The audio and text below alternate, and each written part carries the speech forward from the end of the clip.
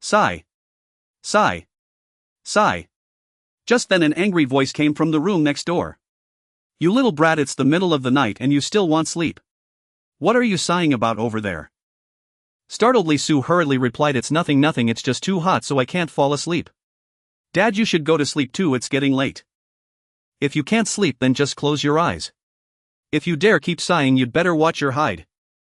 After a while, hearing no more sound from the room next door, Li Su finally relaxed. He turned over again, his thoughts drifting back to what had happened to him. How did I end up time traveling? How could I actually have crossed over? He had originally been a man of the 21st century. Somehow in the middle of his sleep he had been jolted awake by hunger, and strange memories that did not belong to him had appeared in his mind. What was worth noting was that this Buddhist name was exactly the same as his before he crossed over, also Li Su. After he finished sorting through the memories and thought about his current circumstances, he found sleep even more elusive. It was now the year 1960. For someone who had transmigrated even without much education, he still knew a fair bit about what this period was like, and that was why he could not stop sighing. He simply had not expected the walls here to be so thin with so little noise the neighbors could still hear him. However, the most urgent matter at the moment was figuring out how to fill his stomach. As for other issues, given this Buddhist family background, there was very little to worry about. There was no helping it. Starting from his grandfather's generation and counting back 3 generations, they had all been poor peasants. By the time it reached his father's generation, they had achieved a leap in class and become part of the great working class. With that kind of background, as long as he did not court disaster, no one would be able to do much to him. He then began to mull over how to obtain food, and thinking he unknowingly drifted off into sleep. Xiao Su, get up and eat. Half asleep, he suddenly heard the shout. Li Su shuddered and shot up from the bed, landing on his backside. He glanced at the other bed and found that the younger brother who shared the room with him was already gone.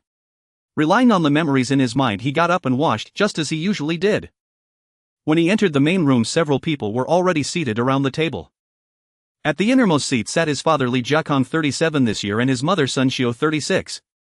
On the left were his eldest brother Li Ping, 20 years old, and his sister-in-law Hu Guilan, also 20, they had just married this year.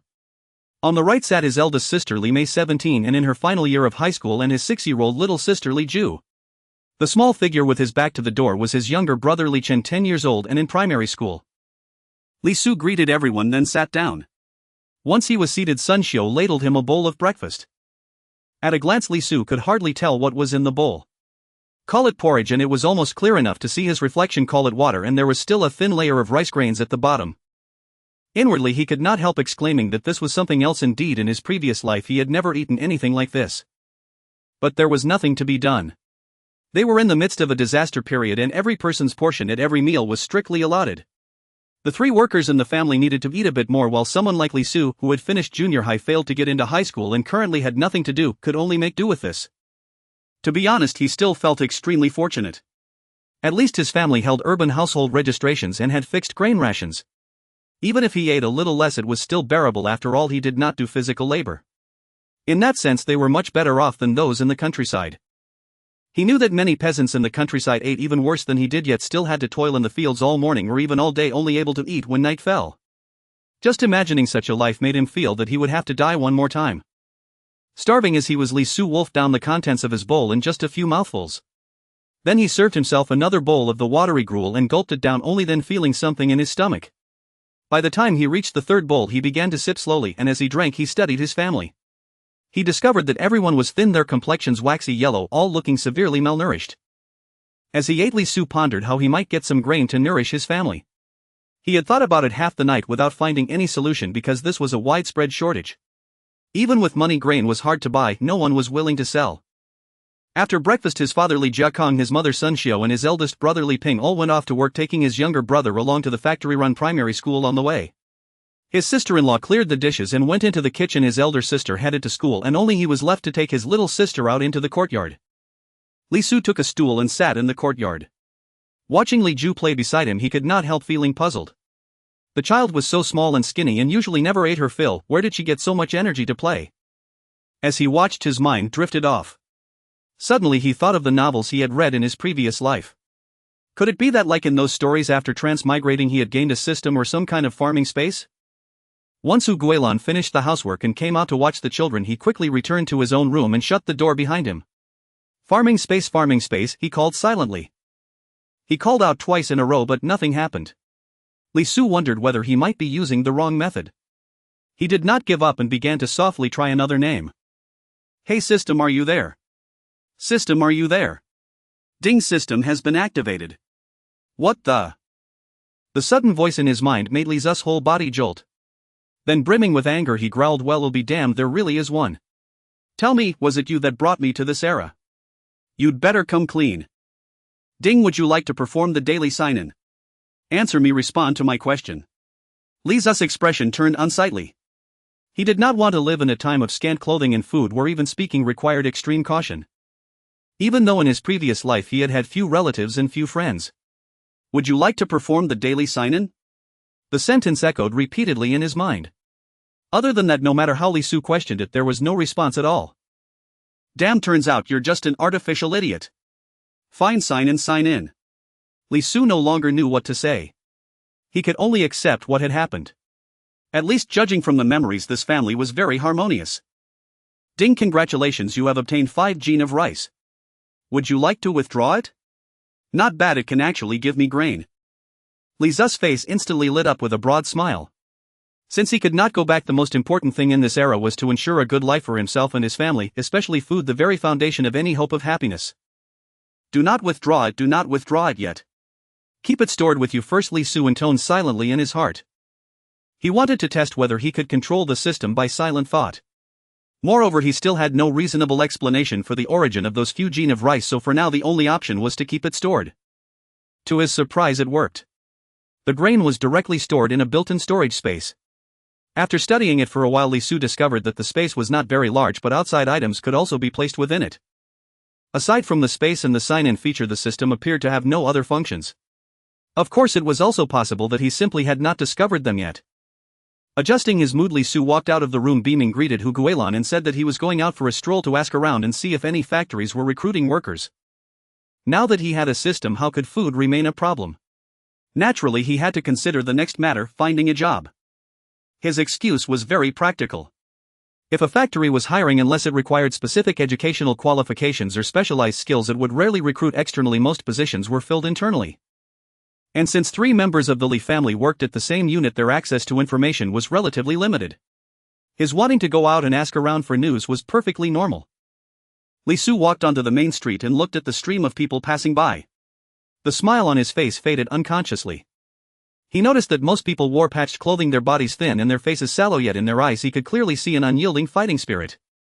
Previously, Li Su had only learned about this era from books which claimed that people of this time were high-spirited and full of fighting, while filled with yearning for life and confidence in the future. Now Li Su believed it. At the same time, he felt completely out of place in this era. With a complicated expression, he turned his head to look back at the home that now belonged to him. Very soon Li Su gathered his confidence again. A smile returned to his face as he set off, carrying his hopes with him. Following his memories, he walked for a few minutes until he arrived in front of a house.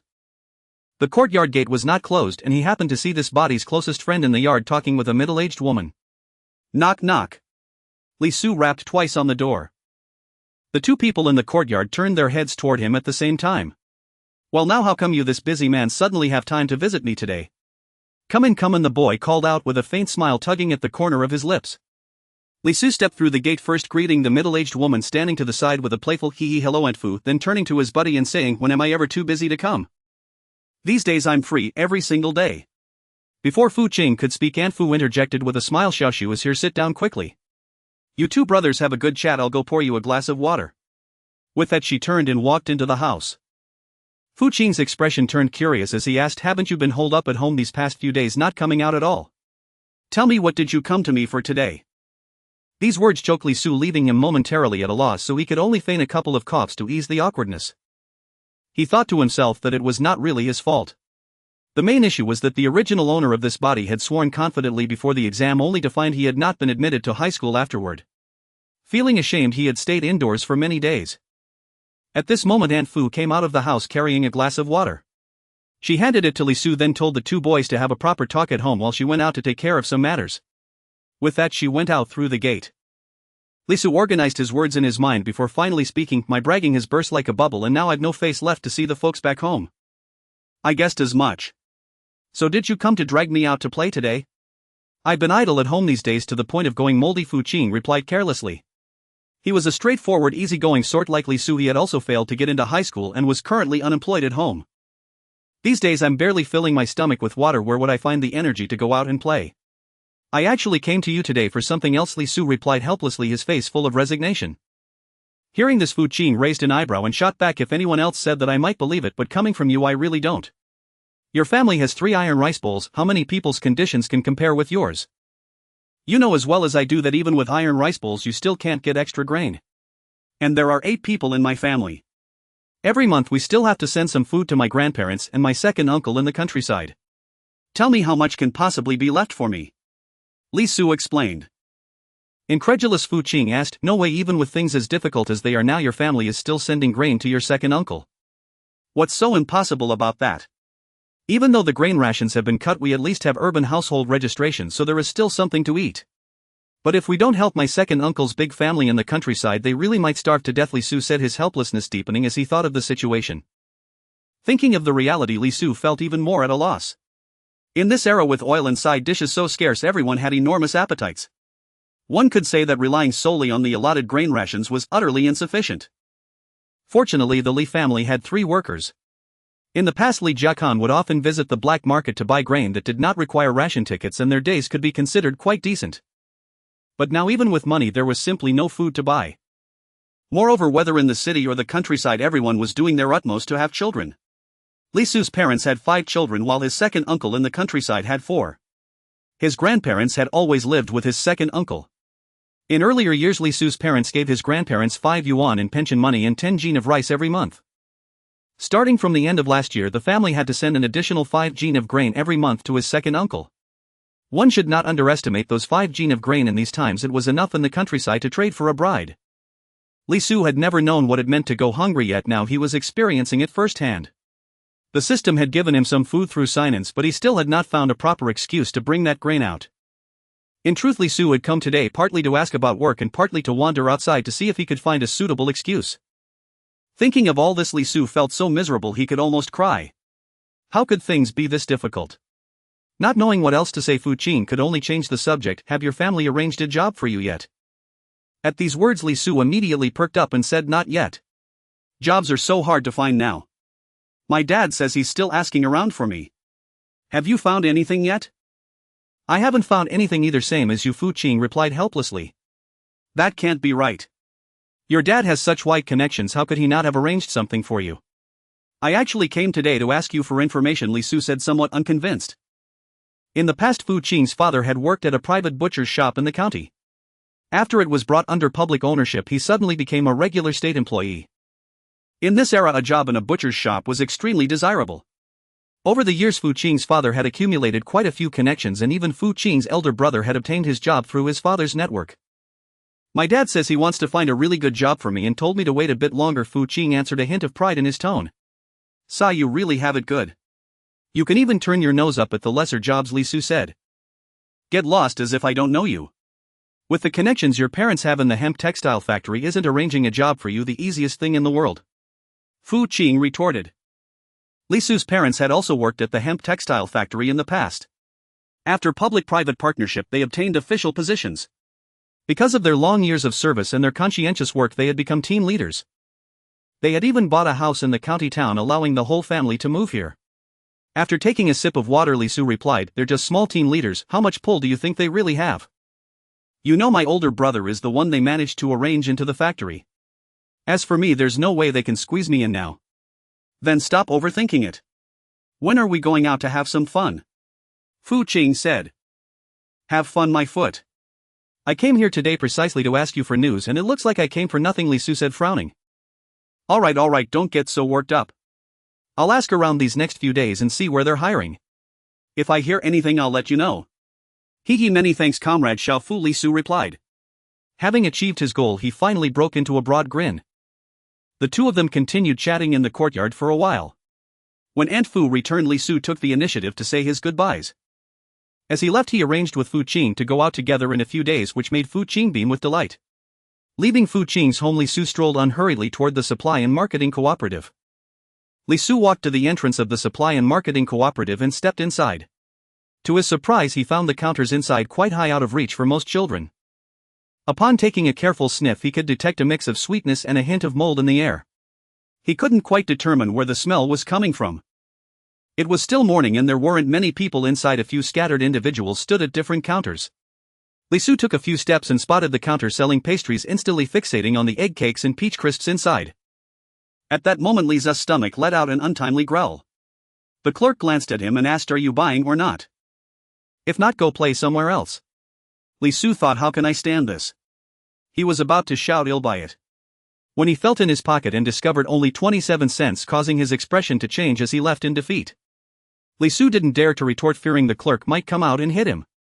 Remembering that someone had indeed been beaten for arguing with the clerk, he hurried away, anxious to avoid trouble. In truth, Lisu wanted to buy something, but the key issue was that he couldn't afford it. In this era, purchasing items required not only money but also ration tickets. To buy food, one needed grain tickets. For pastries, one needed pastry tickets. Everything required corresponding tickets, with only a few items not needing them, which were inaccessible to outsiders. After taking a round, Lisu gained a new understanding of the current scarcity of goods. He also began to harbor a vague idea. After leaving the cooperative, he wandered around the street for a while before heading back home. "Second brother, you're back." As soon as he entered, he heard the voice of his younger sister Li Ju. "Yes, was my little sister good today?" Lisu asked. "I was very good. If you don't believe me, ask my sister-in-law," replied Li Ju, proudly tilting her little head. "Yes, little Ju is indeed very good." An elder xuanhuan who was sitting on a stool sewing clothes asked, "Did you find out any news about work, Xiaosu?" "I have a little lead. I'm still waiting for news from a friend," Lisu casually replied. "That's good. Once you have a job, you can also find a partner." Xuanhuan smiled slightly. Hearing this, Lisa's face flushed and he replied, "Sister-in-law, don't tease me. I'm only 15, still a child. Finding a partner should be up to your elder sister first." Xuanhuan laughed. "You're not too young. My husband and I were in an accident. He insisted on waiting until he was officially hired before marrying, which dragged on until he was 20. Your elder sister is in her final year of high school this year and her grades are so good that she might get into college. She will definitely find a good partner in the future. Once you have a job, you'll be an adult. Many people in the countryside marry at 15 or 16. It's too early to talk about this now, we haven't even started yet. Let's wait until you have a job," Lisu said, feeling a bit overwhelmed. He quickly changed the subject. "Sister-in-law, what are we having for lunch?"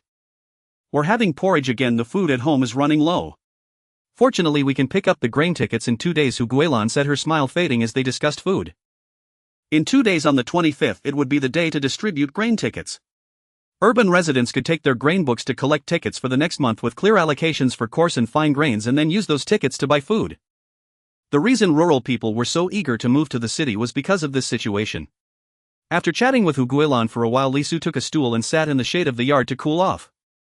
When it was time for lunch, Lisu noticed that the white rice porridge was nearly the same as what he had for breakfast, with the only consolation being that there were slightly more rice grains in the lunch porridge. Lisu thought to himself that indeed happiness was a comparative matter. With a few more grains of rice, he found the lunch porridge particularly fragrant. Currently, there were only the 3 of them eating lunch at home, as the others had taken their lunch boxes to school or the factory. After finishing the porridge, Lisu returned to his room to take a nap and conserve energy. Xuanhuan also took Li Ju to her room to sleep together. When Lisu woke up again, it was once more due to hunger. Lying in bed, he stared at the ceiling, feeling the emptiness in his stomach and thinking although he had filled up with water, it didn't satisfy his hunger. Maybe I should find some excuse to take out some food, otherwise I might have to endure this for another 2 years and eventually starve to death. Li's gaze became vacant, and the more he thought, the more uncomfortable he felt. Right, that's what I'll do. Anyway, I'm not stealing or robbing anyone for food. Why should they care how I got it? The more I think about it, the more feasible this plan seems. Lisu gradually felt a spark of determination in his eyes. Yes, that's what I'll do, he said to himself as he got up, murmuring to himself. After getting out of bed, Lisu had no idea what time it was. The sun hung high in the sky, casting its light and heat indiscriminately upon the earth. Noticing no one in the yard, he entered the kitchen, took a small burlap sack for storing food, and then walked out of the yard. At this time, there were almost no pedestrians on the street, which made Lisu even happier. He strolled under the scorching sun, then found a cool corner not far from home and sat down. After sitting for quite a while, Lisu glanced around, and seeing no one, he extracted the 5 pounds of rice he had signed for in the morning and put it into the burlap sack. Lisu held the rice, a smile spreading across his face as he walked home. Upon entering the yard he saw Hu Guilan sitting in the shade mending shoes with Li Ju sitting beside her watching. Hearing the sound of footsteps, Hu Guilan looked up and seeing the burlap sack in Li Zu's hand asked Xiao Su, why are you back with a sack of rice? He guess what's inside? Li Su playfully asked, wanting to show off. I can't guess. It can't possibly be grain, can it? Hu Guilan replied, looking puzzled. Li Su laughed a couple of times before speaking, why can't it be grain? Upon hearing this, Li Ju, who had been listening to their conversation, suddenly jumped up and rushed over, eager to see if what Li Su was holding was indeed grain. Li Su opened the sack and showed it to Li Ju, who let out a startled ah.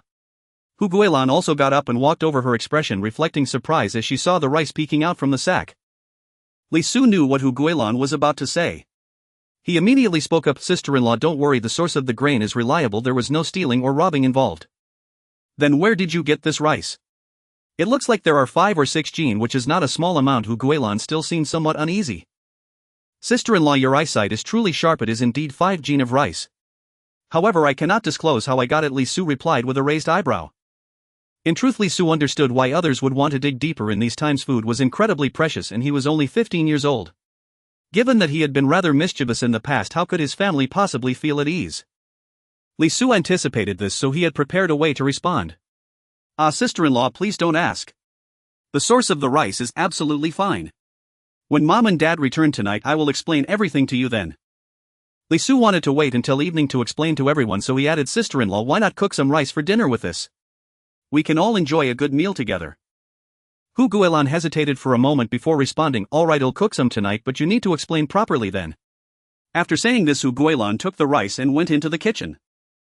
Li Su looked down at Li Ju, who was watching him with sparkling eyes, and asked, are you happy to have white rice for dinner tonight, little sister? Yes, I'm so happy. I haven't had white rice in such a long time, Li Ju exclaimed with excitement. Keep your voice down. Remember, you can't tell anyone outside about what we eat at home, understood? Li Su was also keen on educating Li Ju, fearing that if she mentioned something good they had at home it might cause trouble. Why can't I say anything? Li Ju asked, somewhat confused. Of course, if you say it we might not get to eat it again in the future. What about grandpa and grandma? Can't they say anything? Li Ju continued to inquire. Even grandpa and grandma can't say anything, remember that. Oh, I got it. I won't tell anyone what we've eaten in the future. Although Li Ju didn't fully understand, she obediently replied. Alright, as long as you remember, you're a good child, Li Su said with a smile. After playing with Li Ju for a while, the family members who were out working and studying gradually returned home. Once everyone was gathered, they all sat at the dining table chatting as they waited for dinner. On the table several dishes were already prepared, including marinated radish sticks, boiled sweet potato leaves with just a few drops of oil, and some unknown wild vegetables. Hu Guilan and Sun Xiu entered with a basin each containing the staple food for the evening. At this moment everyone fell silent, all eyes focused on the two of them, more specifically on the rice basins they held. Li Su observed clearly as Sun Xiu shot him a glare when she entered. He felt quite baffled, and when the rice was placed on the table everyone was taken aback, exchanging astonished glances. Li Jiakong, the head of the family, was the first to ask, where did so much rice come from? Why is there both rice and porridge tonight? Before Hu Guilan could respond, Sun Xiu spoke up first, her tone carrying a hint of hostility. You should ask your good son. He brought back 5 jin of rice today and we are having white rice for dinner tonight. Ah me. Which son are you talking about? Li Jiakong asked, momentarily taken aback. Who else could it be? Which of your sons has the time to be at home? Sun Xiu's tone made Li Su sense something was amiss. It was only then that Li Jiakong suddenly realized, and everyone turned their gaze towards Li Su. Li Su instantly felt uneasy as everyone's eyes bore down on him, making his hair stand on end. He wanted to speak but didn't know what to say, so he awkwardly chuckled twice and said, everyone please don't look at me. Let's eat. However, no one moved their chopsticks and they all began to question how he had acquired the rice. Li Su was overwhelmed by the noise and quickly said, everyone please eat first, I'll explain after we're done. Just know that this is neither stolen nor robbed.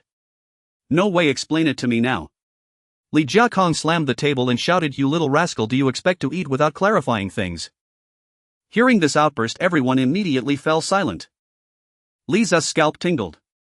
The family stick was primarily used on him, so he quickly said, I will definitely explain everything clearly. How about this, Xiao Chen, take your little sister outside for a bit while I talk to everyone. Li Su was also worried that the two young ones would say something inappropriate outside after hearing the explanation, so he asked them to wait outside for a while. Li Chen looked at Li Su with a resentful glance, then turned his gaze to Li Jiakong. Li Jiakong understood immediately adults needed to avoid discussing certain things in front of children, fearing they might speak out of turn. He nodded and said, "Go on, take your sister outside and wait for a few minutes." Hearing this, Li Chen reluctantly got up, holding Li Jia's hand as they walked outside. As they left, the two cast longing glances at the rice on the table. "I got this rice from a friend outside, no grain coupons were needed, I bought it with money," Li Su said immediately after the two left. "A friend? Where did you find a friend with such connections? And where did you get the money to buy it?" Li Jiakang's eyes widened, staring at Li Su as he spat out a few words through clenched teeth. To be honest, although the 5 children of the Li family were of average appearance, they did not look particularly good or bad. However, their eyes were exactly like Li Jiakang's, double-lidded and big. Everyone knew that when their eyes widened it could be quite intimidating. Li Su was startled, his body shivered, and he mustered the courage to say, "Dad, please don't be angry. You don't know all my friends, and honestly I don't have that much money. Even if you don't ask, I would have to tell you about this. I gave him some money, but I'm still short of 3 yuan, just waiting for you to lend it to me." "Then you need to clarify this person's background and the source of the rice," Li Jiakong demanded. "I can't say much more, I only know that he engages in some buying and selling activities in the black market." The black market is where people trade privately, often transactions are done with money or bartering. However, during this period such activities were illegal, so gatherings typically happened at night, and over time these places became known as black markets. Although the black market was illegal, it arose from people's needs. Many had visited it, and the authorities often turned a blind eye since they themselves sometimes needed urgent items that could only be obtained there. Li Su proposed the black market because his entire family was familiar with it. After all, with so many mouths to feed at home, they often needed to buy grain from the black market. They would also trade surplus items or acquire things they needed at the black market. Hearing this, Li Jiakang's expression improved significantly, but he still stiffly asked, "You haven't told me how you know him. With the current tight grain supply, how did he manage to get it? I helped him a bit before, so he repaid me by getting me some grain at a reasonable price." By saying this, Li Su noticed that Li Jiakong was no longer so angry, so he continued, "As for how he got the grain, why would he tell me? Every creature has its own way of survival. As long as it's obtained through normal trade, isn't that enough? I also asked him about its origin, and he said it wasn't stolen or robbed, but traded for, assuring me it was safe to eat. Perhaps he traded it with some wealthy person." Upon hearing this, everyone present nodded in agreement. Since it was purchased with money, why worry about how others obtained it? After all, at this moment, getting enough grain to fill their stomachs was the most important thing. Moreover, what Li Su said made sense. There were still many wealthy families, some of whom had a habit of storing grain at home. "How much did you pay for this grain?" Li Jiakong pondered for a moment and agreed with this reasoning. After all, ordinary people had little grain to spare these days, so his tone softened. "I spent a total of 5 yuan. I had saved up 2 yuan to give him first, so I still owe 3 yuan, Li Su replied honestly. Although Li Su now only had 27 cents left, he had received a fair amount from his family before, which he had spent, such as buying quite a few comic books. Everyone was surprised to hear it was only 5 yuan. Grain was not usually cheap. Normally 1 kilogram of rice at the black market would cost nearly 40 cents, and now it had increased several times over, making it hard to find anyone selling grain. "Alright, you really got a great deal at this price. I won't ask too much about it. After dinner I'll have your mother give you the money," Li Jiakong said, still astonished. This was exactly what Li Su had in mind. Since he couldn't reveal the source, he would concoct a story that no one could verify, and if asked too much he'd just say he didn't know. In any case, the grain was in their stomachs. After Li Su agreed, he called in Li Chen and Li Ju, and they enjoyed a hearty dinner together. After dinner, everyone sat around chatting, expressing how long it had been since they had eaten such a satisfying meal. Li Su rolled his eyes to the side, thinking to himself, how could they not be full? They had nearly 2 kilograms of white rice and a pot of porridge mixed with sweet potatoes, which was all eaten clean. After sitting for a while, everyone returned to their own rooms.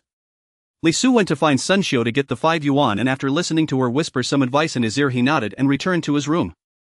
Lying in bed and staring at the ceiling, Li Su thought, I can't use this excuse every day. Using it once or twice is fine, but if overdone the family's finances won't hold up. I need to find a good job soon. Ergo, do you think we will be able to eat such a full meal again in the future? At this moment a voice from beside startled Li Su, and he realized it was Li Chen talking to him. He replied, of course, don't worry, we'll often be able to eat such filling meals in the future. That would be great. What I want the most right now is to eat to my heart's content every day. Yes, definitely. Hearing this, Li Su felt a pang in his heart. He turned to Li Chen and said, after eating well you should sleep fast, we have school tomorrow. Li Chen agreed and went to sleep. Li Su glanced at him, adjusted his position to look at the ceiling, and pondered various thoughts until he eventually dozed off. Early the next morning before Lisa's family could call him, he opened his eyes on his own. The first thing he did upon waking was silently think sign in. Sign in successful, congratulations, you have received 5 gene of flour. Hearing the voice, Lisu got up with satisfaction to prepare for breakfast. After finishing breakfast, Lisu was at a loss for what to do. He felt quite frustrated having crossed over. He had already graduated from junior high school, yet he hadn't worked and had been at home for over 2 months. After sorting out his emotions, Lisu returned to his room and found his treasured comic book from the box under his bed, engrossing himself in reading. Thus 2 days passed in a simple and monotonous manner. In the blink of an eye, it was the 25th, the day when monthly tickets were distributed. That night Lisu went to bed early. Suddenly, in the middle of the night, he opened his eyes, got up, dressed, and wrapped a cloth around his face, leaving only his eyes exposed. Taking a small burlap sack, Lisu filled it with the flour he had received from signing in and then set off towards the black market. Upon arrival, he noticed that most people were similarly dressed. After all, the black market was illegal and no one wanted to be seen coming here. Lisu paid a 2-cent entrance fee to get in.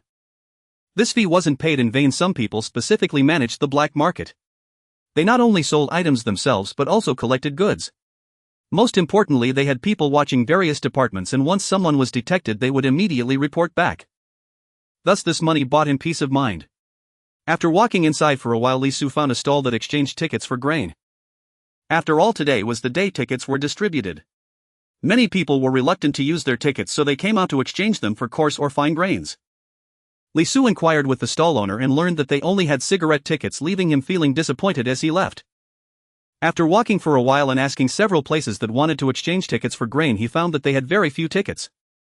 During this time, he also sold 3 gene of the flour he had and exchanged it for some money, then went to a stall that specialized in selling tickets.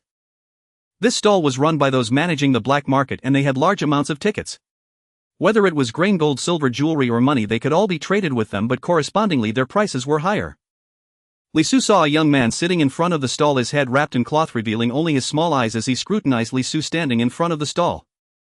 Lisu took the initiative to speak. Brother, do you have sugar tickets or cigarette tickets? How many do you need? The stall owner asked without hesitation. What are your prices? Sugar tickets can only be exchanged for grain. 1 tael of sugar tickets can be exchanged for half a gene of fine grain or 1.5 gene of coarse grain. Hearing the price, Lisu couldn't help but click his tongue, thinking it was indeed quite expensive. Don't think it's too pricey, it's just that food is in short supply now. In previous years, a sugar ticket would at least require 2 caddies of fine grain. At this moment, the stall owner, possibly sensing Lisa's thoughts, spoke directly. Lisu pondered for a moment and realized it was true. During this period, sugar was considered a nutritional item, and urban residents were only allotted 1 or 2 taels per quarter, usually only able to purchase brown sugar. As for the commonly seen refined white sugar and rock candy, in later years those were even more scarce, only accessible to women giving birth, residents facing severe illness, or those receiving special treatment. Agricultural households had no fixed ration at all. They could only obtain sugar tickets as rewards for selling grain and agricultural products. Every quarter after receiving sugar tickets, Lisa's family would buy some sugar to send to their grandparents and his second uncle in the countryside, allowing them to nourish themselves. Each time he visited, his grandparents would receive envious glances from others. Thinking of this, Lisu spoke up. How many sugar tickets do you have? I have 1 caddy and 2 taels of sugar tickets, the stall owner replied after a moment of silence. Lisu thought for a moment, realizing he didn't know when he would be able to sign for sugar or similar nutritional items next. I'll take them all. What? All of them? Do you have that much grain? The stall owner seemed startled. What do you mean? If I can't produce the grain, why would I say that? After a moment of silence, the stall owner said, are you going to exchange coarse grain or fine grain? Fine grain, 6 caddies of rice. This was the rice that had just been signed out in the past 2 days. At this time, rice was also considered fine grain, so sending 10 caddies of rice to his grandparents each month was quite generous. That's fine.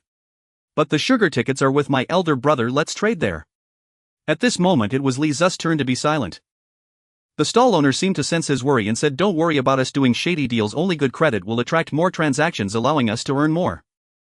If you're still not at ease, wait here for a moment and I'll go fetch the sugar tickets. You should go get the sugar tickets, I also need to get the rice. Let's trade here later. Lisu was still a bit uneasy. Alright, see you in a bit. After speaking, the stall owner asked the nearby vendor to watch his stall and then turned to leave. Lisu walked to a secluded corner, checking to see if anyone was watching. He exchanged the white flour in his hand for rice, then waited for another 2 minutes before returning to the previous stall. At this time the stall owner had returned to the stall. Li Su directly handed over the sack he was holding. The stall owner first poured the rice into his own bag, handed Li Su back the previous bag, then took out a scale to weigh it before speaking, just over 6 caddies. Without the sack it's 6 caddies. Here are the tickets, you can check them. Saying this, he took out a stack of small tickets from his pocket and handed them to Li Su. Li Su received them, counted them, and confirmed they were all one-tael sugar tickets totaling 12. He nodded and put the tickets into his pocket. Li Su saw the transaction was complete and was about to turn around to leave when the stall owner spoke again. Do you still want your tobacco tickets? And do you need any candy tickets? Li Su slapped his forehead, cursing himself for being forgetful. He immediately turned around and said, I forgot earlier, do you have 5 tobacco tickets? How many candy tickets do you have? At this time, candy tickets and sugar tickets were two different items. Candy tickets were specifically for buying candy, whereas sugar tickets were for purchasing sugar. Yes, tobacco tickets are 4 cents each, totaling 20 cents. I only have 3 caddies of candy tickets left, but since you're buying so much, I'll give them to you for $2. Tobacco tickets were distributed every month, so their price wasn't very high. The reason candy tickets were much cheaper than sugar tickets was that candy tickets counted by the piece after buying candy. Li Su took out $2.20 from his pocket and handed it to the stall owner, saying, Alright, I'll take these, you count them. Here, these are the tickets you wanted. After counting the money, the stall owner handed a few more tickets to Li Su. When Li Su finished counting and put them in his pocket, the stall owner said, in the future, if you want something or want to sell something, you can come find me here. If I'm not around, just look for the guard and say you're looking for Ahu. Okay, I'll remember that, brother Ahu. Li Su replied and turned to leave. He wandered around the black market a few more times before heading home. On the way home, he did not notice anyone following him, which made him even more satisfied. On his way back, he stored the tickets and money obtained from the black market into his storage space. Upon returning home after placing the sack properly, Li Su went to check on Li Chen, who was sleeping soundly. He couldn't help but yawn and went to his own bed for a quick nap. After sleeping for a while, it was time to get up for breakfast. Since he had just used the grain tickets to buy food yesterday, Li Su found that breakfast had been changed to rice porridge. Currently, the allocation of food was 40% fine grain, with the rest being coarse grain, and rice belonged to the category of coarse grain. During this difficult period after receiving the food each month, aside from the grain sent to the countryside, Li Jiakang would take some rice to the black market to exchange for more coarse grain, ensuring the family had enough to eat. When the coarse grain was almost consumed just before the grain tickets were to be issued, the family would cook the remaining rice into porridge to help everyone regain their strength. This was done to prevent any urgent matters that might arise during the month, so they could still use fine grain in an emergency. The few days after Li Su traveled through time coincided with the upcoming distribution of grain tickets, so the family was eating rice porridge made from rice. Li Su endured the discomfort of his throat and finished his breakfast. During breakfast, Li Jiakang also asked Li Su to take some time in the next few days to deliver food to his grandparents in the countryside. There was no other option. He was currently the most free, and at least being 1.62 meters tall made it relatively safe to walk outside. Li Su thought that as long as he met the nutritional standards, he could still grow at least another 10 centimeters. After finishing his meal, he played with Li Ju for a while before heading to the supply and marketing cooperative. This time Li Su came prepared with both money and tickets, feeling quite confident. He first approached the counter selling sugar and said directly, Sister, give me 1 caddy and 2 taels of sugar. The sales clerk at the counter raised an eyebrow and asked, do you have that many tickets? Yes, take a look, Li Su replied, pretending to pull out a stack of sugar tickets from his pocket. The clerk counted and said, sugar is 11 cents per tael for 1 caddy and 2 taels, that's a total of $1.32. Please pack them separately, 2 half caddies and 1 total package. Li Su also took out the money and handed it to the clerk. The salesperson packaged the candies into 3 portions as requested, tied them with string and handed them to Li Su while asking, little brother, where did you get so many candy tickets? Oh, isn't this the candy ticket issued this quarter?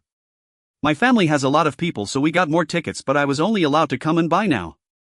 Can you spare some of this candy for my elder sister? A relative of hers is about to give birth in the next few days and their family has run out of candy. They are worried about how to get some to send her for nourishment. It is widely believed in this area that women who have just given birth should drink some sweet syrup for recovery. Some people often say that whatever was available in the factory during that era was also available at home and you could take what you lacked. People like him who sold candy were definitely not lacking in candy, but that only refers to the stories from the 80s and 90s. It is now the year 1960, and during this period very few dared to steal public goods. Stealing public goods was a serious crime and the most severe offenders could be executed. Sister, my family sent me out to buy this. I wouldn't dare without their permission. Alright little brother, if your family agrees feel free to come find me. Li Su nodded and walked over to the tobacco sales counter. The salesperson there was a man. Li Su glanced and asked about the price, then immediately bought 5 packs of cigarettes. The salesperson jokingly said, little brother, you're not that old. Why are you buying so many cigarettes? Isn't this just issued tobacco tickets? I'm here to buy things and my family members who smoke asked me to buy some on the way. I thought so, but little brother, this tobacco is not cheap. You bought 2 boxes of Daikianmen for 0.8 yuan and 3 boxes of Dajong cigarettes for 0.51 yuan, totaling 1.31 yuan and 5 tobacco tickets. This price is indeed not cheap nowadays. People with average conditions smoke Dajong cigarettes while those with poorer conditions smoke economy cigarettes for 0.7 yuan a box. The worst off even use paper to roll straw or similar things as cigarettes. Daikianmen is considered a luxury priced at 0.4 yuan a box, affordable only for those in better conditions. Li Su smiled, handed over the money and tickets and received the cigarettes. He then walked to his final destination, the candy store. Li Su bought 2 jean of white rabbit milk candy and 1 jean of fruit candy. When the salesperson asked him why he was buying so much, he casually replied that it was for a relative's wedding and that he was also buying some for his own family. Calculating the cost made it even more expensive. The fruit candy was 0.01 yuan each, totaling 0.98 yuan, and the white rabbit milk candy at 0.02 yuan each cost Li Su a whopping 5.56 yuan. The total cost for the candy came to 6.54 yuan. He thought to himself that if he hadn't sold a few jean of flour on the black market, he wouldn't even have enough money left to buy the white rabbit milk candy. Li Su carried a pile of items out of the supply and marketing cooperative. Once on the road, he found a secluded corner and stored everything in his spatial pocket, leaving only some white rabbit milk candy and a pack of Daikianmen in his pocket. After storing the items, he immediately unwrapped a milk candy and put it in his mouth. To his surprise, it tasted sweet and was far more delicious than those from later generations. Afterward, Li Su walked to the back row of the supply and marketing cooperative where the procurement department was located. During this period, supply and marketing cooperatives not only sold various goods but also procured local products for sale, and some even had their own vehicle fleets. Liuzhang County is a populous county and the cooperative also has its own fleet for transporting goods. When Li Su arrived at the entrance of the procurement department, he saw a man about 40 years old at the gate. This man had a dark complexion, a square face, thick eyebrows and small eyes with hair that was a mix of black and gray, but he had few wrinkles on his face. Although he looked a bit thin, he appeared very spirited. Li Su approached and greeted him. Uncle, can I trouble you with a question? As he spoke, he pulled a Daikianmen from his pocket, opened it and offered a cigarette. The man glanced at the cigarette in Li Zu's hand, then looked at Li Zu's face and casually asked, what do you want to inquire about? Uncle, I just want to ask if the procurement department buys fish. We do buy, but the quantity is too small, we can't sell what we collect. Li Su understood the subtext, his quantity was too small for them to take. So what is the current price for fish? The man pondered for a moment and replied, the price of fish has risen sharply, roughly around 0.28 yuan per jean. Alright, thank you uncle. You can keep the remaining cigarettes for yourself. After saying this, Li Su tossed the open Daikianmen to the man and turned to run off into the distance. Hey young man, come back. The man froze for a moment at this scene, then snapped back to reality and shouted loudly. But Li Su ran far away without looking back. Li Su actually didn't have even a fish scale on him. His main purpose today was just to make contact with the people from the procurement department. Although he couldn't reach the vehicle fleet members, the gatekeeper would suffice. It's well known that the gatekeeper usually has access to good information. Especially now, gatekeepers often work part-time as security, which is not a job just anyone can do. Seeing that he had completed everything he needed to do today, Li Su ran for a while and then returned home. Second brother, you're back. As soon as he entered the house, Li Ju, who was playing in the yard, rushed over. Li Su rubbed Li Ju's little head and pulled out a milk candy from his pocket to hand over. Little sister, what is this? Li Ju's big eyes looked at the candy in Li Zu's hand and she suddenly shouted, it's candy. This is your favorite white rabbit milk candy, quickly give it a try. At this time, which child doesn't love candy? Not to mention children, even adults love it. Wow, it's so delicious and sweet. Li Ju took the candy, tore off the wrapper and put the candy in her mouth, then squinted her big eyes, a look of happiness on her face as she said, hee hee, if it's delicious, eat more. Li Su then took out several more milk candies from his pocket and stuffed them into the little pocket of Li Ju's clothes. At this moment, Hu Guilan stepped out of the room, greeted Li Su and asked, what is Li Ju's nickname? Li Ju, with candy in her mouth, mumbled, sugar, the milk candy given by second brother. Upon hearing this, Hu Guilan looked at Li Su in shock. Li Su smiled and took out a few more pieces of candy, handing them to Hu Guilan's sister-in-law. These are some I just exchanged from a friend, you should try them too. Hu Guilan glanced at Li Su, hesitated for a moment and ultimately said nothing. She took the candy, unwrapped one and exclaimed, "It's really sweet." Hu Guilan then tried to hand the remaining candy to Li Su. Li Su shook his head and said, "As long as it's sweet, sister-in-law, you should keep these for yourself. I have some set aside for dad and mom." Saying this, he took out some more from his pocket. Seeing this, Hu Guilan said nothing further and put the candy into her own pocket. Li Su spent another day playing with Li Ju until the family returned in the afternoon. He stood at the door handing out pieces of milk candy to everyone who entered. Everyone was surprised to see the milk candy and began to inquire about it. Li Su simply stated that he had exchanged them from a friend. When the family asked what he had traded and how, Li Su just responded with a vague "can't say." This nearly provoked Li Jiakong to take action, but fortunately everyone stepped in to speak on Li Zu's behalf. Even Sun Xiu defended him, saying, "Dad, why are you hitting the child? The child hasn't stolen or robbed anything. How he exchanged them is his own business.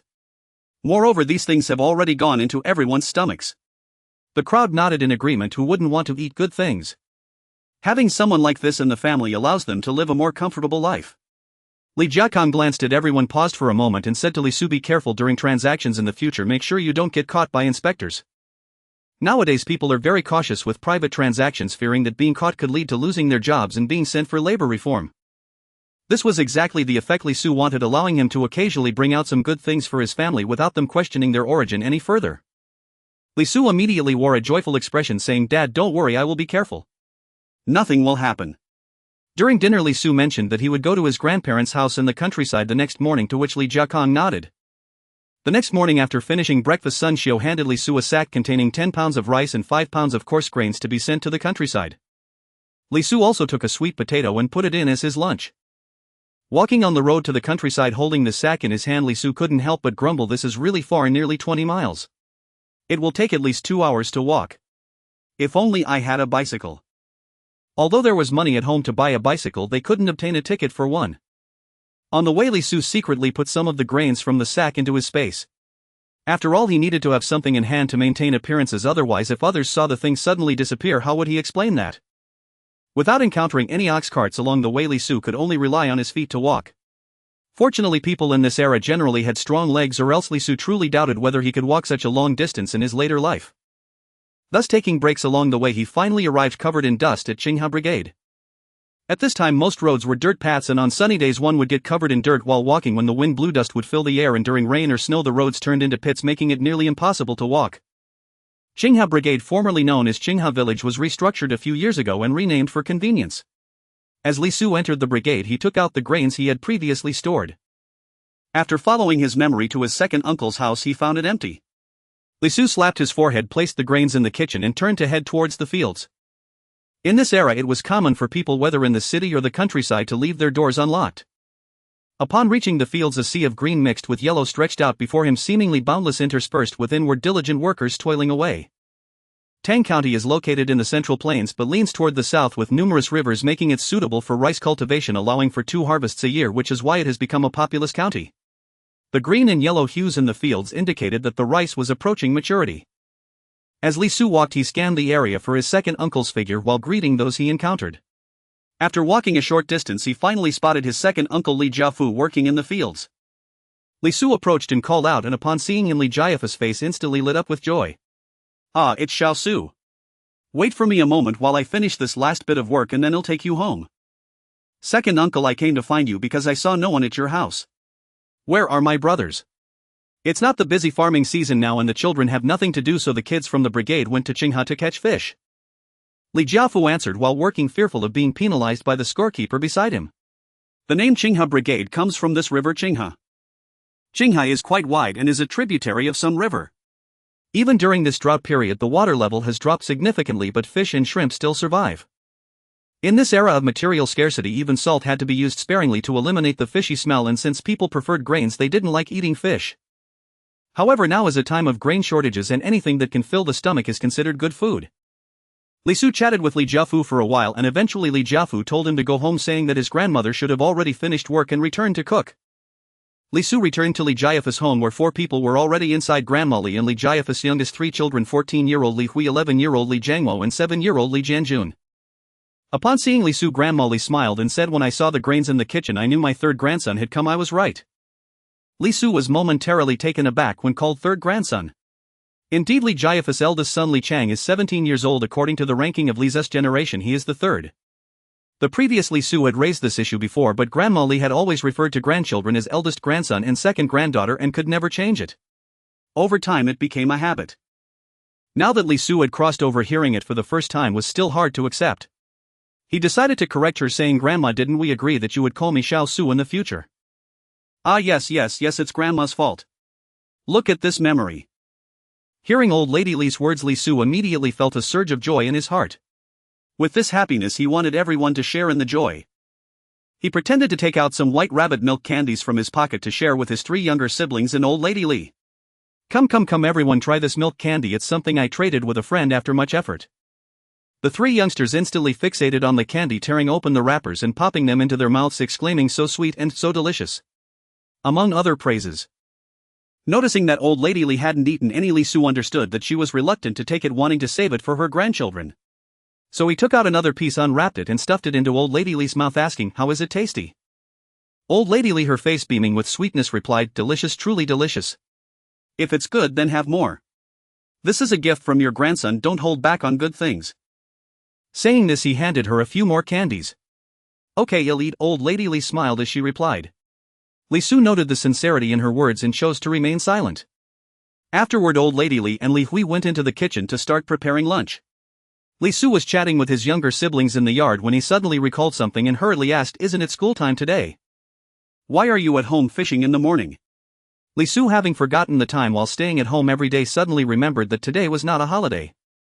He didn't ask Li Hui because she had finished elementary school but couldn't get into middle school, so she was at home earning work points. Li's father Li Jiakang had never been educated and had suffered many hardships due to illiteracy while working in the city. It wasn't until the establishment of a literacy class that he learned some characters. Realizing the benefits of education, Li Jiakang decided to support all his children in their studies, ensuring that those who could continue studying received his full support. After all, few families could afford to send a girl to study until the 3rd year of high school. Currently, Li Mei was the most educated person in the Li family. Li Jiafu had a good relationship with Li Jiakang, so he was influenced by him to support the family's children in their studies. Even the elderly Li and old lady Li would supplement some of their pension money to help with education. Li Jianguo and Li Jianjun hesitated and stammered, "Third brother, our teacher is sick, so we have a holiday." Li Su suspected this was their excuse to deal with family inquiries. Nowadays, adults in the countryside are busy all day, and 9 times out of 10 they wouldn't bother to verify the truth of their words. Li Su frowned. "How coincidental that your teacher is sick at the same time. Aren't you going to tell the truth?" The 2 younger brothers still hesitated, unwilling to reveal the real reason. Li Su pondered for a moment and asked, "Have you 2 been skipping classes?"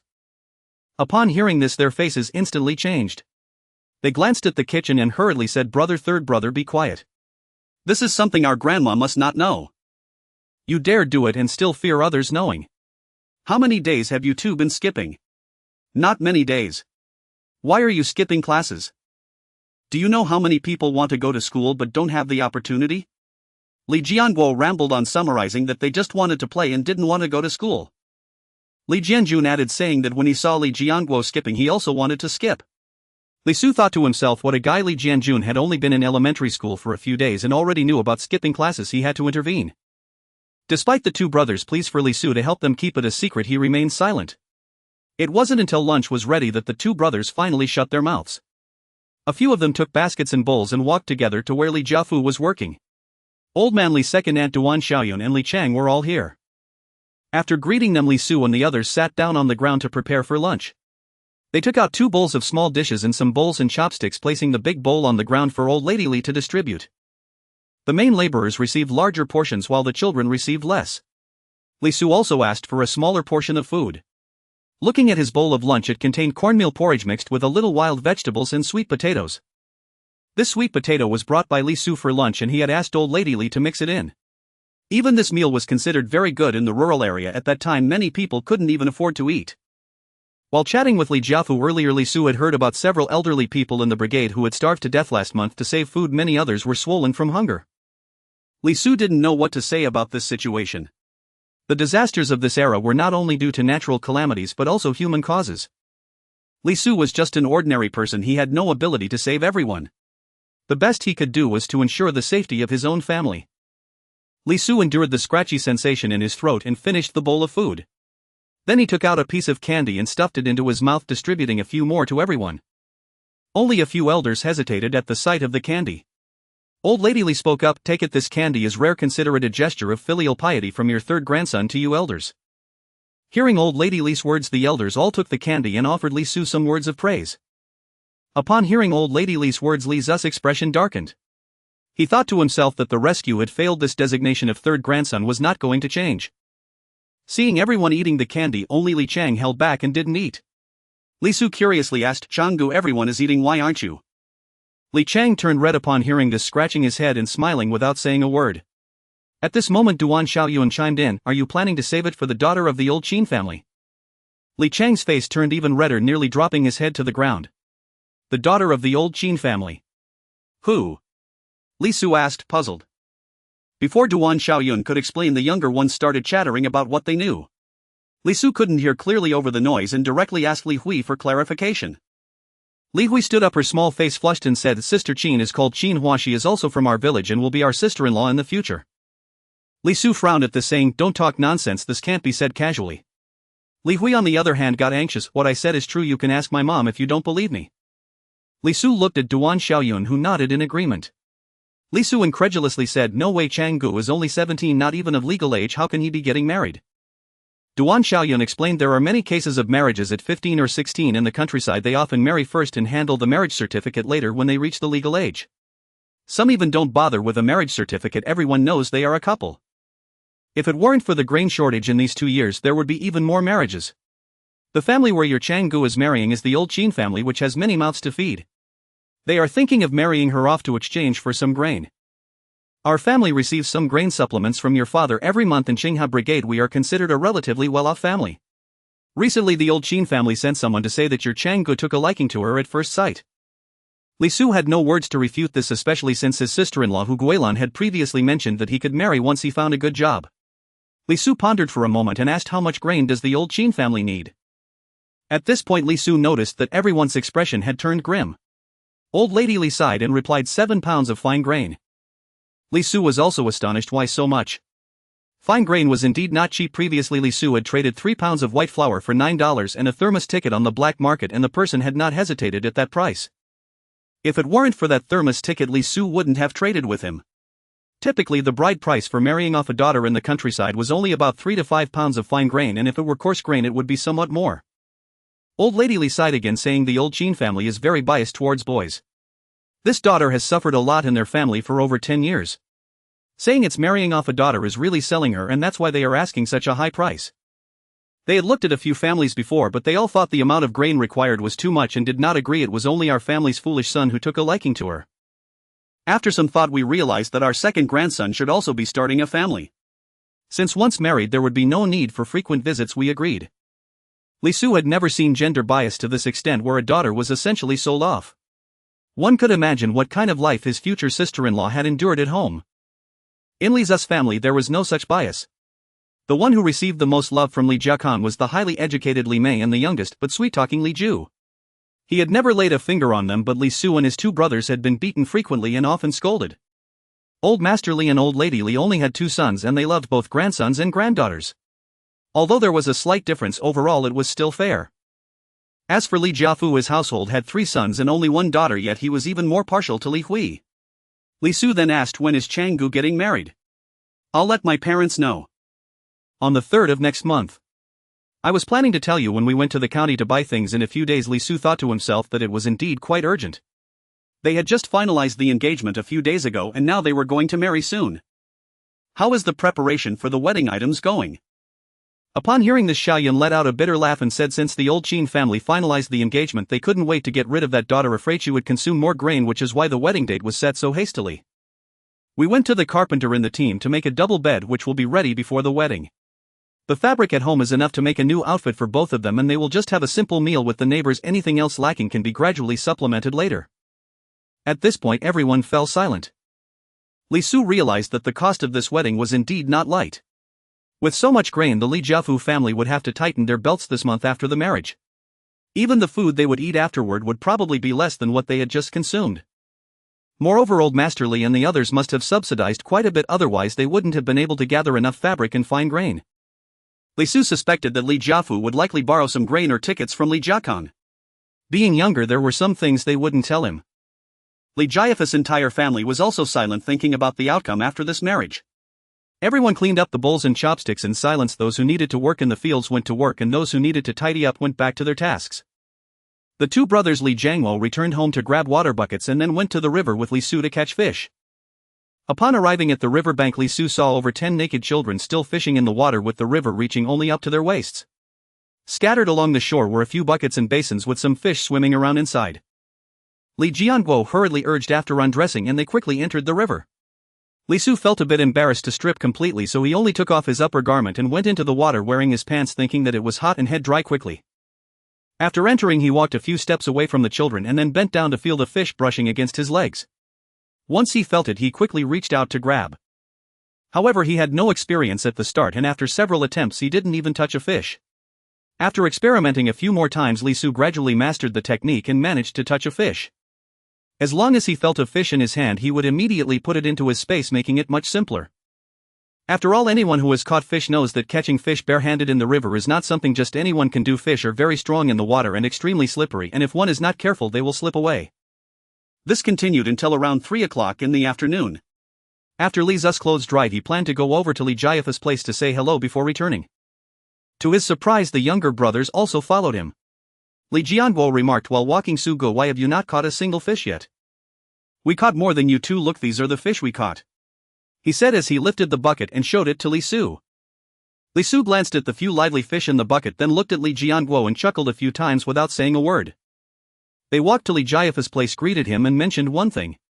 Just as he was about to leave, he heard Li Jiafu say, "Xiao Su, wait a moment, I'll give you 2 fish to take home." Saying this, Li Jiafu found a few straw pieces from somewhere and tied up the 2 largest fish before handing them to Li Su. Despite Li Zu's repeated refusals, he couldn't turn it down. Seeing the sincere expression on Li Jiafu's face, he accepted. He then turned to leave, and after walking a few steps he heard Li Jiafu scolding the 2 brothers behind him along with their cries.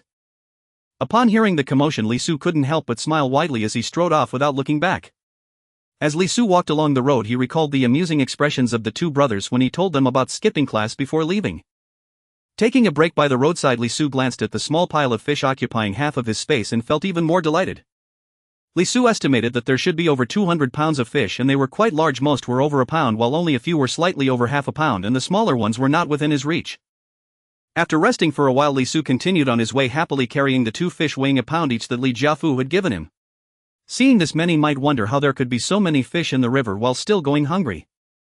One reason is that due to the high cost of seasonings and salt in the past, people were reluctant to use them, making it hard to eliminate the fishy smell, so no one ate fish.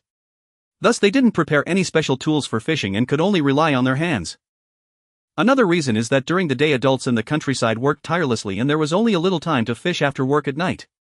However, fishing at night was even more difficult during that period, and it was not guaranteed to catch even 1 fish by the time it was the off-season for farming. Adults had time, but it was too cold to catch fish.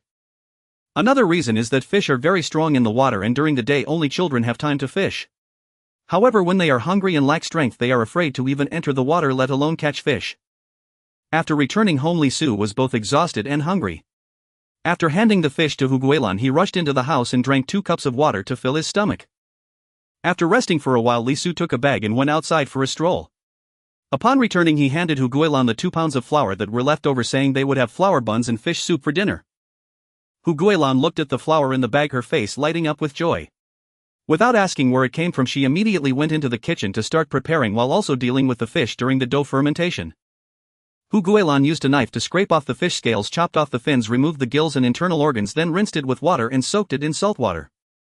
At this time, salt could be bought without a ticket, but it was not cheap, costing 4 yuan per pound. This price was acceptable for those with stable jobs, allowing them to use more to remove the fishy smell. However, for rural people, wasting salt was out of the question. Now rural workers earn labor points only by working each day. A strong laborer can earn a maximum of 10 points a day. After accounting for days lost to illness, rain, or personal matters, one would earn only about 3,000 points a year. However, the food and other supplies allocated by the production team are deducted according to government prices, leaving little money by the end of the year. Families with fewer strong laborers often end up in debt each year. How could they dare to use salt to remove the fishy smell? Of course, this also relates to the fact that eating fish alone won't fill their stomachs. Consuming 1 or 2 fish is of little use and still wastes salt. While the fish was soaking in salt water, everyone else gradually returned home. As soon as Li Su entered, he told everyone that dinner would be a bit late and explained the origin of the fish. Upon hearing this, everyone smiled, expressing that having such good food was worth the wait. Li Su also mentioned that Li Chang was getting married in a few days, giving Li Jiakong and others a heads up. After hearing this, Li Jiakong pondered for a moment and then shyly said to Li Su, "Xiao Su, your dad knows you have connections to get some food. Could you help your dad get some either coarse or fine grains?" Li Jiakong's voice grew softer as he spoke, almost inaudible by the end. Upon hearing this, before Li Su could respond, Sun Xiao was the first to express her displeasure. "Exchange food. What will you use to trade? Food is so precious now, can you even buy it with money? Where do you expect Xiao Su to go to trade? Are you still hoping to use your own family's food as a supplement?" Li Jiakong, facing Sun Xiao's unkind gaze, mustered his courage and said, "I just want to let Xiao Su try, and besides, it doesn't have to be a money exchange, a ticket exchange is fine too. Xiao Chang's wedding has consumed so much food, their family is sure to struggle this month. As their uncle, shouldn't I help a little?" "Help? How else do you want to help? If you were talking about some money or tickets, I wouldn't have any objections, but this is food. We are already counting every grain in our own family, and if we give more away, how will we get through this month?" Seeing that the couple was about to argue, Li Su quickly intervened, saying, "Mom, please don't be upset. It's not worth getting sick over this. Besides, you know, Dad and Uncle Air have a good relationship and the family will have to help a bit. As for the food issue, don't worry. I'll see if I can find more to exchange in the next couple of days, and the rest we can eat ourselves." Upon hearing this, Sun Xiao's expression softened. She understood that Li Jiafu and Li Jiakong had a good brotherly relationship, and whenever there were family issues, Li Jiafu would come to help even if he wasn't working. Additionally, in the years before they bought a house in the county, it was Li Jiafu who helped look after the children in the countryside. Thinking of this, Sun Xiao was no longer as angry and sighed, "I know we need to help and I have no objections to helping with money or tickets.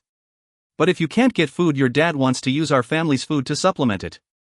What will happen to us?" Upon hearing this, the others fell silent, as they understood that if Li Jiafu made this choice, he would have to bear the corresponding consequences. Li Su then spoke, "Mom, don't worry. I am confident I can acquire some, though the quantity is uncertain. Didn't I bring home 2 pounds of flour today? Really confident. Really confident. Alright then, after dinner tonight I'll give you some money and tickets, exchange as much as you can. My son is capable, unlike certain others," Sun Xiao said, shooting a glare at Li Jiakong. Even without this matter, Li Su was already thinking of reasons to obtain more food. After all, he was starving to the point of drooling in his sleep. Now he had the perfect opportunity. These days Li Su had been eating thin meals with his family. Today he could no longer bear it and took out 2 pounds of flour. After all, without money or tickets, who would believe that he could trade for such a large quantity of food? Li Jiakong quickly chimed in, yes, your son is the most capable." Hearing this, Sun Xiao couldn't help but laugh, and everyone else relaxed and began chatting. After a while, once the fish had soaked, Sun Xiao and Hu Guilan went to the kitchen to prepare dinner. Li Mei quietly asked Li Su, "Xiao Su, are you really confident you can get food? If it doesn't work out, we can tighten our belts and eat less this month. Just make sure you don't do anything wrong." Li Su felt warm inside at her words, but jokingly replied, "Sister, do I look like someone who would do something wrong?" Li Mei rolled her eyes at him and said, "You look quite like it." After that, she turned and walked away. Everyone finally sat down to a delicious dinner around 8 p.m. A big bowl of fish soup had only a little salt and green onions. Taking a sip, it smelled wonderful, and tasting it was even better, completely masking any fishy odor. Accompanied by several flour buns and some pickled vegetables from home, everyone enjoyed the meal, nearly licking their plates clean. Seeing everyone finish their meal and pat their bellies in satisfaction, Li Su felt a surge of joy. After a few days in this era, Li Su realized that the original owner's feelings for his family deeply influenced him. A few days of interaction allowed him to feel the warmth of family, and he finally accepted these feelings from the bottom of his heart. After dinner, Li Su received 5 large black 10 yuan notes equivalent to 50 yuan, along with some common tickets like soap and matches. Finally, gritting his teeth, he also took out some cabbage and radish tickets. Li Su was surprised to see this, it truly felt like a windfall. In addition to the 50 yuan, there were also freshly issued cabbage and radish tickets. During this time of famine, the supply of market vegetables was severely tight. Cabbage, radishes, and even onions and garlic were distributed based on the urban population, limited to ticket-based supplies. This meant that for the foreseeable future Li Zu's family would not have access to these two items. Early the next morning Li Su took out 2 fish from the space and packed them in a burlap bag, walking all the way to the procurement department of the Supply and Marketing Cooperative.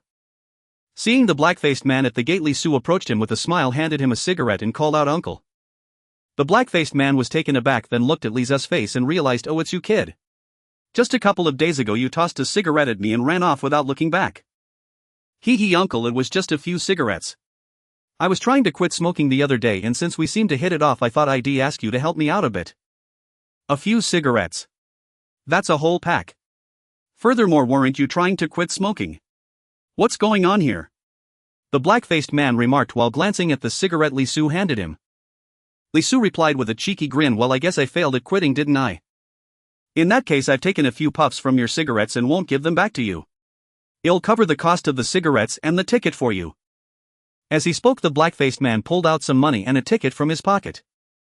Li Su saw this and thought this won't do. He hurriedly put the cigarettes in his pocket, grabbed the man's arm with his free hand and said, "Uncle, aren't you slapping my face here? I gave those to you, how can you take my money?" The black-faced man insisted on counting out the money and shoving a ticket into Li Zu's pocket. With no other choice, Li Su, being weaker than the man and with one hand occupied, couldn't possibly stop him. He tried several times to take the money back and give it to the man but failed. Then he thought, since he doesn't want the gifts, he'll take a different approach. "Uncle, how about this? My cigarettes are already smoked. They aren't worth much, so I won't return any extra money to you. Just consider it as payment for the 2 fish. As he spoke, Li Su opened the burlap bag in his hand and handed him the 2 fish. The man gazed at the fish, silently looking at Li Su. Li Su felt a bit uneasy under the man's stare and finally spoke, "Last time you took my cigarettes, this time you want to take my fish. What exactly are you trying to do? If you don't clarify today, I'm going to have to take you in for questioning." Hearing this, Li Su genuinely felt some panic, not expecting the man to refuse everything and even want to interrogate him. So he hurriedly explained, "No, uncle. I just wanted to ask if the procurement department's team is hiring, but I was worried you wouldn't tell me, so I thought to bring you something." "Is that the reason?" the man said skeptically. Li Su, with a bitter face, replied, "That's it. I didn't get into high school and have been at home for the past few months without finding a job. I just wanted to see if there were any openings." Hearing this, the man took out a cigarette from his pocket and lit it, creating an atmosphere of silence. Li Su, seeing the man smoke without speaking, felt extremely anxious, fearing he would be taken away for questioning. After finishing one cigarette, the man finally said, "You can go now." Upon hearing this, Li Su felt as if he had been granted a reprieve. He turned around and walked a few steps, then seemed to recall something, turning back to place the fish in front of the man, shouting, "It's for you." Then he took off running. The man watched Li Zu's retreating figure, a hint of a smile unconsciously appearing on his face. Li Su ran a distance, stopped and relaxed when he saw no one was chasing him. At this moment he felt his legs weaken and found a shady spot by the roadside to sit down and rest. While resting, he sighed, thinking how close he had come to a mishap, not expecting the man to refuse even gifts. In truth, it was Li Zu's inexperience who would dare accept gifts from a stranger without reason. After resting for a while, he finally recovered and headed straight home. 2 days later, on the last day of September, he opened his eyes in the morning to complete his daily check-in. Ding! Congratulations, you have received 8 pounds of eggs. Ha! Li Su felt as if he hadn't woken up yet and was still dreaming, but the eggs in the space confirmed that it was real. Counting them, he found there were 72 eggs, all rather small in size. After the initial shock, Li Su was filled with joy. Now he could have more eggs. In recent days they had only made 2 eggs at home, barely enough to share a taste among several people, and that was already quite rare. Eggs are now a source of nutrition. When someone falls ill and needs to replenish their strength, they rely entirely on eggs, and at this time eggs are also very hard to come by. Li Su happily got out of bed, and seeing Li Chen wasn't in the house, he took out 20 eggs and headed to the kitchen. Sun Xiu was astonished upon seeing so many eggs. "Where did you get all these eggs?" "Last night I went to the black market and happened to run into someone selling eggs, so I bought some. Mom, can you boil a few eggs this morning for everyone to share?" Sun Xiu said impatiently, "What do you mean eggs? Didn't we just have some a few days ago?" "Mom, that day we only had 2 eggs and everyone just tasted a bit. Today with so many, everyone can eat a bit more to replenish our strength. Anyway, I'm going back to the black market. Who knows when I'll run into someone selling eggs again." Sun Xiu didn't say anything in response, but she took out 8 eggs and set them aside, keeping the rest. They are all benefiting from your generosity this time. This isn't about me. If it weren't for your generosity, we wouldn't have eaten any this morning, would we?" Seeing that there were eggs for breakfast, Li Su kept saying nice things. There's no choice with the whole family living together. Even if he wanted to eat alone he couldn't.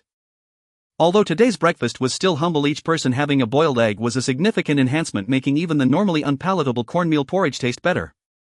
Everyone carefully peeled their eggs, savoring them slowly, and after finishing they kept reminiscing about the taste. Li Su could hardly believe his ears.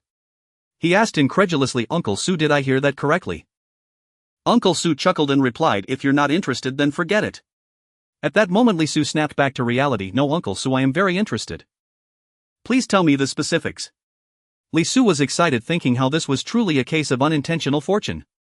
Ever since the events of the past few days he had stopped hoping for job news from this side. He thought that since they had already broken the ice they were practically acquaintances and he had come to chat and pass the time. He never expected to receive news of a job today. Working in the procurement department's automotive team at the supply and marketing cooperative was the position Li Su had concluded was most suitable for his current situation after much deliberation. After all, it is well known that members of the automotive team often have some personal income and frequently transport goods to other places, which provided him with a solid excuse to take out supplies. In theory, as long as it's an automotive team, they should all meet this condition. However, the factory's automotive team primarily transports a single type of cargo and often runs long distances, returning only once a month, which Li Su could not accept. But the supply and marketing cooperative's vehicle team mostly runs short distances and has a large volume and frequency, making it simply too suitable for his requirements. "I thought you were not interested anymore. How could that be?" "Uncle Su, please tell me what's the situation this time. Why are they suddenly looking for apprentices?" "Hey, they need people, that's why they're hiring." However, Uncle Su fell silent at this point. Hearing this, Li Su urged, "Come on, Uncle Su, don't keep me in suspense. Just tell me what's going on." Uncle Su chuckled a couple of times before saying, "This time they don't plan to recruit from outside, they're looking to fill the positions internally." Upon hearing this, Li Su felt a wave of disappointment, then thought, "Wait a minute, why tell me about internal recruitment?" Thinking of this, Li Su hurriedly spoke, "Uncle Su, please don't tease me. Is there any way for me to get in?" "There is a way, but you need to think carefully. The apprentices being hired this time will need to learn car repair skills for a few years. Even if you learn well, it doesn't guarantee you'll become a driver in the end. To drive a car, the most basic skill is to know how to repair it. Generally, they recruit retired automotive soldiers, but in cases of insufficient manpower, they will also accept some apprentices starting with maintenance. Whether or not you can officially drive a car in the end will depend on your connections." Li Su looked confident. "Uncle Su, I've made up my mind. I believe I can become a driver." In truth, he himself was not entirely convinced, but he did not show any signs of insecurity. To tell you the truth, they are hiring because a driver suddenly passed away and they couldn't find a replacement quickly. So the leadership thought of training several apprentices at once so that when something happens in the future they can find someone capable from within. "You can still back out if you regret it now." "I've made up my mind, Uncle, so I won't regret it. As long as you've decided, I'll secure a spot for you." Li Su looked skeptical. "Really, Uncle Su? Is it that easy to get a spot for such a desirable job?" Uncle Su seemed quite confident, saying, "After all, I've been working here for so long. I have some connections. It's just an apprentice spot, not a big deal. When the time comes, I'll just say you're my distant nephew." Li Su felt more awkward. "Uncle Su, why don't you save this apprentice position for your own child? I only have one son and both he and his wife have jobs, so I don't need to worry about them." "So you're quite low-key about it. By the way, Uncle Su, how about I bring you something next time? I can't let you help me out for nothing. This job isn't as important as you think. There's no need for any favors. People in the cooperative also know that studying car repair for several years may not necessarily lead to becoming a driver, and it's better to find a stable job that can guarantee conversion for their families." Li Su said excitedly, "Thank you so much, Uncle Su. What are you thanking me for? Didn't you also give me 2 fish before? I'll notify you once the spot is confirmed. I noticed you like fish, so we'll bring you some more in a few days." Upon hearing this, Uncle Su smiled and did not respond, and they began to chat about other topics. When Li Su finished chatting and headed home, he could hardly contain his excitement. He walked along thinking how much he owed Uncle Su and decided to bring him something good next time. It's important to note that jobs these days are incredibly rare, and even an apprentice position that may not guarantee conversion is highly sought after. That night, Li Su woke up in the middle of the night preparing to go to the black market to exchange for food. He had gathered quite a bit of fine grain recently and planned to trade it for some coarse grain. After thinking for a moment, he decided to check in first. Ding! Congratulations, you've received 2 pounds of milk powder. Goodness, Li Su had never heard of anyone being able to drink milk powder, which is not something the average person can access. Li Su took out the 2 tin cans of milk powder and examined them closely. Each can contained 1 pound of milk powder labeled with the Guangming brand. After broadening his horizons, he put the milk powder away. Li Su held back a laugh. System, is it because it's National Day today that you're being so generous? As expected, there was no response at all. Li Su cheerfully made his way to the black market. Upon arriving, he noticed that there were significantly fewer people around. After a quick look around, he saw only 2 people wanting to exchange coarse grain for fine grain, and the amounts were small. Li Su exchanged 3 pounds of fine grain for 9 pounds of cornmeal and sweet potato flour. Seeing that no one else was exchanging, Li Su went to the stall where he had previously conducted a ticket transaction. Upon arrival, he found that Ahu was not there and a stranger was at the stall. Li Su recalled that after his last transaction, Ahu had mentioned that if he wasn't at the stall, he should look for the guards. Li Su approached the guard. "Brother, would it be alright to ask you something?" The guard was momentarily taken aback before replying, "Sure, what do you want to know?" "I'm looking for Ahu. He said that if he wasn't at the stall, I could just find you guys." "Do you know Ahu? What do you need him for?" "I previously traded some tickets with him and he told me to come find him if I had any needs next time." "Alright, come with me," the guard said, leading Li Su outside the black market. After walking a short distance, they arrived at a courtyard where some sounds could be heard. Upon entering the courtyard, there were several masked individuals whispering to each other. It was unclear whether they were from the black market or customers here to trade, but upon seeing Li Su enter, they all turned their gazes towards him. The guide moved to the front, pulling a shadowy figure from the crowd, and informed him that the client had arrived. The shadow approached Li Su and asked, "Which brother are you?" "I am the one who exchanged sugar tickets with you a few days ago. Didn't you say I should come to you again if I had any needs?" "Brother, I'm truly sorry, I didn't recognize you. What are you here to trade today?" "Actually, it would be strange if I could recognize you, as everyone is only showing their eyes. I want to exchange some fine grains for coarse grains." "Sure, 1 pound of fine grains for 2.5 pounds of coarse grains." "I heard outside that 1 pound of fine grains can be exchanged for 3 pounds of coarse grains. Why is your rate so low?" "Brother, what you mentioned is indeed the market price, but not many people are willing to trade at that rate, right? Think about it, we also need to find clients and we have to make some profit, don't we?" Li Su secretly clicked his tongue, thinking that they could at least make half a pound of coarse grains from each pound of fine grains, but that was their skill and others could not envy it. Li Su then exchanged 6 pounds of fine grains with Ahu for 15 pounds of coarse grains. He estimated that the coarse grains he obtained should be enough, so after saying goodbye to Ahu, he turned to leave. As he was leaving, Ahu warmly called out to him, saying that he could come to find him for any future trades. After returning, Li Su slept until breakfast time. After getting up, he took out 24 pounds of coarse grains and 10 pounds of fine grains to give to Sun Xiu. Sun Xiu was taken aback upon seeing this. "Didn't I give you enough money and tickets to exchange for this much food?" "It's enough. I asked a friend from the black market to help me buy it at a lower price than the market rate, and I still have some money and tickets left." As he spoke, he took out the cabbage and radish tickets from his pocket and handed them over. "Haven't these 2 tickets been used?" "No, they haven't. You can keep them." Li Su certainly wouldn't allow his family to go without vegetables during this period. Sun Xiu looked at Li Su's face, then at the money and tickets in his hand, and said, "I'll take this ticket, you can keep the remaining money." After saying this, she took the tickets. Li Su glanced at the little money he had left in his hand and didn't refuse putting it away. After finishing breakfast, everyone went back to work or school, while Li Su returned to his room to continue sleeping. In these times, not to mention the National Day, there were hardly any holidays throughout the year. Even weekends were often spent working overtime. In the afternoon, as work was nearing its end, Li Jiafu arrived at the house. Hu Guilan brought a cup of water from inside, adding some sugar before handing it to Li Jiafu. After taking a small sip, he placed the cup on the table, his expression appearing quite troubled. Seeing this, Li Su chatted with him aimlessly. Finally, they waited for Li Jiakong and the others to come home from work. When Li Jiakong saw Li Jiafu, his expression first showed some surprise, then he seemed to suddenly understand. He shooed everyone out of the room, leaving only Sun Xiu and the 3 of them. After all the others left before Li Jiafu could speak, Li Jiakong took the initiative to say something. "Li Jiafu, you're here today to discuss Chunzi's marriage, right?" Upon hearing this, Li Jiafu's face instantly flushed red and he silently nodded. Seeing this, Li Jiakong became somewhat angry. He slammed his hand on the table, saying, "Chunzi didn't even discuss with me when he got engaged. Now that so much food has been used, what are you thinking?" The people in the courtyard heard the sound of Li Jiakong slamming the table, and several youngsters immediately huddled to the door, straining their ears to listen to what was happening inside. Li Jiafu stammered, "Elder brother, please don't be angry. We didn't think too much about this at the time." Everyone in the family thought that Xiangzi was no longer young and some in the village his age already had children. Since he liked that girl, we just bit the bullet and agreed. But we didn't expect. What didn't you expect? We didn't expect the timing to be so urgent. Originally we planned to wait until we finished harvesting the grain this month and got a bit more food to hold the wedding, but we didn't expect the girl's family couldn't wait until then. After hearing this, Li Jiakong slammed the table again and was about to speak when Sun Xiu advised, alright, the wedding date has been set and the food has been given. Is there any use in slamming the table now? Saying this, Sun Xiu turned her gaze towards Li Jiafu, saying, now let's see what help your second uncle needs from us.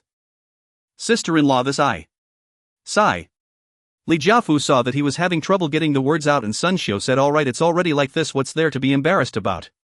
If you need money or tickets, we won't say anything against it. My parents also helped a bit and there's no shortage of money or tickets. The rest can be prepared for them gradually later. Right now we are just a bit lacking in grain. Li Jiafu's voice got smaller as he spoke, becoming almost inaudible. Now it was already October and in the countryside rice was harvested and taxes were paid around mid-October. After everything was done, they would distribute the food for the coming year based on labor points. By the time they received the food it would be almost early November, so the rural areas were at the most food-scarce time, making it difficult to borrow. Upon hearing this, Li Jiakong coldly snorted, saying, in the future think more when doing things, don't make decisions impulsively. How is the girl's character? Hearing that there was a chance, Li Jiafu quickly replied, we have inquired about her. She can do all the chores at home and her character is beyond reproach, but her family is a bit difficult to deal with. Li Jiakong frowned. That's fine, after all she is being sold off. Once married she will cut ties with her family. How much grain do you need? Right, we'll consider that we don't have this connection anymore. I need 10 pounds of grain on my side, mainly for inviting the team leader and neighbors for a meal. Li Jiakong nodded. When you go back I'll have your sister-in-law give you some. After discussing the matter, Li Jiafu was about to return to the countryside, but Sun Xiu urged, second uncle, don't rush to leave, wait until after dinner before heading back. Li Jiafu shook his head upon hearing this. Food was precious these days and even the most clueless child knew that if someone else was having a meal it was time to leave, especially since he borrowed 10 pounds of grain. How could he still have the face to stay for dinner? Despite Li Jiakong and Sun Xiu's repeated persuasion, Li Jiafu was unwilling to stay for dinner. There was nothing they could do but stop insisting. Hearing that the three had finished their discussion, everyone scattered to avoid being caught by Li Jiafu, who would be embarrassed to find the children eavesdropping. After the three of them came out, Sun Xiu hurried to the kitchen to fetch 2 bags. She said to Li Jiafu, this contains 14 jin of coarse grain and 2 jin of fine grain, take it back with you. Li Jiafu was taken aback for a moment. Sister-in-law, I only need 10 jin, you can take the rest back. Li Jiakong interjected, if you're told to take it then just take it. You're only borrowing 10 jin of grain, what will you eat afterward? We still need to harvest rice this month.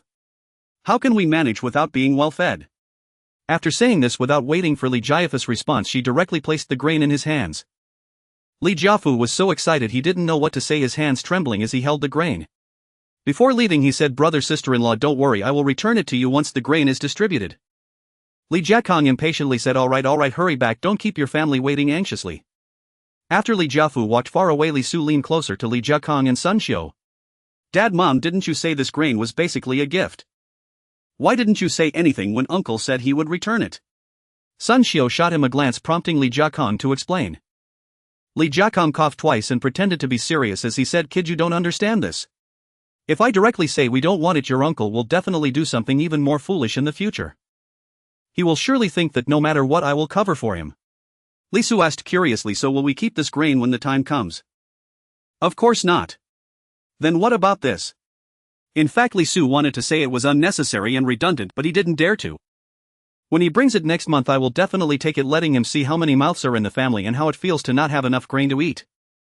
In the future I will give him a little more every month, we can't really let him starve.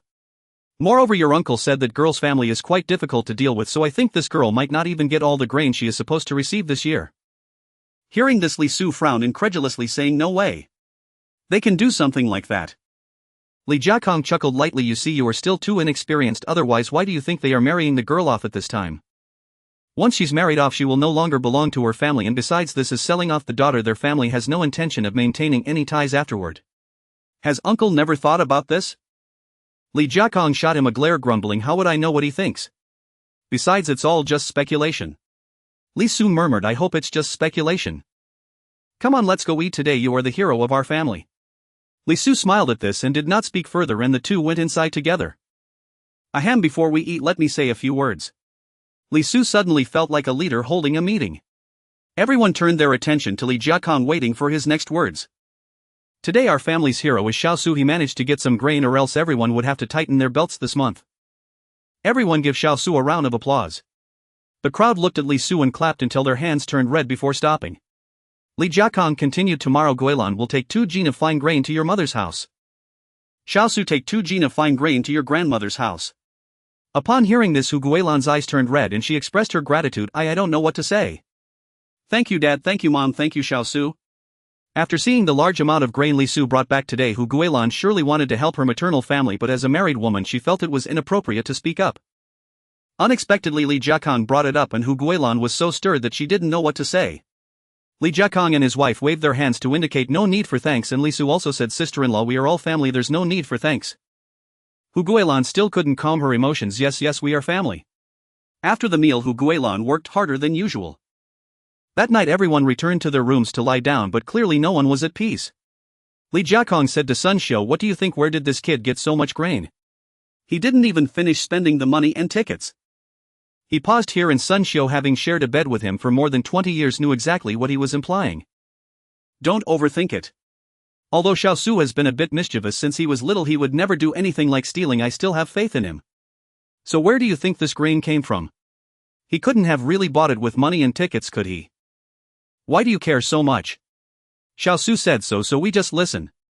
If we ask him for a reason, he will stubbornly stick to this excuse. What can we do? Are we supposed to forcefully interrogate him and then not eat the grain he brings? Moreover, since the first day Xiaosu brought back fine grain until now, have you heard of anyone losing fine grain at home? Upon hearing this, Li Jiakong shook his head repeatedly. I haven't heard of that. Do you think he might be doing some buying and selling on the black market? Sun Xiu shot him a glare. So what if he is? How many families in the county haven't traded something? Li Jiakong thought for a moment. That's true, as long as he is safe. Don't worry, he is definitely safe. The people above are turning a blind eye. Everyone relies on the black market to exchange some goods, and besides there are people guarding the black market. Well then, great. It's getting late, let's go to sleep. Sun Xiu rolled her eyes at him. You idiot. Gradually the room filled with faint sounds before returning to silence. Coincidentally, Li Ping was also discussing this matter with Hu Guilan.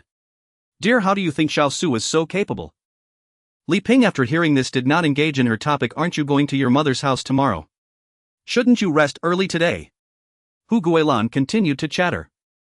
It wasn't until she had annoyed Li Ping enough that he finally spoke. Why do you care how he got it? Besides, weren't you the one who benefited from it? Isn't it enough to have food? After saying this, Hu Guilan quieted down and the two prepared to sleep. At that moment Li Ping opened his eyes and after a while closed them again. Li Ping was not good with words, yet he held strong prejudices in his heart. To say he hadn't thought about the origins of these things would be a lie, but he trusted Li Su. In another room Li Mei was also pondering, but after thinking for a long time she had no conclusion. She glanced at the peacefully sleeping Li Ju beside her, shook her head with a smile and fell asleep. The next morning after breakfast everyone busied themselves with their own tasks. Hu Guilan carried 2 jin of grain back to her family. Li Su looked down and saw that Li Ju could not walk anymore. With a pitiful expression she tugged at his sleeve, saying, "Second brother, can you carry me?" Seeing Li Ju's small frame, Li Su couldn't bear to see her suffer, so he lifted her onto his back. He pretended to take out 2 milk candies from his pocket and offered them to her. Upon seeing the candy, Li Ju ate one and handed the other unwrapped to Li Zu's mouth, saying, "Second brother, you eat too, it's really delicious." Li Su opened his mouth and ate the milk candy, repeatedly exclaiming how tasty it was. After a while of walking with Li Ju on his back, he finally arrived at his grandmother's house. Li Su's grandmother, Grandma Sun, lived closer to them than the Qinghe Brigade, only about an hour's walk away, albeit in a different direction. Li Ju hadn't seen Grandma Sun in a long time, and since it wasn't very appropriate for her to visit Hu Guilan's family, she decided to accompany Li Su. Upon arriving at Grandma Sun's house, Li Su saw that only she was home along with a few of his cousins. When Grandma Sun was young, her husband passed away, leaving her with 4 children. However, she never remarried and raised all 4 on her own until they all established their own families. Having worked tirelessly in agriculture during her youth, she now suffered from many ailments in her old age and her legs were not very strong. Fortunately, her children were very filial. Li Zu's 2 uncles asked her to take care of the children at home while they handled the fields. This time Sun Xiu also gave Li Su 5 yuan to take to Grandma Sun. Although the Li family had many bad habits, they never compromised when it came to honoring the elderly. Upon entering the yard, Li Su called out Grandma. Grandma's son turned to look at Li Su upon hearing his voice, taking a moment before uncertainly asking, "Is that you, little Su?" "Yes, Grandma, it's me, little Su. This is little Ju." As he spoke, Li Su pulled the timid Li Ju out from behind him to greet Grandma's son. Li Ju shyly called out a greeting before retreating back behind Li Su. Only then did Grandma's son confirm, "Oh my, come and sit, come and sit." She instructed a nearby child to go inside and bring out 2 stools. The child quickly brought out the stools from inside and placed them in front of Li Su. Li Su also struggled to recognize his cousins nearby, as it had been a long time since they last met. He could only say a simple thank you to his cousin and shared a few milk candies with them. Before long, Li Ju was happily playing with them. Being children, it was her first chance for playmates since she had none back in the county. Then Grandma's son asked, "Little Su, why have you come today?" Li Su handed the fine grain and money to Grandma's son, saying, "Grandma, this is 2 jin of fine grain and 5 yuan sent by my dad and mom for you." Grandma's son glanced at the items but shook her head, saying, "Little Su, you should take this back. Life in the city isn't easy either, I can't accept this." Li Su felt uneasy upon hearing this. "Grandma, please accept it. Life in the city may be tough, but it's still better than what you have. We have enough food at home." Grandma's son still shook her head, saying, "You should take it back to help your parents regain some strength. At my age, whether I eat a bit more or a bit less, it doesn't make much difference." Li Su knew Grandma's son was still worried about Sun Xiu and didn't want to burden the children. "Grandma, don't worry, if you don't take care of your health, my mom won't be at ease either." He added, "This is what they specifically asked me to bring to you." Looking at the thin and somewhat swollen faces around him, he continued. Grandma's son still refused to accept it, and no amount of persuasion from Li Su worked. After chatting with Grandma's son for a while, Li Su stood up to leave, but Grandma's son urged them to stay for lunch before heading back. Li Su did not agree. As he left, he placed the money and grain before Grandma's son and took Li Ju's hand, quickly running away. Grandma's son called after them, but her voice was barely audible.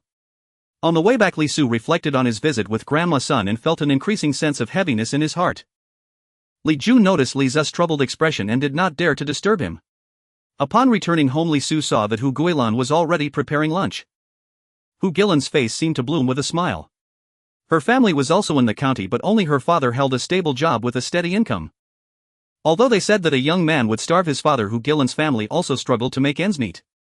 She had willingly waited a few years for Li Ping to secure a stable job before marrying him, not only because she liked him but also because of the job security. Since marrying him, she had little to do besides tidying up the house and caring for Li Ju. Although the food was a bit scarce, it was still much better than what she had back home. Today, when Hu Guilan returned home with 2 jin of fine grain, her brothers praised her highly, saying, "Sister, you're capable, and now sister is truly enjoying life. All that waiting was worth it."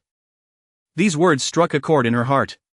Many people had once looked down on Li Ping, but no one could wait for years.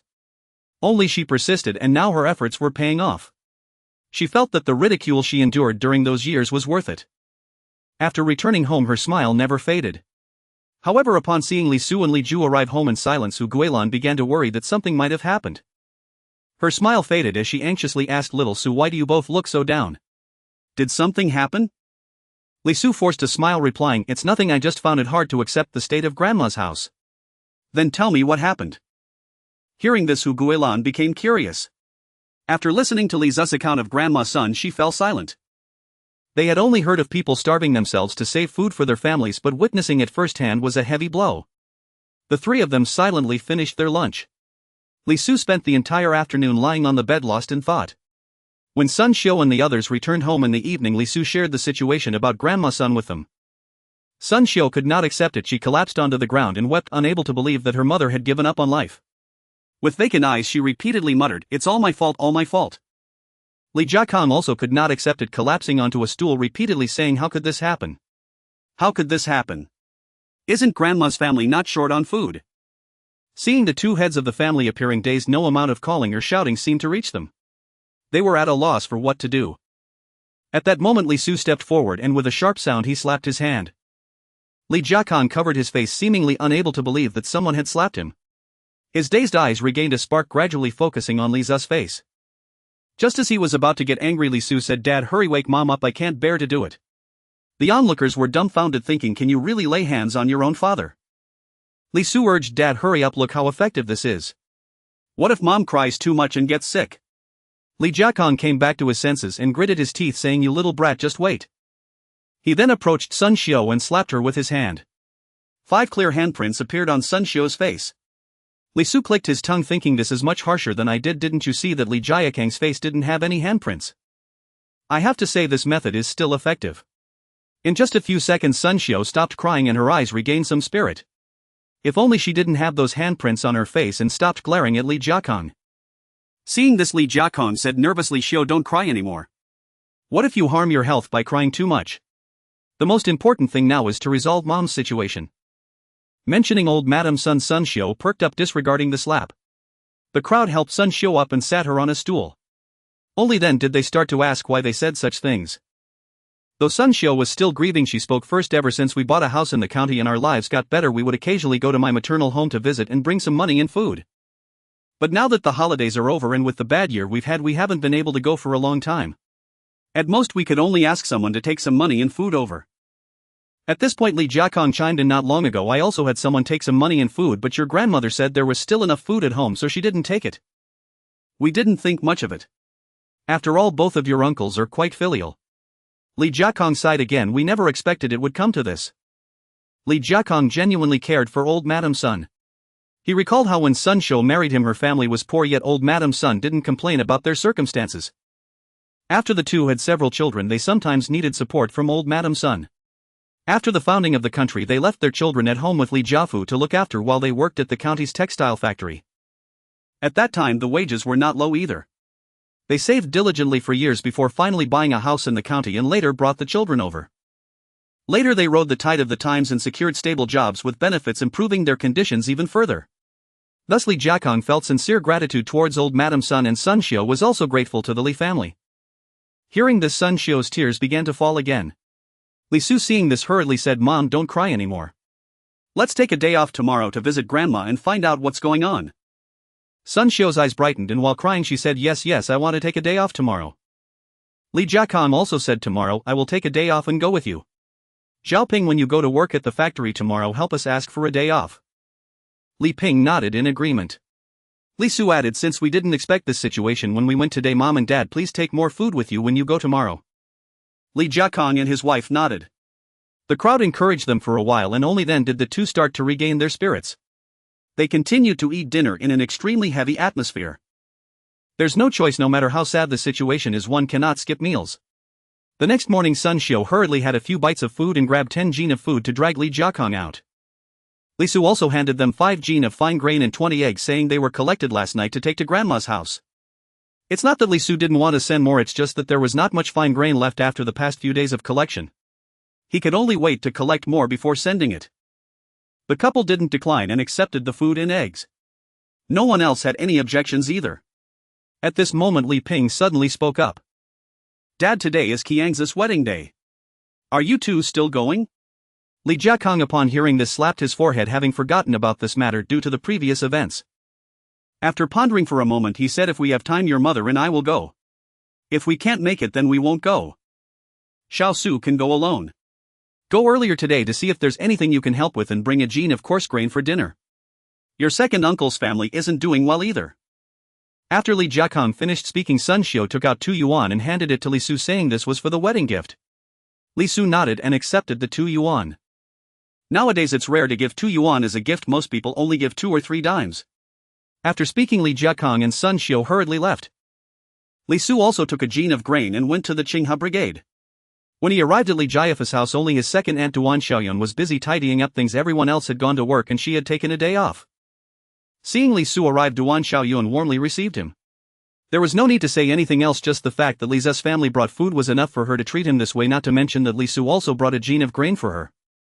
Li Su couldn't withstand such a warm attitude and quickly waved his hand, saying, Second aunt, don't worry about me. I'm just here to see if there's anything I can help with. Duan Xiaoyun, feeling embarrassed, said, How can I let you help when you've come from so far?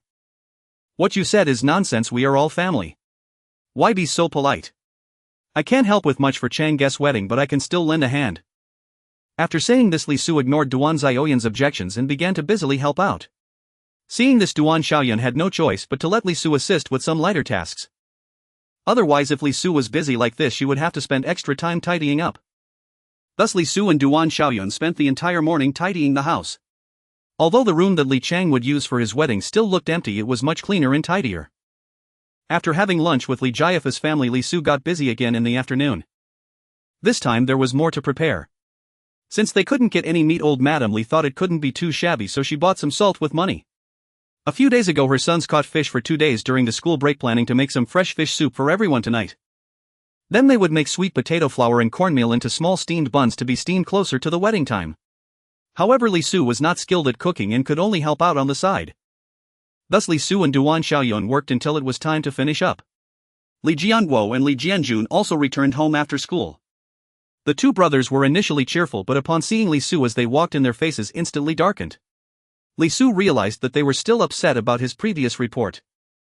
Thinking that idleness was boring, he decided to tease them for some fun. With that in mind, Li Su smiled and said, "Oh, Jianguo and Jianjun are back from school, why not greet me?" The brothers fell silent, ignoring him. However, Li Su became even more enthusiastic. "Are you still mad at me for reporting you before? I only did it for your own good. If you hadn't played truant, there wouldn't have been any issue, right?" The two became even angrier upon hearing this, especially Li Jianjun, whose little face tightened as he stared at Li Su. Seeing this, Li Su thought that they were still somewhat unconvinced. Then Li Su took out 2 pieces of fruit candy, weighed them in his hand side, and said, "Sai, I originally thought I owed you for what happened last time, so I brought some candy to make it up to you. It seems you don't want it, so forget it." As he spoke, Li Su put the candy away. Being children, their anger flared up quickly but faded just as fast. Upon hearing Li Zu's words and seeing the candy, the two exchanged glances and hurried forward. "Sugo, we haven't been angry for a long time." "Really? Why do I feel like you've been mad at me all along?" Li Jianguo replied, "How could we be mad at you, Sugu? You did it for our own good." Li Jianjun nodded along, chiming in, yes, we aren't angry at all." Li Su smiled upon hearing this. "Since you aren't mad, that's good. I must have been overthinking it." Seeing that Li Su didn't bring up the candy again after he finished speaking, the brothers waited for a while but still didn't see him take out the candy for them. They felt quite pitiful, as their family upbringing taught them well they couldn't take what wasn't offered. After a while, seeing the brothers' pitiful expressions and their reddened eyes, Li Su felt it was time to give, and he didn't want to push it too far by making them cry, so he took out 2 pieces of candy and handed them to them. The moment they saw the candy, their faces lit up with joy and they rushed to the side to pop the candy into their mouths. After a while, neighbors began to arrive one after another. Only one person from each family came. Weddings typically take place at night, since everyone is busy with work during the day. Only at night do they have time. Additionally, due to resource scarcity, usually only one person from each family attends. Lisa's family initially planned for Li Jiakang and his wife to come, but due to Grandma Sun's situation they had to handle that first. However, they worried that once that was settled they might not have time to come here, so they asked Li Su to bring a pound of grain as their food supply. Li Jiafu and the others changed into clean and presentable clothes, and Li Chang wore an entirely new outfit, making him look even more spirited. Seeing Li Jiafa's family, the neighbors all began to congratulate them, and Li Chang was so embarrassed that he didn't know what to say. After everyone contributed their gifts, the captain of the Qinghe Brigade finally walked in. Li Su only knew that the captain's surname was Yu, in his 50s, and had a high reputation in the Qinghe Brigade. When the captain entered, Li Chang took some young men to the Qin family to fetch the bride, and Li Su followed along. The Qin family was very close, only about 10 minutes away. Though the group of young people were thin and not wealthy, their spirits were high as they chatted and laughed on the way. Li Su thought to himself, perhaps this is the charm of this era. Despite the harsh conditions, everyone still filled with hope and passion. Upon reaching the Qin family, Li Chang led the way inside. Once inside, he found only one woman dressed in new clothes sitting there. Upon seeing Li Chang enter, a look of relief and joy instantly appeared on the woman's face, and she quickly stood up from her seat. At that moment, Li Su saw his future sister-in-law. She was not only thin but also had a slightly puffy face, yet one could still see her delicate features, and her hands were full of wounds. Seeing that there were no other family members from the Qin family present, everyone's expressions turned sour. According to custom, family members should escort the bride out of her family home, but the Qin family had people hiding inside without showing their faces. Those who came with Li Chang were all relatively close relatives. They couldn't bear this sight. Li Chang's face turned ashen. No matter how good-tempered he was, seeing this scene made his anger rise uncontrollably. Seeing this, Li Su stepped forward and quietly said to Li Chang, "Today is your big day. After this you won't have any dealings with the Qin family anyway." Upon hearing this, Li Chang took a few deep breaths and his expression improved. He then forced a smile, took the woman's hand and walked towards the exit, saying, "Let's go. From now on you are a member of the Li family." The woman instantly had tears in her eyes, nodded and followed him out. Upon seeing this, some people cheered to lighten the atmosphere and smiles returned to everyone's faces. Everyone chose to selectively forget what had just happened and walked into Li Chang's home, chatting and laughing all the way. Upon arrival, Li Su noticed that Li Jiakong and Sun Xiu had also come, both wearing smiles. Li Su understood that the issues on Grandma's side had been resolved. Once the newlyweds entered the house, Captain Yu took charge of the wedding ceremony and stepped forward to say a series of words. Li Su found it quite novel. Then the groom and bride sang "The East is Red" together, recited a few famous quotes, and bowed 3 times to the portrait of the chairman hanging in the center of the hall. This completed the ceremony, and it was now time for everyone to enjoy the feast. Everyone sat around 2 tables. Although the conditions were simple, they still managed to fill 2 tables with dishes. However, all the dishes were vegetarian and the oil in the dishes was quite abundant. Each table also had a large pot of fish soup and a large pot of steamed buns. People found it no surprise that there were no meat dishes on the table. Seeing meat dishes at this time was a rarity. The same went for drinks. Liquor tickets were hard to come by and could not be bought with money. Fortunately, there were plenty of steamed buns and a large pot of fish soup, and the vegetarian dishes contained a lot of oil. Everyone then ate silently, with one hand holding a steamed bun and the other picking up oily vegetarian dishes with bowls filled with fish soup and fish meat. The food was truly delicious. After the meal, everyone took their stools, dishes and chopsticks back home. After all, none of them had so many items and they borrowed them from their neighbors. Li Chang and his wife stood at the courtyard gate to bid farewell to everyone, apologizing for the simple meal and asking for their understanding. Everyone responded, thinking to themselves that they hadn't seen a wedding with such food in over a year. Seeing that everyone had left, the members of the Li family began to busy themselves with cleaning and washing the dishes. Washing the dishes was quite simple. All the food had been eaten clean, not a drop of oil or water from the vegetables was left. Once they finished their tasks, Li Chang brought xuanhuan to meet Li Jiakong and his wife so they could recognize each other.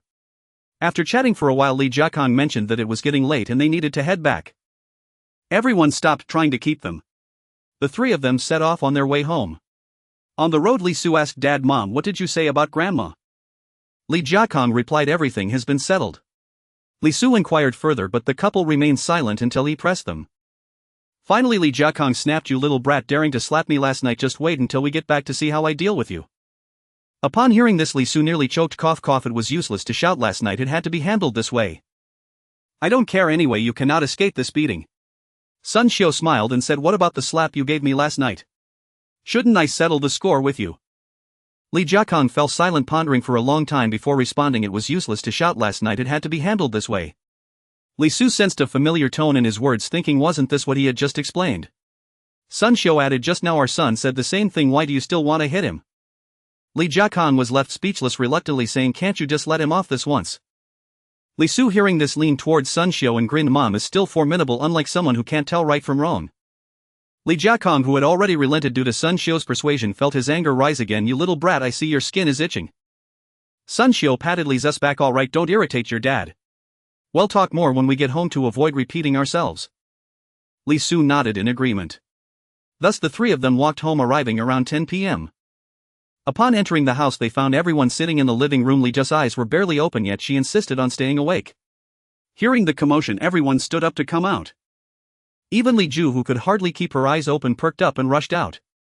Upon seeing the 3, they surrounded the couple and led them into the living room, where they offered them a cup of water. Fortunately, someone also remembered Li Su and brought him a cup of water as well. After the couple rested for a while after drinking, everyone began to ask what happened. It was then that Li Jiakong spoke up. "Everything has been resolved, so rest assured." Everyone then inquired about the situation. Li Jiakong explained, "After we went today, we found out that Grandma only had those thoughts because she didn't want to burden the kids. We didn't expect that Xiao Su would overhear it. During lunch, your mother called your 2 uncles and the workers back and talked about this matter." With this explanation, everyone understood the situation. It was that Grandma couldn't work and earn points, yet still had to eat the family's food. Additionally, given that your uncles already had many children, few of them could actually work, leading to this idea. The money and food that Li Jiakong had sent earlier were unknown to the uncles. It was because Grandma's son didn't want to burden her daughter that she refused the help, deceitfully claiming there was no lack of food at home. Grandma ate with the family every day. Even if she ate a little less, everyone needed to see her eating to be reassured, fearing such situations would arise. Only during lunch did she skip meals, but who knew she had managed to endure for so long by eating so little every day? Everyone's eyes were red. Several women even shed tears, unsure of what to say. After a while, Li Ping finally spoke. "So how did you persuade Grandma?" Li Jiakong added, "What else could we do? Your mother and your 2 uncles knelt down and persuaded her, and only then did your Grandma agree. I also told them that from now on we would provide Grandma with some grain every month, so everyone would need to tighten their belts." Everyone nodded in response and no one raised any objections. Li Su spoke up. Don't worry, everyone can eat as usual. I will take care of the grain for grandma. This isn't a matter of a month or two. Can you really get that much grain? Li Ping questioned. Everyone looked at Li Su with skepticism. Although he had indeed brought back a lot of grain, Li Ping was right that this wasn't a short-term issue. Don't worry, I'll handle this matter, so you don't need to worry about it. Seeing that everyone still wanted to say something, Li Su added, alright, everyone knows what they want to know. It's getting late, so let's all go to sleep. After saying this, he walked out of the room and returned to his own room. The remaining people exchanged glances for a while before Hu Guilan asked, Mom, how should we prepare meals from now on? Sun Xiu fell silent for a moment before finally saying, well, continue to prepare the same amount as before. What we brought today will count as this month's grain, and we will see what Xiao Su says next month. Hu Guilan nodded. Li Jiakong then said, alright, it's getting late, so let's all go to sleep. Only then did everyone return to their own rooms. The next morning, after Li Su got up, Sun Xiu quietly handed him 30 yuan, saying, Xiao Su, we won't ask how you got that grain, just make sure you can manage it. She continued, take this money, it's inconvenient to have no money in your pocket. Li Su accepted the money, saying, Mom, don't worry, you'll keep this as my capital. Sun Xiu nodded and turned to leave. After breakfast, Li Su took out 2 fish from his storage space and wandered over to the supply and marketing cooperative. Upon seeing Li Su, Uncle Su teased, oh, how come the busy person has time to show up today? Li Su chuckled, Uncle Su, there have been some matters at home these past days, so I haven't come to chat with you. Since I'm free today, I came over early.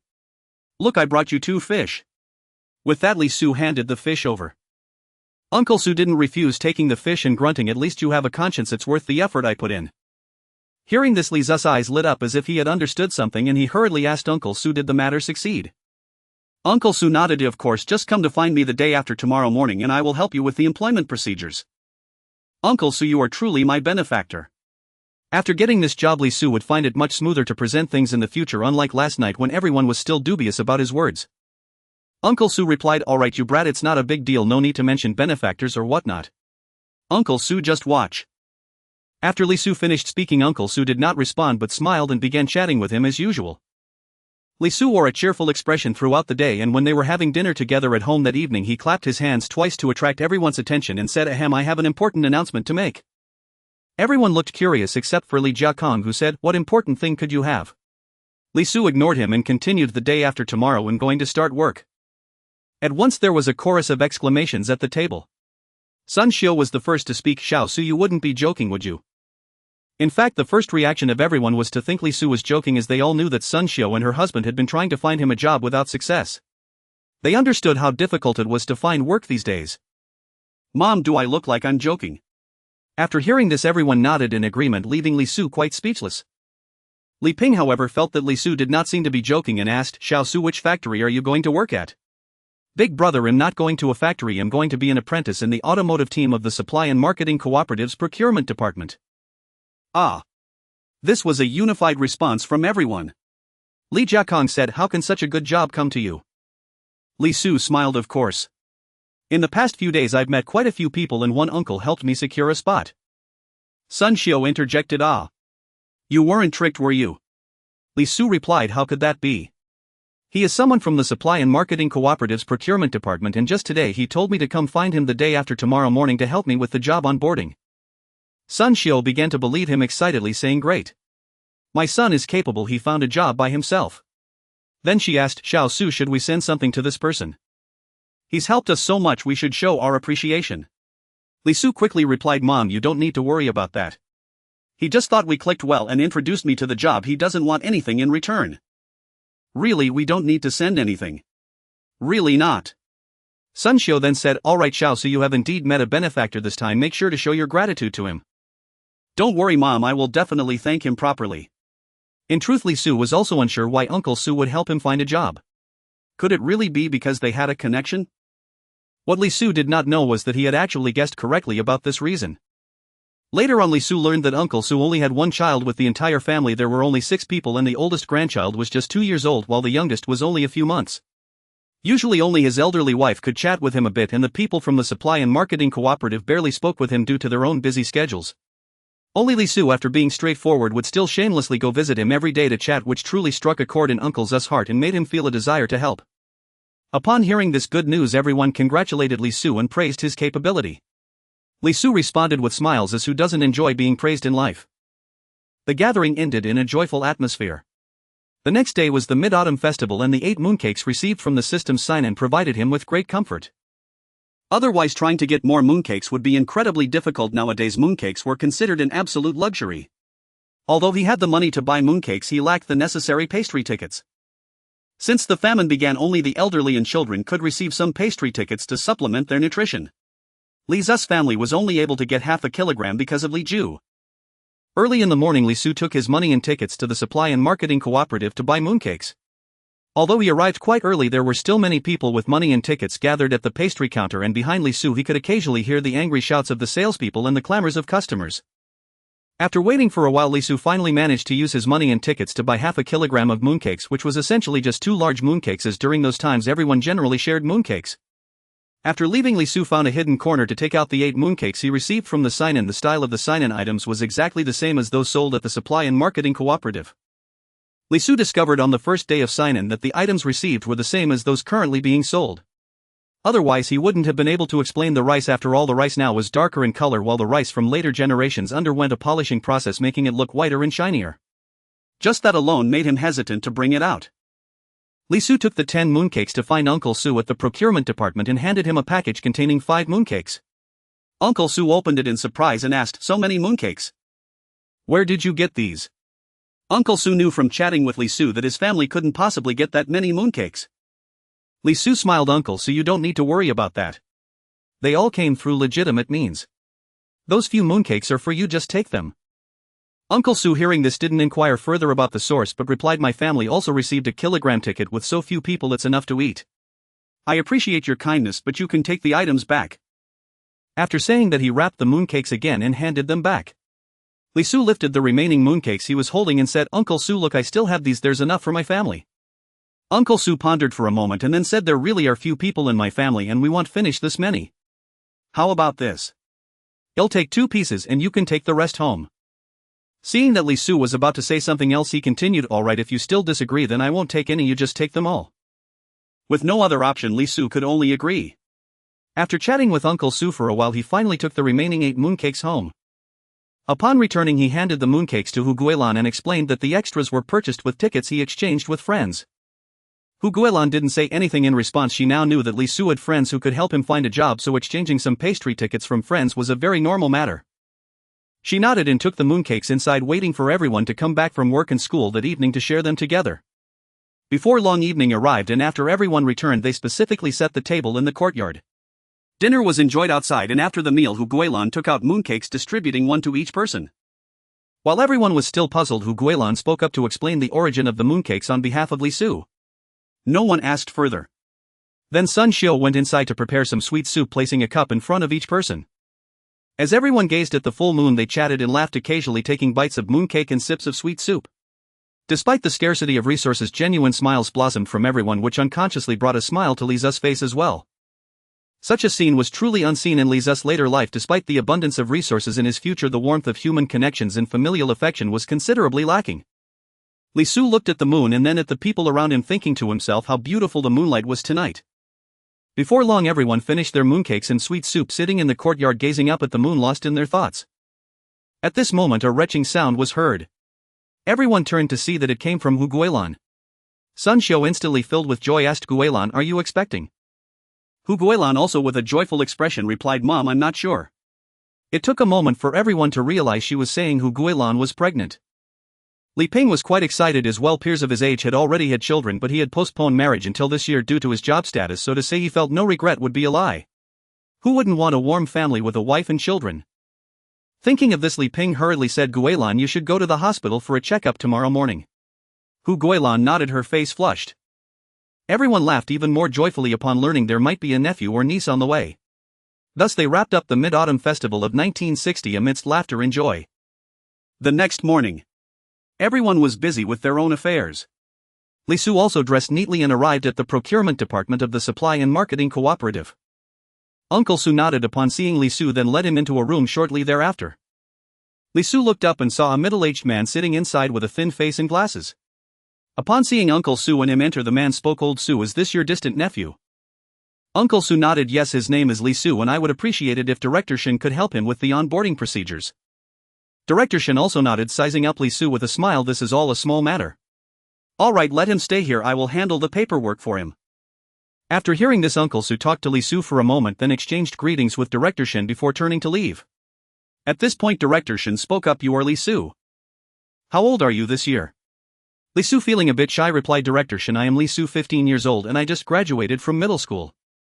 Director Shin seemed to sense his shyness and said with a smile, alright, no need to be so reserved. Come over and fill out this form. He then took out a form and handed it to Li Su to fill out. Once Li Su completed the form, he informed him that the apprenticeship would last 3 years with a salary of 18 yuan in the first year, 20 yuan in the second, and 22 yuan in the third. After 3 years it would be decided whether to transition to a permanent position, and during the apprenticeship period the benefits would be lower than those of a full-time employee. Li Su nodded to indicate he understood. Uncle Su had already explained this to him. After finishing the paperwork for Li Su, Director Shin led him to the vehicle team and introduced him to a man in his 30s, saying, this is our driver Lu Gang. He will be in charge of you from now on. Then he turned to Lu Gang, saying, this is the new apprentice Li Su. You will take care of him from now on. After both responded, he mentioned he had other matters to attend to and left. Li Su was the first to speak. Master Lu, I am the new apprentice Li Su. I hope you will guide me well from now on. Though Li Su was being taught by Lu Gang, it wasn't a traditional master-disciple relationship, so he could only address him this way. Lu Gang replied, well, you need to be prepared for hard work.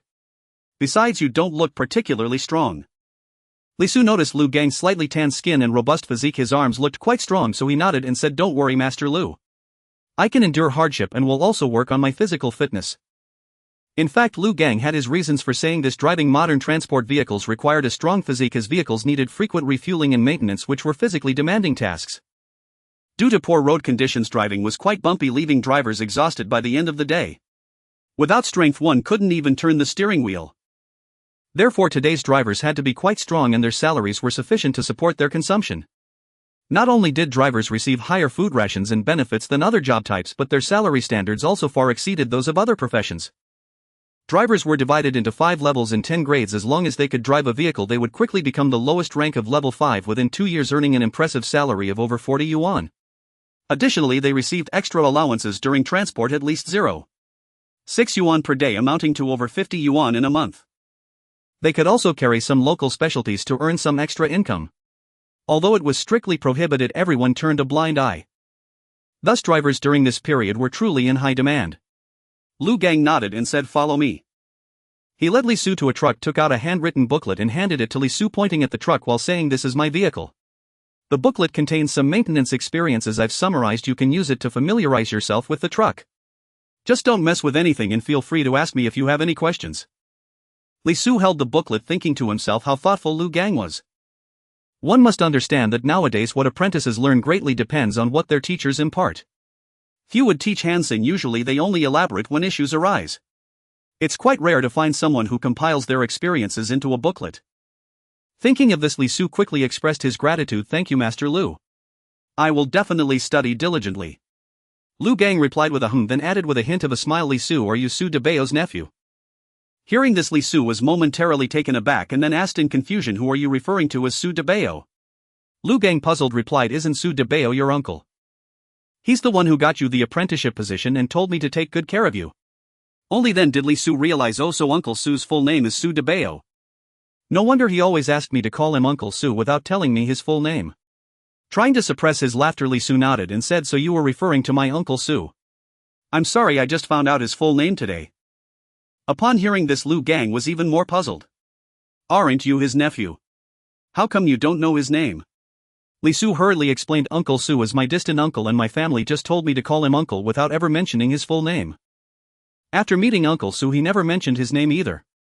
Lu Gang then suddenly realized, so that's how it is. I'm quite close to your uncle, so from now on just call me Uncle Lu. Li Su quickly responded, Uncle Lu. Lu Gang nodded, then took Li Su on a tour of the various departments in the supply and marketing cooperative before saying, today is your first day. You can head home now and formally come to work tomorrow morning. If you eat in the cafeteria at noon, bring a lunchbox and grain coupons. You can also bring your own food to heat up in the cafeteria. After Li Su responded and greeted Lu Gang, he turned to leave. When he reached the gate, he saw Uncle Su standing there and suddenly remembered his name, feeling a strange urge to laugh. Seeing Li Su's expression, Uncle Su asked in confusion, what are you smiling about, kid? Li Su replied, isn't it joyful to start work today? That's why I want to laugh. Although Li Su was trying hard to explain, the more he looked at Uncle Zu's dark face and thought about his name, the more he wanted to laugh. Seeing Li Su laughing at him incessantly, Uncle Su could no longer tolerate it. Isn't it just an apprentice? Do you really need to be this happy about it? Li Su did not respond, and after a long time finally managed to stop laughing. He wiped away the tears that had rolled from his eyes due to laughter and finally said, Uncle Su, today someone asked me if I was the nephew of Su Debao. It took me a while to realize that Su Debao is your name. Upon hearing this and recalling Li Zu's continuous laughter, Uncle Zu's face grew even darker as he remarked, so what? Li Su suddenly felt a wave of danger and said from the heart, so I think Uncle Zu's name is wonderful, it clearly embodies the hopes of the whole family. Uncle Su remained silent, staring at Li Su until he felt uncomfortable, then snorted and turned to leave. Li Su thought to himself that he had messed up and hurriedly chased after him, saying, Uncle Su, don't be mad. I was just joking with you. Uncle Su ignored him. After much effort, Li Su finally managed to smooth things over with Uncle Su and learned the origin of his name. It turned out that Uncle Zu's family had 3 sons from his grandfather's generation, which included Uncle Zu's father and 2 uncles. Afterward, when Uncle Zu's 2 uncles got married, they didn't have any children for years, which left the family anxious to seek medical help. Many doctors claimed that both the husband and wife were physically fine. In those years, Uncle Zu's father also married, but after 2 years they had no children. If one son had no children, the old man Su could explain it away as a problem with the daughter-in-law. But if all 3 sons were childless, it couldn't be that all 3 daughters-in-law had issues, right? Thinking about this, old man Su felt a pang of anxiety. If there were no descendants, wouldn't the Su family's lineage be cut off? At that time, people still believed in feng shui and destiny, so old man Su thought there might be an issue with the feng shui of the family. He sought out many feng shui masters, but they all claimed that the feng shui was fine. The Su family were farmers living frugally and even selling their possessions to afford numerous doctors and feng shui masters. When they still had no descendants, they were nearly in despair. The Su family believed that without descendants, life lost its meaning. They felt lethargic at work and during meals, and their lives could be described as muddled. They were also ridiculed by their neighbors, as even in the 21st century some people still found it embarrassing to have no sons. Unexpectedly, 2 years later, Uncle Zu's mother suddenly became pregnant. This news was like a thunderclap in the Su family, thrilling everyone, who hurriedly sought a doctor for confirmation. Once they received the accurate news, everyone was even more excited and felt energized in their work. Since Uncle Zu's birth, the family thought others would also become pregnant. However, after several years, no one else became pregnant. Thus, Uncle Su was the only one of his generation truly a lone seedling in 1,000 acres of land. Although no one else became pregnant and Uncle Su was the only male, the Su family was still overjoyed. No matter what, the Su family's lineage was not extinguished. Later, they named Uncle Su Su Debao, meaning the treasure of the Su family. As a child, he found this name quite beautiful. But as he grew older, Uncle Su increasingly felt uncomfortable with this name, yet he had no choice but to keep it due to his father's dying wish. After listening to this, Li Su was dumbfounded, not expecting the origin of Uncle Zu's name to have such a story. He then changed the subject, asking Uncle Su how is the food in the cafeteria. Uncle Su glanced at him and replied, as long as there's something to eat, that's good enough. What do you expect, that it would be gourmet? Li Su understood and realized that the food in the cafeteria was not much different from home. He decided to bring his own food in the future. Li Su also learned that the person who processed his onboarding paperwork today was Xuanhuan, the director of the Supply and Marketing Cooperative, primarily responsible for logistics and human resources. After chatting with Uncle Su for a while, Li Su returned home. Upon arriving, he noticed Hu Gilan's beaming face, which made him speculate, but he still asked sister-in-law, how did the hospital checkup go today? Hu Guilan seemed to still be immersed in joy, and only after hearing this did she react, asking, Xiao Su, you're back. Were you the one talking to me just now? Li Su had no choice but to ask again. This time Hu Guilan understood clearly and happily said, the checkup was done and it's confirmed that I'm pregnant. Upon hearing this, Li Su was extremely happy. That's great. Sister-in-law, you shouldn't do heavy work anymore. Leave it to my brother or me when I come back. Hu Guilan appeared even happier, saying, what heavy work is there at home? I can handle it myself. This was indeed true.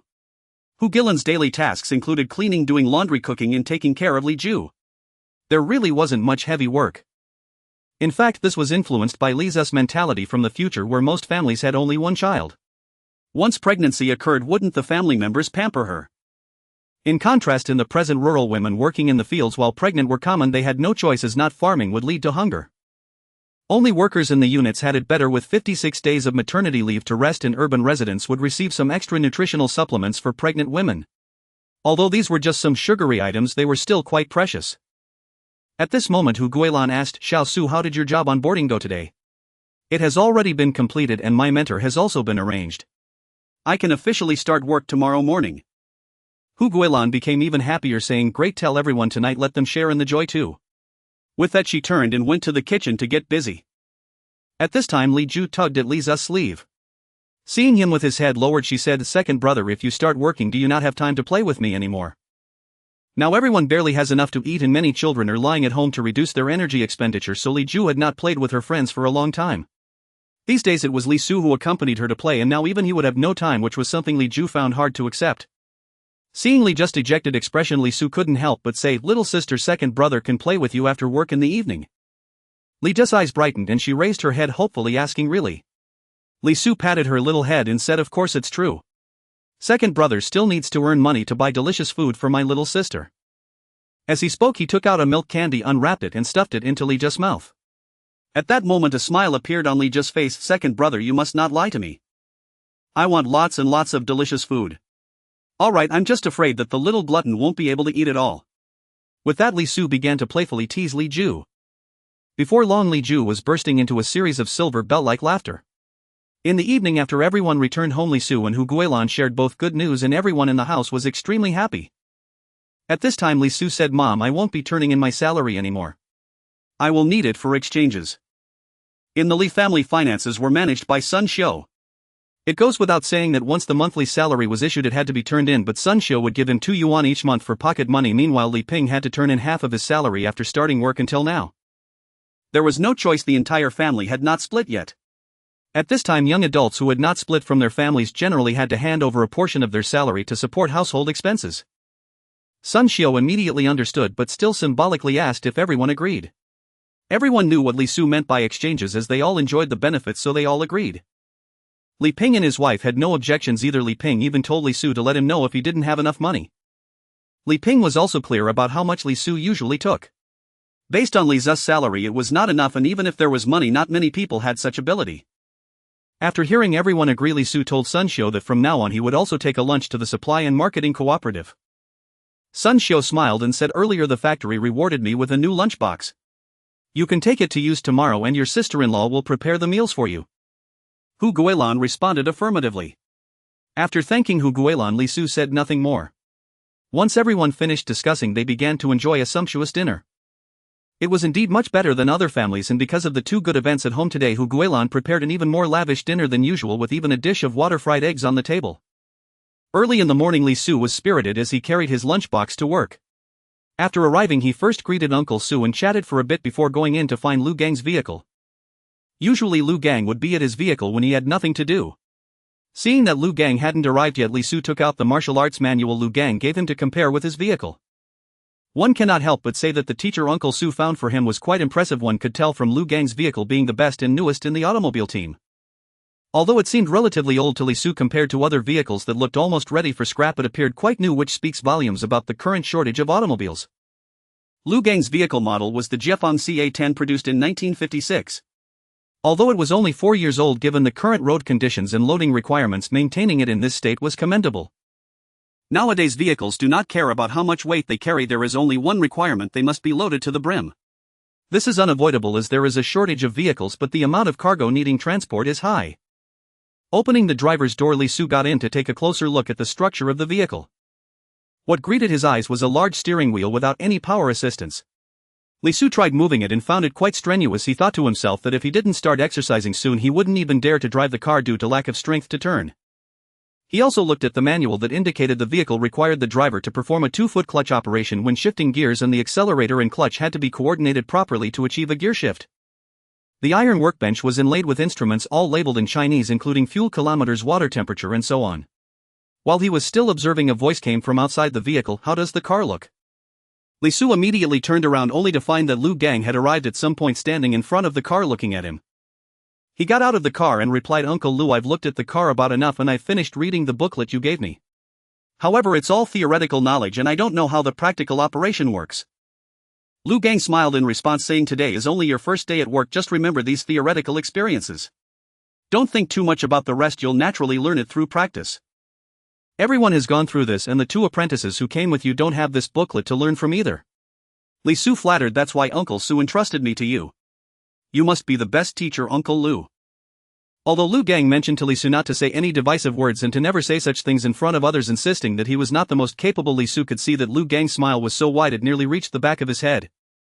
Knowing he was extremely happy at this moment, Li Su continued to flatter him, making Lu Gang smile so broadly that his teeth were visible but his eyes were not.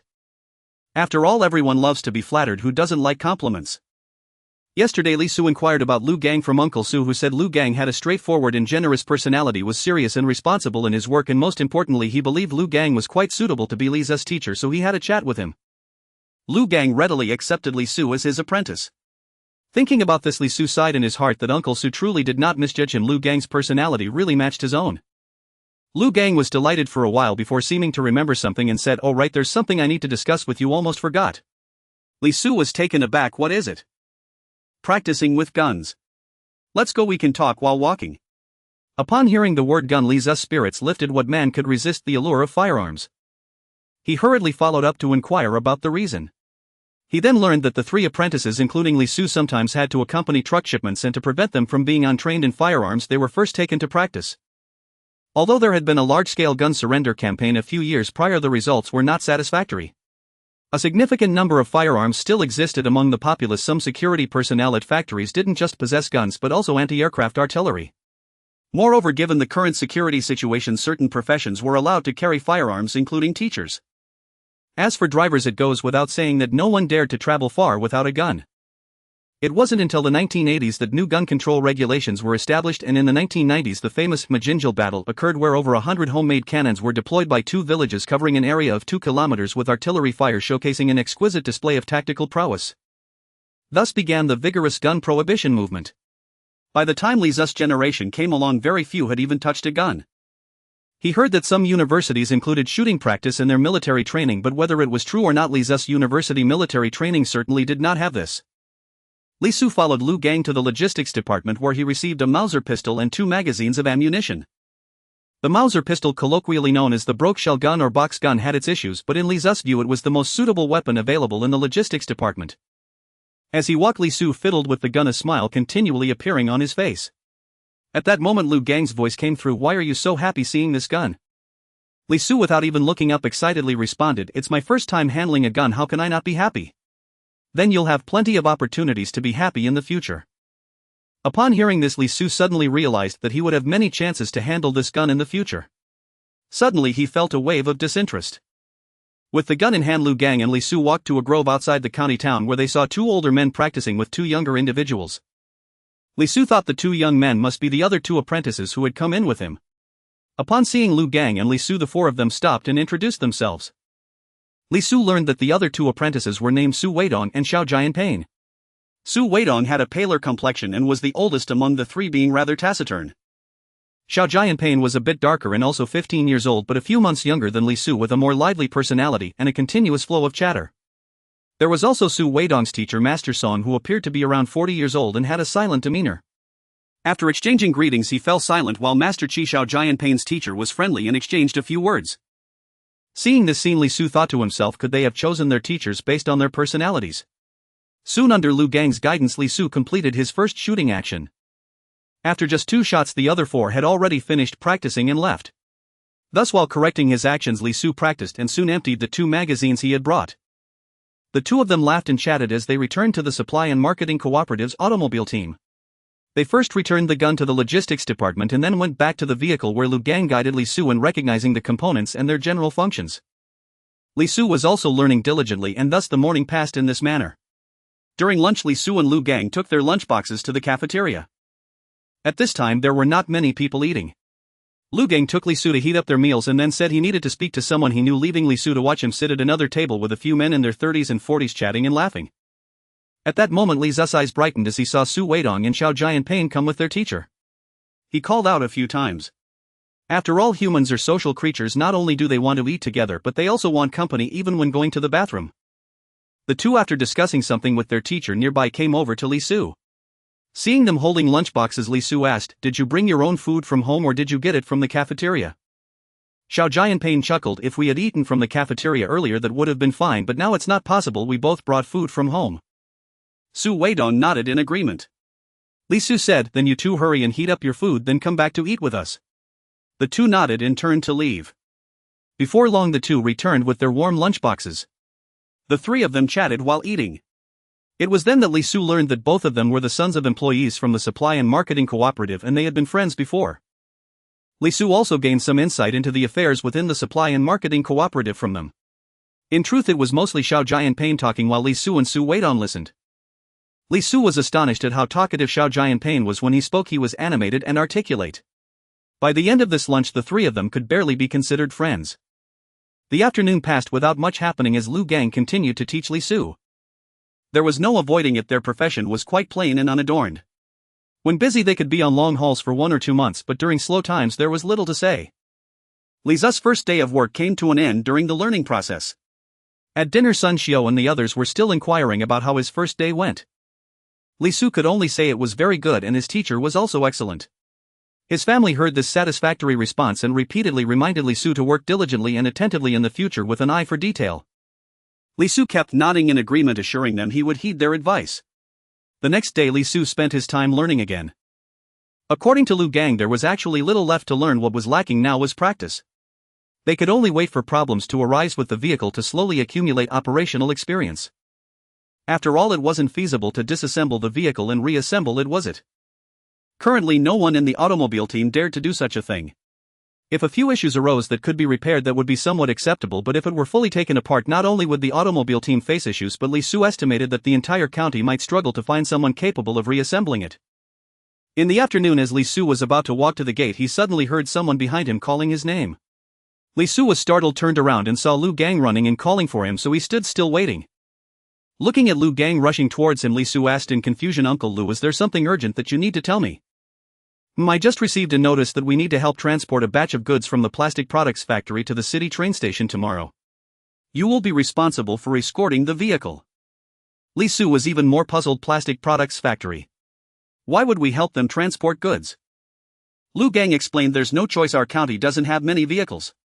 Whenever any unit urgently needs a vehicle for transporting goods, they seek help, and this time we happen to be available, so they reached out to our leader who just approved it." "Oh. Why doesn't their factory have a fleet of vehicles?" Lu Gang replied speechlessly. "Do you think forming a fleet is that easy? Not to mention that vehicles are so scarce now, even if they could buy them, how many units can come up with that much money?" Li Su understood and chuckled. "Uncle Lu, will there be any benefits for us if we go?" Lu Gang jokingly scolded, "You little rascal, don't talk nonsense, what benefits could there be?" Seeing Li Zu's skeptical expression, Lu Gang continued, "Usually we get a subsidy of 60 cents for short trips, but this time they are giving us a whole yuan." "Is that all?" "That's all." After receiving the answer, Li Su said, "All right then. I thought there would be some other benefits." Lu Gang couldn't help but laugh and pulled Li Su aside, whispering, "What are you thinking? In fact, our help is not entirely free. At the end of each year, various factories send us some surplus or slightly defective items, and we can take them without needing tickets or spending money. Moreover, if we encounter anyone needing a ride on the road, we can take them along and whatever we earn becomes ours. We can also carry some items that don't require tickets from the local area, which are all hidden income." Now the exchange of goods between factories mostly relies on surplus production. After all, they're all scarce items, and whatever it is, someone will want it. Especially items with slight defects which actually aren't a big deal. For example, the clothes Li Zu's family wears in summer are made of slightly defective linen produced by Li Jiakang's factory. Though labeled as defective, it simply means the dyeing wasn't done properly, but the quality is perfectly fine. However, such products still can't be sold to customers, hence some are exchanged for goods or given as rewards to factory workers. Li Jiakang and his family have received many rewards. Most of their summer clothes are made from this linen, which is comfortable and breathable, and the saved fabric tickets are enough for them to wear good clothes in winter. Thinking of this, Li Su felt a bit excited and asked Uncle Lu what items in the city don't require tickets. Lu Gang pretended to clear his throat and remained silent, looking at Li Su with a smile. Li Su immediately understood, took out a cigarette from his pocket and handed it to Lu Gang. After seeing Lu Gang put the cigarette in his mouth, he took out a match to light it for him. Everyone in the vehicle team is basically a heavy smoker, otherwise who could endure the boredom of driving all day without a smoke to lift their spirits? Li Su didn't have a smoking habit, but he would smoke occasionally when feeling bored. The main reason for carrying cigarettes was to build a good relationship with Lu Gang. After Lu Gang enjoyed a few puffs, he whispered to Li Su, "Think about what specialties the city has." At this point Li Su was perplexed. "The specialties that don't require tickets, we basically have them all here. What other specialties could there be?" He guessed several items in succession, but Lu Gang shook his head, finally saying it can't be tea, can it? You must know that during this period tea was also state purchased and sold, and the price of tea on the market was extremely high. Each person over 16 could only get 1 or 2 taels of tea per season. Some people may not realize how expensive tea is now. Simply put, the cheapest tea costs 6 yuan per pound. Moreover, you need tickets to purchase it. Even in Li Zu's family, they felt pain just having a cup of tea. Li Jiakhan would carefully count the quantity every time he brewed tea, afraid of accidentally using too much. Otherwise, why would so many people drink high foam? Isn't it because they can't afford tea? But who would have thought that? Lu Gang looked at Li Su with a half-smile after hearing this. Li Su seemed to understand his meaning and incredulously asked, "It can't really be tea, can it?" Lu Gang countered, "Why can't it be tea?" Li Su didn't answer but replied, "Even if it is tea, I can't afford it." Well, with Lu Gang's salary he could afford it. Lu Gang chuckled, "Don't say you can't afford properly sold tea. Even if I could buy it, I can't afford to drink it. Then what are we buying high foam? What are you thinking? Can I take you to buy high foam? You must know that the city is famous for tea cultivation and production. Just like other items, tea also has some substandard qualities. In fact, it's just that during production or growth the tea leaves might have some damage or appearance issues. However, these teas can't be sold in the market, but the tea factories will secretly sell them." Li Su understood upon hearing this kind of tea is akin to defective products, meaning that it only has issues with its completeness but no other problems. So what is the price of this kind of tea? It depends on the situation. Generally, the lowest quality on the market is about 2 yuan per pound, and better quality will be relatively more expensive. Still a bit pricey. Lu Gang glanced at him. "What are you thinking? Even if it's more expensive, it's still much cheaper than what's available on the market, and the most important thing is that it doesn't require tickets." Li Su thought about it and smiled. "You're right, I was being greedy. By the way, Uncle Lu, do I still need to bring a lunchbox tomorrow?" "Bring it." "Alright, that's the matter. It's getting late and I have to head back." After saying this, he waved goodbye to Li Su and left. Li Su chatted for a few minutes with Uncle Su at the gate before heading home. On the way back, Li Su was still thinking about the tea. He thought that drinking plain water every day was a bit hard to swallow. If possible, this time he would buy more and strive for tea freedom. Saying this, Li Su returned home. After finishing dinner, he played with Li Ju for a while before going back to his room to rest. Early in the morning after breakfast, Li Su felt a bit excited to go to work. After all, it was his first time transporting goods with a vehicle. The main thing was that he had been here for so long and had never left the county. Upon arriving at the vehicle team, Li Su greeted Lu Gang and the two went together to the logistics department to collect their guns and bullets. Once everyone had gathered, several vehicles from the vehicle team set off together. After driving for just a few minutes, the vehicle team entered a factory. After several cars arrived at the location, everyone got out. At that moment, the person in charge of the plastic factory who had been waiting nearby came over to greet them, handed out a cigarette and chatted with everyone while employees from the factory continuously carried goods to the cars. Li Su glanced around and saw plastic soapboxes, plastic sandals, plastic hair clips and plastic combs among other items. Li Su clicked his tongue, thinking that these items were quite expensive. Nowadays people often refer to plastic as chemical to emphasize its high-class nature, and indeed the prices were quite elevated. For example, a pair of chemical slippers which were actually plastic sandals cost $2.50. Even this plastic soapbox was 75 cents, nearly the same price as a pound of lamb. Everyone was chatting and laughing on the side, and before long the cars were filled with goods. Everyone then got back in the cars and the plastic factory sent a representative to accompany them for the handover, sitting in a car without apprentices. As the car was about to leave the county town, Lu Gang instructed Li Su to load the bullets, keeping the safety off for now, and to place the gun within easy reach. Li Su thought to himself that this was all experience, so he loaded the bullets into the gun and placed it on the seat. After leaving the county town, it wasn't long before Li Su felt nauseous.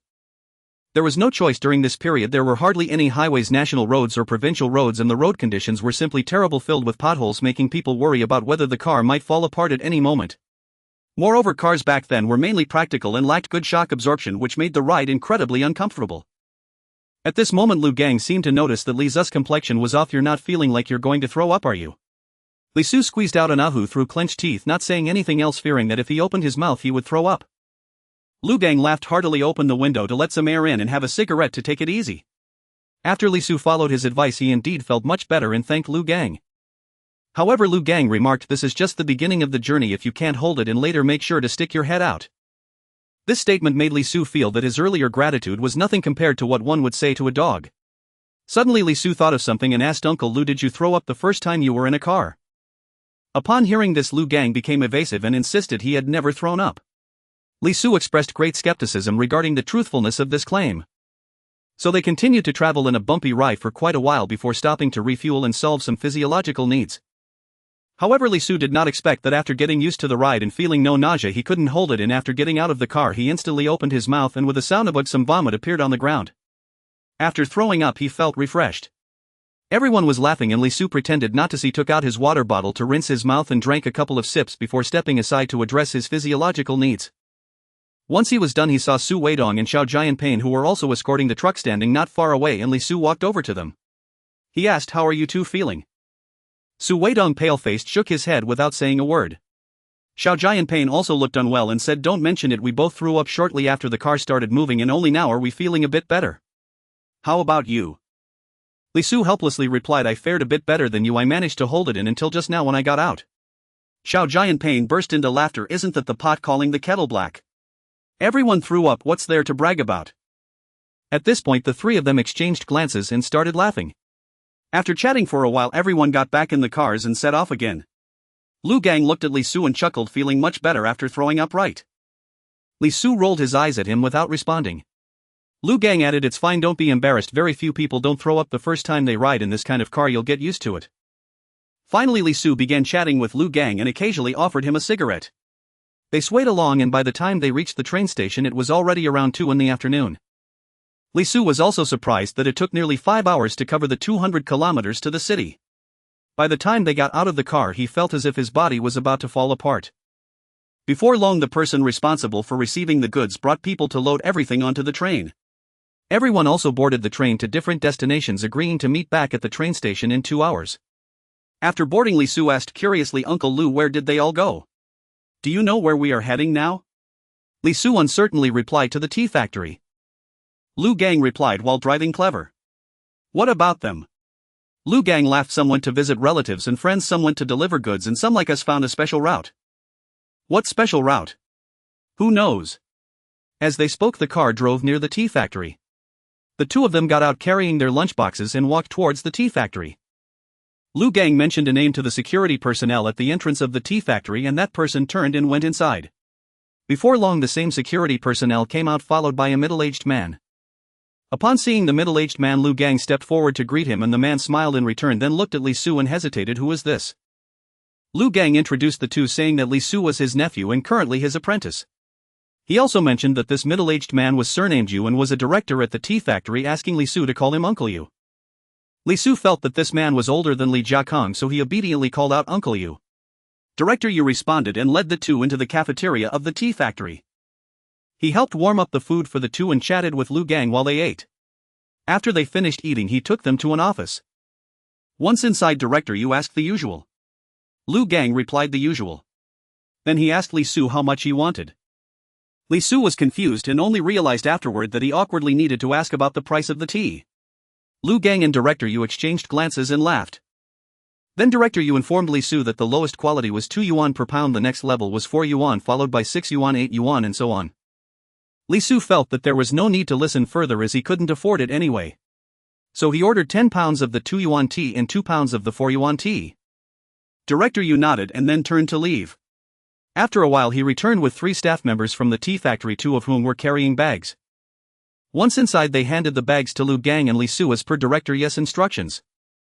Li Su took a look and found the bag was filled with tea leaves neatly packaged into 12 bundles. Among them 2 bundles of higher quality were tied together with string.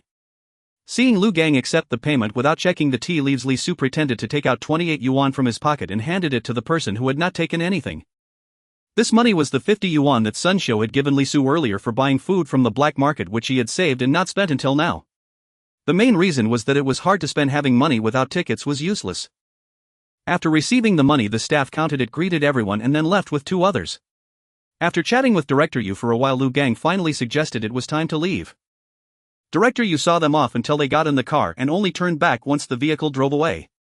Inside the car Li Su asked, "Uncle Lu, how do you know him?" "I was introduced by someone else. After meeting several times we became familiar with each other." "By the way, Uncle Lu, why did you buy so much?" Lu Gang casually replied, "I'm not buying for myself alone, I brought some for other relatives and friends too. Besides, you bought quite a bit yourself, I didn't realize you had so much money." Li Su quickly explained, I just started working, I don't have money. I had to ask my family for this. They hadn't talked much before they arrived at the train station. Upon arrival they found that they were the first to get there with no one else in sight. They both got out of the car stretching their bodies and chatting. Before long cars began to arrive one after another. No one asked about others' affairs or mentioned their own, but judging by the smiles on everyone's faces it seemed they all had good news. Once everyone arrived they began their journey back. The ride was bumpy and by the time they reached the supply and marketing cooperative it was already past 9 p.m. and the sky had darkened. Everyone was carrying guns and black bags as they returned home. Before leaving, Lu Gang told Li Su that he didn't have to go to work the next day and could take a day off. Li Su nodded in acknowledgement and went home. It must be said that if one returns from a trip late they can rest the next day and their wages will still be counted. After all, whether riding or driving, it was physically demanding work in this era. When he reached the gate he found Uncle Su wasn't there, a night shift worker was on duty. After greeting this person Li Su went home. Dragging his weary body home he was surprised to find the living room lit by the glow of a kerosene lamp. Li Su was taken aback and walked into the living room finding Sun Xiao and her husband along with Li Ping and Li Mei chatting inside. Seeing Li Su come in they were momentarily stunned but quickly realized, getting up to pull Li Su toward a bench. Li Ping reached out to take the things Li Su was carrying while Li Mei brought him a cup of water. At this moment Li Su curiously asked, Mom, elder brother, why are you all still awake? Sun Xiao replied irritably, how can you ask that? Why didn't you tell us you were leaving with the truck today? We thought something happened to you when you hadn't returned by dinner. Your elder brother went to your workplace to find out that you all went out with the truck today.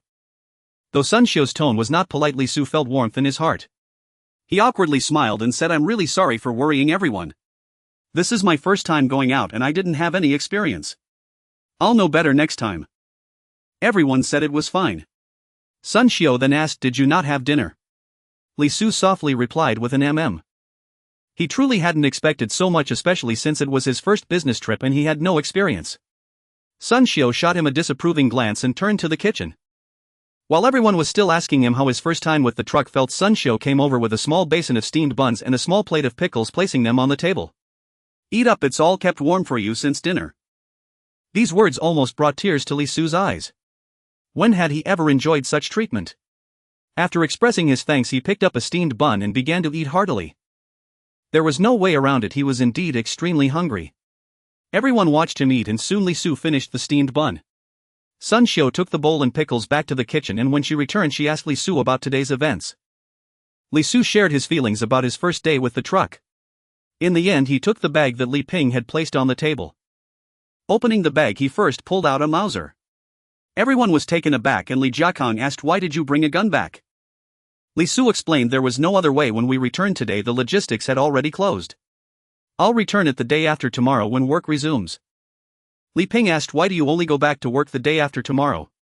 Our auto team doesn't work the same as others. If it's too late we can take a day off the next day. My instructor told me I could take a day off tomorrow. Everyone nodded in understanding. Then Li Su pulled out the tea leaves from the bag. Li Mei looked at the bundles curiously and asked, what's this? Li Su chuckled, good stuff, guess what it is? Hearing it was something good everyone became interested and guessed several things but none were correct. Li Su didn't keep them guessing any longer and took out a packet to open it. Upon seeing it everyone's faces were filled with shock. Sun Xiao hurriedly asked Li Su, these can't all be. Li Su nodded, they're all the same. Li Jiakong was also astonished, where did you get so many tea leaves? Li Su smiled without answering, instead handing the tea leaves to the others to let them see how they differed from what they usually saw at home. Everyone looked closely and Li Mei uncertainly said, why are all these tea leaves damaged? He, the eldest sister, has a good eye. He then explained the source of these tea leaves to everyone. After hearing this, Li Ping remarked, no wonder they say drivers have many benefits. I didn't really feel it before but now it seems that saying is indeed true. You're not even a driver yet, you can have this benefit. Li Su chuckled and said, elder brother, why would you envy others? You don't know how many people envy your job. Li Ping also laughed at this. Li Su took out a better package and 2 slightly lower quality packages of tea leaves, saying that these 3 were to be given to the uncle who arranged for him to join the auto team. Everyone agreed that this was the right thing to do. Li Su then handed the remaining better package of tea leaves to Li Jiakong, saying it was a filial tribute from his son. Li Jiakong looked as if he had received a treasure and his smile was clearly visible even in the dim light. In the end, Li Su handed the remaining packages of tea to Sun Xiao, saying that his family would drink this from now on. Sun Xiu nodded and accepted them, taking out one package to place in the drawer of the main room, telling everyone to be frugal with it and that she would replenish it when it was finished. The others were also delighted, nodding repeatedly. After all, although this tea didn't look appealing, its flavor would remain unchanged, and it was certainly much better than the overpriced tea sold outside, not to mention that even the overpriced tea was limited in supply. After making arrangements, Li Ping said he would give Li Su some money. After all, he couldn't let his younger brother pay for everything. Li Su thought for a moment and agreed, considering future expenses. Sun Xiu also wanted to give Li Su some money. Li Su thought for a moment and accepted 8 yuan from each of them. When they offered to give more, Li Su said it was enough, as he hadn't spent much in total and the rest would be on him. Seeing this, the two stopped insisting, returned to their room and handed the money to Li Su. They chatted for a while before heading back to their rooms to sleep. When he got up in the morning, Li Su still felt sore all over. After having breakfast, he slept for a bit longer. By the time he got up, it was almost 10 o'clock. Li Su played with Li Ju for a while before carrying 3 packages of tea towards the Supply and Marketing Cooperative's procurement department. He was now going to deliver tea to Uncle Su. Upon seeing Li Su, Uncle Su was momentarily taken aback and then asked in confusion, "Aren't you supposed to be resting today? Why are you here again?" Li Su chuckled. "Uncle Su, I'm here to bring you a gift today." "You're here to deliver tea, aren't you?" Uncle Su said with a half smile. This time it was Li Zu's turn to be surprised. "Uncle Su, how did you know? Did my teacher tell you? You know your teacher is resting today. You went to the city with him yesterday, so I figured he would bring you along to buy tea. You didn't think he was only buying tea for himself, did you? He brought some tea for you too." Uncle Su laughed. "What do you think? He can't drink that much by himself. We have a good relationship, and every time he goes he lets me have him bring some back." Li Su, feeling a bit defeated, said, "All right, Uncle Su, these packages of tea are for you. Please accept them." With that, he placed the tea in the security booth. "You should just take it back and drink it yourself. Didn't I say I have my own?" Uncle Su said, reaching for the tea to hand it back to Li Su. Li Su not only refused to take it but also stepped back a few paces, chuckling, "Uncle Su, please keep it. Consider it my respect for you. Don't worry, no charge. I have things to do, so I won't chat with you today." With that, Li Su turned and left. Only Uncle Su remained smiling to himself and muttering, "That brat." Li Su walked straight to his best friend Fu Qing's house. Seeing Aunt Fu busy in the yard, he quickly walked over and greeted her. "Aunt Fu, good morning." "Oh, Li Su, what brings you here today? Are you here to see Xiao Cheng?" Aunt Fu asked excitedly upon recognizing him. "Xiao Cheng, come out quickly." Aunt Fu shouted loudly. Fu Qing's voice came out before he appeared. "Mom, I just went inside to get a glass of water." "Why are you calling me out again?" Aunt Fu responded. "Li Su is looking for you.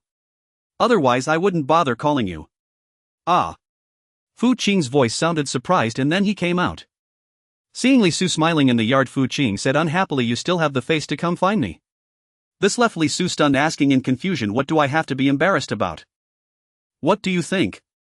When you left before, you said you would come to hang out with me in a couple of days. How long has it been now?" Li Su realized indeed there had been too much going on lately and he had forgotten about it. Feeling a bit embarrassed, Li Su scratched his head. "Well, there have been too many things happening lately." He then changed the subject, saying, "I've started working now." "Really? Did I hear you right?" Fu Qing immediately rushed in front of Li Su. "Are you serious? You started working? You can't be fooling me, right? If you've started working, how come you have time to come find me today?" Li Su chuckled. "I got back late from transporting goods yesterday, so I can rest today. I thought I'd come chat with you." Fu Qing hadn't reacted yet, but Aunt Fu asked in surprise, "Li Su, did you join the transportation team?" Li Su nodded. Upon confirming this, their eyes widened. Fu Qing spoke first, ignoring Aunt Fu beside him as he exclaimed, "What the hell, which factory's transportation team did you join? How did you get in? Didn't you say you were waiting for me to help you find a job?" Aunt Fu pretended not to hear Fu Qing's exclamation, waiting for Li Zu's answer.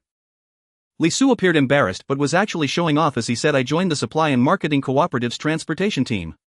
That day when I came to find you, there was indeed no job news, but I ended up meeting an uncle who helped arrange it for me." Fu Qing's mouth fell open, slowly uttering, "What the hell?" Aunt Fu also seemed unable to believe it. "Li Su, are you serious?" Li Su nodded again. The two suddenly felt at a loss for words. After a long while, Fu Qing seemed to accept the fact. "Su, are we brothers?" "Of course we are." Fu Qing's expression turned somewhat lewd as he grinned. "Since we are brothers, will you help me out?" This left Li Su feeling uncertain and he hurriedly asked, "What do you need my help with?" I've heard that your transportation team can get some good stuff without tickets. Can you set aside a portion for me? I'll pay you back later." Li Su initially thought it was a big deal, but this kind of thing was too common, just like how Lu Gang would also bring back tea for relatives and friends. Thinking of this, Li Su smirked. "No problem bringing things, but the price might need to be raised a bit." "You little rascal, have you forgotten that I helped you fight back in school? How could you even think of raising my price?" Fu Qing's comment prompted Li Su to retort, "You're the one who has the nerve to mention that. Did you forget that you caused trouble outside and told others your name is Li Su? How could I fight for you?" With this, Fu Qing was left speechless, unable to respond. Aunt Fu was left in a mix of amusement and exasperation. "How old are you two, yet you're still acting so childish?" Hearing Aunt Fu's words, Li Su smiled awkwardly and said, "Aunt Fu, we're just joking." Fu Qing nodded repeatedly beside him. Seeing this, Aunt Fu didn't say much more and continued with her work. Fu Qing pulled Li Su into the main room and served him a cup of water. Li Su took a couple of sips before speaking. "I should let you know in advance that I'm just an apprentice now, and I don't know if I'll still be able to accompany the transport in the future. But if I come across anything good, I'll save a portion for you." Fu Qing nodded. Li Su then asked, "How's your job going?" Fu Qing chuckled, "It's nearly done. I can start work in a few days." Li Su immediately became interested. "Oh, tell me about the good job you've arranged. I might need your help in the future." Fu Qing appeared nonchalant but was actually a bit proud and just a street office staff. "That's a good job." Indeed, working at the street office is quite a good position. They not only manage the resettlement of the idle population in the area but also distribute tasks like making matchboxes and shoe soles to some of the impoverished residents. In short, they handle both major and minor matters within the street jurisdiction. "That's right, you have no idea how much my dad had to pull strings and spend to get this job." At this point, Li Su noticed that Fu Qing's expression was not good and quickly advised, "When do you need to repay those favors? Moreover, even if a considerable amount of money and resources were spent after working for 2 years, you'd break even and the future salary will be all profit."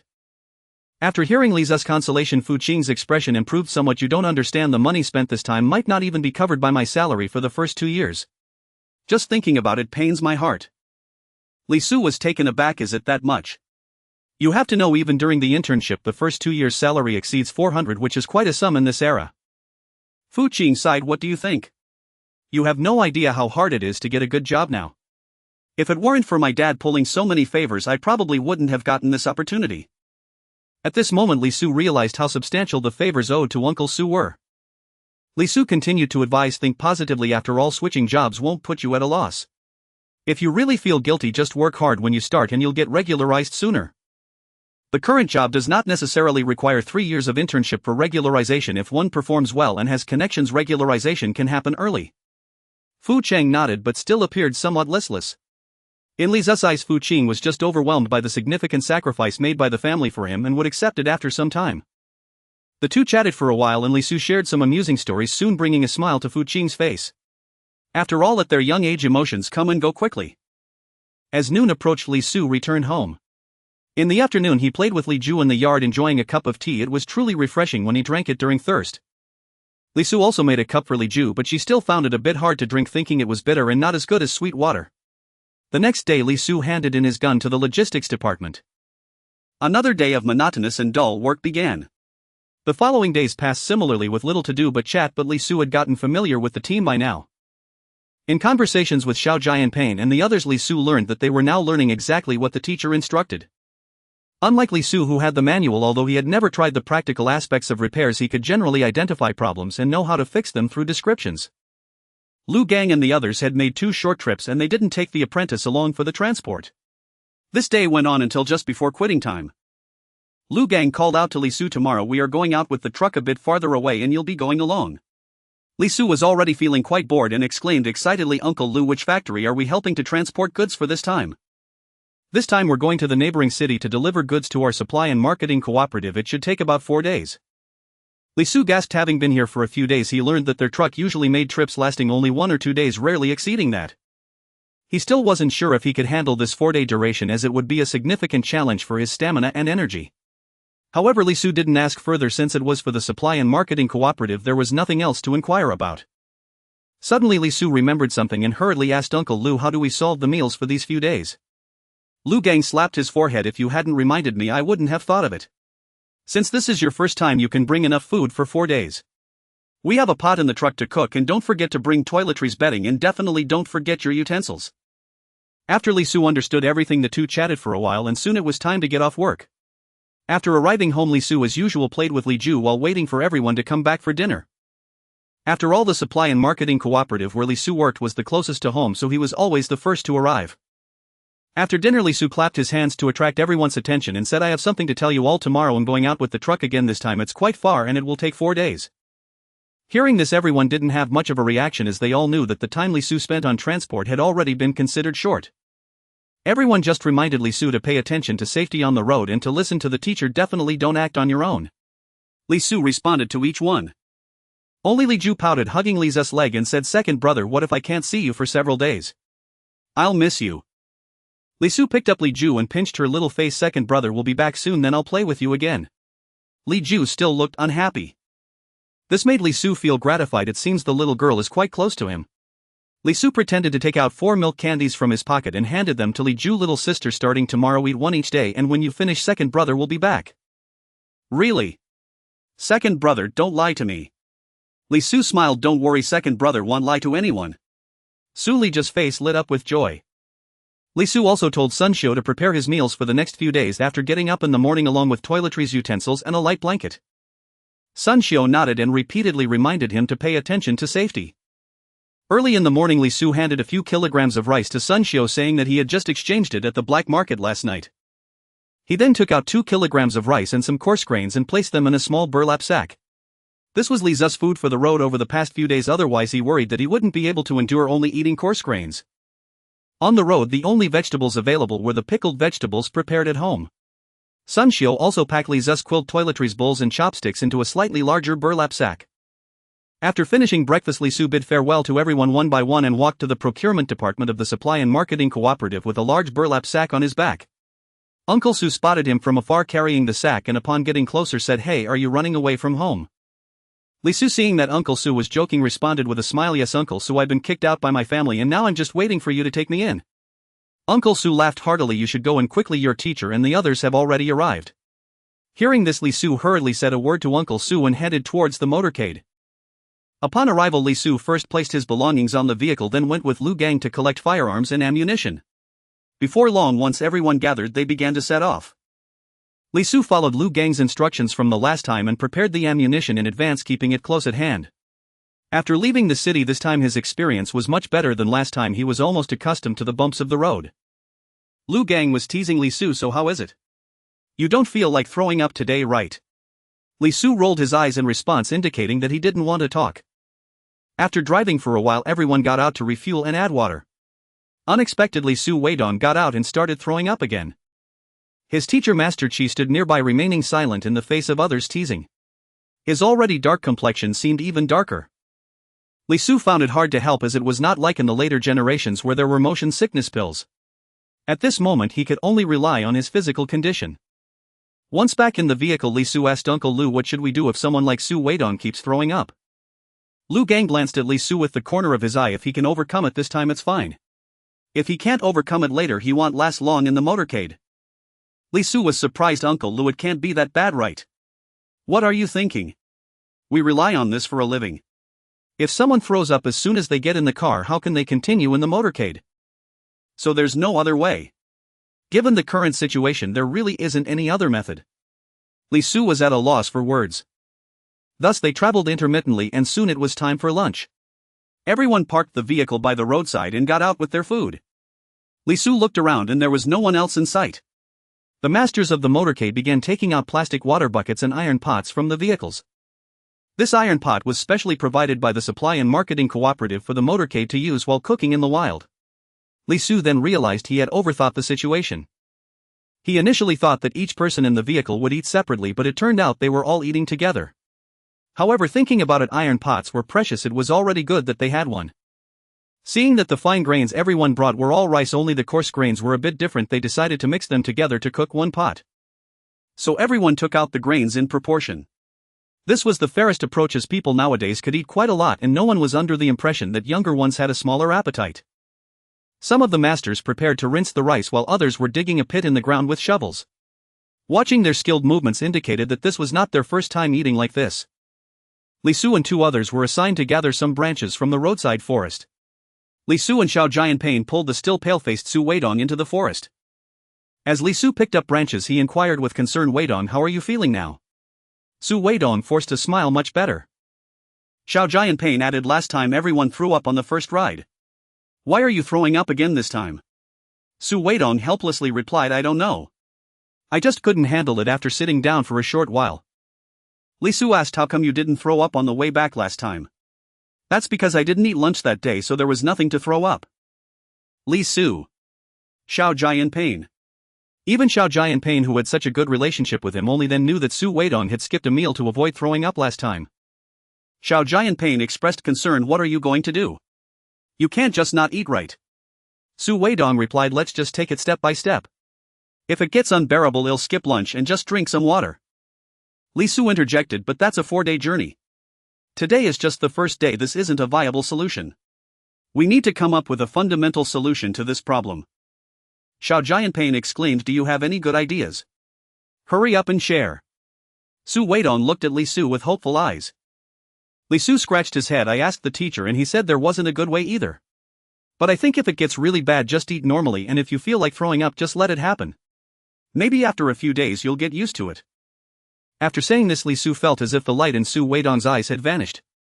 Although the idea was indeed a bit stale. But what other options were there? Perhaps by throwing up he would eventually get used to it. Xiao Jianping nodded. "I also asked the teacher and there's really no way. If it comes to that, just give Li's idea a try." Su Weidong nodded with a face like ashes. For those who have never experienced motion sickness, it's hard to imagine the condition. It feels like everything is spinning and there's an incessant urge to vomit. That feeling is indeed incredibly unbearable. Li Su took out 2 pieces of fruit candy from his pocket and handed them to Su Weidong. "Here, if it gets overwhelming, just unwrap one and suck on it. It might help a bit." Su Weidong accepted the candy without hesitation, thanked him, and soon the 3 of them returned with their arms full of branches. Lu Gang and the others piled the branches together and picked up some leaves to ignite with matches. Soon the fire blazed up. Others had already set the pot on and began cooking rice porridge. There was no choice. The conditions did not allow for cooking regular meals, so they could only prepare food by boiling. People chatted and laughed nearby while Master Zhao stirred the pot with a large iron ladle. Time flew by and soon the rice was cooked. Everyone took their bowls and chopsticks to the front and Master Zhao served the rice with the large iron ladle. Surprisingly, Li Su, who was eating this way for the first time, found it to be a uniquely enjoyable experience. Everyone took out the pickled vegetables they had brought to accompany their meals. They all ate 2 bowls of thick porridge and drank a bowl of soup from the thin rice porridge, finishing off a large pot of food completely. Su Weidong seemed to have followed Li's suggestion, enjoying the meal immensely. After finishing the meal, everyone divided the tasks for cleaning up, quickly tidying the area and burying the fire source with soil. Everyone got back into the car and continued on their journey. As they drove along, Li Su had no idea how far they had traveled. It was only when night fell that they finally stopped. Everyone began busily preparing dinner again. The firelight illuminated their faces and smiles appeared on everyone's countenance. Amidst the rising steam and the aroma of rice, Li Su felt as if the fatigue of the day had vanished completely. It is worth mentioning that Su Weidong had vomited again in the afternoon. However, he felt that this time he was much better. He especially thanked Li Su, saying that holding a piece of candy in his mouth made him feel much better during his discomfort in the afternoon. Li Su was unsure whether it was truly effective or just a psychological effect on Su Weidong. He took out a few more pieces of candy and handed them to him, refusing the money Su Weidong offered in return. In the end, Su Weidong did not say much more, giving him a grateful glance before turning to leave. After the meal, everyone arranged the duty roster, with the 3 of them scheduled for the first half of the night and only 2 for the latter half. Under normal circumstances, it would just be 2 people, 1 at the front and 1 at the rear of the convoy. As apprentices, it was their first time doing this, so Xiao Jianping and Su Weidong were paired together while Li Su was on his own. Lu Gang took off his watch and handed it to Li Su, telling him to call the person coming to switch shifts when the time came. The most important thing was to fire a warning shot whenever he saw someone approaching. If the person continued to walk forward, he would shoot directly at them. Li Su nodded, taking the blanket, watch and gun to the rear of the vehicle. Li Su leaned against the loaded trunk covered with a blanket, holding the gun in his hand with his eyes gazing into the distance. Many people suffer from night blindness now. Although Li Su did not, he still had to be extra vigilant in the pitch-black environment to avoid being surprised by any potential threats. It was only at this moment that Li Su missed the era of mobile phones and computers in the modern world. After all, being alone in such an environment for half the night, he was only accompanied by the occasional chirping of insects from the nearby woods. After a while, Li Su could no longer bear it and began to think wildly. Everyone should be asleep by now, right? I wonder if anyone will come tonight. I also wonder if everyone thought of me today. Li Su felt himself becoming a bit obsessed, thinking that the high salaries of drivers surely had their reasons. As he waited and waited, seeing the time displayed on his watch, Li Su was overjoyed, thinking that it was finally time to switch shifts. He gathered his things and woke up the person coming to relieve him before going back to Lu Gang's vehicle to sleep. Before long, he fell into a deep sleep. In the morning, he was awakened by Lu Gang. Li Su first went to the small grove to take care of his physiological needs, then returned to grab his toiletries for a quick wash, feeling refreshed. After everyone had a hearty breakfast, they set off again. On the vehicle, Lu Gang was still asking, "How was your first night shift yesterday?" Li Su shook his head and replied, "It wasn't great. Now I finally understand why your salaries and benefits are so high." Lu Gang laughed heartily. "Kid, now you understand, right? People outside only see our high salaries and generous benefits, envying us, but they never consider why we deserve so much." Li Su truly felt this now. Even when sleeping at night, he couldn't sleep soundly. "I feel that if it weren't for the high salary and good benefits, no one would want to do this job." Lu Gang nodded. "You're right about that. Not to mention other factors, just the amount of food we receive each month is more than those doing heavy physical labor. It's simply because our job is more tiring and strenuous. If we don't eat enough, we won't even be able to turn the steering wheel, and it could even be life-threatening on the road." Hearing this, Li Su was startled. "Uncle Lu, have you encountered any dangerous situations?" Lu Gang chuckled dismissively. "Go ask the people in the convoy who hasn't encountered something. We're considered lucky. Our trips usually last a few days at most, and most of the time it's just 1 or 2 days. Other units' vehicle teams can be out for 1 or 2 months, and when they come back they are almost unrecognizable, not to mention that some have even lost their lives." Li Su was even more curious upon hearing this. "Uncle Lu, please tell me more. This is the first time I've heard about it." Lu Gang recounted an incident from several years ago. At that time, Lu Gang was not yet at the Supply and Marketing Cooperative, but was in another factory's vehicle team, often driving for extended periods. Until one time, the members of the vehicle team had been driving continuously for over a month, and everyone's mental and physical states were extremely poor. One night, a few armed bandits set their sights on this convoy. At that time, there were still many bandits, and those who drove for long periods often encountered them. However, as soon as people noticed them, they would generally retreat after a warning shot. But this time, the bandits were different. After being discovered, they retreated only to come back again in the early hours of the morning. The guards thought that since the bandits had already left, they wouldn't return, so they relaxed their vigilance. Exhausted, they unintentionally fell asleep. Seeing this, the returning bandits showed no mercy. They directly attacked, using knives to avoid waking up the others. Had it not been for an accident during the second person's turn waking up the others and driving away the bandits with a gun, Lu Gang himself was uncertain if he would have survived. Even so, the vehicle team suffered severe losses: 2 deaths and 1 gunshot wound. It was not long after that the Supply and Marketing Cooperative also established a vehicle team focusing on short trips, greatly enhancing safety. When Lu Gang learned of this, he had his family intervene to transfer him from the factory to the Supply and Marketing Cooperative. Even now, when he talks about it, Lu Gang still feels a lingering fear. After finishing his story, Lu Gang said solemnly, "You must remember, if you are on night watch again, keep your eyes wide open and don't make any mistakes. If something happens and firing a warning shot doesn't work, then decisively shoot. These are the lessons we've learned over the years. You must remember them." Lu Gang's serious expression while giving this warning made Li Su realize the gravity of the situation. He deeply etched this advice into his heart. He responded earnestly, "Uncle Lu, don't worry, I will definitely keep it in mind." Lu Gang glanced at Li Su from the corner of his eye, nodded, and fell silent. Before long, the car arrived at the edge of a river. Everyone got out and filled their buckets with water, then they regrouped and continued on their journey. Finally, everyone reached their destination just as night fell. After another night, on the third day, they had breakfast and waited for the others to start loading the goods before embarking on their journey home. This time, Li Su felt much more relaxed and cheerful. Notably, Su Weidong had finally overcome his motion sickness and was no longer vomiting. Now he was extremely warm towards Li Su. That night, the 3 of them were assigned to the late-night watch. Heeding Lu Gang's warning, Li Su remained alert, not daring to relax for a moment. Thinking to himself that as long as he got through today, he could go home tomorrow. Suddenly, 2 gunshots rang out. Li Su was momentarily stunned, his expression changing drastically. The sounds came from the area where Xiao Jianping and another person were located. Li Su hurriedly grabbed his gun and cautiously made his way towards the front of the vehicle. At this moment, the drivers who had been sleeping in the vehicle were also startled awake, grabbing their guns and getting out to follow him. Upon reaching the front of the vehicle, Li Su and the others saw Xiao Jianping and his companion standing there, their faces pale. They were still holding their guns, but their bodies were trembling slightly. The group looked into the distance but saw no figures, which allowed them to breathe a sigh of relief. After all, no one wanted a real gunfight to break out. Everyone began to ask what had happened. However, to their surprise, the usually talkative Xiao Jianping couldn't say a word. Instead, it was the usually reticent Su Weidong who began to recount the events. Only then did everyone realize that the two of them had been guarding the vehicle while chatting. In fact, it was mainly Xiao Jianping who was talking while Su Weidong was listening. Su Weidong had repeatedly urged Xiao Jianping to pay more attention and to stop talking. However, Xiao Jianping thought nothing would happen and continued to chatter away, ignoring the advice. As a result, Xiao Jianping's attention was more focused on talking, while Su Weidong, having been warned by his teacher, paid more attention to observations.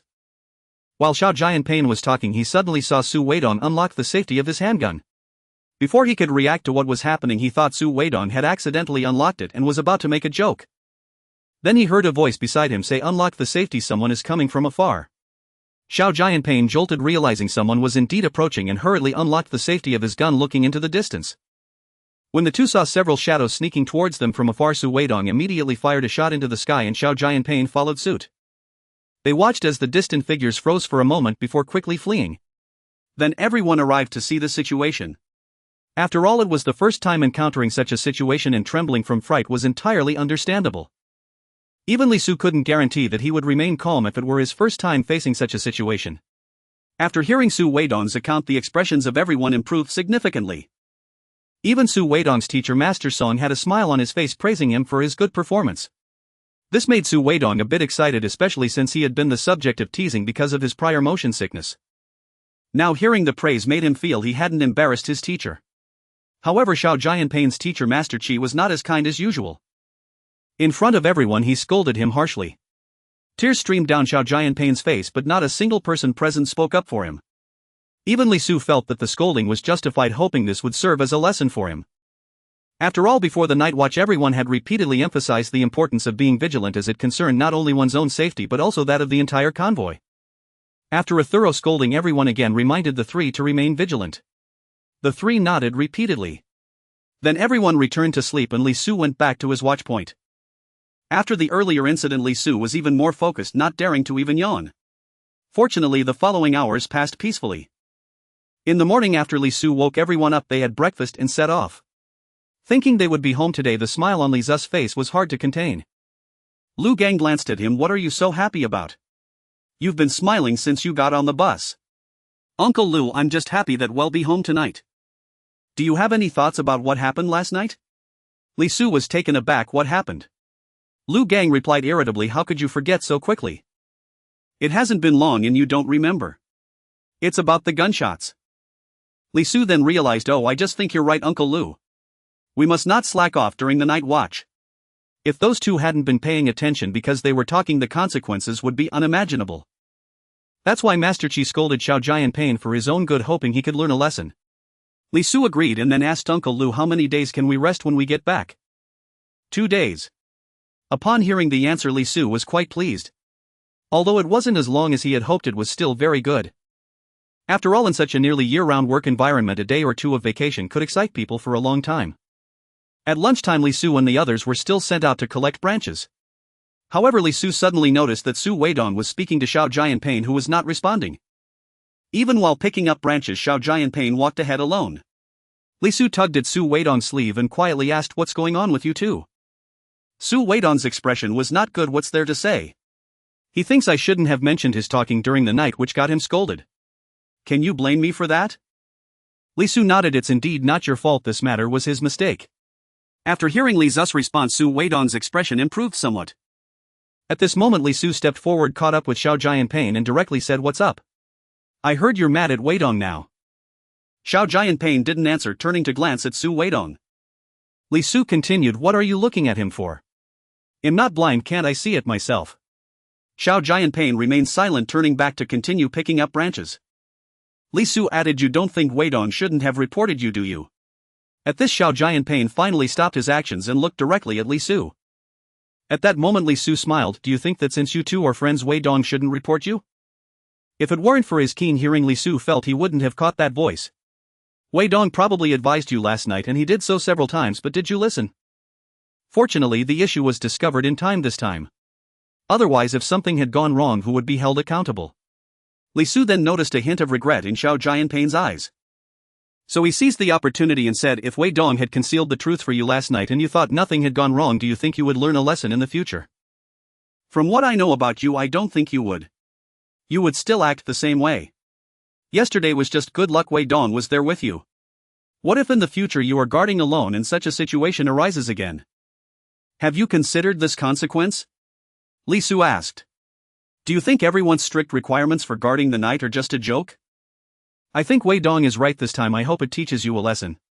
Li Su said, think about it carefully. After saying this, he took Su Wei Dong, who had been listening not far away, and walked away with a branch in hand. Xiao Jianping stood there in a daze. Li Su didn't actually want to say so much. After all, if Xiao Jianping couldn't comprehend it, he might end up hating him. Although he wasn't afraid of trouble, it was better to avoid it than to invite it. But then Li Su thought about it again and felt it was necessary to clarify things, otherwise if Xiao Jianping became fixated on reporting Su Wei Dong, it would indicate a lack of understanding about guarding the night and he might suffer in the future. This suffering might even lead to losing his life. Which was unacceptable to Li Su. As a young person himself, Li Su understood the characteristics of youth when it came to problem solving. If he didn't break things down and explain thoroughly, Master Chi's harsh scolding might provoke a rebellious reaction from him. Li Su and his companion returned to the convoy first. Before long, Xiao Jianping returned as well. However, he still hadn't spoken to anyone. Seeing this, Li Su sighed inwardly. He had said what needed to be said and the rest depended on whether Xiao Jianping could understand. After dinner, the vehicle loaded with goods swayed along the road. By around 9 p.m. the convoy finally arrived at the Supply and Marketing Cooperative's purchasing department. At this time, Li Su noticed that many people were waiting for their return. After the vehicle was parked, the purchasing director came over to greet everyone and helped move the goods into the warehouse. Once all materials were handed over, everyone went home. Li Su carried his sack home. Upon arrival, his family was waiting for him, including the youngest Li Ju. Seeing Li Su enter the house, Li Ju exclaimed and rushed over to hug his leg. The others quickly pulled her away and served Li Su the prepared meal. Li Su set down his things and began to eat heartily. After finishing, Li Ju insisted on being hugged. Unable to refuse, Li Su bent down and picked her up while sharing stories about what happened on the road. However, he omitted the dangerous incidents from before. After all, it's better to share good news than bad to avoid worrying them.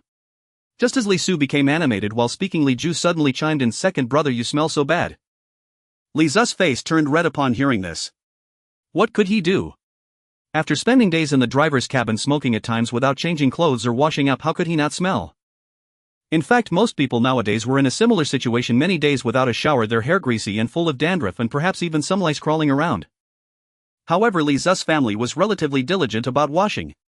At that moment, Sun Xiu reached out to take Li Ju and scolded her a few times, then turned to Li Su and said, "Water and clothes are ready for you, go wash up first." After stepping outside, Li Su could still hear Sun Xiu scolding Li Ju. After washing up, Li Su changed into clean clothes and felt like a new person. Entering the main room, he heard Li Ju's pitiful voice saying, "Second brother, I'm sorry." Li Su smiled and hugged Li Ju, saying, "Little sister, you spoke the truth, no need to apologize." Li Ju nodded her little head, still looking aggrieved. Li Su changed the subject, saying, "Little sister, I told you I'd be back in 4 days. Do you think I'm on time?" "On time. Second brother, the candy you gave me, I just finished it today." Li Su pinched her little face and said, "It's too late today, tomorrow second brother will give you candy again and I can play with you for 2 more days. At this, Li Ju's face finally broke into a smile. "Really? Second brother, don't lie to me. When have I ever lied to you?" After receiving a definite answer, Li Ju's little face beamed with a bright smile. After chatting a bit longer, everyone returned to their rooms to rest. Lying in bed, Li Su felt all the fatigue and soreness wash over him. His eyes began to droop and he soon fell into a deep sleep. The next morning, Li Su stretched lazily and sighed, feeling that he hadn't slept this comfortably in several days.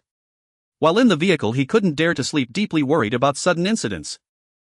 Stepping out of the house feeling refreshed, he suddenly sensed something was amiss. Looking at the sun hanging high in the sky, Li Su thought it didn't seem like morning.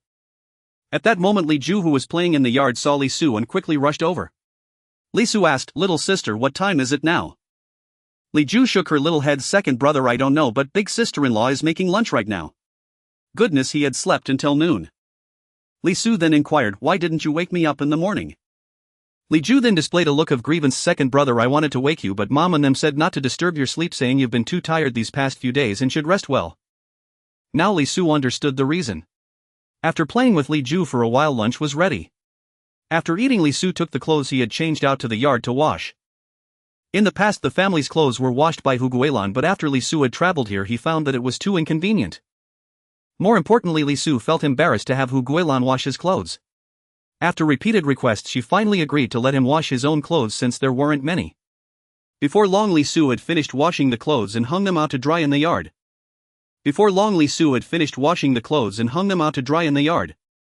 After washing the clothes, Li Su accompanied Li Ju to play for a while. It was only when Li Ju grew tired of playing that she moved a stool and sat in the shade of the courtyard. Although it was already mid-October, the temperature remained quite high and the sun felt scorching against their skin. Thus the two played and rested intermittently, and soon it was time for everyone to finish work and school. At the dining table, Li Mei and Li Chen mentioned that they would also be taking a break to work in the countryside starting tomorrow. Li Su was first taken aback, then suddenly enlightened. It was now almost the busy farming season where not only the young and old in the countryside participated but even students were included. In this era, productive labor was an important subject in schools. During busy farming time, students would take breaks to personally participate in labor, a holiday commonly referred to as farming break. After hearing the two, Sun Xiu nodded and said, Guilin, when you prepare lunch for the three of them tomorrow, just do it as usual and we can eat something better when we come back in the evening. Hu Guilin nodded at first but then looked puzzled and asked, Mom, it's just Xiao Mei and Xiao Chen, where did the third person come from? Sun Xiu explained, there's also Xiao Su who just happens to have a day off tomorrow. Let him go to his second uncle's house to see if there's anything he can help with. Hu Guilin nodded. Li Su felt a bit overwhelmed as he hadn't expected to be caught up in this. Those who hadn't experienced the busy farming season might find it amusing, but Li Su, having gone through it, didn't want to experience it again. It's worth noting that Li Zu's family used to be farmers and he understood the hardships of the busy farming season. However, in the past he was still young and could only gather leftover wheat ears and do lighter tasks. But that wasn't the case anymore. Starting last year he had to help with the harvesting during the farming break. The experience was truly hard to describe.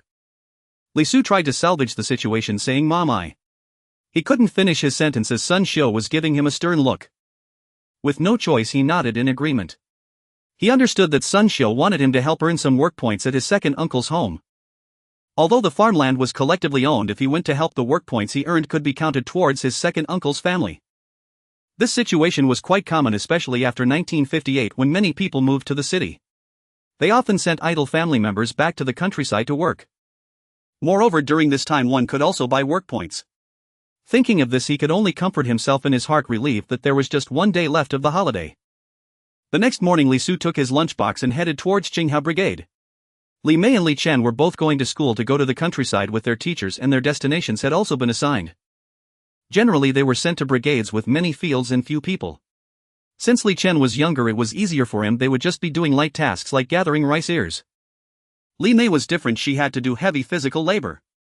By this time women were treated as men and men were treated like beasts of burden. Everyone had to rush to harvest, otherwise if it rained the rice would sprout and yield would decrease. Nowadays a drop in grain yield was truly life-threatening. After walking for 2 hours Li Su finally reached Qinghao Brigade. Upon arrival he headed straight for the fields. In the fields both men and women were tirelessly swinging sickles, while smaller children and the elderly followed behind bundling the rice. Li Su approached Li Jiafu and called out to him. Upon seeing Li Su arrive, Li Jiafu was momentarily surprised and hurriedly asked, Xiao Su, why are you here at this time? Is there something going on at home? Li Su smiled and replied, Second uncle, nothing is going on at home. I came to help you all today. Even while speaking, Li Jiafu's hands didn't stop moving. He continued cutting rice and said, Then Xiao Su, you can help bundle the rice. Although Li Su was tempted by this suggestion, he felt too shy to accept. Looking around he saw that others his age were all cutting rice. Second uncle, I think he'll cut rice instead. Don't worry, I was already cutting rice during last year's farming break.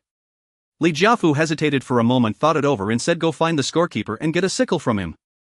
Li Su nodded, placed his lunchbox on the ground beside him without worrying about it being taken, and then went to find the scorekeeper. Uncle, could you give me a sickle?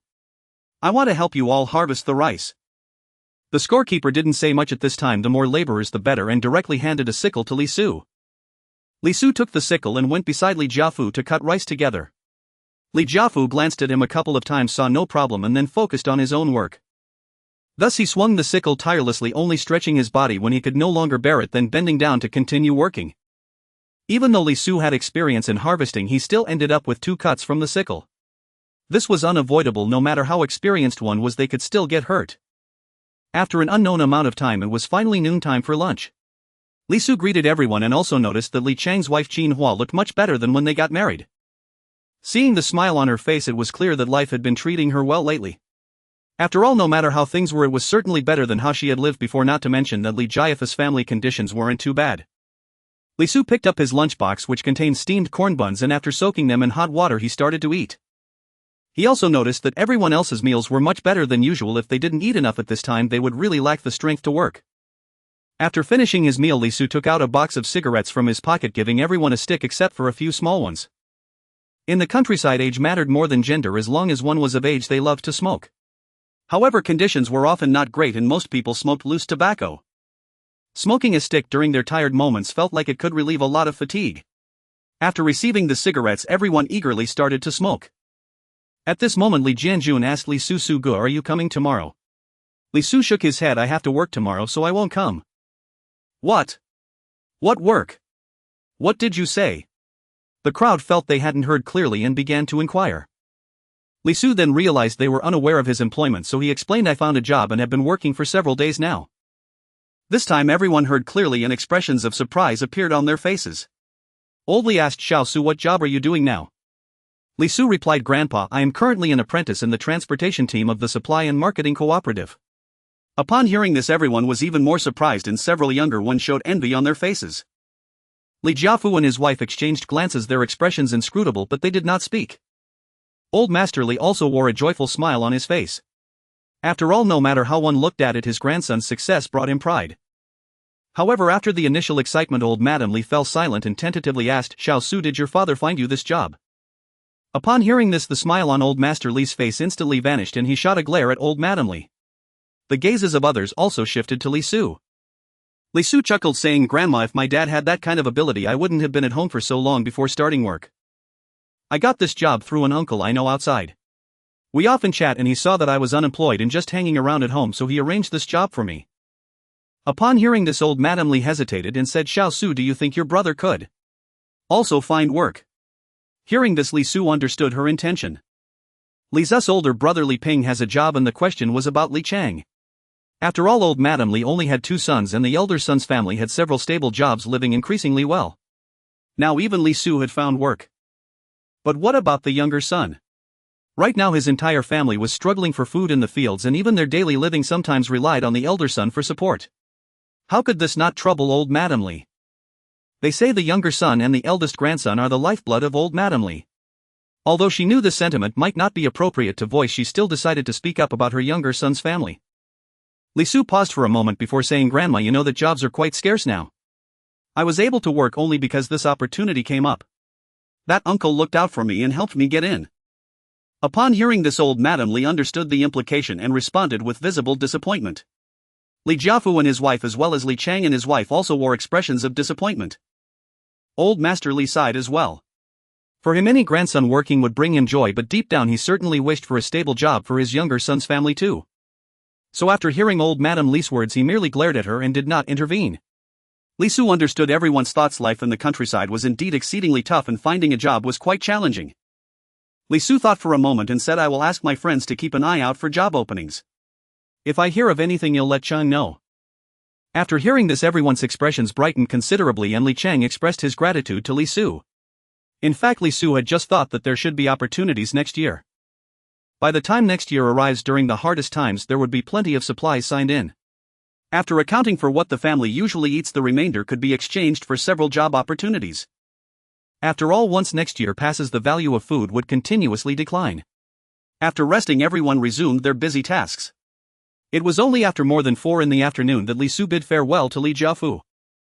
Li Su gulped down a large mouthful of cold water, feeling much better before heading home. By the time he got home, he felt as if his body was almost not his own. Fortunately, the evening meal provided him with great comfort. Since all 3 of them had gone out to work in the fields today, the dinner was significantly better than usual.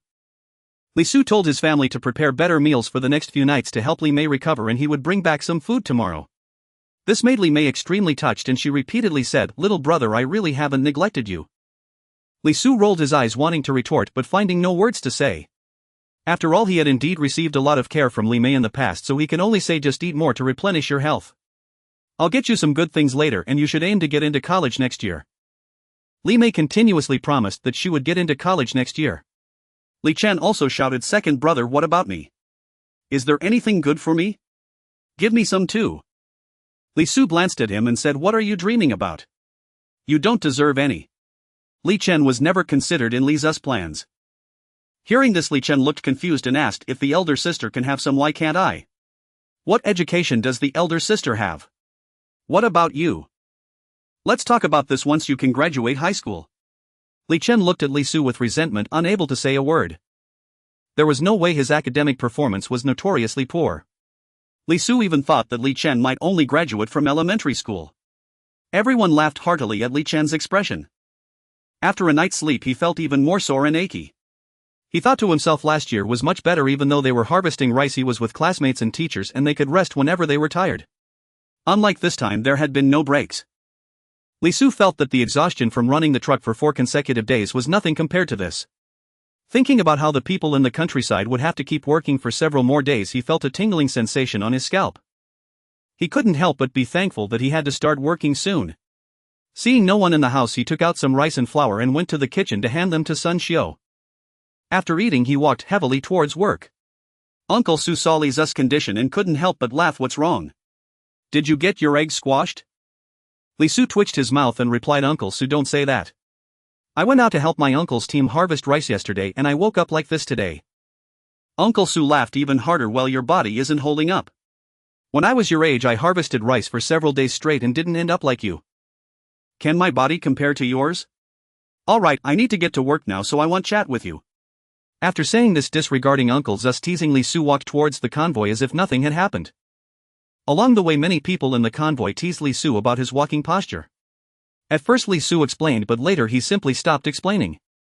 After returning the firearms to the logistics department, Li Su sat in Lu Gang's car flipping through the manual. It was only around noon that he felt much better. Upon arriving at the cafeteria, Li Su was surprised to find Xiao Jianping chatting and laughing with Su Weidong. He felt a bit puzzled. Could it be that Xiao Jianping has come around? Upon seeing Li Su, the two also came over. Xiao Jianping spoke first. "I was wrong before.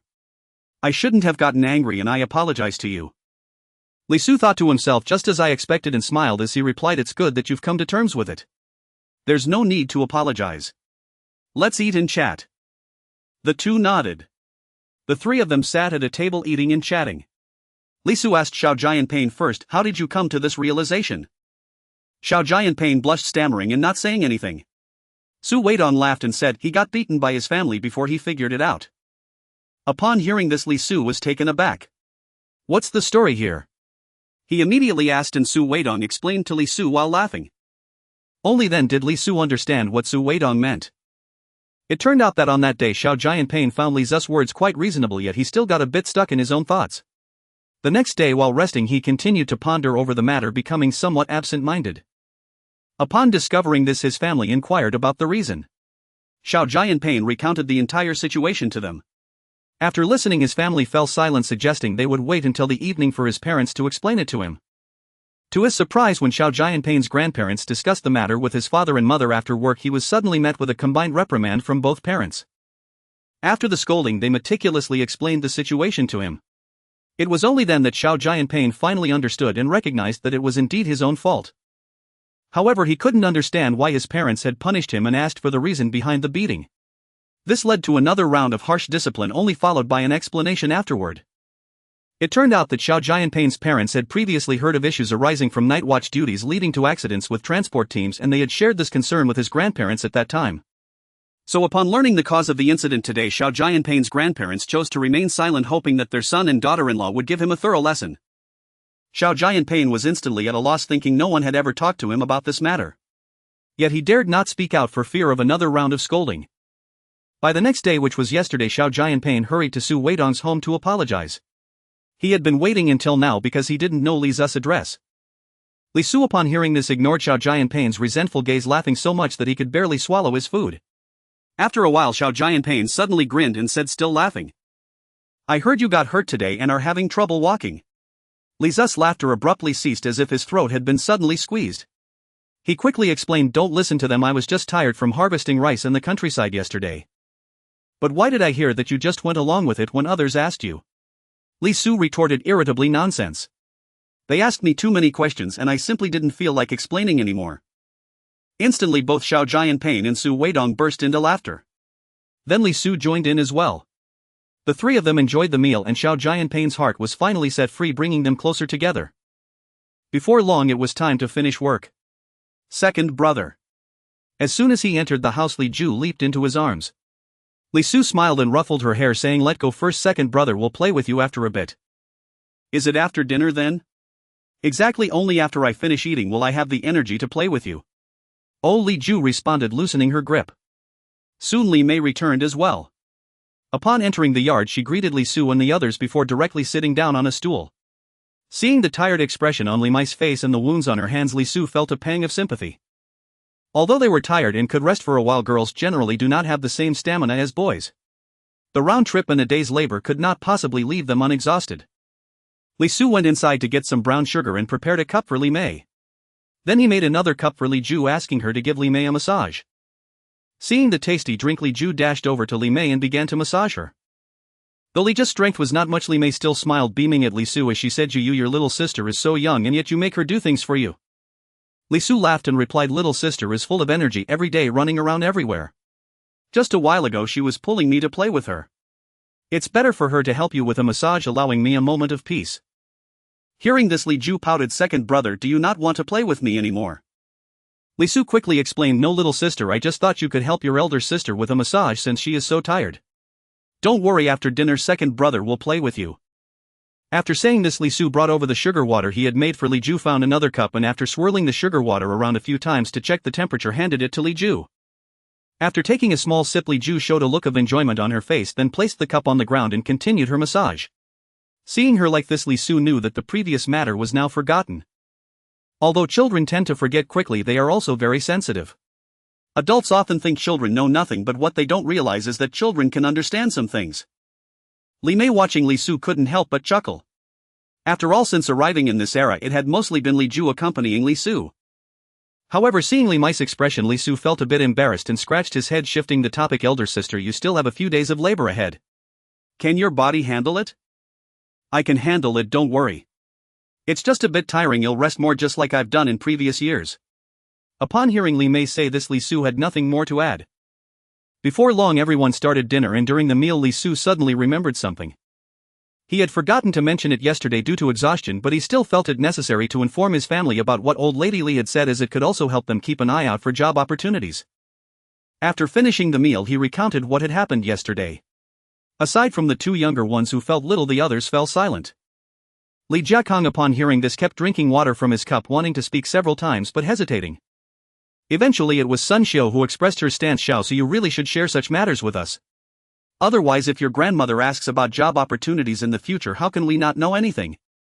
Originally we were all worried about you, but now that you have found a job on your own and your elder sister won't need us to worry about her, if all goes well we should all pay more attention to see if there are any opportunities to help Xiao Chang find a job.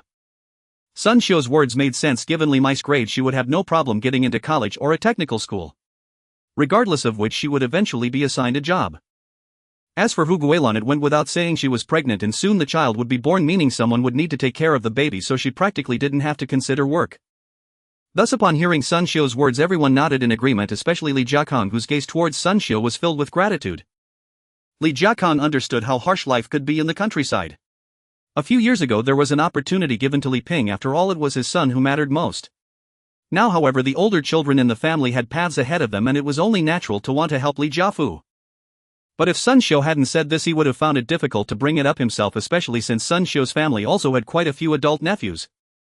Li Ping also spoke up, saying, Dad, Mom, I think we can look for people selling job positions. If there are any, we can pay to secure them, and they can gradually repay us once they start working and receiving their salaries. If there are extra jobs available, we can also arrange positions for my cousins from my uncle's families. After all, having money just sitting there without being able to buy anything is of no use. It's better to take it out and help them a bit. If the money isn't enough, I still have some on my side. Upon hearing this, everyone looked at Li Ping in surprise. Surprisingly, what Li Ping suggested was indeed feasible. Although job positions could only be inherited by relatives once both parties reached an agreement, no one would pursue the matter too closely. For instance, when Uncle Su got Li Su into the auto team, he claimed that Li Su was his nephew. If he hadn't said that, Li Su wouldn't have qualified to work there. As for money, it was even more relevant when there are no tickets. Money is truly of no use and can't buy anything. Although Li Su didn't know how much Li Jiakong and the others had saved, he knew it was definitely not a small amount. The only issue is that there aren't many people willing to sell job positions. However, if they come across one, paying for a job would definitely be a worthwhile endeavor. The more everyone thought about it, the more feasible the idea seemed, so they began to discuss it further. Sun Xiao looked at Li Ping with a warm gaze. How could she not want to help her family? However, the saying goes, a married woman is like water that has been spilled. This is not something that can be said in a day or two.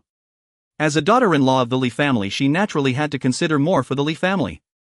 But now Li Ping's suggestion gave him hope to assist his brothers from his maternal family.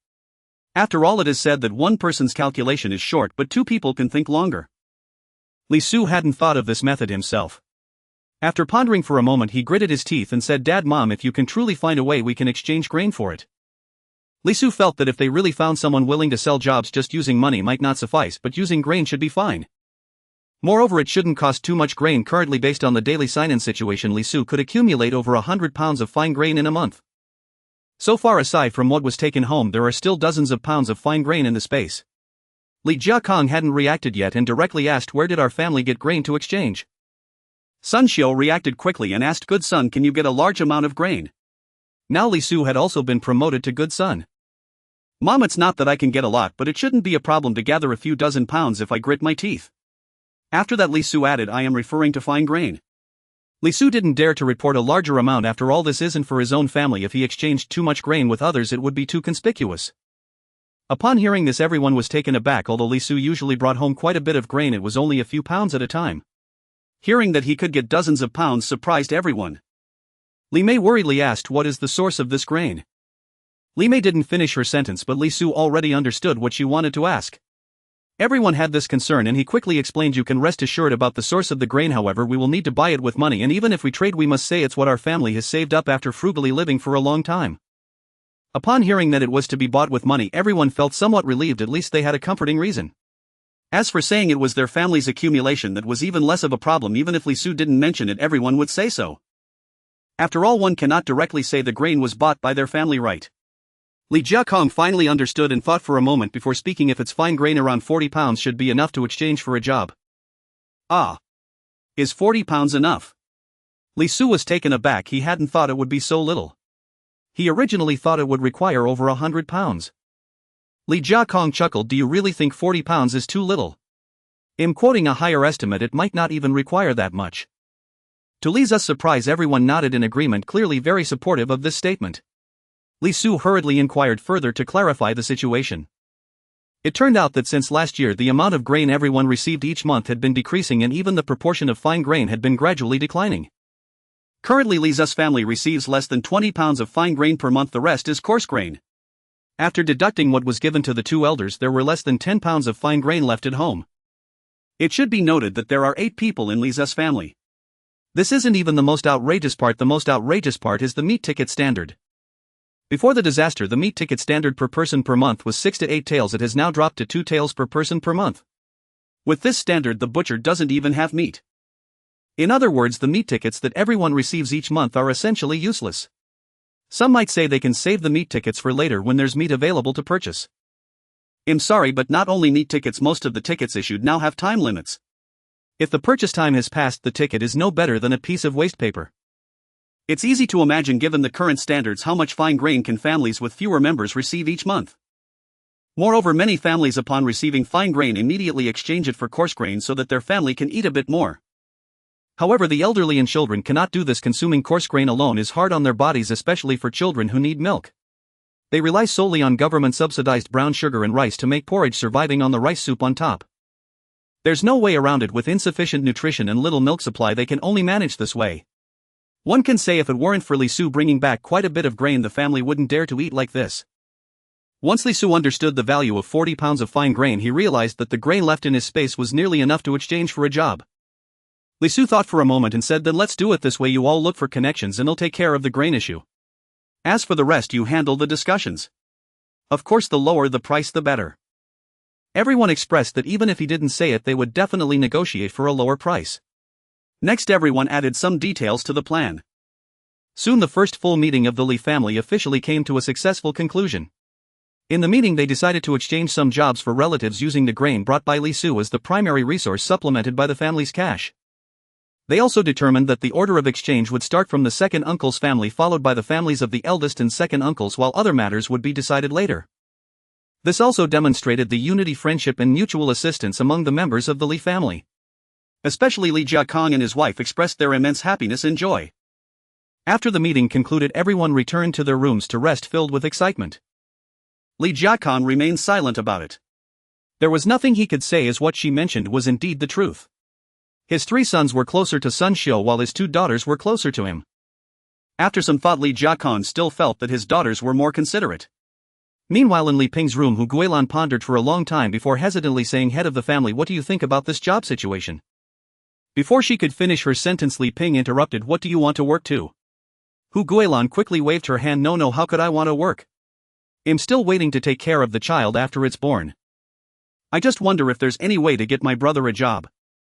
Hu Guilan truly did not want to work at the moment. She felt that life at home was wonderful, and aside from what Li Ping gave to Sun Xiu, the remainder of his salary was under her control.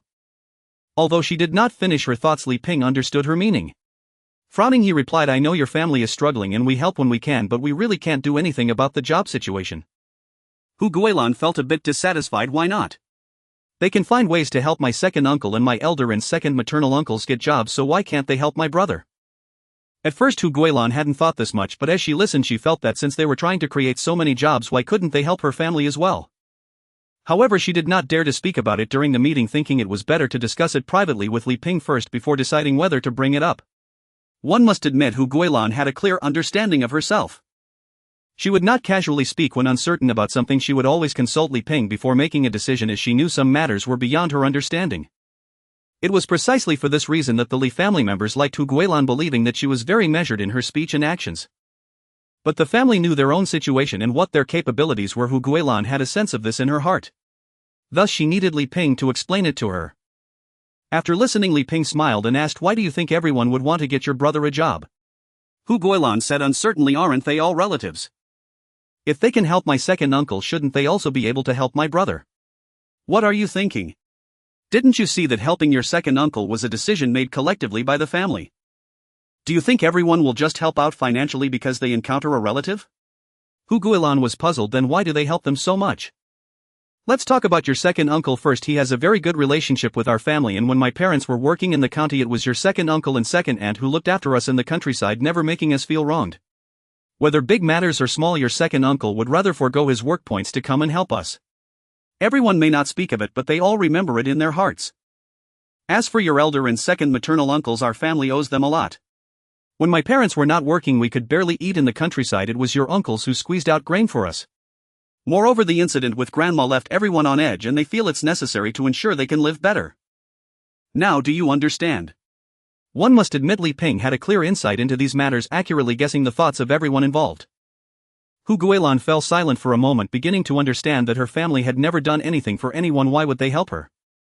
But recalling how her family looked emaciated and swollen during her last visit home, she felt a bit unwilling and murmured, "But our family still has to help with money." Hearing this, Li Ping smiled even more happily. "You don't really think that money can buy a job, do you? To be honest, what I mentioned before was just an idea. What can truly make this idea a reality is the grain promised by Xiao Su. Without his promise to provide dozens of pounds of fine grain, we might not even secure a single job, and there wouldn't be the later enthusiastic discussions. Now do you understand?" Hu Guilan finally realized that money was not the most important factor. What mattered was the scarce resources. And it just so happened that Li Su could get his hands on the most needed grain right now. This was what gave everyone the confidence to secure several jobs. After understanding, Hu Guilan fell silent, knowing that her family had no hope left, lying on the bed with a long face. Seeing her like this, Li Ping felt a bit of compassion, thinking that her family was indeed struggling. With one person earning a salary for the entire family and so many younger siblings with nothing to do, even though they were city dwellers, their lives were still worse than those of some rural folks. Moreover, thinking about how Hu Guilan had waited for him for several years and treated him with utmost care after they got married, managing the household so well, he realized that aside from what was allowed by family, she had never privately subsidized her family.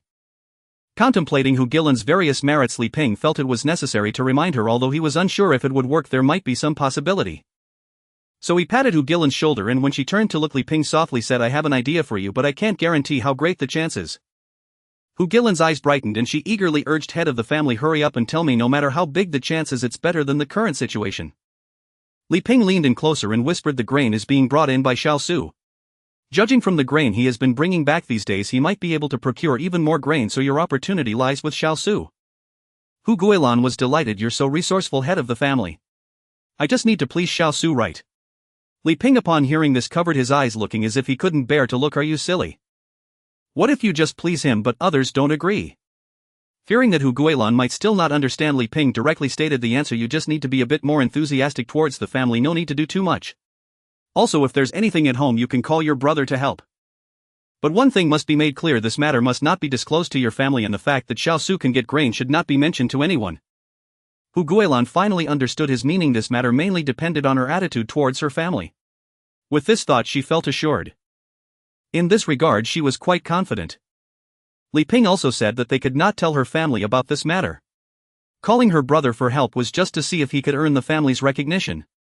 If he could, then the chances of success would greatly increase. Finally understanding, Hu Guilan nodded with delight. "I understand, don't worry, I'm not foolish, I won't tell anyone about this." Seeing that Hu Guilan finally understood his intentions, Li Ping let out a sigh of relief. Ignoring Hu Gilan's current excitement, he hurriedly urged her to sleep. The next morning, Li Su took out the remaining dozens of eggs from before. He asked Sun Xiu to boil some for everyone to replenish their energy, leaving the rest for later. Everyone enjoyed a sumptuous breakfast. After the meal, Li Su quietly pulled Li Mei into his room. Li Mei was puzzled. "Why did you pull me here? I still have to go to school." Li Su didn't answer and took out a half-gene of brown sugar he had prepared from the cupboard, handing it to Li Mei. Li Mei was stunned when she received it, looking at the small package, shaking it and asking, "What is this?"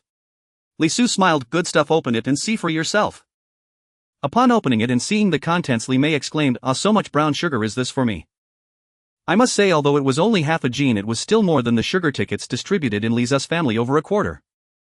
However, after buying sugar for his family, there was less left to distribute to others, plus they had to save some for guests, making the amount even smaller. When giving out sugar, it was done carefully, afraid of spilling even a grain. Li Su nodded. "Didn't I say I'd get you some good stuff? This is just that I just got it, you keep it for drinking." Li Mei was surprised. "I thought you were just saying it, I didn't expect you'd actually bring such good stuff. This is too much, I can't accept it." Li Su persuaded, "Just accept it, I went through a lot to get this, besides I usually prefer tea and don't drink this much. If you're really uncomfortable, just share a bit with Xiao Mei." After much persuasion, Li Mei finally accepted it, promising to bring Li Ju along to drink.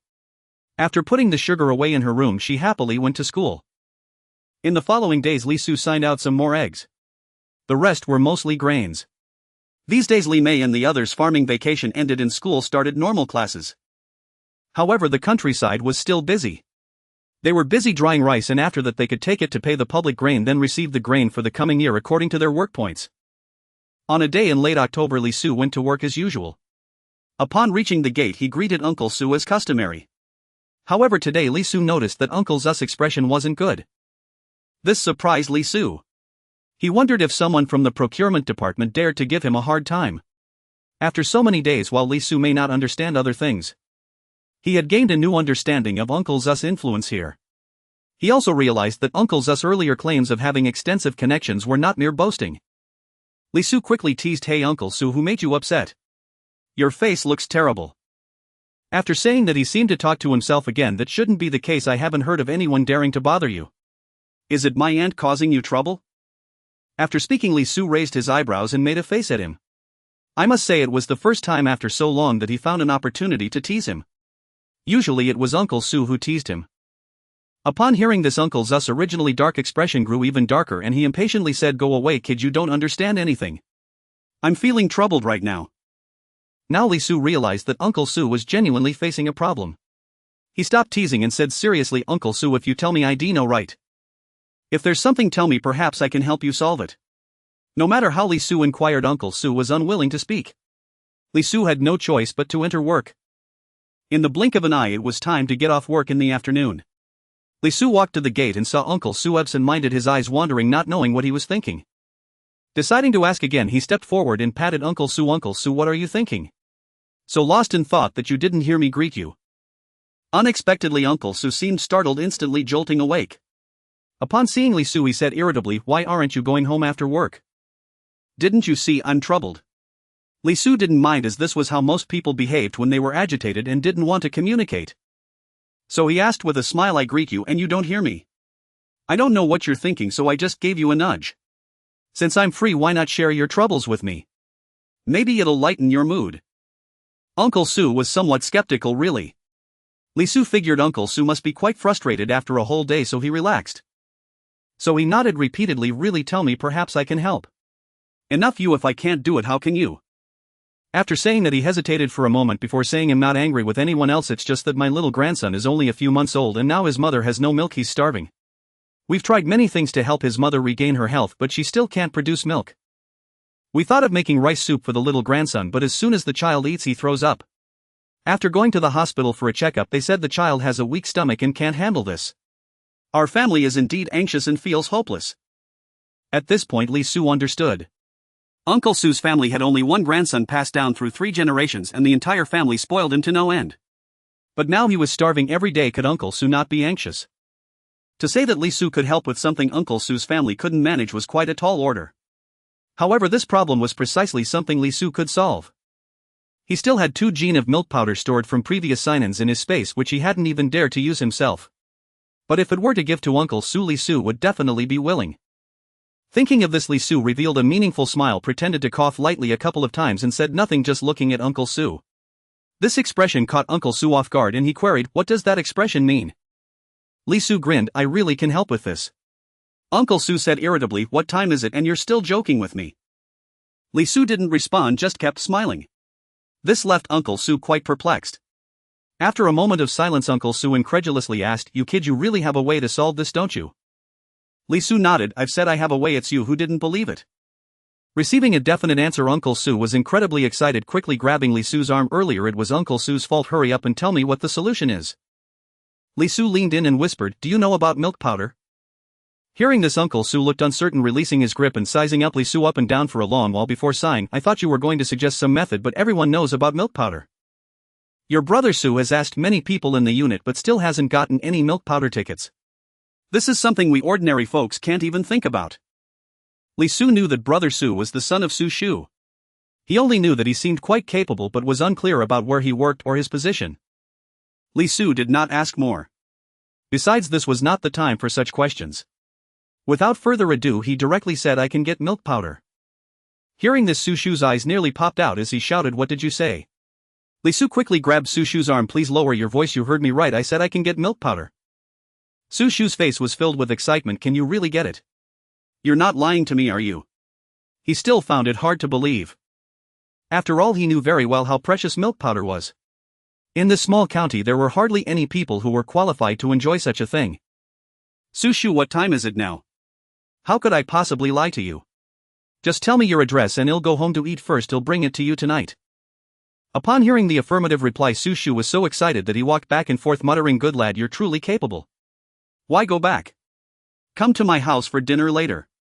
Li Su scratched his nose. "I asked you early on what was going on, but you wouldn't say anything. Dinner is ready at home, I think I should go back and eat first, then bring the stuff over tonight." Su Shu immediately grabbed Li Su, insisting that he come to eat at his house. Li Su repeatedly declined. Seeing Li Su really unwilling to go, Su Shu finally had to tell him his address. He also urged him to make sure to come tonight. Li Su, both amused and helpless, repeatedly agreed. After saying this, Li Su returned home to eat. On the other side, after work, Su Shu returned home. The frown on his face disappeared and he even showed some joy. Su Shu's wife shot him a glare. "You old man, how can you be happy when your grandson is like this?" Su Shu quickly explained, "The issue with my grandson will be resolved tonight, don't worry about it." "What?" Upon hearing this, Su Shu's family exclaimed in surprise. Su Shu's wife hurriedly asked, "Quick, tell me, how will it be resolved?" Others also stared at Su Shu's dark face full of expectation. Su Shu, seeing their eager expressions, was extremely pleased. "Someone will deliver milk powder tonight." Everyone gasped in astonishment. Su Shu's son repeatedly questioned, "Dad, are you talking about milk powder? Where did you get it from?" This was a question everyone wanted to know. Su Shu recounted how he met Li Su. Everyone fell silent. Some were skeptical that someone who couldn't even find a job could actually get milk powder. Su Shu's wife was the first to lose patience. Old man, is this person reliable? He couldn't even find a job without your help. How could he possibly get milk powder? Su Shu replied unhappily, what are you talking about? If I can say this, I must have confirmed it multiple times. Besides, you haven't met him. When he comes tonight you'll see. He doesn't look like someone who lacks food, and you know how capable it is to not lack food at this time. One cannot deny that experience counts. Lisa's family had been eating fine grains during this time and their complexions were quite good. In the automobile team everyone had decent conditions, so it didn't stand out. But Su Shu could infer that Li Su did not lack food. After this period of contact, Su Shu still had considerable trust in Lisa's character. He believed that while the source of Lisa's food might be questionable, it was definitely fine. Thus he pretended not to know. Hearing Su Shu's confident words, everyone began to believe him. Su Shu's son frowned. Dad, how much milk powder does he have? Such a precious thing, what can we give in exchange? Su Shu slapped his head embarrassed. Oh, when I heard this news I was too excited and forgot to ask everyone. Su Shu's wife calculated their family's resources. The other party doesn't lack food and we really can't spare any extra food. We already spent the precious tickets we had before to buy things. We can't just trade money or worthless tickets for it, can we? Well, how about I talk to him? We can let him have the milk powder first, give him some extra money and later get him a bicycle ticket. That should be about right. In fact, the value is quite similar, as bicycles can be used indefinitely while milk powder is consumed. However, that's not how the accounting works. Su Shu's family urgently needed milk powder and had no way to obtain it, making it extremely precious. For someone who can get milk powder, a bicycle ticket is not a rare item. Su Shu said this out of necessity. Although everyone in the family has decent jobs, they truly have nothing valuable. They couldn't possibly offer used items in exchange. They could only put on a brave face and hope that Li Su would do them a favor. He still had some confidence in this, since Lisa's job was also helped by him. After some discussion, everyone agreed to Su Shu's plan. Meanwhile, on Lisa's side, after finishing dinner, he played with Li Ju for a while. Until it was completely dark, he said goodbye to his family before heading out. He even borrowed the water bucket from home. Li Su thought he had heard someone say that crushing carp soup is particularly effective for increasing milk production. Coincidentally, there were still quite a few crushing carp in the space, so he took some out to deliver. Li Su carried the water bucket filled with water to just outside Su Shu's house before taking out the milk powder and fish. To his surprise, the fish remained still in the space. But once taken out and placed in water, they immediately began to swim energetically. He only took a pound of milk powder, enough to last a few days in case of emergency. If the fish really worked, milk would come quickly, and at that point he wouldn't need this anymore. If there was still no milk later, Li Su would bring the remaining pound. Arriving at Su Shu's courtyard. Although the door was open, Li Su still knocked. Upon hearing the noise, the anxious people inside quickly hurried out. Su Shu took the lead, and upon seeing Li Su he couldn't contain his joy. Good lad, I thought you wouldn't come. Li Su smiled and replied, I promised to come tonight, so I will definitely come. Here, take your things. Alright Uncle Su, given our relationship, isn't it a bit distant to say such things? Uncle Su nodded in agreement and introduced his family along with Li Su. Then Uncle Su instructed Su Go to fill a water bucket and bring it inside, while Aunt Su went to prepare a cup of milk powder for her grandson. He also led Li Su to the main room and prepared a cup of sugar water for him. Before they could say much, Su Gu entered with the water bucket and Li Su helped him pour the fish into it. Looking at the large bucket of fish, Su Gu was excited, rubbing his hands together and repeatedly thanking Li Su. The three of them sat in the main room chatting amiably. Before long, Aunt Su entered with a beaming expression. Without further ado, thank you, Li Su. I can't express how grateful I am. This child drinks and throws up everything. I prepared a cup of milk powder for him and he finished it in no time without throwing up, even belching contentedly. Now I can finally rest easy. Seeing this, Li Su quickly got up. Aunt Su, didn't we just say that discussing this is a bit distant given my relationship with Uncle Su? Then I still have to thank you, Aunt Su said before Uncle Su pulled her aside to a nearby bench. Uncle Su continued, alright, you should sit and rest for a bit. You haven't had a good night's sleep in days and must be exhausted. They chatted for a while longer in the room. After a while, Su Ge's wife came in, expressing her gratitude repeatedly. She had been inside caring for the child until he was full and asleep before coming out to thank them. After a round of back and forth, they finally settled down. Until Uncle Su couldn't sit still anymore, saying, Li Su, I really don't know what I can give you in exchange for all this. Earlier they only thought Li Su would bring some milk powder, but they didn't expect him to bring so many fish. The previous arrangement no longer seemed appropriate. Hearing this, Li Su waved his hand. Uncle Su, these things are just me giving them to my nephew, I don't want anything in return. Upon hearing this, everyone became restless, voicing their objections. No, how can we accept this? Li Su smiled. Uncle Su, when you helped arrange my job you didn't ask for anything in return.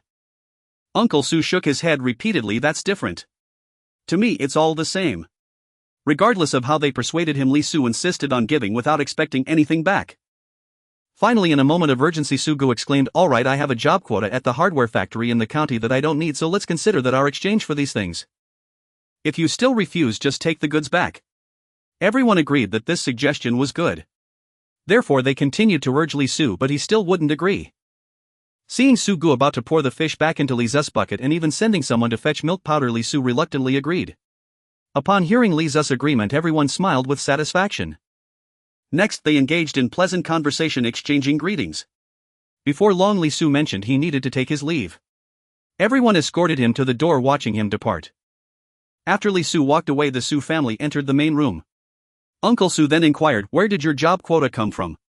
Sugu chuckled, I helped the director of the hardware factory with something and he gave me a job quota. Originally I didn't intend to use it for an exchange, but who would have thought he brought so many fish and insisted on giving without expecting anything back. Now this is the only thing we can offer. Moreover, I see him as someone worth associating with. He showed no hesitation when offering something for free, clearly having thought it through. Ansu chimed in, anyway we have no use for it at home, so giving it to him isn't a loss. Besides, we really owe him for his help this time. The old man was quite right. Just by looking at the child's expression it was clear he wasn't someone who lacked food. In the future we might need his assistance again. Everyone agreed with this. As long as the child's matter was resolved, that's what mattered most. When Li Su returned home, he found that his family was also resting. So he went straight back to his room to sleep. The next morning during breakfast, Li Su deliberately asked Li Jiakong, Dad, how's the job search going on your end?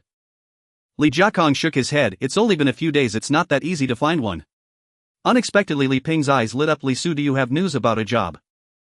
Li Su, surprised, asked, Big brother, how did you know? Li Ping smiled, I just felt something was off when you suddenly asked about this, so I guessed. I didn't expect to be right. Everyone looked surprised upon hearing this. Li Jiakong, excited, put down his chopsticks, repeatedly asking, you little rascal, tell us how you found it. Li Su briefly recounted the story.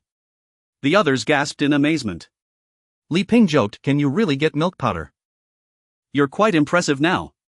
When your sister-in-law gives birth next year and needs milk, you must help your big brother, but I can't afford that price. Li Su patted his chest, saying, Big brother, just wait and see, leave it to me. Besides, isn't it family? Why do we need to talk about prices?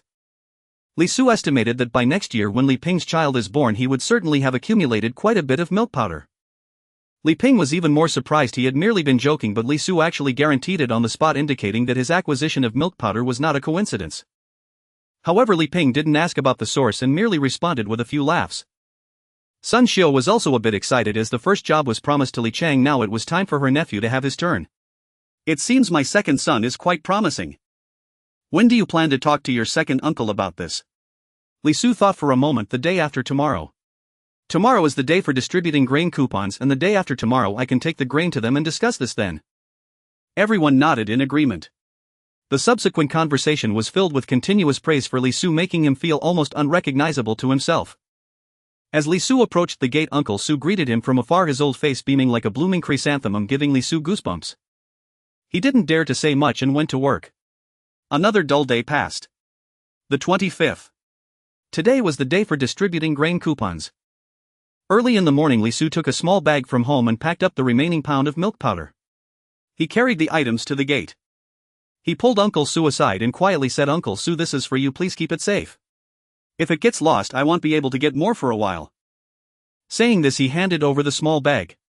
Li Su wore a mysterious expression, leaving Uncle Su stunned. What are you sending me now? Saying this, he took the sack and opened it to take a look. Upon seeing the familiar packaging inside, his initially indifferent expression transformed. Why did you bring me baby formula again? Li Su chuckled. Uncle Su, keep your voice down. That job opportunity is so precious and you all gave it to me. I didn't feel right about it and worked hard to get another pound. You should use it sparingly, as I won't be able to acquire more for a while. In fact, ever since Li Su received that job opportunity, he had already thought about gifting the remaining baby formula to Uncle Su. Uncle Su wanted to say something to refuse, but thinking of his grandson at home, he couldn't bring himself to say it. How can I accept this? There's nothing to refuse, Uncle Su. What I brought before wouldn't even get me a job. Consider this my compensation, just take it. Seeing Li's insistence, Uncle Su found it hard to resist the temptation of the baby formula, feigning a few refusals before finally accepting it. After the items were delivered, Li Su was about to head to the team for work, but unexpectedly Uncle Su pulled out an envelope and handed it over. Here, this is for you. Li Su was taken aback. This envelope doesn't contain money, does it? I can't accept that. Uncle Su glanced at him. What are you thinking? This is the introduction letter your brother Su brought back yesterday. When the time comes, your family can take this letter to the hardware factory to get the job. Li Su suddenly realized, oh, as long as it's not money, that's fine. After saying this, he folded the envelope casually and stuffed it into his pocket.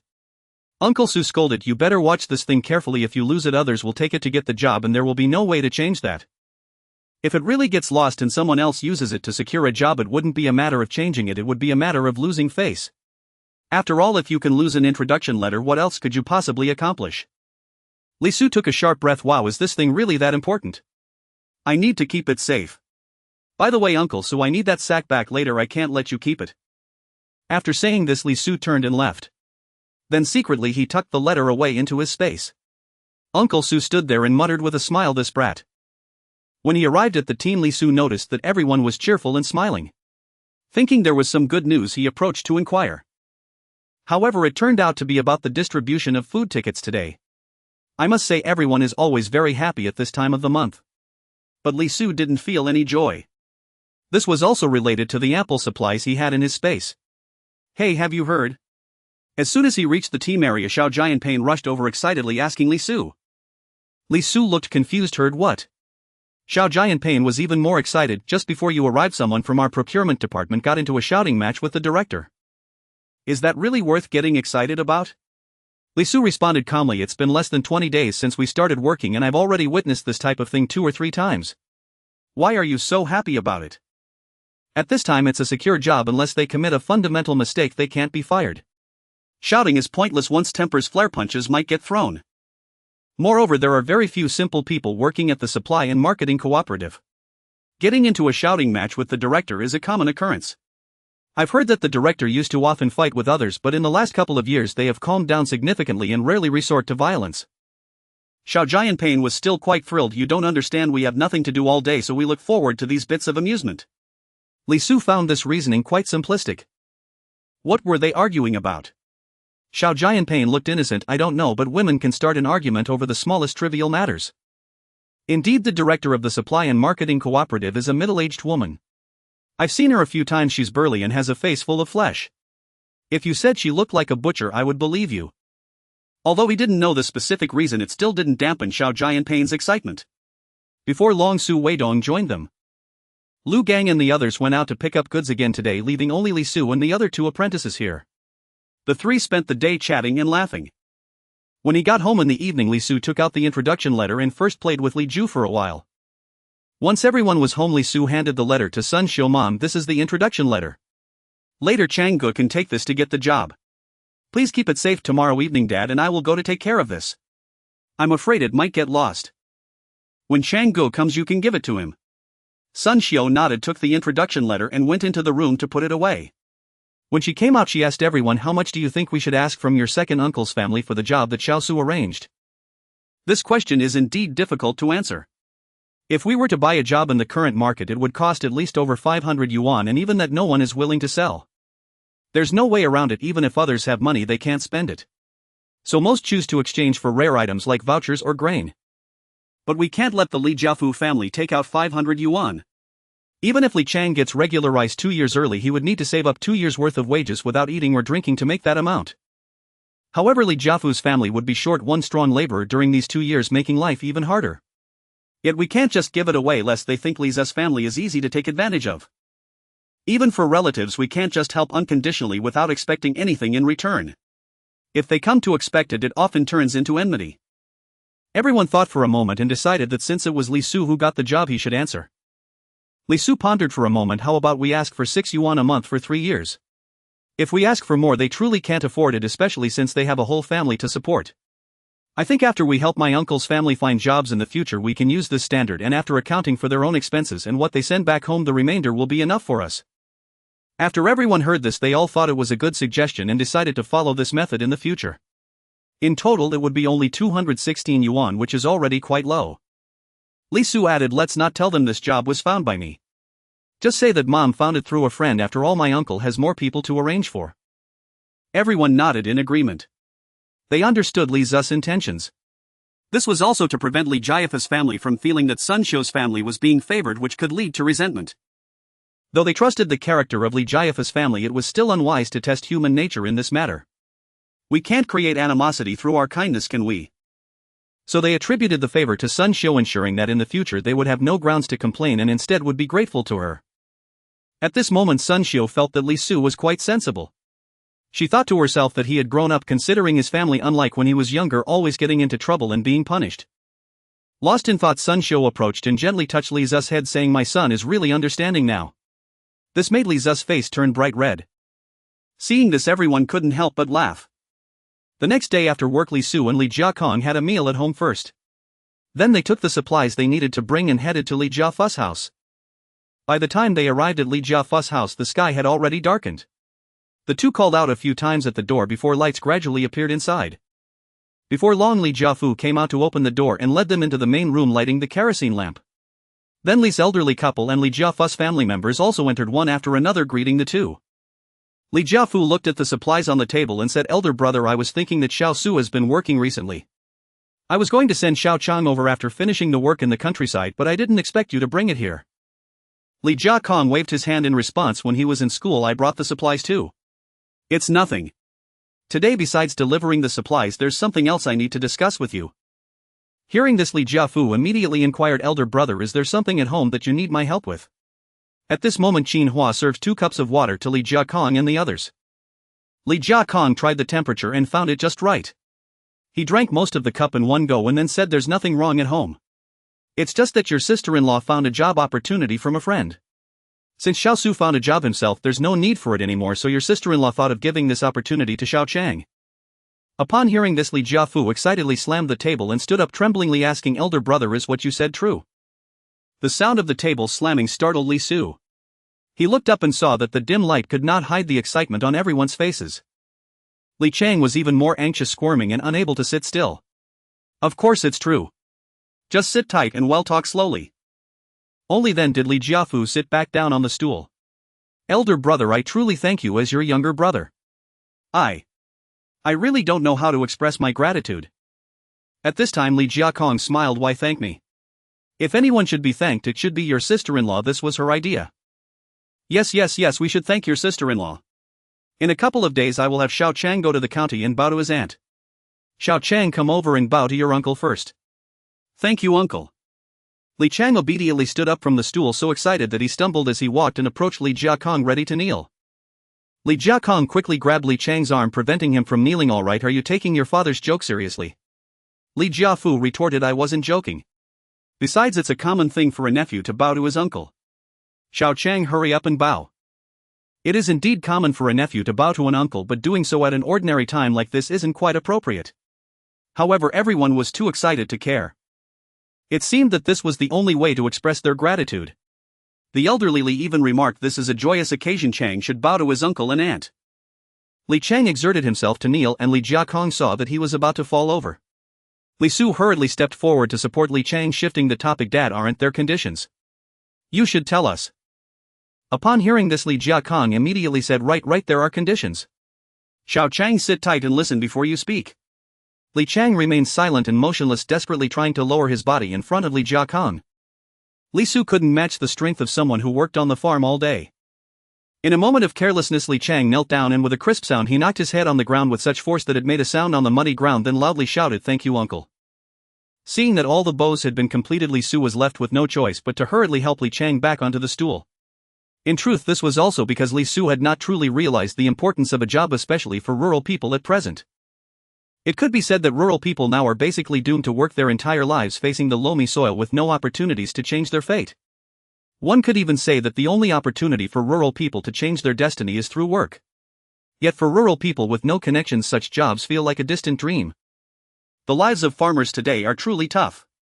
If given the chance, they would even be willing to sweep the streets in the county. Seeing this, Li Jiakong helplessly said this job comes with conditions, they want something in return. Our family will help provide these things. After Xiao Chang starts working, he will give our family 6 yuan every month for 3 years, and that will suffice. Hearing this, Li Jiafu was at a loss for words. He knew how much it would cost to get a job nowadays, and even with connections it was hard to obtain. With these conditions it's almost like giving away a job. Elder brother, why don't we give you a bit more every month? Otherwise this job is just too much for us to handle. Li Jiakong waved his hands repeatedly. Alright, it's settled then. This was also your sister-in-law's decision. In a few days, once you finish your work here and take care of things at home, have Xiao Chang come to the county to find me. Everyone nodded in agreement. Duan Xiaoyun was also continuously expressing her gratitude. Once everything was discussed, Li Jiakong and the others prepared to take their leave.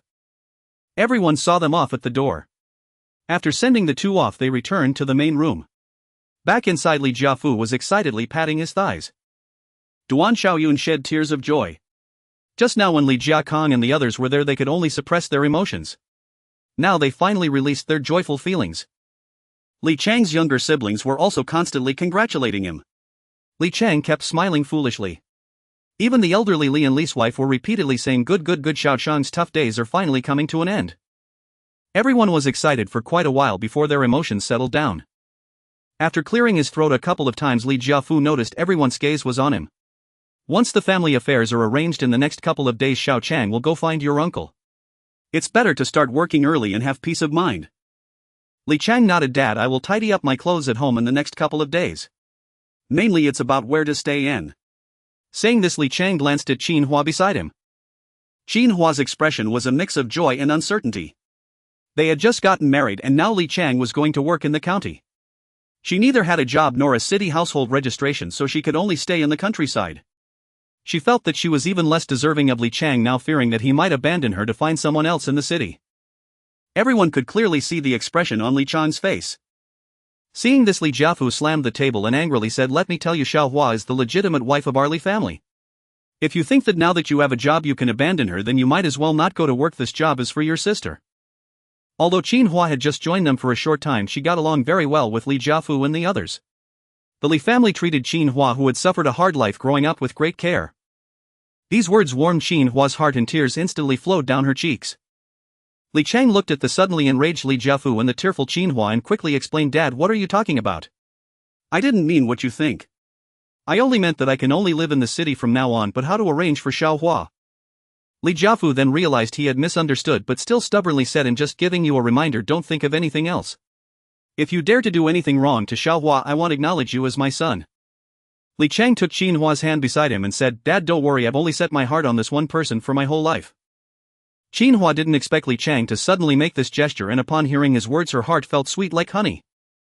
Not only did she stop crying, but her face also instantly turned crimson. However, the dim light made it hard to see clearly. After a while she noticed everyone was looking at them, and Xuanhuan shyly pulled her hand away. At that moment Li Jiafu pondered and said, I think you should rent a room in the county first and live alone. Once you establish yourself at the factory, we can see if we can get Xiaohua a position as an apprentice, even if it doesn't lead to a permanent position. If that doesn't work, I'll swallow my pride and ask your uncle to see if he can help get her an apprentice position. Now there are two types of apprentice positions at the factory. One is for people like Li Chang who have a recommendation letter or connections. They will be promoted to permanent positions after completing their apprenticeship, or may even be promoted early. The other type is for those who have no connections and can be dismissed at any time, waiting desperately for a chance to secure a permanent position. This is the kind of job Li Jiafu wanted to find for Xuanhuan. Although the chances of securing a permanent position as an apprentice are nearly zero, even so for rural people it is still a tremendous opportunity. As long as she becomes an apprentice, Xuanhuan would be able to transfer her household registration to the city. In these times children's registrations follow the mother, and only in this way can Li Chang's children become city dwellers and enjoy the benefits of grain supply. Li Chang hesitated and said, isn't this inappropriate? Aunt just got me a job, and if I ask uncle to help get Xiaohua an apprentice position, what will they think of us?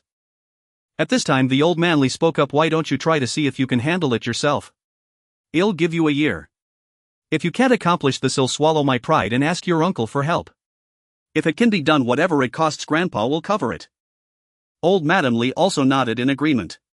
Duan Xiaoyun and Li Jiafu couldn't help but exclaim, Dad, you. Li Chang, though touched, still couldn't help but say, Grandpa, let's not trouble uncle for this. If we really can't find a way, then forget it. Unexpectedly several people spoke in unison. No way. Old man Li sighed. Xiaochang, even if it's not for you we have to think about your children. As long as it allows your children to eat properly I can sacrifice my face. Moreover this matter is not as difficult as you imagine. Your uncle once told me that most city people look down on such jobs. Those who can see them are often unwilling to pay the price, while those who can afford it fear being dismissed by the factory, making the money wasted. Therefore these jobs are still in demand, and as long as we spend a little money it's quite easy to accomplish. Hearing this, Li Chang was extremely excited. Grandpa, really? Really? Old man Li was speaking the truth. As long as one is willing to spend money the matter is indeed simple, and at most a little favor is needed, which doesn't have to be too great. After all, this is a job that can be dismissed at any time. If too many favors are involved it wouldn't be worth it. Hearing the clear answer, Li Chang was happy but still said, Grandpa, let's do it your way. I'll try it myself first. In his view his family already owed Li Jiakong and the others quite a bit. If possible he still hoped to accomplish this matter by relying on himself. Seeing Li Chang's determination, old man Li immediately smiled. Good, then I'll wait for your good news. Li Chang nodded and then asked, Dad, Mom, how much should I give to the family every month after I start working? Li Jiafu looked at Duan Xiaoyun, signaling her to respond. Duan Xiaoyun thought for a moment and then said, you need to give your uncle 6 yuan every month for 3 years, and you also have your own expenses. So for the first 3 years you will pay 5 yuan each month, and after 3 years half of your salary. Li Chang had no objections to this. Duan Xiaoyun continued, in a few days you should rent a room in the city first. Once the grain is divided it will be the off-season. At that time let Xiaohua stay with you for a while. Xuanhuan quickly refused. Mom, I still need to manage the family plot. I won't go. Duan Xiaoyun waved her hand. All right, I'll handle the family matters. Besides, letting you go to the county is also because we want to hold our grandson sooner. If you have free time, go to your uncle's house and see if there's anything you can help with. Hearing this, Xuanhua's face turned red again. She glanced at Li Chang and said softly, Mom, I understand, I will work hard. This made Li Chang's face turn completely red as well. Seeing that everything that needed to be said had been said, Li Jiafu reminded, until things are finalized no one can speak outside. Do you understand? Otherwise I will make him pay for it. Everyone knew that this statement was aimed at the brothers Li Jianguo and Li Jianjun. The two brothers looked at Li Jiafu's unfriendly gaze and shivered in fright, quickly assuring that they would be the most obedient and would definitely not speak outside. Only then was Li Jiafu satisfied and nodded. Everyone chatted for a while longer before sleepiness set in and they returned to their rooms to rest. Meanwhile, concerning Li Jiakong, the two returned home quite late, each going back to their own rooms to sleep. After Li Jiakong entered his room and lay down in the dark, a voice suddenly came from beside him. How did it go? This startled Li Jiakong, causing him to sit up abruptly from his bed. After hearing the laughter beside him, Li Jiakong realized it was Sun Xiu speaking, and he replied irritably, Why are you still not asleep? The matter is done, and after telling them we both returned. By the way, in a few days Xiao Chang will have to bow to you. Although Sun Xiu only uttered a single word, Li Jiakong still sensed a profound doubt within it. After lying down again, Li Jiakong smiled and recounted everything that had just happened. Hearing Li Jiafu and the others express their deep gratitude towards her, Sun Xiu smiled and said, It was my son Li Su who came up with the idea. Some people just never think of me. Li Jiakong knew that the some people Sun Xiu referred to was him, and he wasn't angry, replying, Yes, your son is great, isn't he also my son? Sun Xiu let out a soft laugh. The two exchanged a few more words before drifting off to sleep. Originally Li Su and the others thought that Li Chang would arrive in the county within 3 to 5 days. However, it was already the 6th day and he still hadn't come. Li Jiakong and the others were quite puzzled, wondering if something had happened at Li Jiafu's home. But then they thought if something really had happened he would have surely informed them. In the end, Sun Xiu speculated that it was likely delayed due to the grain distribution in the countryside these past few days. This guess was widely accepted by Li Su and the others. Today was also the first day of November. Early in the morning Li Su happily set out. There was no choice, they had signed in for 4 pounds of meat that morning. The moment Li Su saw the meat his mouth couldn't help but water. As he took the meat out, Li Su couldn't stop looking at it. This meat was the fatty type that people loved most these days. In his past life, to put it bluntly, if this kind of meat was placed in front of Li Su he wouldn't even look at it and would definitely complain about how fatty it was. But now it was different. After a long time without meat, Li Su felt as if he had forgotten the taste of it. Thinking of braised pork and then of twice-cooked pork, his mouth watered even more. He gazed at the pork with a lovesick smile. Li Su felt quite perverse. After staring for a while he finally put the meat away. How could Li Su not be happy thinking about this meat? Unexpectedly, after arriving at work, there was another piece of good news. After seeing Lu Gang at the auto team, Li Su cheerfully greeted him. Uncle Lu, good morning. Lu Gang was taken aback and asked in confusion, Hearing Lu Gang's words, Li Su was also surprised. No, what? Lu Gang was even more puzzled. Then what are you so happy about? Li Su thought to himself, I have several pounds of meat, how could I tell you? Of course I can't. I'm just happy for no reason. Lu Gang. After a while Lu Gang said, I thought you were so happy because you knew it was payday today, turns out you're just joyfully daydreaming. Upon hearing this, Li Su became even happier. Uncle Lu, we get paid today. Lu Gang nodded, we get paid on the first day of every month. You'll come with me in a bit. Li Su felt like he was bubbling with joy. Sure thing, Uncle Lu. Not long after, Lu Gang took Li Su to the finance department. Once everyone in front had received their payments, it was Li Su's turn. The finance lady asked Li Su to sign his name on the salary sheet. After Li Su signed, she handed him a few bills and said, your salary plus the travel allowance from last month totals 18.51 yuan, count it yourself. Li Su immediately began counting. There weren't many bills, and after confirming there were no mistakes, he walked away happily. It's no wonder the auto team pays well. Last month Li Su hadn't even worked a full month yet. He went out on 2 trips and ended up earning more than a full month's wage. Li Su waited for Lu Gang to finish collecting his salary. When Li Su saw Lu Gang approaching with a stack of cash, his eyes turned red with envy. He quickly asked, Uncle Lu, how much did you earn last month? Lu Gang chuckled, not much, just over 50 yuan. And you? Li Su felt embarrassed to speak about 18 yuan and something. Lu Gang patted Li Su on the shoulder, this is only your first month, that's already good. Once you become a full-time employee you can earn this much too. Li Su nodded, thinking to himself that he still didn't know if he would get a chance to become a full-time employee. The two returned to the vehicle team to start a dull day. After work that afternoon, when Li Su got home, he first took the meat out and put it in his room. Initially he didn't want to attract too much attention in the morning, planning to wait until the new year to cook it. At that time everyone could buy meat, but the quantity was very limited. If there was no meat it would just be a longing. But now that there was meat he couldn't stop thinking about it. When Li Su waited for Sun Xiu to return, he quietly asked her, Mom, I brought back some meat, can we cook it at home? There was no way to put it mildly when cooking a meal with meat. Now half the street could smell it. Moreover, people who hadn't eaten meat for a long time would have a particular scent after eating it once, and others would immediately know. Sun Xiu gasped when she heard meat. You got meat? How much?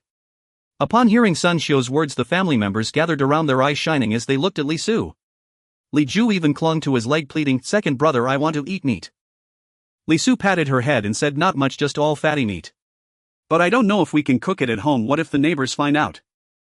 Upon hearing there was fatty meat to eat, everyone's eyes nearly popped out at this moment. Who cared about neighbors? They chattered excitedly about wanting to eat meat, looking at Sun Xiu with eager eyes. Sun Xiu glanced at everyone, thought for a moment and gritted her teeth, saying, Since it's not much, let's cook it all at once so everyone can satisfy their cravings. If anyone asks, just say Guilan just got pregnant and we exchanged some connections to get 2 tails of meat for her to nourish herself. Everyone agreed. Without further ado, Li Su went into the house to take out the meat.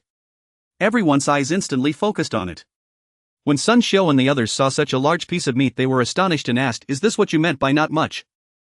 Li Su smiled awkwardly, It's only about 4 pounds, isn't that not much?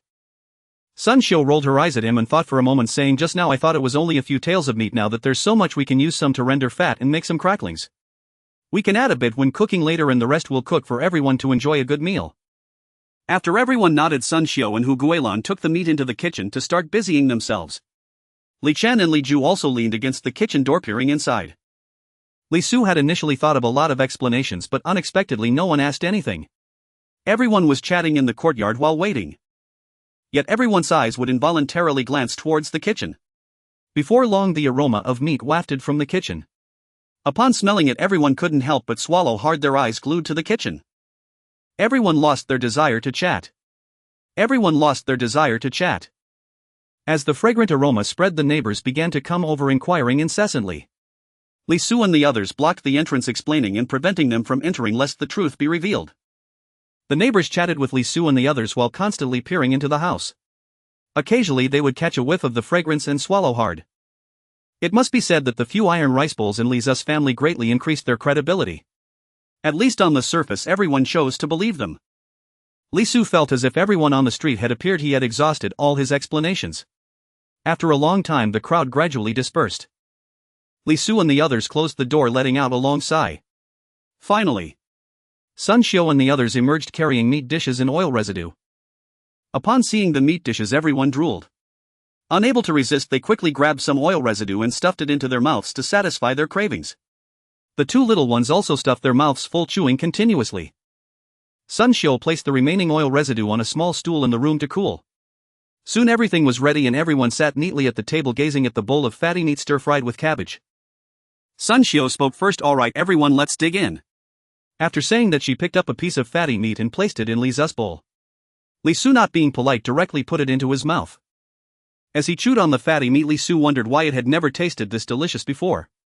Everyone also took their first chopsticks of fatty meat and stuffed it into their mouths. With squinted eyes, they savored every bite as if tasting some rare delicacy. After tasting, everyone waved their chopsticks, devouring the food eagerly. Once the meat was gone, everyone reached for the cabbage. Li Su found the cabbage to be incredibly delicious, infused with the flavor of meat and with a hint of sweetness. Soon the food on the table was completely cleaned up. Everyone couldn't help but exclaim how satisfying this meal of fatty meat was. Thus they praised the contributor Li Su. Just as everyone was sipping tea and marveling at how good the meal was that evening, a sudden pop sound and a cry of pain broke the atmosphere. Turning to look, they saw Li Chen standing in front of the oil residue, clutching his right hand with his left, tears almost streaming down his face. Sun Xiu stood in front of him glaring. Everyone understood without asking that Li Chen had been caught trying to steal some oil residue. Li Jiakong stood up and strode over to Li Chen, kicking him on his backside again. He scolded, "You little rascal, didn't I just tell you not to eat? Didn't I say this is for cooking in the future? How dare you steal?" After saying that, he kicked Li Chen's backside again. Although he didn't use much force, Li Chen still covered his bottom. This time tears truly streamed down. However, no one spoke up to advise. Nowadays no family tolerates children stealing food. If a hungry child really steals food from home, it could lead to dire consequences. At this moment, Li Chen stood there silently crying. Li Jiakong stepped forward and shouted, "Will you dare to steal again in the future?" Li Chen, sobbing, replied, I won't steal again." After receiving the answer, Li Jiakong's expression improved significantly. "Get out of here. If I find out you steal again, you'll regret it." After saying that, Li Chen quickly ran back to his room. Li Jiakong and Sun Xiu sat back down, continuing their conversation and sipping tea. In fact, Li Jiakong had already restrained himself. Nowadays parents don't reason with their children. Once a mistake is made, their method of education is to scold or hit. In the past, Li Su had often been beaten. After a while, Li Su suddenly said, "Mom, I've prepared the grain for Grandma, let's take it over in the next couple of days." Previously, Li Su had said that he would be responsible for the grain for Grandma's son every month, and now that a month had passed, he wanted to hurry and deliver it. Sun Xiu, upon hearing this, inquired with concern, "Xiao, so you've already brought back quite a bit of stuff lately. How about we take the grain from home?" Li Su felt speechless. Even if he took the grain from home, he still needed to replenish it for his family, so there was really no difference. So he replied, "Mom, don't worry. I just got my salary today, it's enough to buy grain."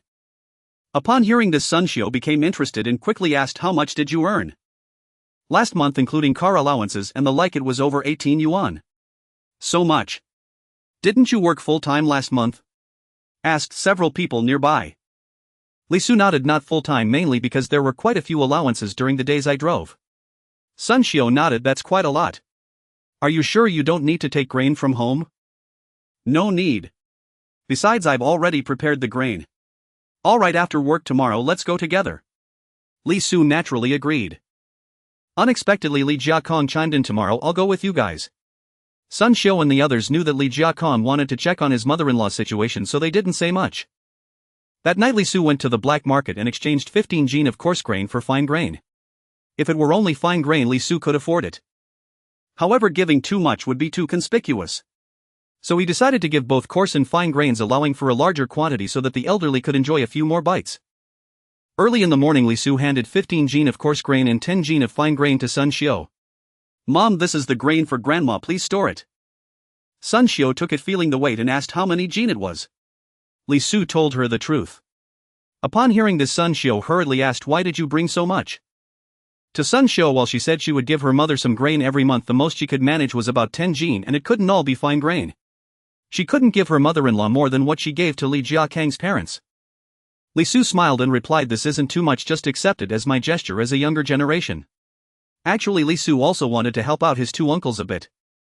Having seen his younger cousin's situation before, he felt pity. Now that he had the ability, he naturally wanted to take care of them more. Sun Xiu hesitated, "But your dad?" Li Su understood Sun Xiu's concerns and immediately said, "Mom, don't worry. This is the grain I'm giving. If my dad has anything to say, I can just give my grandfather's side an extra 10 jin of coarse grain every month. Li Su waved his hand saying, Mom, what are you talking about? Why thank our own family? Li Su was momentarily at a loss due to Sun Xiu's serious tone and could only reply, alright. After saying that, he ran outside. After dinner, the Li family planned to head to the countryside. Sun Xiu took out the grain and prepared to set off. Li Jiakong patted Li Su saying, you're already grown up, why don't you have any awareness? Don't you know to help your mom carry some? Before Li Su could respond, Sun Xiu spoke first, it's too tiring for Xiao Su to carry such a long way, let me take it instead. Li Jiakong scoffed disdainfully, glancing at Li Su, with just this little bit, what can he possibly carry? His contemptuous expression seemed to imply that Li Su was incapable.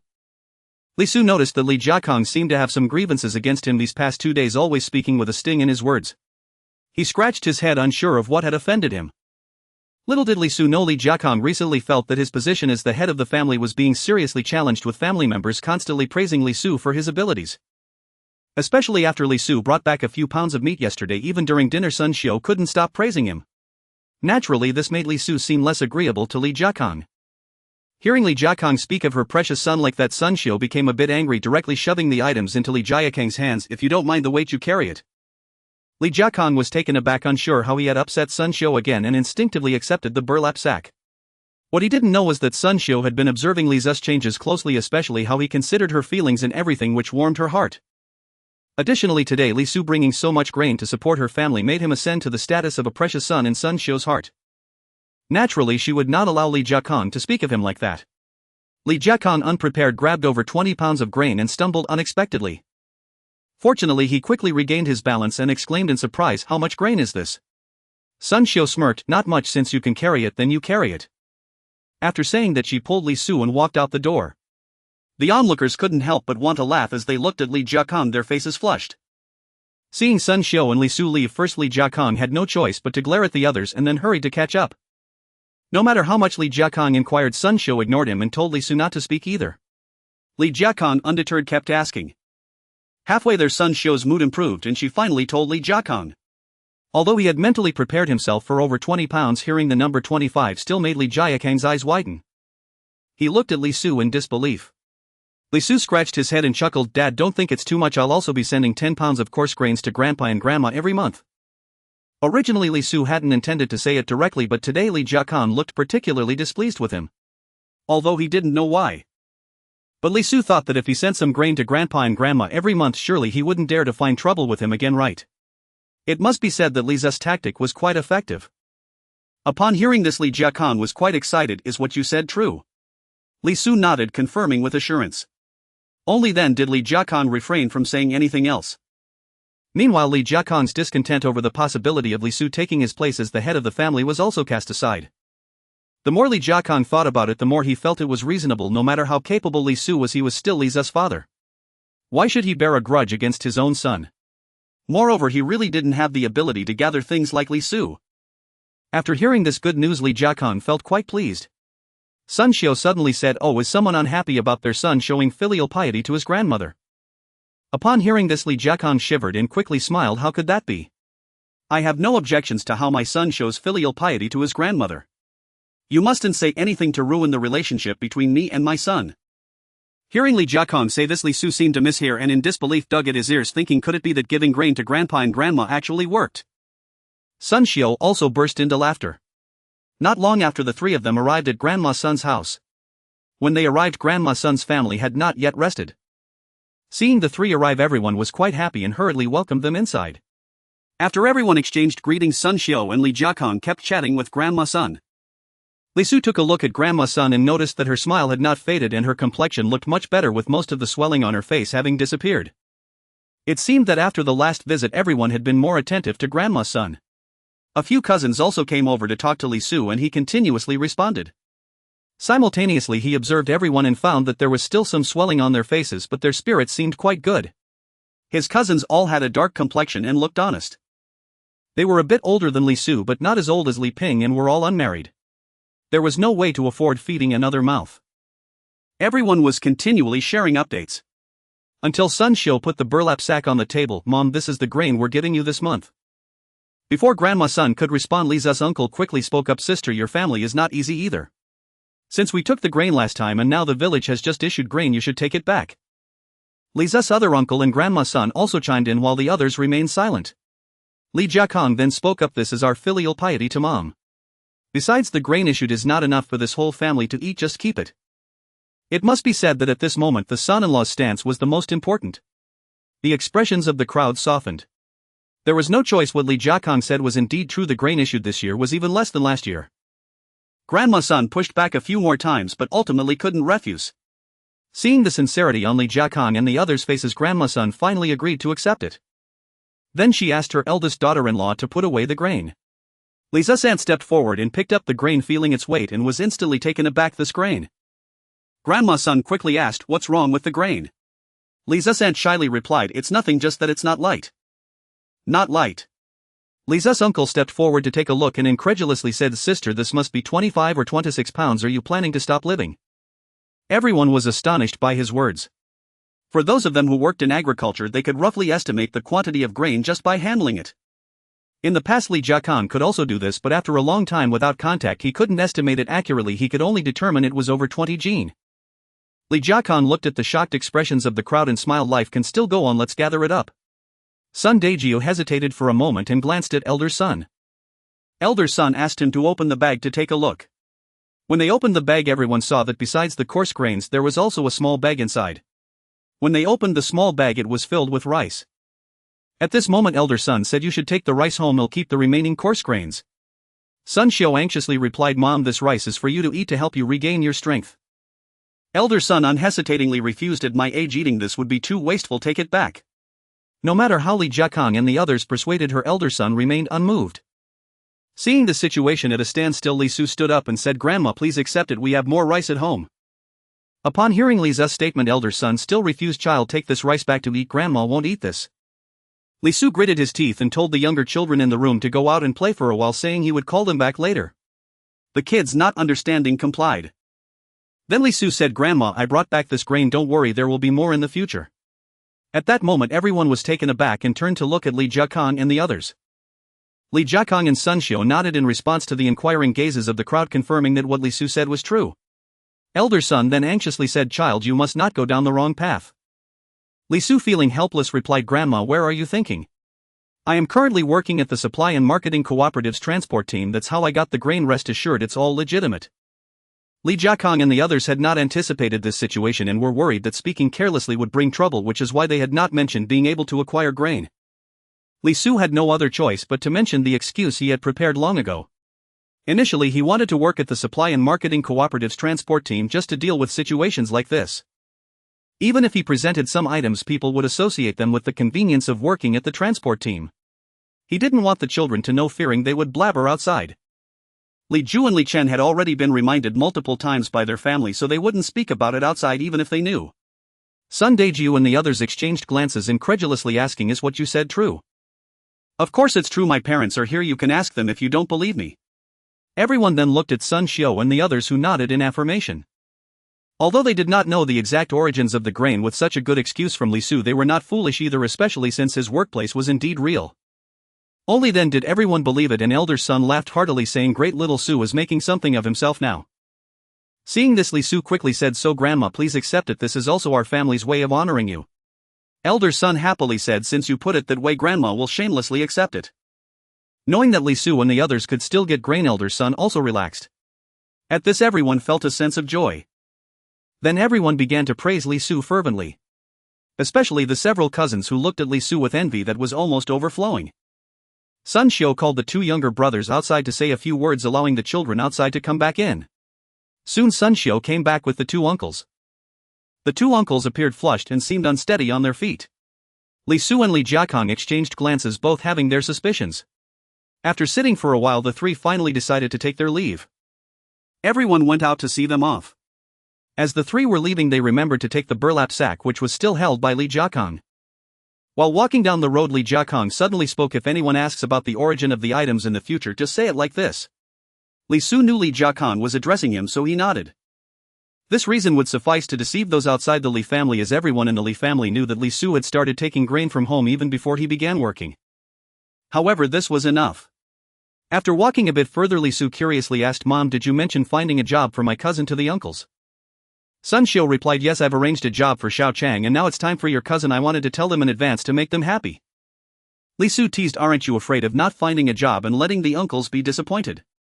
Sun Xiu joked back, "With my good son around, what do I have to fear?" This left Li Su momentarily speechless. Just like that, the three chatted all the way home. The next day after dinner, Li Jiafu, Li Chang and Xuanhuan arrived at Li Zu's house. The family was quite surprised to see them as they hadn't expected their visit after such a long time. After entering, Li Chang saw Sun Xiu also present in the house. He stepped forward and bowed to her, exclaiming, "Thank you, auntie." Sun Xiu, having already known about this matter, was prepared. Seeing this, she hurriedly helped Li Chang up and asked Li Mei to pour a glass of sweet water for the three. Once everyone was seated, Li Jiafu introduced Xuanhuan to everyone once again. They greeted each other and that was that. Li Jiakong curiously asked, "Why did you take so long to come? Did you only come after getting the grain in the countryside?" Upon hearing the question, Li Chang and Xuanhuan lowered their heads. Li Jiafu gave a bitter smile and said, "We encountered some issues. Here, this is the grain Xiao Chan borrowed from you for his wedding. We're returning it now and we thank you, brother and sister." After saying that, he picked up the burlap sack placed aside and handed it to Li Jiakong. Li Jiakong did not decline and let Sun Xiu take the grain to the kitchen. Then he asked, "Did something happen at home? Why didn't you come to notify us?" Li Jiafu's face grew even more pained as he thought, "These aren't outsiders. Besides, now very few people in the brigade are unaware of this, brother. It's nothing serious. It's just that during this grain distribution the Qin family took Xiaohua's share as well." "Ah." The surprised voice came from Li Su. He hadn't expected Li Jiakong's guess to be spot on. Upon hearing this, Li Jiakong slammed the table in anger, exclaiming, "The Qin family has lost all shame. How dare they bully people from the Li family? Tomorrow I'll take a day off to confront them." Others also displayed expressions of fury, unanimously declaring their intent to take leave tomorrow and accompany them. There was no other reason, since the Qin family had essentially sold off their daughter. Xuanhuan was now a member of the Li family, severed from any ties with the Qin family. At present, the Qin family's greed in claiming Xuanhua's grain for the entire upcoming year was tantamount to forcing her to death. It was a blatant act of bullying, knowing well that no one in the Li family could stand up to them. If the Li family did not restore their dignity, they would find no footing within the Qinghe brigade in the future. If you can endure others scheming to kill your kin, what else could you possibly not tolerate? Soon everyone would perceive the Li family as easy to bully, trampling on them without hesitation. When working the fields, they would be assigned the heaviest tasks. There was no other way. How could they not be easy targets? This was the harsh reality. As the old saying goes, kindness invites exploitation, just like a gentle horse is ridden. Seeing everyone standing up with angry faces, Li Jiafu hurriedly advised eldest brother, sister-in-law, "Please don't be angry, don't let your health suffer. This matter has already been resolved, so there's no need for you to go." Upon hearing this, Li Jiakong's anger slightly subsided. "Is it truly resolved?" Li Jiafu nodded repeatedly. "Indeed, please sit down." "Jiaping, you all sit down as well." Hearing Li Jiafu's words, Li Jiakong finally sat down and others followed suit. Yet the anger on Li Jiakong's face had not completely dissipated. In a deep voice he said, "Explain everything from the beginning." Then Li Jiafu began to recount the events. It turned out that grain distribution had already taken place a few days ago in the Qinghe brigade. Li Jiafu had planned to wait until after receiving the grain before sending Li Chang to work, intending to bring some grain to the county town in the first month and return the borrowed grain to Li Jiakong. However, no one expected that when the Li family went to collect the grain, they were informed that the Qin family had already taken Xuanhua's share. Seeing this, Li Jiakong and the others were furious and scolded the grain distributors. The distributors felt aggrieved as well, explaining that the Qin family had only collected Xuanhua's grain on her behalf and would return it to her. Believing they were all one family, they did not think much and allowed them to take it. However, the Qin family never actually gave the grain to Xuanhua. After collecting their grain, Li Jiafu and the others angrily went to the Qin family, but the Qin family outright denied any wrongdoing. No matter how much they scolded, they refused to return the grain. The Qin family was large in numbers, so if a fight broke out, the Li family would definitely suffer losses. With sullen faces, they returned home. The more Li Jiafu thought about it, the angrier he became. He went out again to find close friends in the same village, and Li Chang also gathered some companions. Li Jiafu's family had quite a good reputation within the Qinghe brigade. They quickly gathered a crowd. Thus they all went to the old Qin family. Unexpectedly, several Qin relatives had also assembled there. Upon seeing Li Jiafu arriving with people, a respected Qin relative stepped forward to negotiate. Li Jiafu then realized that the Qin family had anticipated their persistence and sent young family members to follow them. They informed their kin of Li Jiafu and the others' movements. Fearing losses, the Qin family summoned their relatives, claiming that the Li family intended to cause trouble. The Qin relatives, naturally afraid of internal disadvantage, gathered together. This led to the current confrontation. After hearing this, Li Jiafu was so enraged that he laughed bitterly and exposed the Qin family's greed in seizing Xuanhuan's grain. The Qin relatives were embarrassed and at a loss for words. They had only gathered because they heard the Li family was causing trouble. They truly did not know the specific reasons for the dispute. Upon learning the truth, the Qin family elders summoned Xuanhuan's father, Qin Dashuan. However, no matter how much the relatives persuaded, Qin Dashuan stubbornly refused to return the grain. Li Jiafu, furious, kicked him on the spot. As he was about to strike again, the Qin family members intervened. Seeing this, Li Jiafu's people also moved forward to fight. The two sides clashed fiercely. Fortunately, upon hearing the commotion, the Qinghe brigade captain promptly arrived with men to separate the parties. Everyone only suffered minor wounds. Otherwise, if the fight escalated, there would surely have been fatalities. In rural areas, large-scale brawls and deaths were all too common. After learning the situation, the captain demanded that Qin Dashuan return the grain. Yet Qin Dashuan was so disrespectful that he disregarded the captain's authority. This angered the captain to the point of laughter. At this moment, Xuanhuan hurried over. She had been uneasy at home and had secretly come out. Seeing the situation, Xuanhuan publicly severed ties with the Qin family before everyone. She had long been deeply disappointed with the Qin family, but as a junior she had not dared to voice it. Though Qin Dashuan had essentially sold his daughter, he had never openly admitted it, still referring to it as a marriage on the surface. But now that the Qin family left no way out for her, she no longer cared about appearances. She directly asked everyone to bear witness. The Qin relatives looked displeased but could not argue. After all, Qin Dashuan had even wished for Xuanhuan's demise. Her severing ties was justified. This gave the captain reason to act. He sternly rebuked Qin Dashuan, stating that Xuanhuan had cut ties with them. If the grain was not returned, he would call the authorities and Qin Dashuan might face gunfire. Qin Dashuan was dumbfounded and then began cursing Xuanhuan and the others. Li Chang and his group could not endure this and charged forward to fight again. This time the Qin relatives did not assist, only Qin Dashuan's family members intervened, but were all beaten to bruises and swelling. When the fight had mostly settled, the captain stepped in to separate Li Chang and the others. Qin Dashuan reluctantly returned the grain. Upon returning home, Li Jiafu saw the injuries on Li Chang's face and decided to wait until he recovered before taking further action. It was not until today, after healing, that the three came over. Qin Dashuan's fate was far from good. Not only was he seriously injured this time, but he also severely offended the captain.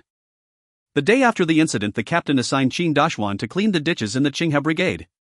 Though it was the off-season for farming, there was no true leisure in rural life. This time was also meant for agricultural work, primarily preparing for next year's sowing. Cleaning the ditches was among the most grueling tasks. Though the labor points earned were high, the lack of sufficient food meant little strength, and the actual points received were often lower than average.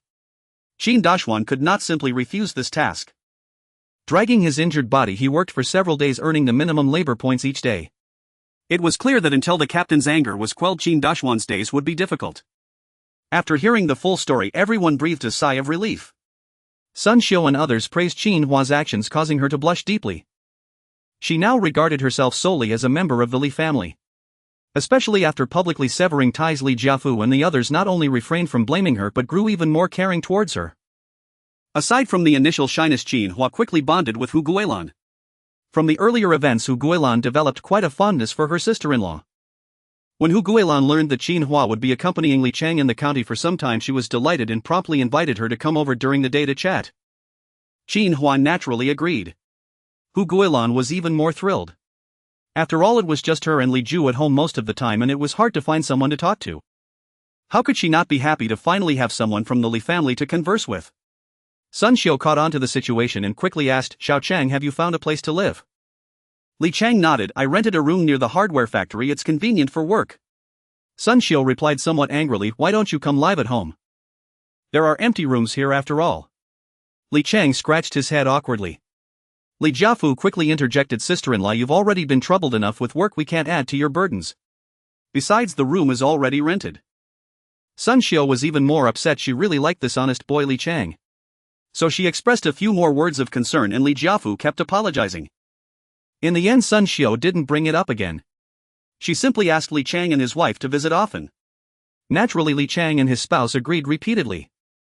Sun Xiu then got up and went to fetch the introduction letter, handing it to Li Chang. Xiao Chang, here's the introduction letter, keep it safe and take it with you tomorrow for your job. Li Chang received it with excitement and expressed his gratitude again. Sun Xiu laughed, silly boy, why are you being so polite? We're family. Li Chang, hearing this, couldn't help but smile shyly. Xuanhuan could also tell that Sun Xiu was genuinely caring for them. After all, who would be willing to offer such a job to a nephew? After chatting for a while longer, the three of them decided to take their leave. At the door, Hu Guilan held onto Xuanhua's hand, insisting that she come to keep her company often. Once she received Xuanhua's affirmative response, she finally released her hand. After the three of them walked away, Li Su and the others came in to continue their discussion. Sun Xiu remarked, I have to say Xiao Chang's wife is indeed a perfect match, gentle on the outside but strong within. Li Jiakang also smiled, saying, I previously had some reservations about how much grain Li Jiafu spent to marry her, but now I have none at all. Being able to publicly sever ties with the Qin family at that moment made even more grain worthwhile. Sun Xiu shot him a look and then said to Guilan, in the future when Xiaohua comes to chat with you, you can invite her to stay for lunch. They originally planned to return some provisions every month after Li Jiafu repaid the grain. But now Li Su was providing an additional 10 pounds of grain each month for Li Laozu.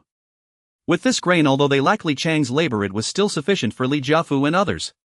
After all, laborers eat more due to their hard work. She now felt it might be better to use some of this grain to help Xuanhuan, as seeing her thin figure was somewhat heart-wrenching. Hu Guilan nodded in agreement.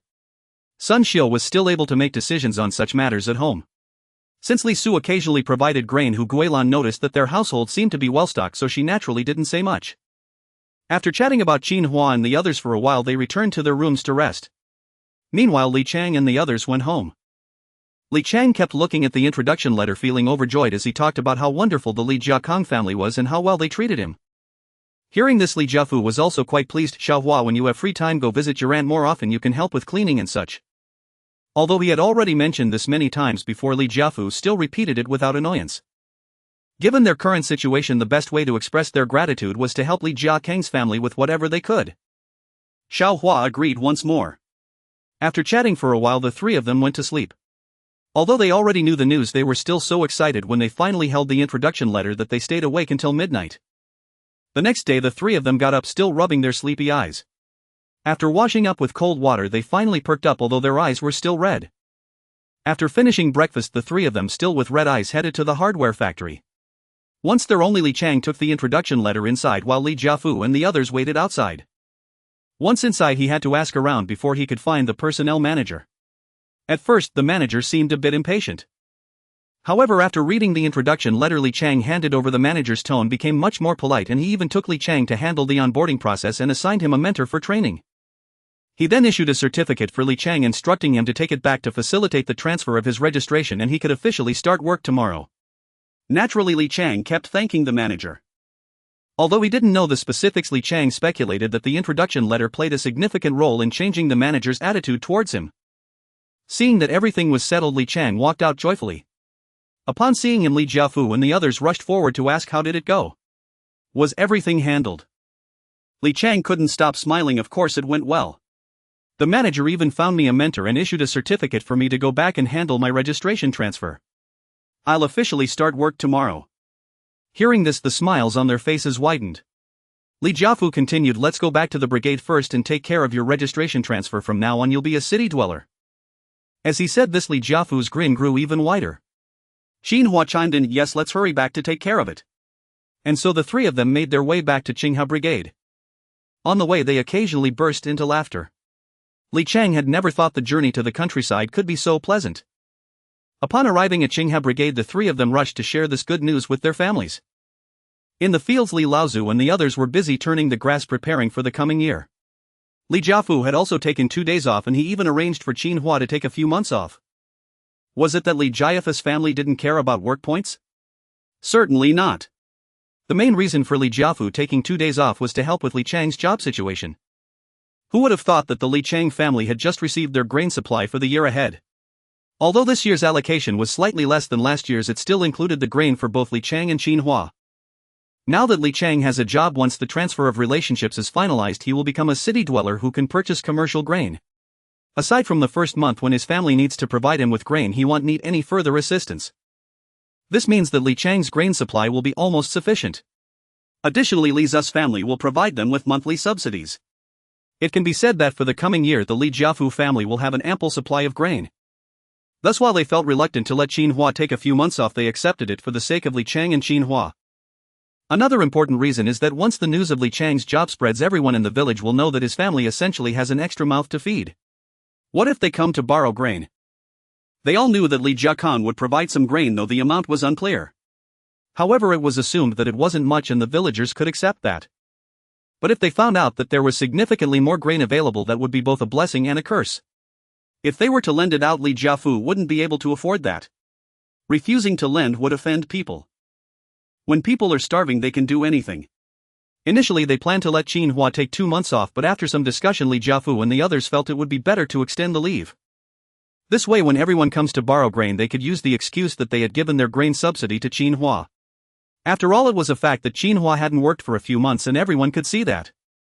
When Li Chang and the others approached Duan Xiaoyun, they called out to her. Upon seeing them, Duan Xiaoyun was immediately filled with joy. Duan Xiaoyun trembled as she asked, "How's the job going?" Even though she could already guess the outcome from the smiles on their faces, she still wanted to hear it directly. Li Jiafu smiled particularly happily, saying, "It's done. We're back to finalize the transfer and he'll officially start work tomorrow." Upon hearing this, Duan Xiaoyun's tears immediately flowed and she repeatedly exclaimed, "That's great, it's wonderful that it's done." Old Li and Old Lady Li also kept saying, "That's good, that's good. Little Chang has finally found success." Li Hui stepped forward to congratulate her brother, her eyes revealing envy. Li Chang simply smiled foolishly and didn't know what else to say. At this moment, those working nearby saw their joy and began to inquire. Now that everything was settled, Li Chang's situation could be made public. Duan Xiaoyun wiped her tears with her sleeve, revealing a smile as she proudly announced, "My little Chang has a job now and he will soon be a city dweller." What? A chorus of astonished exclamations arose around them. They stopped their work and approached incredulous and asked again. Duan Xiaoyun naturally repeated with pride. After receiving confirmation, everyone finally believed it. Thus they offered their congratulations to Li Jiafu and others. Though some people's eyes still held a hint of jealousy, who cared? Li Jiafu and the others naturally responded with smiles. Then some began to inquire how Li Chang had managed to get the job. They were curious about how he had suddenly landed a job without any prior notice. Of course, deep down they also held a glimmer of hope. What if their own children could succeed too? Hearing their questions, Li Jiafu and the others understood their thoughts. Duan Xiaoyun explained it's because his aunt secured a job quota and then gave it to Xiao Chang. Although she spoke lightly, the pride in her words was evident to all. It was then that everyone understood the source of the job. They all believed it. After all, Li Jiakang's family had 3 stable jobs and they were quite well known in the Qinghe Brigade. Then came a wave of envy as they thought to themselves, "Why don't I have such relatives?" Amidst their envy, some who knew about Li Jiakang's family were curious, why didn't Xiao Chang's uncle give the job to his own child? This question carried a hint of provocation. Duan Xiaoyun naturally did not hold back, saying, "What do you know? My brother's family has 2 children of age, one still in high school and the other already working at the Supply and Marketing Cooperative's automotive team." Upon hearing this, everyone thought, so Li Jiakang's family now has 4 people working. They were so envious that they didn't know what to say. After a while they continued to praise Li Chang. After Li Jiafu responded a couple of times, he told everyone and then took Li Chang and the others to find the brigade leader. When the brigade leader saw the 3 of them, he was surprised and asked, "Are you here regarding Qin-Huan's matter? Didn't that issue already get resolved?" He had even scolded the person in charge of grain distribution. Li Jiafu was both amused and exasperated, quickly explaining, "Brigade leader, you misunderstood. We're here to transfer Xiao Chang's relationship." Whom? The brigade leader looked even more puzzled. Transfer relationships. It's because the child's aunt secured a job quota and then gave it to Xiao Chang. Now that he's officially on board, we're transferring his household registration to the city. As he spoke, Li Jiafu handed over the proof issued by the unit to the brigade leader. The brigade leader, still in a daze, received it and asked in surprise, "Is what you're saying true?" Li Jiafu smiled. "The proof from the unit is in your hands. How could it be fake?" Only then did the brigade leader look at the document in his hand. After reading it, he spoke with a complex expression, "Then truly congratulations to you. Please follow me." The brigade leader felt a whirlwind of emotions. Although he was responsible for nearly all matters of the Qinghe Brigade as the leader, he couldn't secure a job quota himself. let alone giving a quota to his nephew, which made him feel even more envious and jealous. If he could exchange his position as brigade leader for a job, he would agree 100 times over. The brigade leader led them to find Li Chang's records. Once Li Chang returned to the city, he just needed to submit the records and proof to the street office. Seeing how smoothly everything was being processed, Li Chang and the others expressed their gratitude to the brigade leader. Watching the three of them leave, the brigade leader thought, it's good that I've maintained a decent relationship with the Li family. I helped them out recently. I never expected Li Jiakong to be so capable. I wonder if he'll have a chance in the future. As he pondered, the brigade leader couldn't help but smile. He realized that his thoughts were quite unrealistic. Even if Li Jiakong's family didn't need a job, there were still people in Li Jiafa's family it wouldn't come to him. Due to this joyous occasion, the meal prepared was quite lavish. After the Li family enjoyed a sumptuous lunch, they savored the moment. Li Chang also bid farewell to his friends in the team. Then, amidst the envious gazes of his friends, he went to the county town with Xuanhuan. Upon arriving in the county town, Li Chang first went to the street to completely settle his household registration. As he held the grain book in his hands, tears couldn't help but flow down his face. From now on, he was also a city dweller. Perhaps remembering that he was still in public, Li Chang hurriedly wiped his tears with his sleeve. Then, with a broad smile, he returned to their residence with Xuanhuan. At this moment, Xuanhuan was examining the grain book, smiling continuously, though a hint of envy flickered in her eyes. Noticing her expression, Li Chang spoke, "Don't worry, Xuanhuan, by the end of next year at the latest, I will definitely ensure you also get a grain book." Xuanhuan looked up at Li Chang, hope gleaming in her eyes. Li Chang repeated, "I will definitely make it happen." It was unclear whether he was speaking to Xuanhuan or reassuring himself. Hearing Li Chang's response, Xuanhua's smile grew even brighter. She nodded emphatically. Although she knew that Li Jiafu and Old Master Li planned to help her secure a job by the year after next at the latest. But that would only be if Li Chang had no other options and had to seek help from Li Jiakong. Now, seeing the confidence and determination in Li Chang's eyes, she naturally hoped he would resolve this issue. She believed that Li Chang would soon establish himself in the city. Their good days were just beginning. Li Chang then said, "Xuanhuan, when you have lunch at home, make sure to eat more. Don't worry about the food running out. Our family's grain supply is quite sufficient this year." Xuanhuan hesitated. "I can't eat that much on my own." Li Chang continued to persuade her, "Right now the most important thing is for you to take care of your health, otherwise how will you bear me children? Just think about the fate of those emaciated women in the countryside when they give birth." Li Chang understood Xuanhuan well. Despite having ample food at home, she would certainly not eat more. Now it was only because Li Chang and the others forced her to eat more that she managed to do so. Xuanhuan did not particularly care for herself, but when it came to children she would definitely agree. Indeed, upon hearing this, Xuanhuan thought about the fate of those frail women giving birth. Her face turned pale and she nodded repeatedly. "Don't worry, I will definitely eat well to strengthen my body, and then I will give you many children." As she spoke, the latter part, Xuanhua's face turned red from shyness. Li Chang then burst into hearty laughter, causing Xuanhua's face to redden even more. Soon the people from the Qinghe Brigade finished work. Before long, everyone was aware of Li Chang's job. Those who had a good relationship with the Li family mostly felt nothing but envy. There was no other option, as they had no good relatives. Those living nearby, upon hearing the news, specially went to congratulate Li Jiafu. The Li family was all smiles, displaying their joy. Although they had already heard many congratulations today, they were still overjoyed to hear it again. Those with poor relationships, upon hearing the news, naturally resorted to cursing and jealousy. For instance, the Qin Dashuan family. When Qin Dashuan trudged home weary, he was approached by someone with whom he had a poor relationship, who maliciously exclaimed, "Old Qin, I must congratulate you today." This left Qin Dashuan stunned, thinking to himself that he had a poor relationship with this person, so why was he congratulating him? Did something good happen in his family? Before Qin Dashuan could inquire, the person continued, "Old Qin, your son-in-law is now a city dweller holding a stable job. You can look forward to enjoying a comfortable life now." After saying this, he looked at Qin Dashuan with a mocking expression. Qin Dashuan was astonished, then realized something, incredulously asking, "Are you talking about Li Chang?" The person became even happier. "Yes, you surely can't be unaware, right?" After receiving confirmation, Qin Dashuan's face turned ashen and he turned to leave. The person who stayed behind was satisfied with this reaction and made his way home. Qin Dashuan walked home with a gloomy face, ignoring everyone who greeted him along the way. Upon reaching home, Qin Dashuan's wife and sons told him the news. Initially, they didn't believe it. However, as more people mentioned it, they finally accepted it. Upon learning that Li Chang's job was arranged by Li Jiakong, Qin Dashuan regretted fiercely, slapping his thigh, lamenting why he hadn't sent Xuanhuan to exchange for a job. Qin Dashuan's sons, imbued with a heavy preference for sons over daughters since childhood, naturally looked down on Xuanhuan. For instance, Xuanhua's brother thought he should go demand a job from the Li family or else they would take Xuanhua away. It must be said that some people's logic is truly incomprehensible to ordinary folks. He believed that as a woman of the Qin family the good things of the household should be given to him as the eldest brother. Once he voiced this, although Xuanhuan's wife was somewhat tempted, Xuanhuan firmly rejected it. He wore a bitter expression saying, "Have you all forgotten how Xuanhua publicly severed ties with us? What right do we have to seek out the Li family?" Xuanhuan was still somewhat rational, recognizing that this matter was unlikely to succeed.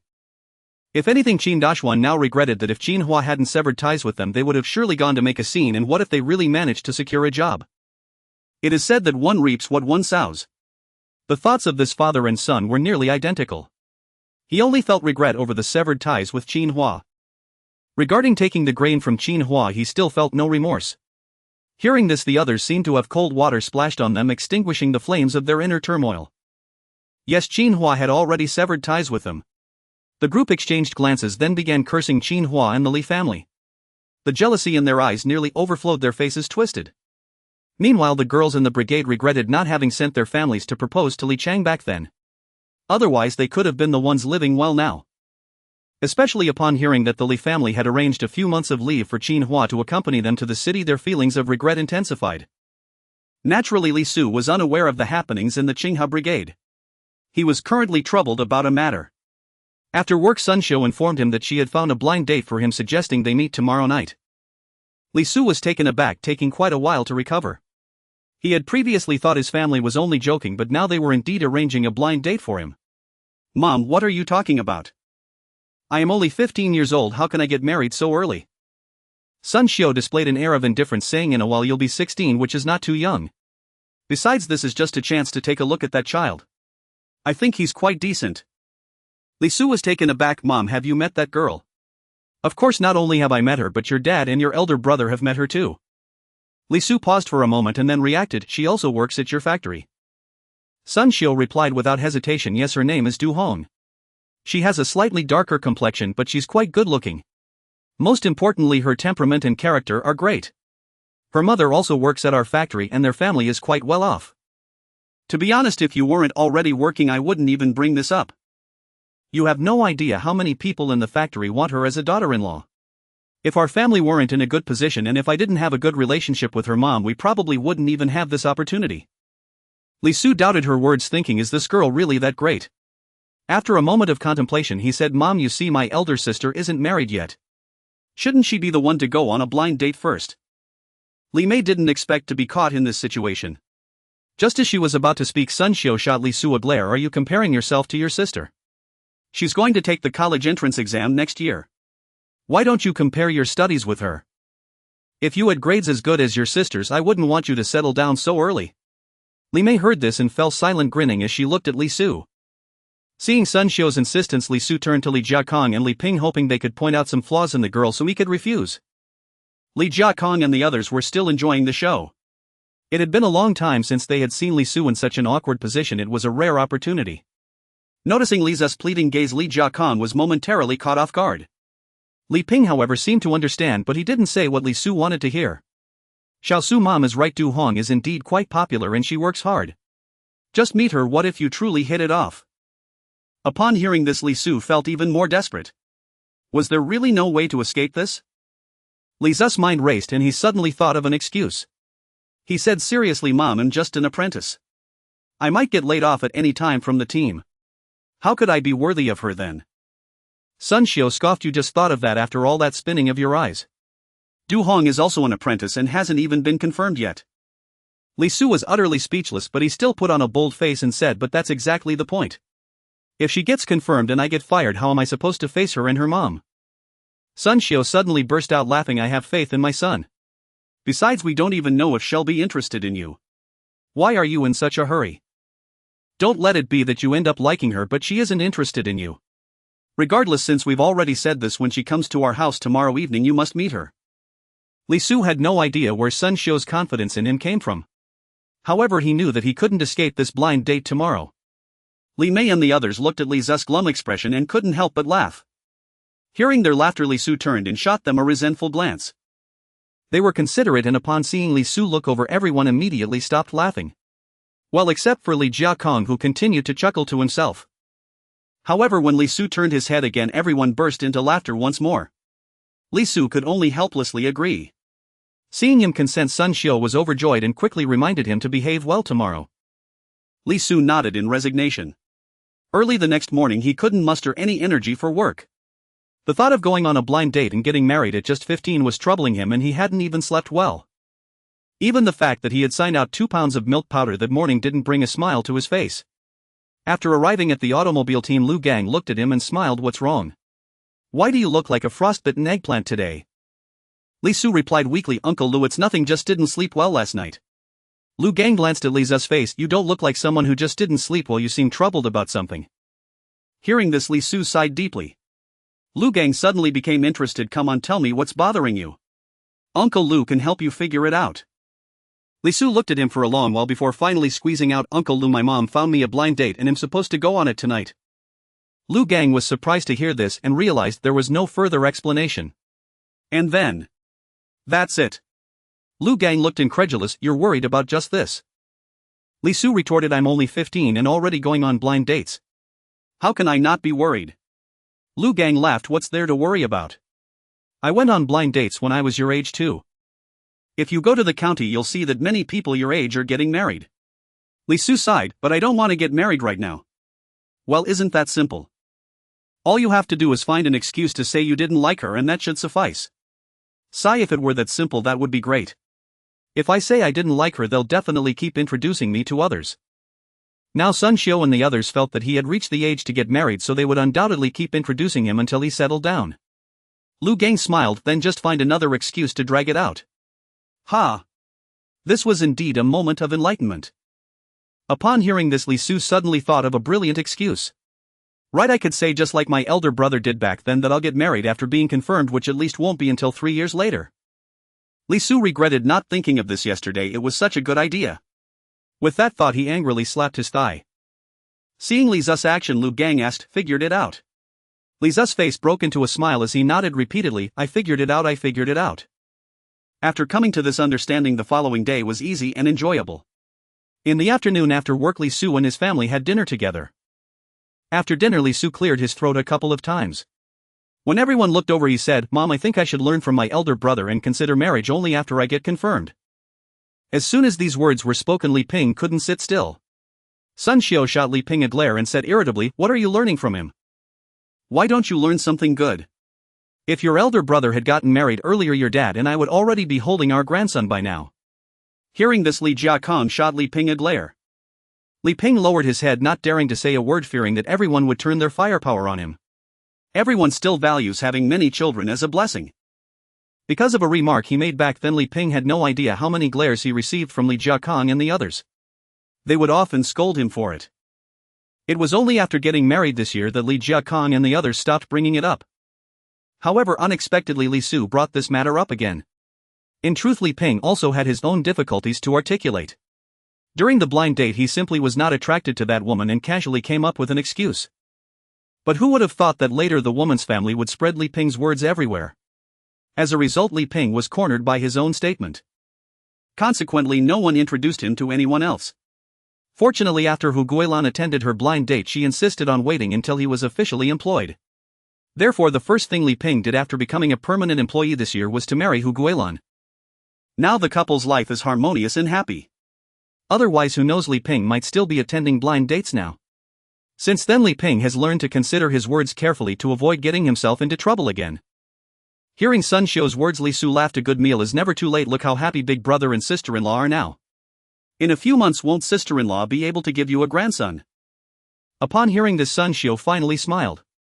After a moment's thought, fearing Hu Guilan might misunderstand, she hurriedly said, "What nonsense. We like both grandsons and granddaughters. Our family does not adhere to the old traditions of valuing sons over daughters." Li Jiakong immediately understood Sun Xiu's implication and joined in, "Indeed, we actually prefer granddaughters even more." Hu Guilan just smiled from the side without saying a word, thinking to herself that despite saying this, how could a granddaughter compare to a grandson? Thinking of this, Hu Guilan couldn't help but touch her abdomen. After Sun Xiu finished speaking, seeing that Hu Guilan was not unhappy, she finally breathed a sigh of relief and shot a glare at Li Su. "Let's not discuss other matters for now. The most important thing for you is the blind date coming up. Check the time, it should be here soon and you mustn't say anything foolish then. Li Su shrank his head after being glared at, realizing he hadn't thought of that much. After all, influenced by the future, he thought daughters were better. The group was chatting leisurely while drinking tea. Sun Xiu occasionally glanced towards the door. Not long after, there came a knock at the door. Although Sun Xiu was in a position of honor, she was the first to rush out. Upon seeing the two individuals outside, her face lit up with a warm smile. Sister Yang and Xiaohong, you are here. Please come in. After saying this, she warmly invited the two inside.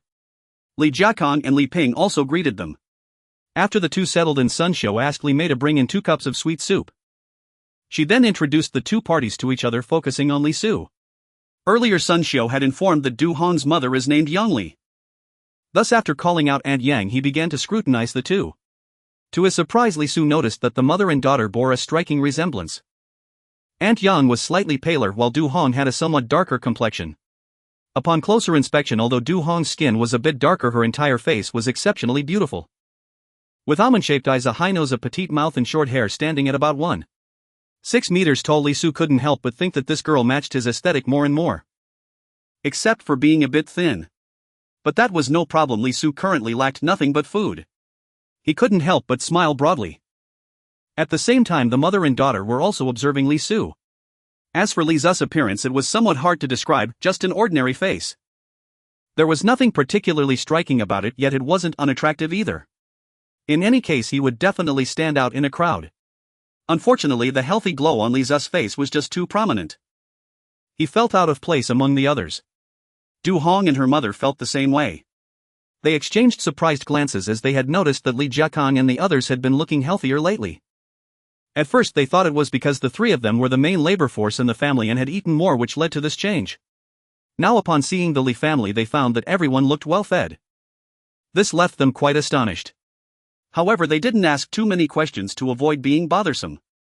At that moment, Du Hong noticed Li Su smiling widely. Thinking he was laughing at her, she immediately glared at Li Su. This left Li Su stunned, thinking to himself that he hadn't provoked her at all. Fortunately, Yang Li intervened, saying, "Why don't we let the two kids talk in the yard? It's not comfortable for them with us here." Yang Li actually had a good impression of Li Su. He wasn't unattractive, had a good job and came from a decent family. Based on what Sun Xiu and the others had observed, his character should be fine. Most importantly, it was evident that the Li family was not lacking in food, so her daughter would not suffer after marrying in. One could say that in this era Li Su could be considered a truly desirable catch. The only issue was whether her daughter would take a liking to him. Thus Yan Li offered the two a chance to communicate privately. Sun Xiu of course happily nodded in agreement. She had actually had this idea for a long time. However, as a member of the groom's family, it was inappropriate for her to bring it up, so she had to endure. Hearing Yang Li say this, Li Su and Du Hong exchanged glances and walked towards the yard. Although Li Mei wanted to eavesdrop, she understood the etiquette and remained calmly seated. Li Chen and Li Ju couldn't sit still either, wanting to go out and take a look, but after receiving Sun Xiu's instructions they dared not do so and could only fidget on their seats. Fortunately, Sun Xiu noticed this and glared at the two, causing them to settle down. Meanwhile, Li Su and Du Hong arrived in the yard, both unsure of what to say, and the atmosphere fell silent. Li Su thought to himself that this was not a good situation, so he opened his mouth and said, "Du Hong, right? Hello, I'm Li Su." Du Hong then responded, "Hello, I am Du Hong." After saying this, the two fell silent again. Despite having lived 2 lives, blind dates were still a first for Li Su. As for Du Hong being a girl, she was even less likely to speak first. After a moment of contemplation, Li Su gritted his teeth and said, "So why did you glare at me earlier? Did I do something wrong?" This was just a way to strike up a conversation. However, Li Su truly didn't know what else to say. He thought at least this could be a topic. Upon hearing Li Zu's question, Du Hong finally spoke, "Why did you laugh at me just now?" Li Su was taken aback and then suddenly understood, feeling a bit embarrassed as he said, "Oh, I just thought you were quite pretty, that's why I smiled." Upon hearing this, Du Hong's face instantly turned red. In this era, interactions between men and women were still quite reserved and very few would openly express such sentiments. Du Hong stammered, "How can you say that?" Li Su scratched his head, "I was just speaking the truth." Du Hong stamped her foot, "Don't you think him quite dark?" Li Su suddenly began to understand something and curiously asked, "You don't want to go on this blind date, do you?" "Ah." Upon hearing Li Zu's question, Du Hong let out a gasp. Then, feeling a bit embarrassed, she exclaimed, "How did you know?" Li Su chuckled. I don't want to go on blind dates either. I think waiting a few more years isn't a bad idea. This made Du Hong instantly feel a sense of agreement and she excitedly asked, how old are you? 15 years old. 16 in the traditional sense. What? Du Hong gasped again, leaving Li Su puzzled. What's so shocking about that? Du Hong then shyly said, I was just surprised to hear your age. Li Su sensed something was off and quickly asked, how old are you? Du Hong replied, 16 years old. 18 in the traditional sense. Li Su. No wonder she reacted so strongly. Generally, the age calculated by the Gregorian calendar is considered a person's actual age. However, locals have a custom of counting 1 year at birth, adding another year every spring festival. This is known as the traditional age. Some people report their age based on the traditional count. Typically, the traditional age is 1 year greater than the actual age. Li Su is one of those cases. However, there are exceptions such as Du Hong, whose traditional age is 2 years greater than her actual age. There is also a custom of using the lunar calendar for birth dates. The lunar calendar is generally over a month behind the Gregorian calendar. Therefore, some people born around the new year might have their lunar birthday in the previous year, making their traditional age 2 years greater than their actual age. So Du Hong saying she is 18 this year isn't wrong. Li Su hadn't anticipated this situation. Nevertheless, thinking of Du Hong's demeanor, he waved his hand and confidently said, what does traditional age matter? Our country stipulates that records are based on actual age, so everything should naturally follow that. Seeing Li Su like this, Du Hong couldn't help but laugh.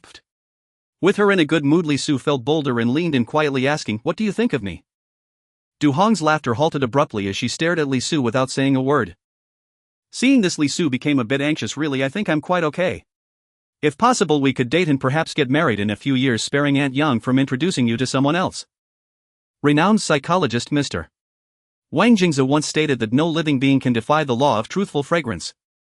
Li Su had previously been skeptical, but now he believed it. Although Du Hong was a bit dark-skinned and thin, her appearance perfectly aligned with Li Su's aesthetic standards. As for the so-called beauties with skin like condensed fat, Li Su, having lived 2 lifetimes, had never encountered such a woman. Of course, it might also be that his standards were too low to have ever seen one. If he were to find an exceptionally beautiful woman, Li Su thought he might not be able to handle it. No matter how Li Su spoke, Du Hong remained silent. She just kept staring at Li Su, causing him to feel a bit uneasy. Meanwhile, the atmosphere in the room remained lively, with Sun Xiu and others chatting with Yang Li.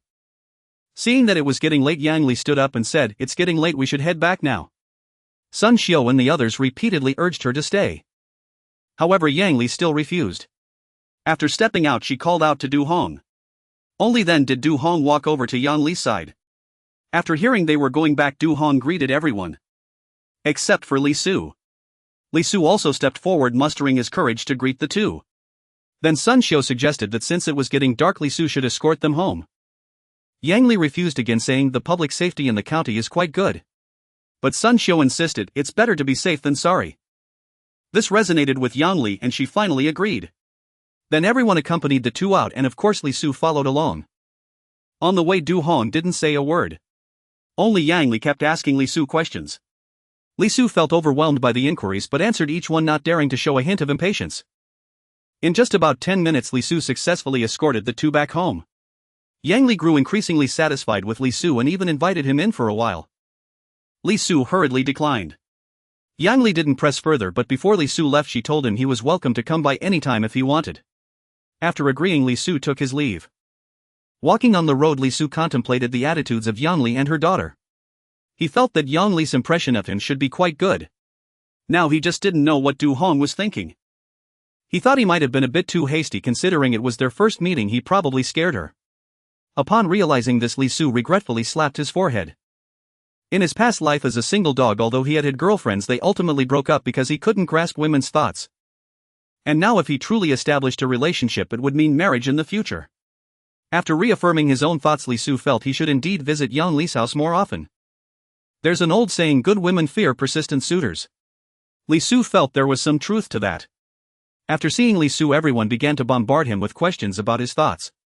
Li Su awkwardly smiled, I think she's fine, but I just don't know what she thinks. This made everyone understand a bit more. Li Mei jokingly said, Mom, Xiao Su said he isn't interested, let's introduce him to the next one. Upon hearing this, Li Su panicked, no mom, I am interested. Everyone burst into laughter. Li Zu's face reddened from embarrassment. After laughing for a while, Li Ping finally spoke. I told you this girl is quite good, maybe you really do like her. I was right on this one. Li Su grimaced. Even if I do like her, it doesn't matter if I don't know her feelings. Li Ping pointed aside and suggested, our mom works in the same workshop, let her ask tomorrow, and if that doesn't work we can ask Aunt Yang too. Li Zu's eyes lit up as he looked at Sun Xiu mom. Sun Xiu ignored him and continued, it seems someone mentioned planning to consider marriage after officially starting work today. Li Su rubbed his hands. That's not a conflict, waiting a few years to get married is fine too. Seeing him like this, Sun Xiu ceased her teasing. Alright, I'll ask tomorrow. By the way, how did your conversation go today? Li Su grimaced and recounted everything that happened after the two left. Everyone listened in stunned silence. After a long moment, Sun Xiu sighed. Xiao Su, how about I introduce you to someone else tomorrow? I find it a bit hard to ask. Everyone nodded in agreement, even Hu Guilan said, Xiao Su, it's only the first meeting, how can you say that? Li Zu's face looked even more troubled. Sister-in-law, this is my first time and I have no experience. Mom, please help your son. Sun Xiu shot him a glance. Alright, I will directly ask her mother tomorrow. I really can't bring myself to ask Du Hong. Li Su was overjoyed. That works.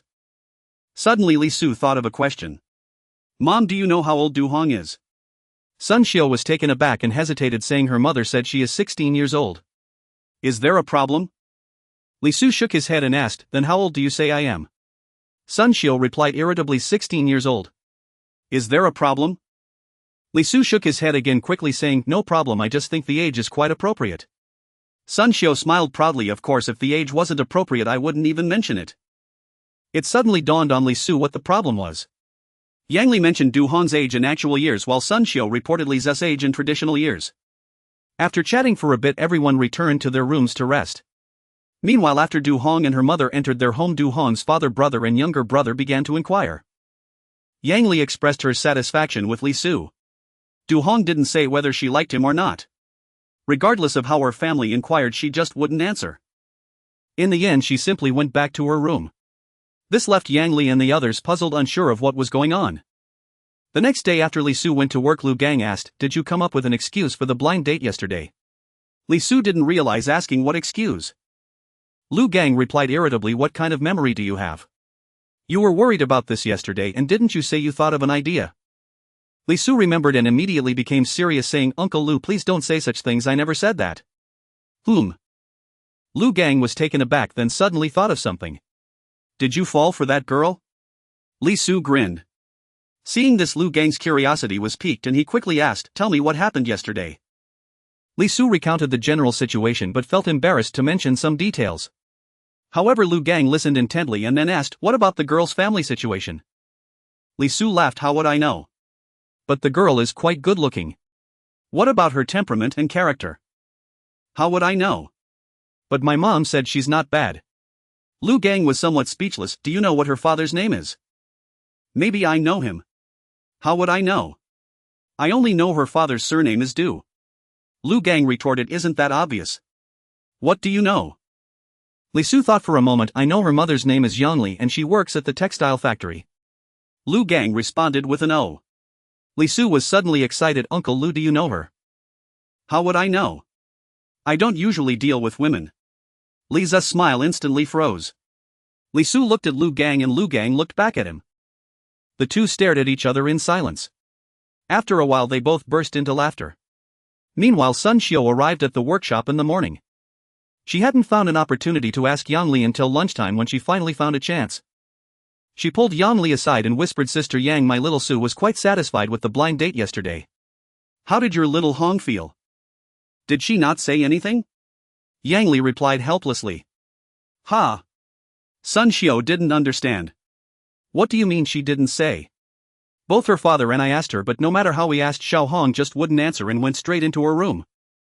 Sun Xiu. She felt that Li Zu's words from yesterday might have upset Du Hong. Now she also thought that the hope between Li Su and Du Hong was slim. Initially she wanted to introduce another girl to Li Su. But then she recalled how Li Su looked when he asked her. Sun Xiu hesitated. After thinking for a moment, Sun Xiu steeled her resolve and asked, Sister Yang, what impression do you have of Xiaoshu? The impression is not bad, but it doesn't matter what I think. The main thing is not knowing what Xiao Hong thinks. This is exactly the point. No matter how others view it, it ultimately depends on Du Hong's decision. Sun Xiu's side sister Yang, it seems that there's a... Although her sentence was unfinished, Yan Li already understood her meaning. Yang Li sighed, I will talk to Xiaohong again later and I'll let you know if there are any updates. As parents they naturally hope to find a good match for their daughter. Li Zu's conditions are hard to match in the entire county. If they miss this opportunity, Yang Li certainly wouldn't be satisfied. Hearing this, Sun Xiu nodded and didn't say more. Given the current situation, they could only do their best and leave the rest to fate. After work, Li Su first accompanied Li Ju to play in the yard. However, he occasionally glanced at the gate. After a long while, Sun Xiu finally returned. Li Su immediately went up to her, flattering, Mom, you must be tired today. Come in and I'll make you a cup of tea so you can rest well. Seeing Li Su like this, Sun Xiu didn't know what to say, finally just letting out a sigh. Seeing her like this, Li Su felt a sense of foreboding and said with some disappointment, Mom, just tell me straight, did Du Hong not like me? Not at all. Ha! Li Su was instantly energized, his face brightening with joy, so it's a success. Then why are you sighing? You scared me. Sun Xiu shook her head, it's not successful either. Li Su was stunned, thinking besides success and failure could there be a third possibility? So he quickly asked, Mom, what do you mean? Did she like me or not? Sun Xiu reorganized her thoughts in her mind. When Du Hong's parents asked her, she didn't answer. Son, how about I introduce another girl to you tomorrow? Li Su thought to himself, it's hard to come by a girl he likes, how could he let her go so easily? Moreover, Du Hong hadn't rejected him. He then gritted his teeth and said, Mom, I'm going to visit her house after dinner tonight to chat with Aunt Yang. Li Zu's words left everyone in the Li family stunned. They had been listening from the side and understood Sun Xiu's meaning. It was because Sun Xiu thought the two had little chance that she suggested introducing another girl to Li Su. However, no one expected that Li Su would respond like this. In any case, everyone looked at Li Su with complex expressions. Sun Xiu thought for a moment and felt that she might have been too indirect before. Li Su didn't understand her point. Xiao Su, I think you two might not have much hope. Don't worry, tomorrow I'll introduce a better girl to you. Li Su shook his head, Mom, she didn't reject me, which means I still have hope. I want to give it a try. If it doesn't work out, then I'll consider others. Everyone was at a loss for words upon hearing Li Zu's statement. Finally, Li Ping stepped forward, patted him on the shoulder and encouraged, Xiao Su, your elder brother believes in you, you can definitely do it.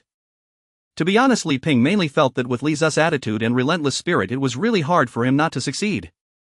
Li Su showed a grateful expression, nodded at him, then looked at the others waiting for their response. Sun Xiu pondered, letting him try would be fine, what if he succeeded? If it really doesn't work, they could introduce him later. So he spoke up, if you want to go, then go ahead. Take a package of tea leaves from home, after all it's your first visit. Li Su immediately agreed. Seeing that Sun Xiu and Li Ping both expressed supportive attitudes, the others also stepped forward to offer encouraging words. During dinner, Hu Guilan spoke up, Dad, Mom Xiaohua came today. Li Jiakong asked, did you keep her at home for dinner? Hu Guilan nodded and replied, of course I did, but she was adamant about not staying and in the end I had to force her to eat. Besides, Xiaohua came early in the morning and saw me doing laundry, so she wanted to help, and then she also wanted to clean our house. Sun Xiu frowned, you didn't let her help, did you? Although everyone knew that Xuanhuan was grateful to them and wanted to help with some chores. But when guests come home, it's not appropriate to make them do work. Hu Guilan smiled, no, I just had her keep me company while I talked. Only then did Sun Xiu show a satisfied expression, that's good. In the future when Xiaohua comes, don't let her do any work, understood? Don't worry, Mom, I understand. Coincidentally, at that moment Li Chang and Xuanhuan were also eating and discussing this matter. Xuanhuan spoke first, head of the family, I went to Uncle's house today. Did you do any work at Uncle's house? Xuanhuan smiled bitterly and shook her head, sister-in-law wouldn't let me do anything, just wanted me to keep her company, and she even kept me for lunch. Li Chang was taken aback, you didn't refuse. Of course I refused, but sister-in-law wouldn't let me leave and insisted I stay for lunch. I had no choice but to eat. Li Chang thought for a moment and understood that with food being so precious now, how could Hu Guilan possibly keep someone for dinner without the consent of Li Jiakong and his wife? So he spoke up, this matter was probably arranged by Uncle and Auntie. Xuanhuan frowned, then will I still go to Uncle's house in the future? When Li Chang was at work, Xuanhuan was extremely bored at home and of course she wanted to talk to Hu Guilan to pass the time. But if they kept her for dinner every day, she would feel embarrassed to go again. Of course go. But next time you go bring some food for lunch. Okay. Xuanhuan replied, then suddenly thought of something and quickly asked, what if sister-in-law won't let me work? Li Chang thought for a moment, if they won't let you work, then don't. The kindness that Uncle and Auntie have shown us, we must remember there will be times to repay them. Upon hearing this, Xuanhuan gave a heavy in response. Meanwhile, after Li Su finished his meal, he first spent some time talking with his family. Otherwise, if he went and happened to catch Du Hong's family at dinner, it would be quite awkward. When he felt it was about time, Li Su took a package of tea leaves and went to Du Hong's house. Upon arrival, he lingered outside the door for quite a while without knocking. There was no other reason, he just felt a bit intimidated. After a good while, he finally made up his mind. After all, he had come all this way, he couldn't just leave empty-handed. So he mustered his courage and knocked several times on Du Hong's door. Just as he was feeling anxious inside, he soon saw a little boy running out. Upon seeing Li Su, the boy froze. "Who are you?" Li Su didn't recognize him, but judging by his appearance, he was likely Du Hong's younger brother. He then showed a warm smile and greeted, "Hello, my name is Li Su. I'm here to see Aunt Yang." Unexpectedly, the boy glanced at his face, then directly turned and ran back inside, shouting, Sister, your boyfriend is here." Li Su stood outside watching this scene, feeling desolate. He couldn't help but lament, wishing he could just deal with this little brat. If Aunt Yang and Du Hong thought that this was how he introduced himself, then wouldn't he have no hope at all? At this moment, several people walked out of the house, chatting as they came. "Where did your sister get a boyfriend? Let me see who is talking nonsense." The tone was filled with hostility. Li Su quickly spotted Yang Li at the front and shouted, "Aunt Yang, it's me. I'm Li Su." Yang Li and Du Hong, who was walking behind, both changed their expressions upon hearing this. Yang Li quickly walked up to Li Su and said stiffly, "Xiao Su, what brings you here?" "Just now." Li Su felt grateful. Luckily, Yang Li was still willing to give him a chance to explain. He then smiled wryly and explained, "Aunt Yang, I just thought I'd come to see you, but unexpectedly, the moment I said my name, that little brother directly ran back inside." Yang Li, upon hearing Li's explanation, turned her head and glared at the boy behind her, then questioned, "Dusun, was that what you said just now?" Not just her, but everyone beside her was glaring at the boy. Given Yang Li's and her family's reaction, Li Su felt that if the child didn't admit it, he would likely be in big trouble today. Fortunately, the other party was an honest child. This boy named Dusun, facing the angry stares of everyone, not only was he not afraid, but he also asked, "Mom, didn't you say yesterday that second sister's blind date is called Li Su?" "I didn't say anything wrong. Why are you all looking at me like that?" Goodness, Li Su couldn't help but give a thumbs up in his heart for this brave little guy while also silently mourning. Sure enough, a middle-aged man with a dark expression squeezed out a sentence between his teeth, "Do you know what a blind date is?" Dusun then felt that something seemed wrong, so he cautiously asked, "Dad, is a blind date different from a boyfriend?" As soon as those words were spoken, Li Su wanted to cover his eyes. He saw that the faces of the Du family changed again after hearing this, looking quite dramatic. The man who Dusun called Dad didn't care that Li Su was still there. He directly grabbed Dusun by the collar and then hit him hard on the butt with his right hand. One must say, even in such an angry situation, the man was still quite measured in his strike. After all, the butt is a fleshy area not easy to injure, and it felt good to hit. Li Su heard the sounds of smack and smack continuously. At first, Dusun seemed stunned by the sudden beating and had no reaction. Only after taking several hits did he start crying out. The crying was truly heart-wrenching. What amazed Li Su the most was that the child cried while shouting that he did nothing wrong. Li Su pondered whether the child was lacking in intelligence. He then saw Dusun's father strike harder, shouting, "This is what you get for being wrong." After a moment, Yang Li's expression improved. It was then she remembered that Li Su was still there. Embarrassed, she said to Li Su, "Xiao Su, I misunderstood you just now. Come in and have a seat." Li Su quickly smiled, saying, "Aunt Yang, it's alright. As long as the misunderstanding is cleared up, it's fine. But as for Xiao Sun..." He glanced at Dusun. Yang Li replied irritably, "Don't mind him. This child just needs to be punished more often to learn not to speak out of turn." With that, Li Su said no more and followed Yang Li into the main room. Along with them came Du Hong and a young man. Yang Li then asked Du Hong to bring a cup of sweet water for Li Su.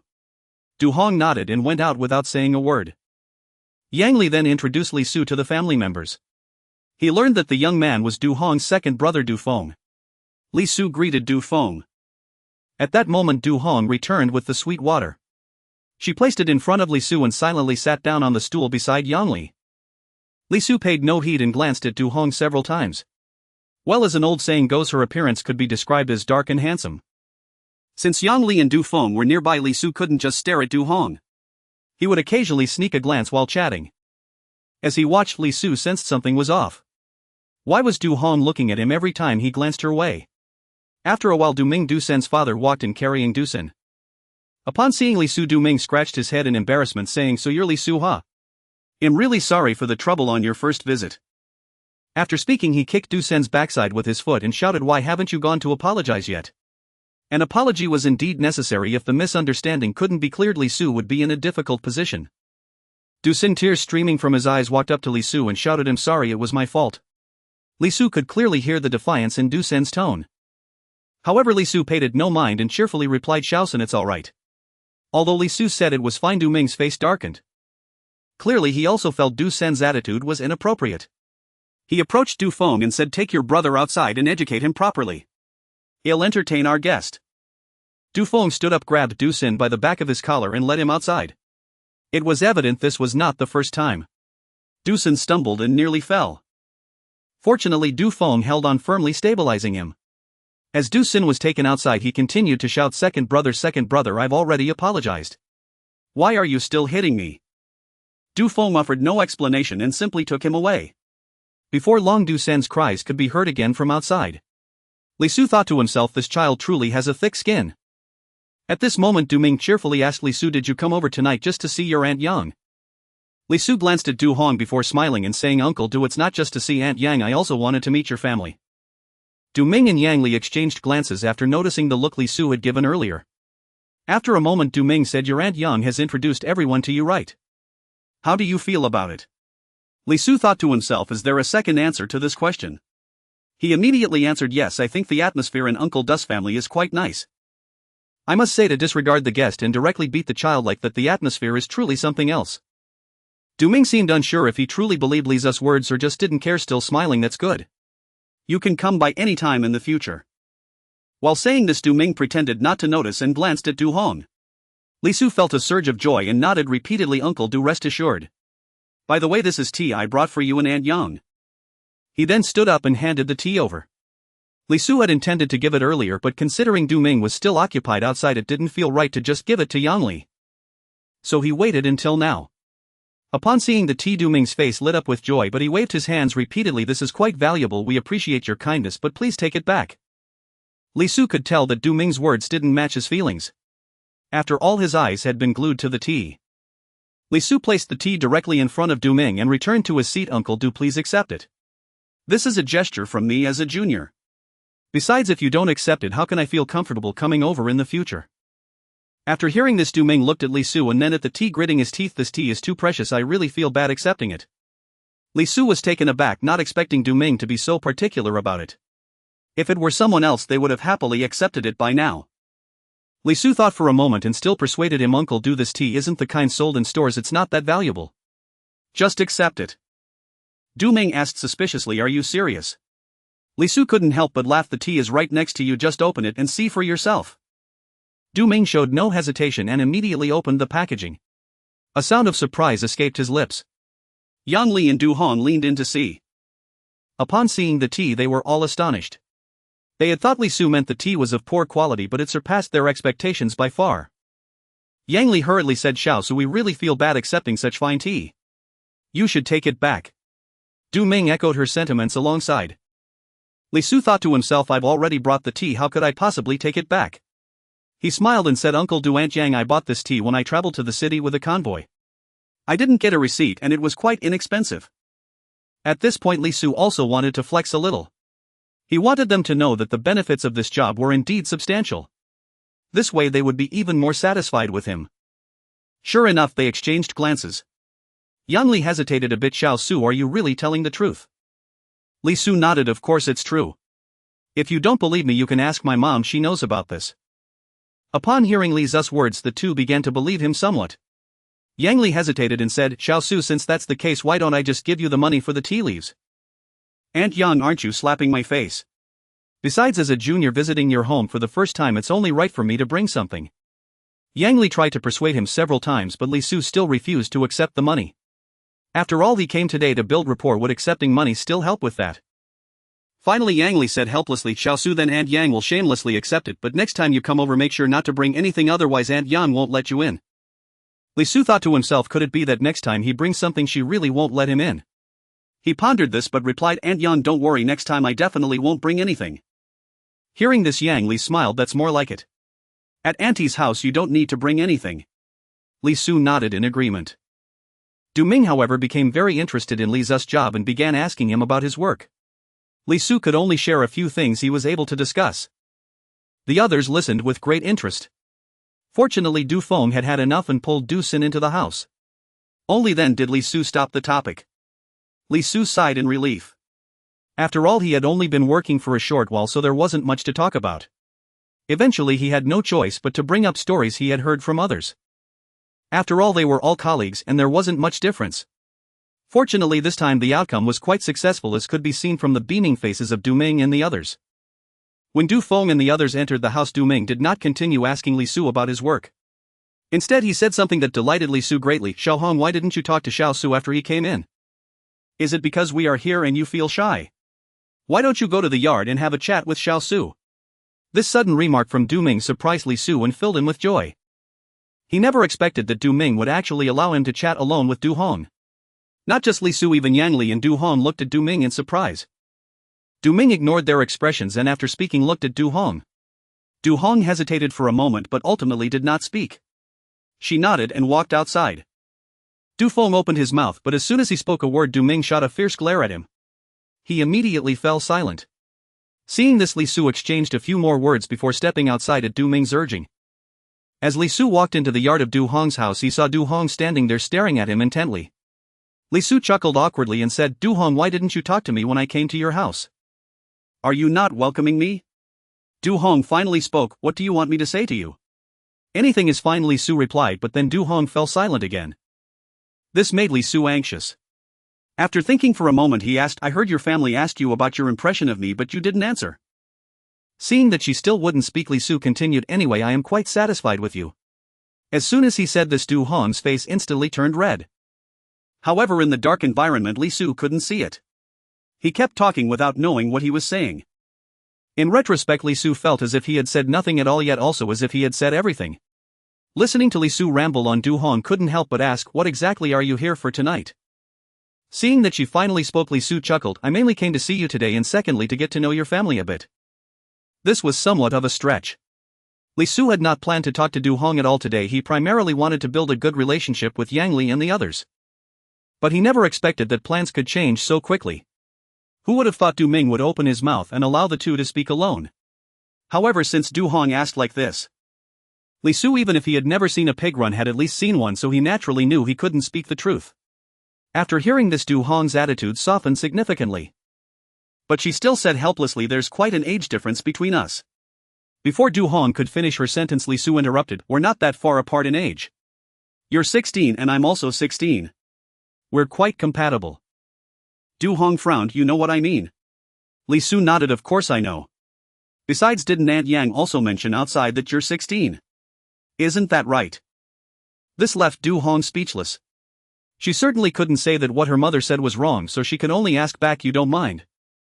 Li Su replied seriously, "What's there to mind? I'm more worried that you'll dislike me." This was the truth. After all, he was only 1 year older than Li Su. Even if he were 3 or 5 years older, Li Su felt he could still accept it. If he were to really ask Li Su what he liked about her, Li Su could only say it was attraction at first sight. Since marriage was inevitable, why not choose someone he was fond of? If he really gave up on Du Hong, he didn't know when he would meet someone else. As for feelings, they could always be cultivated slowly. Besides, among the couples who marry now, at least 9 out of 10 have no emotional foundation. Li Su was not in a hurry, he was still young. As long as it was confirmed they could gradually cultivate their feelings and marry in a few years. His main concern was that Du Hong might go on blind dates with others and get married directly, which would be disastrous. Therefore, Li Su had to express his intentions to both Du Hong and her family. This way he would have more opportunities. After hearing what Li Su said, Du Hong didn't know what else to say and continued to stare at him. Li Su tried to find a few more topics, but Du Hong remained silent. After thinking for a moment, Li Su felt that he shouldn't rush things. Besides, the purpose of his visit today was not only achieved but even exceeded expectations. Since she was unwilling to talk today, he could come back tomorrow, believing she would eventually accept it. It would also give her some time to think. After making up his mind, Li Su bid farewell to Du Hong. Unexpectedly, Du Hong blurted out, "You're leaving now?" Li Su was first taken aback, then filled with joy, thinking that his efforts had finally paid off. So he said with a smile, "You don't want me to leave? Then should I stay a little longer?" Du Hong immediately turned her head away and said softly, "You should just go." Seeing her like this, Li Su teased, "Alright, I'll come find you again tomorrow evening." After saying that, regardless of Du Hong's reaction, he directly entered the house to bid farewell to Du Ming and the others. Du Ming and the others saw Li Su offering to take his leave and tried to persuade him to stay a little longer. Li Su declined their invitation. Realizing this, Du Ming and the others had no choice but to ask him to visit more often in the future. Li Su naturally wished for that and readily agreed. He did not allow everyone to see him off and took a last glance before leaving. Upon returning home, Sun Xiao and the others quickly surrounded him to inquire about the situation. Li Su stated that things are going well. Seeing that he had no intention of elaborating further, the others ceased their inquiries but continued to offer supportive and encouraging words. Meanwhile, at Du Ming's home, after returning to their room, Yan Li couldn't help but ask, "Why did you let them speak privately just now?" Du Ming chuckled, "Have you considered how old Xuanhuan is? Besides, Li Su came to our home tonight. Do you really think he came to see us?" Yang Li hesitated. "He should be here to see Xuanhuan, right? Besides, she's still not that old." Du Ming retorted, "Xuanhuan is already 18. Is that not considered old? How many girls her age are still unmarried?" Moreover, when Li Su spoke to us, his eyes seemed to be glued to Xuanhuan, thinking we hadn't noticed. Yang Li was somewhat displeased. "What nonsense are you talking about? Our daughter is only 16. If I find out you're spreading rumors, just think about the consequences." After the warning, Yang Li asked, "Were you satisfied with Li Zu's performance tonight?" Yes, our daughter is only 16. Du Ming nodded repeatedly. "I am quite satisfied with him. I can't be sure about other aspects, but I can see that there is indeed interest in Xuanhuan in Li Zu's eyes." Yang Li looked at him suspiciously. "You're not saying this just because he brought you tea tonight, are you?" Du Ming's face turned red at once. "Am I that kind of person?" Though Yang Li said nothing, her expression seemed to say, "You are." Du Ming coughed lightly. "While there is indeed a slight connection, the main point is you heard Li Su say that the tea was brought back from his car, right?" Yang Li replied, "I did hear that. Do you also think his work is good?" Du Ming nodded. "Of course. His work is excellent, and from what you said, his family is also quite good. A son-in-law like that is hard to find, so I naturally have to consider our daughter." Yang Li looked a bit worried. "Actually, I also think Li Zu's qualities are great. I just don't know what Xuanhuan thinks. That's why I wanted them to communicate more. Don't set up any blind dates for Xuanhuan, seeing how Li Su seems he might come over again in a couple of days." Yang Li retorted, "I'm not foolish. Right now the most important thing is to bring them together. If it really doesn't work out, then I'll arrange something for Xuanhuan. By the way, you should warn that little brat Du Sin again tomorrow. Tell him if he dares to talk nonsense again, you'll break his legs." Du Ming was a bit astonished. "You really want to break his legs?" Yang Li rolled her eyes at him. "Is that even a question? It's one thing to mess around at home, but to say nonsense in front of outsiders, if I don't teach him a lesson, who knows what trouble he'll cause in the future." Du Ming thought for a moment and nodded. "Tomorrow I'll warn him again. If he continues to act up, I won't hold back. Don't try to stop me then. Rest assured I won't stop you." The two continued to talk a bit before drifting off to sleep. Meanwhile, on Du Hong's side. Lying in bed, Du Hong kept thinking about what Li Su had said. She was also puzzled. Is what he said true? Does he really not care about my age? What if he comes to my house again tomorrow? As she pondered, Du Hong's eyes gradually became heavy. "Uncle Su, good morning." When he arrived at the gate, Li Su greeted Uncle Su. "Hey, you seem to be in a good mood today." Hee, I've been feeling quite good lately. By the way, Uncle Su, how is your grandson doing?" Uncle Su smiled. "Thanks to you for the Christian carp. Your aunt has been cooking Christian carp soup every day. To be honest, your sister started producing milk within a few days after drinking it." Li Su nodded. "That's good. Uncle Su, I'm off to work. We'll talk more when I have time." He had initially thought that if there was still no milk, he would bring the milk powder he had just signed out to Uncle Su. Now it seemed unnecessary. Just as he reached Lu Gang, he hadn't even had a chance to greet him when Lu Gang hurriedly said, "Li Su, we need to transport a batch of goods now. Hurry and get a gun from logistics." Li Su responded and ran towards the logistics department. By the time he returned with the gun, Lu Gang was already sitting in the car. Li Su sat down in the passenger seat with familiarity. As soon as he got in the car, Lu Gang immediately started the vehicle and set off. Once the car was in motion, Li Su curiously asked Uncle Lu, "Is this another last-minute arrangement?" "Yes." "How long will it take to return?" "I haven't told my family yet." "No need to tell your family. If all goes well, we should be back by this afternoon." Hearing this, Li Su couldn't help but feel delighted. He thought he probably wouldn't have to break his promise tonight. They chatted lightly as Lu Gang drove. After driving for over 2 hours, Li Su suddenly saw a middle-aged man waving on the road ahead. Lu Gang stopped the car in front of the man, rolled down the window and shouted, "Where are you headed?" Li Su initially thought he could earn some extra cash. Though Lu Gang would only share a small portion with him, Li Su was still quite content. However, after Lu Gang exchanged a few words with the man, he shook his head and started the car. Li Su couldn't help but ask Uncle Lu, "Why didn't you take him with you just now?" Lu Gang chuckled, "Kid, you have a lot to learn. Remember, not everyone can be taken along." Li Su immediately replied, "Uncle Lu, did you notice something off? I just noticed that his waist looked a bit bulging." Li Su's eyes widened in disbelief. "Uncle Lu, are you saying that man has a gun?" Lu Gang chuckled, "Who knows? I don't want to take that risk for a few bucks, so it's better not to take him." Li Su couldn't help but give Lu Gang a thumbs up admiringly, saying, "Uncle Lu, you're truly something." Lu Gang glanced at Li's gesture, pleased, but also warned, "Kid, if you ever drive alone, be sure to keep your wits about you. If you notice anything unusual on the road, get out of there quickly. Don't risk your life for a few bucks." Li Su nodded, saying, "I understand, Uncle Lu. It was great to learn another valuable lesson today. These are all experiences summarized by seasoned veterans. It must be firmly etched in his heart." During lunch, Li Su and his companion gathered some branches to start a fire, placing their lunchboxes beside it to heat.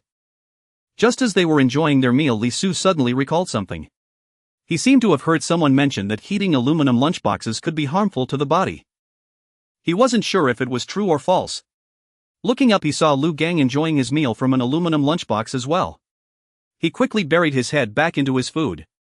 He thought to himself, what does it matter? If something goes wrong, well, I'll face it together. Moreover, aluminum lunchboxes were practically the only options available. Originally, he estimated he would get home by the time work ended in the afternoon. However, the car broke down midway. Lu Gang then began to assess the situation with Li Su. Li Su checked according to the guidebook's instructions. After examining a few areas, he hesitantly provided an answer. Seeing this, Lu Gang praised him. But finding the problem was just the first step. The second step was to solve it. Li Su was currently unable to take action and could only humbly consult Lu Gang. Lu Gang guided Li Su step by step on how to repair the malfunction. After some time, the car returned to normal under their efforts. Although Li Su was covered in dirt, he was still filled with excitement. After all, he had successfully repaired the car, albeit with Lu Gang's hands and guidance. Due to the time spent on repairs, it was nearly 8 p.m. when Li Su finally arrived home. Upon seeing Li Su covered in grease, Sun Xiu quickly urged, "You should go take a shower and change your clothes before coming out to eat." After finishing his shower while eating, Li Su asked, "Mom, did you go to my workplace again?" Sun Xiu rolled her eyes at him. "No, we thought you hadn't returned because you were on a last-minute business trip. Seeing that you didn't take anything with you, we assumed you would be back today." Li Su gave a thumbs up. "Mom, you're impressive." Sun Xiu replied with a hint of annoyance, "Enough of that, how did you get so dirty?" Li Su recounted the car repair incident. After hearing it, Sun Xiu was quite excited. "My son is capable, he can even fix cars now."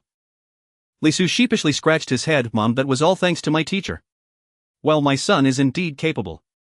Besides, you still found the cause of the problem." "That was still my teacher's teaching. If your teacher had taught your dad, I can guarantee your dad wouldn't have found the cause." Li Su remained silent. Li Jiakong, who looked innocent, couldn't help but interject, "Why are you two talking about me again?" Sun Xiu shot him a glance and ignored him. After finishing dinner, Li Su chatted with everyone for a while. Suddenly, he slapped his forehead and dashed outside. The others exchanged glances, unsure of what had just happened. He ran all the way to Du Hong's house. Li Su noticed that only one room had a faint light. He hesitated for a moment, unsure if he should knock on the door. In the end, he steeled his heart and knocked on the door. There was no choice. Even if he had missed the appointment, he needed to explain. Tonight's explanation and tomorrow's wouldn't be the same. Soon a figure emerged from the illuminated room, asking, "Who is it?" Recognizing this was Du Ming's voice, Li Su hurriedly called out, "Uncle Du, it's me, Li Su." At that moment, another room began to glow, Du Hong's room. Seeing that Li Su hadn't come tonight, she thought he was lying to her about what he said yesterday. Lying in bed, she tossed and turned, lost in thought. When she heard the knock outside, she didn't pay much attention. But upon realizing it was Li Su, she instantly perked up. She got up, lit the coal lamp, and put on her clothes. At that moment, Du Ming opened the yard door, looking somewhat surprised. "Xiao Su, why are you here so late?" Li Su smiled awkwardly. "Uncle Du, yesterday I told Du Hong that I would come find her today, but I had to go out of town this morning. I just got home and thought I should let her know." Du Ming nodded in realization. "You could have explained tomorrow just as well. It's different. I feel that explaining tonight shows more sincerity. Du Ming gave him a deep look. You can go into the yard, I'll call her for you. After saying that, he turned to Du Hong's room, knocked on the door and said, Xuanhuan, Li Su is looking for you. If you're free, come out to see him. This was the step Du Ming was providing. After all, she was a girl and some things needed to be handled with care. In truth, when he saw the light in Du Hong's room, he already had an idea. Sure enough, after hearing the voice, the door opened directly. Du Hong walked out fully dressed. Seeing this, Du Ming stood still, saying, Li Su is over there, he has something to say to you. He then pointed in Li Su's direction. Du Hong nodded and approached Li Su. He scratched his head. Sorry, I originally planned to come find you tonight, but I had to make a trip out of town and just got home, which delayed me. Du Hong nodded and asked, have you eaten since you just got home? Ha! Li Su's eyes lit up. Are you concerned about me? Du Hong's face turned red and she stomped her foot. I'm not concerned about you, I was just asking. Seeing this, Li Su chuckled. What if I said I haven't eaten? Du Hong stammered. If you haven't eaten, then go back and eat. Li Su feigned disappointment and said softly, I thought you would say you'd make me something to eat. He couldn't speak too loudly. Du Ming was still standing over there. If he heard, he might kick Li Su out right then and there. After all, the relationship between the two wasn't established yet. How could Li Su expect Du Hong to cook for him in front of Du Ming? Regardless of how eager Du Ming was to matchmake them, he wouldn't remain silent after hearing that. Du Hong understood this as well. After hearing his words, she turned her head slightly and seeing Du Ming's lack of response, glared at Li Su and whispered, "What you wish?" Alright, I got your explanation, it's getting late so you should go back now. Seeing that Du Hong wasn't angry, Li Su smiled. Alright, you should rest early, I'll come find you again tomorrow. After saying that, regardless of Du Hong's reaction, he loudly addressed Du Ming, Uncle Du, it's getting late, I'll head back now. After hearing Du Ming's acknowledgement, Li Su turned and left. After Li Su left, Du Hong stepped forward to close the courtyard gate. Only then did she walk towards her house. Du Ming stood at the door and inquired, what were you two whispering about just now? Du Hong's face flushed again, but luckily it was night and it couldn't be seen. Nothing much, he was just explaining the reason to me. Du Ming noticed she was reluctant to say more and asked, do you have a good impression of Li Su? Du Hong exclaimed, Dad, what nonsense are you talking? After saying this, she rushed into the room and closed the door, leaning against it while touching her cheeks that felt a bit warm from shyness. At the same time, it seemed she could hear her heart pounding incessantly. Du Ming, stunned by her series of actions, took a while to come back to his senses. He spoke softly at the door, daughter, your mother and I both have a good impression of Li Su. If you like him, we should hurry and settle this matter. After a long silence with no response from inside, Du Ming returned to his room. Du Hong heard everything clearly by the door but did not reply. Only after hearing Du Ming's words did she realize and stood there in a daze, murmuring to herself, could it be that I really like him? Then she thought about the time she had met Li Su, recalling how he had been chattering in front of her and the way he had come to explain earlier. A silly smile unconsciously appeared on Du Hong's face. When Yang Li saw Du Ming enter the room, she also asked, was it Li Su who came earlier? Yes. Yang Li, curious, asked, what did he come for so late? He came to apologize to your daughter. Yang Li was taken aback. Apologize? What for? Du Ming then recounted the entire incident. After hearing it, Yan Li was left speechless for a long time. Du Ming continued, do you know what I thought when I heard him say that explaining tonight was more sincere? Yang Li shook her head. At that moment I thought if our daughter could really be with Li Su, that would truly be finding a good match. Just based on that one sentence. Du Ming shook his head. You don't understand that one sentence is something many people can't achieve. Moreover, if he didn't really care about Xuanhuan, he wouldn't have come over so late. Yang Li was still somewhat confused about the previous statement but understood the latter. She showed a helpless expression. But our daughter? Du Ming smiled. Xuanhuan should have a good impression of Li Su by now. Yang Li perked up. Really? How do you know? When I left, there was no light in her room. After talking to Li Su for a couple of sentences, when I went to call her, her room was already lit. Moreover, I had just knocked on the door and she opened it right away. Do you understand what that means? Yang Li pondered for a moment, then showed a surprised expression. Are you saying Xuanhuan turned on the light and got dressed as soon as she heard Li Su's voice, just waiting for you to call her? Du Ming nodded. The two exchanged glances inside in unison, feeling a sense of urgency about their daughter growing up. Even Du Ming was thinking that it was time for his daughter to get married. However, at this moment he couldn't help but feel some mixed emotions.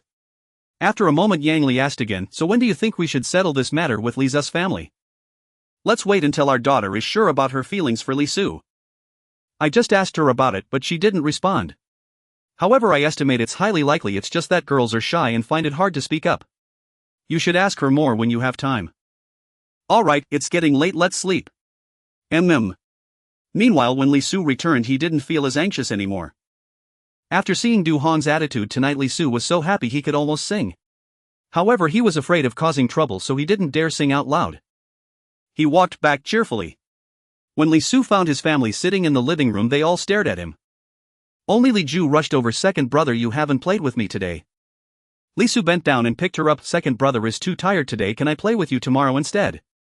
Although Li Ju was small, she was quite sensible and chirped, okay, but second brother, don't forget tomorrow. Don't worry. Li Su pinched Li Ju's little face and then looked at everyone with confusion. Why haven't you all gone back to rest? Li Mei said irritably, you just ran out without saying anything. We were worried something might have happened, so we waited here for you. Seeing the unfriendly gazes from everyone, Li Su chuckled awkwardly. Well, I suddenly remembered something and forgot to tell you all. Li Jiakang's tone was even less friendly. Oh, a busy person, huh? Quickly tell us what's so urgent. Li Su didn't care and instead joked, Dad, Mom, I went to see Du Hong. What? Everyone exclaimed in surprise. You. Li Jiakang started to speak but was cut off by Sun Xiu's anxious voice. Xiao Su, quickly tell us what's going on with you two. Li Su recounted everything that happened in the past couple of days, ending with, the hope is very high now. The others exchanged glances, their eyes reflecting disbelief. Although they believed Li Su was excellent in many aspects, remembering what he had said during the blind date, they felt the chances were slim. They never expected that this matter would actually hold hope now, and it was a considerable hope. After a moment of silence, Li Ping was the first to speak. Xiao Su, big brother said you can definitely do it. Seeing someone taking the lead, everyone chimed in, expressing their prior belief in Li Zu's abilities, otherwise they wouldn't have encouraged him.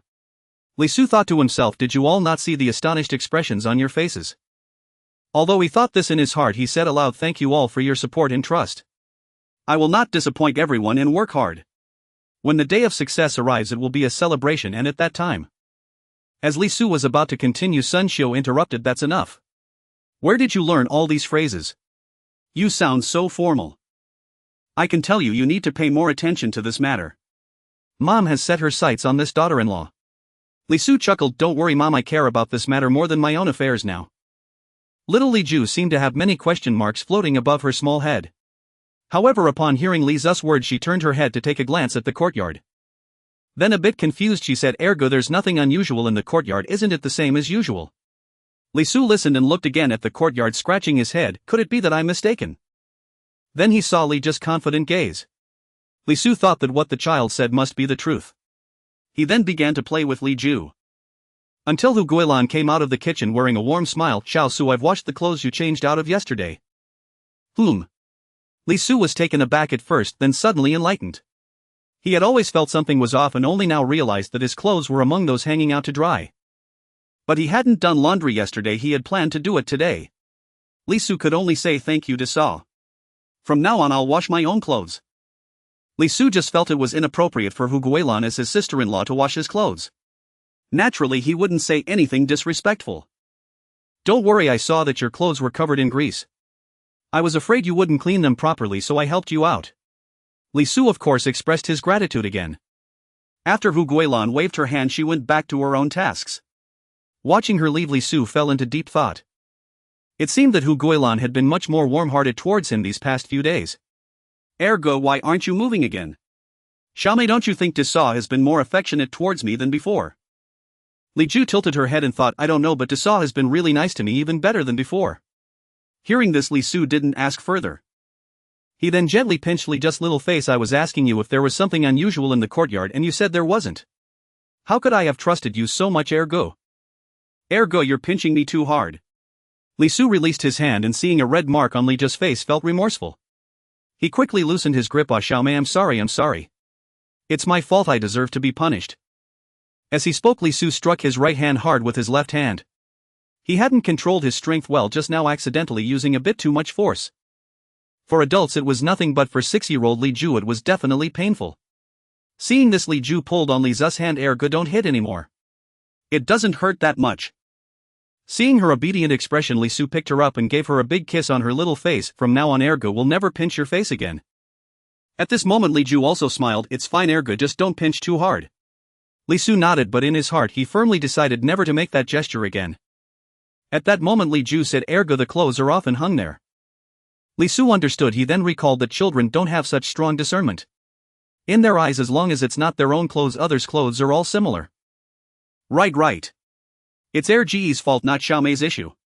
After saying that, he began to tickle Li Ju. In Li Zu's embrace, Li Ju squirmed, giggling and pleading for mercy. After dinner, Li Su chatted with everyone for a while, and only after dark did he head to Du Hong's house, taking a water bucket from home. On the way, he took out a few fish and placed them inside. Upon arriving at Du Hong's house, Li Su knocked on the door as usual. Li Su focused his eyes and realized it was still Dusun. Dusun quickly dashed in front of Li Su. Upon recognizing him, his little face drooped. He listlessly said, "You can go in now." Li Su chuckled and looked at him. "Oh, isn't this little Dusun? Why don't you greet me?" Dusun glanced at him grumpily, replied, "Hello Li Su, go in quickly." That's more like it. I'll go in first. By the way, go get a water bucket." After saying that, without waiting for a response, Li Su walked into the house with the water bucket, leaving Dusun standing there in confusion, looking around as if to confirm whether this was indeed his home. Due to Li Zu's visit a couple of days ago, he had received 2 beatings and was later sternly warned by Du Ming. Therefore, he now held some resentment towards Li Su. Thus, when he saw Li Su just now, his face drooped. There was nothing he could do. He didn't dare complain about Du Ming and the others. Only after Li Su spoke did Dusun call out.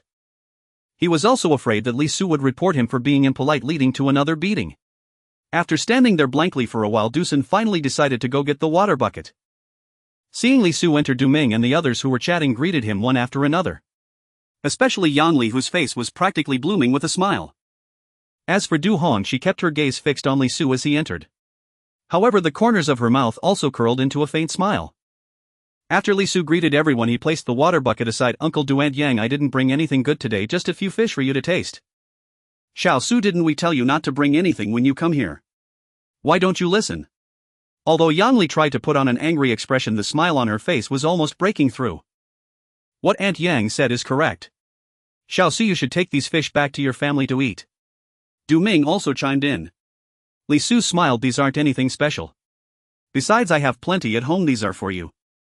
At that moment, Dusun also entered the house with the water bucket. Seeing this, Li Su directly dumped the fish into the bucket. Dusun, seeing the lively fish, instantly perked up excitedly, shouting, "Fish! So many fish!" While speaking, he squatted down to grab them with his hands. Du Ming's expression darkened instantly. "Useless brat, go stand over there." He felt that Dusun's attitude was embarrassing for them, especially when they had already indicated they wouldn't accept the fish. Dusun was first stunned by the scolding, then seemed to think of something and, disregarding it, continued to play with the fish with a silly grin. Li Su watched, shaking his head in amazement, thinking that he hadn't been this brave when he was young. If you say he knows fear, his actions show otherwise. If you say he's not afraid, he did acknowledge his mistakes and cried out in pain when beaten. Thinking this way, Li Su tried to mediate. "Uncle Du, it's fine.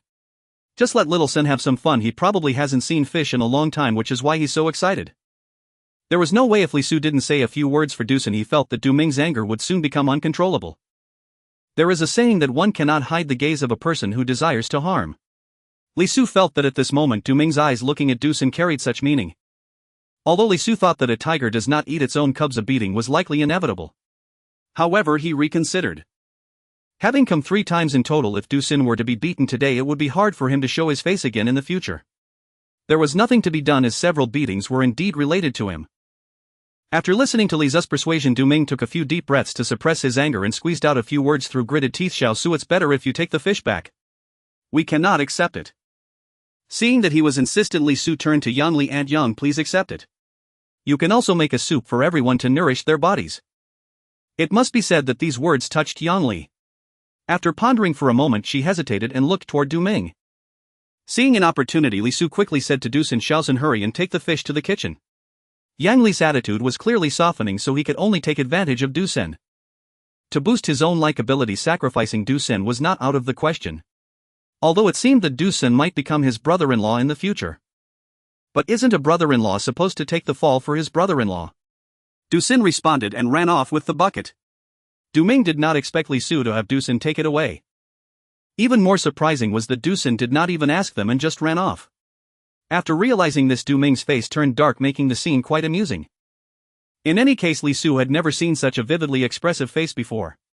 Yang Li also tugged at Du Ming's arm. Du Ming glanced at her and remained silent. After a long pause he finally managed a faint smile. Xiao Su, I will accept this fish, but you must promise not to bring anything next time. Though Li Su agreed verbally, he was already thinking of bringing something next time. However, judging by Du Ming's earlier reaction, it seemed that Du Sen's beating was unavoidable. In his heart he couldn't help but mourn for Du Sen. At the same time he thought that if he truly became his brother-in-law in the future he should treat him a bit better. Seeing Du Ming agree to accept the fish, laughter returned to the room. At least earlier Yang Li and the others were fixated on Du Ming, all worried that he might explode. It was somewhat understandable to hit a child in front of guests on the first day, but to do it again in front of the same guests today was a bit unreasonable. After joking for a while, Du Feng asked Li Su at this time, where did you get the fish? It's still lively and jumping around. Upon hearing this, Du Ming coughed and Yan Li shot him a glare. Li Su chuckled, brother Feng, I got it from a friend. Seeing that Du Feng wanted to ask further, Du Ming quickly interrupted. Xiao Su, you and Xiao Hong can go chat outside, you don't have to stay here with us. Du Hong's face flushed red as she glanced at Li Su and then walked outside. Li Su replied and naturally followed. At this point Du Feng was still confused. Dad, weren't we having a good conversation? Why let them go outside to talk? Du Ming shot him a glare and quietly said, I originally thought your brother was foolish, but it turns out you, the older brother, aren't much better. Indeed, with your level, not even graduating from elementary school, you are quite foolish. Faced with his father's sudden personal attack, Du Feng felt a bit overwhelmed. Du Feng felt wrong. Dad, why are you saying this? Do you think I don't want to graduate? Du Ming looked at him disdainfully. You've been in 4th grade for 3 years and still haven't passed. How can you still have the face to say that? You want to graduate, but does the school allow you to graduate? Du Feng. It's not just about attending school. Graduation is not guaranteed. Even elementary school has promotion exams. If you don't pass, you have to repeat the grade. Du Feng had also failed to advance to 5th grade after 3 years, feeling that he wasn't cut out for studying and simply dropped out. Du Feng thought for a moment and suddenly his eyes lit up. Dad, isn't Xiaosun also in his 3rd year of 5th grade? He might end up not graduating from elementary school just like me. Hearing Du Feng use Du Sen as an excuse, Du Ming's anger flared. How could I have given birth to 2 little bastards like you? Why compare with him? It's said that things come in threes. If he fails to advance to 6th grade again, he might as well stop studying and you two can keep each other company at home. Du Ming grew increasingly angry. Tonight I must give that little bastard a lesson to let him know what rules are. Yang Li glanced outside after hearing this, then patted Du Ming lightly. Lower your voice, Li Su and the others are still outside. Even if you want to teach Xiaosun a lesson, you should wait until Li Su leaves. Du Ming huffed. I know. Du Feng was not interested in whether or not to hit Du Sen and continued with the previous topic. Dad, you still haven't told me, why did you stop me from asking? Hearing this, Du Ming held his head, looking utterly fed up. Li, you talk to your foolish son. I don't want to speak with him right now. Yang Li rolled her eyes at him and then said to Du Feng, there's currently no fish for sale in the market, do you understand? Du Feng pondered and replied, are you saying this fish was obtained from the black market? It seems you're not that foolish after all, but whether the fish came from the black market I don't know. I can only say that they are capable, otherwise how could we see this at this time of year? Du Feng suddenly couldn't tell if he was being praised or scolded. But the thought of having fish soup made him excited. Mom, can you make us fish soup tomorrow? Sure, it's perfect to nourish you all. Du Ming nodded in agreement. Meanwhile, Li Su and the others had arrived in the courtyard. Li Su leaned in closer and whispered, I told you I would come find you today. How about it? I didn't break my promise, did I? Du Hong shot him a glare. You can come or not, it's up to you. Li Su couldn't help but sigh. This girl was quite tough with her words. Then he chuckled, if you say that, then I might not come again in the future. Ah. Du Hong was taken aback by this statement and exclaimed. But she quickly reacted, glared at Li Su and turned her head away. Li Su didn't mind. I told you, it seems you have feelings for me. Du Hong's angry demeanor couldn't hold up anymore, stammering, who has feelings for you? You do look, your ears are all red. Ah. Du Hong exclaimed again and quickly covered her ears with her hands. At that moment a voice came from nearby. Sister, what are you shouting about over there? The sudden remark startled both of them. Turning away they realized it was Du Sen standing at the door of a room peering in their direction. With both hands busy fiddling with a fish. Looking at the fish lying motionless, Li Su worried whether it might have been killed by his meddling. Du Hong said impatiently, what are you playing with over there? Don't kill the fish, hurry up and put it in the bucket. After a brief acknowledgement, Du Sen turned and went back inside. Then he came back out again asking, by the way sister, what did you just call? Although Du Hong's face was flushed, her tone was extremely stern. I didn't call, you must have misheard. Du Sen scratched his head with one hand. Did you not call? Could it be that I misheard? Good heavens, after playing with the fish for so long he was now scratching his head. Li Su could hardly imagine the fishy smell all over. Du Hong however was unconcerned as she was thinking about how to brush Du Sin off. You definitely misheard, hurry back in and play and don't come out unless necessary. Seeing Du Hong's firm stance, Du Sin felt he must have misheard. He responded and went back into the house to continue playing with the fish. Li Su wondered, is the fish really that fun? Du Hong shook her head, how would I know? I don't like to play. Li Su scratched his head, then why does your brother enjoy it so much? As long as it's something to play with, he likes it all. This left Li Su silent. Then he thought, whatever, let him play what he wants. He continued the previous topic, why were your ears red just now? Du Hong instinctively covered her ears, they weren't red, you must have seen it wrong. If they weren't red, why cover them? It's cold and freezing. Li Su looked at his own thin clothes, thinking to himself, good heavens. Although it was already November, the weather was only slightly chilly, wearing a long-sleeved shirt was already sufficient. He couldn't help but chuckle, let me see, does your face turn red when you lie? Saying this, he leaned closer to Du Hong. Du Hong covered her face again, I'm not lying. Still claiming you're not lying. Wasn't it you who said you didn't call? Wasn't it you who said it was cold? Du Hong shook her head repeatedly, can adults discuss their matters with children? Anyway, I just feel cold. Seeing Du Hong getting a bit anxious, Li Su chuckled, alright, put your hands down, I'm not teasing you anymore. Really? Really? After hearing the answer, Du Hong put her hands down. At this moment her hair was a bit messy, her face was flushed and her eyes sparkled. Li Su was momentarily stunned and he blurted out, you're really beautiful. Hearing this, Du Hong felt a bit shy but was also pleased, don't say nonsense, I'm so dark. I'm not speaking nonsense, it's really how I feel. Dark skin can also be beautiful. This was the truth. Du Hong's skin resembled that of the actress who later played Xixia, very dark but radiant. It actually made her look even better. This made Du Hong burst into a giggle. Li Su, feeling a bit embarrassed, scratched his head and changed the topic, by the way, how's work going for you? Having already discussed the previous topic quite a bit, Li Su also wanted to know more about Du Hong. The two of them continued as before, one speaking and the other listening. However, the roles were reversed now. Du Hong was speaking while Li Su was listening. It wasn't until he felt the time was right that Li Su bid farewell to everyone. He grabbed the wooden bucket and walked home. On the way back, he added a few fish into the bucket. That's right, he suddenly also craved some fish soup. After Li Su left, Du Ming perked up. He said to Du Feng, go bring that little brat over here. Du Feng didn't hesitate and immediately went to the kitchen to fetch Du Sin, who was still playing with the fish. Du Sin was brought before Du Ming looking bewildered. Dad, why did you call for me? Du Ming grinned sinisterly, what for? Today I'm going to teach you some manners properly. Before Du Sin could react, he was hoisted sideways onto Du Ming's lap and a series of slaps began. While smacking him, Du Ming spoke about various things such as you need to have rules when doing things, be polite when speaking to guests, and don't act on your own initiative and everything. Finally he asked, did you remember? Du Sin cried out, I remembered. Du Ming replied with satisfaction, as long as you remember, if you forget I'll make sure you remember it later on. After saying this, he set Du Sin down. Then he stood up and stretched, feeling refreshed. All the anger inside him had dissipated. At this moment Yang Li suddenly frowned. Xiao Xin, come here, I want to smell if there's a fishy smell on you. She had already caught a whiff earlier, but since Du Ming was in the middle of a beating, she didn't interrupt. Du Feng added from the side, when I was looking for my little brother he was still playing with the fish. Ha! Du Ming's eyes bulged in disbelief as he looked at Du Feng, you didn't wash him. Du Feng chuckled, I saw you were in a hurry so I didn't have time to wash him. Du Ming's expression suddenly changed as he recalled how Du Sin had flailed his arms while getting beaten. He carefully sniffed his own clothes. Sure enough, he detected a strong fishy smell. Additionally, there were also some slimy residues from the fish on his clothes.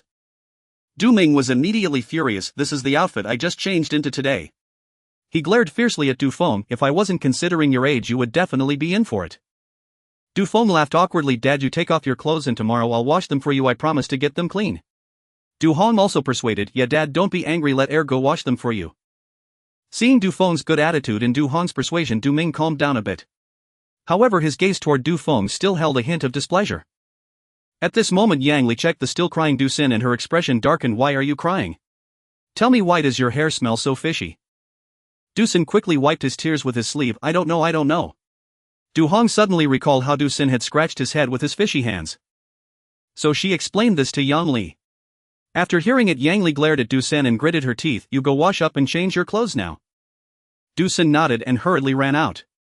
At this moment Du Feng had an incredulous expression on his face and whispered to Du Hong, "Little sister, something's off, mom actually didn't hit the little brother." Du Hong rolled her eyes at him and whispered back, "Ergo, why do you hope so much for the little brother to be punished?" Du Feng chuckled, "Isn't it just that it's boring? It's nice to have some fun to watch." Upon hearing this, Du Hong was at a loss for words. Then she burst into laughter as she felt that Du Feng's words actually made a lot of sense. Moreover, when their parents disciplined the younger brother, they always did so with restraint. The most he would feel is a sore bottom for 2 days. Then, thinking about Du Sen's tough skin and his tendency to forget pain, she even believed that he might be fine by tomorrow morning. At that moment, Du Ming asked, "What are you two laughing at?" Yang Li also turned to look at them. Du Feng quickly replied, "Nothing at all." Du Ming ignored him and asked Du Hong, "I just thought of something funny." Du Ming's eyes lit up, "Can you share it with Dad?" Du Hong shook her head, "It's not convenient." Indeed it wasn't. But unexpectedly Du Ming misunderstood, "Oh, it's not convenient. Then never mind." Du Ming thought it was about Li Su, which is why it wasn't convenient to tell him. Not long after, Du Sen finished his bath and came in wearing clean clothes. Yang Li called Du Sen over and without saying a word repeated Du Ming's earlier actions. Du Sen cried out in distress. Du Feng excitedly remarked, "I told you mom would never let the little brother off. It turns out she was afraid of dirtying her clothes." Du Hong didn't respond but was engrossed in watching this scene. To be honest, it was indeed entertaining to watch a mischievous child getting reprimanded. In the following days, Li Su made several trips. During his free time, he would also visit Du Hong's home. The feelings between them were rapidly intensifying. One noon in the procurement department's cafeteria, Li Su was having his meal. Xiao Jianpain suddenly inquired, "Oldly, have you had any good news recently?"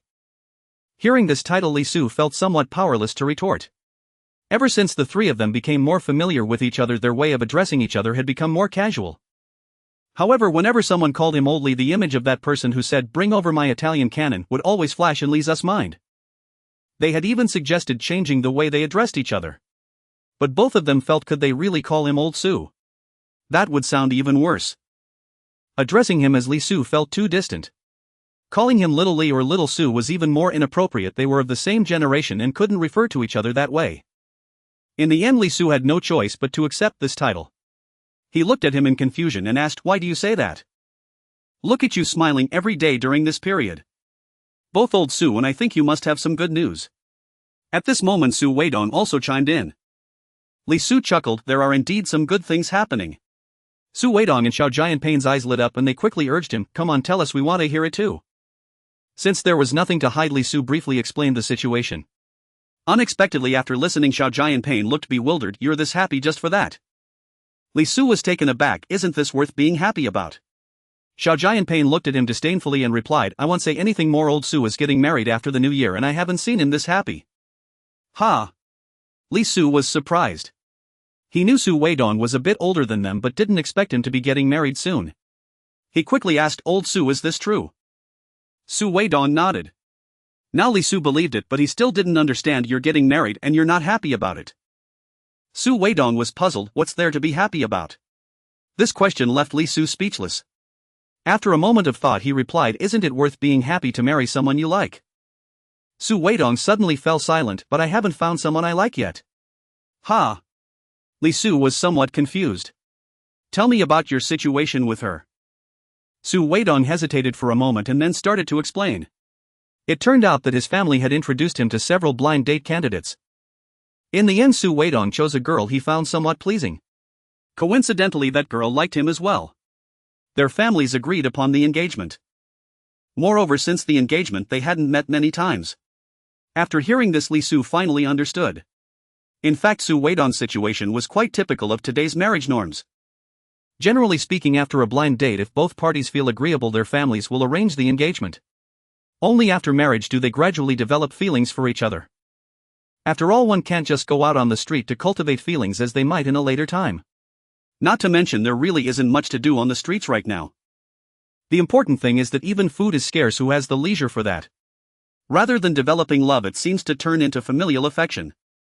Li Su, on the other hand, was an exception. He had actually taken a liking to a girl. And initially he had claimed he was going to see Yang Li.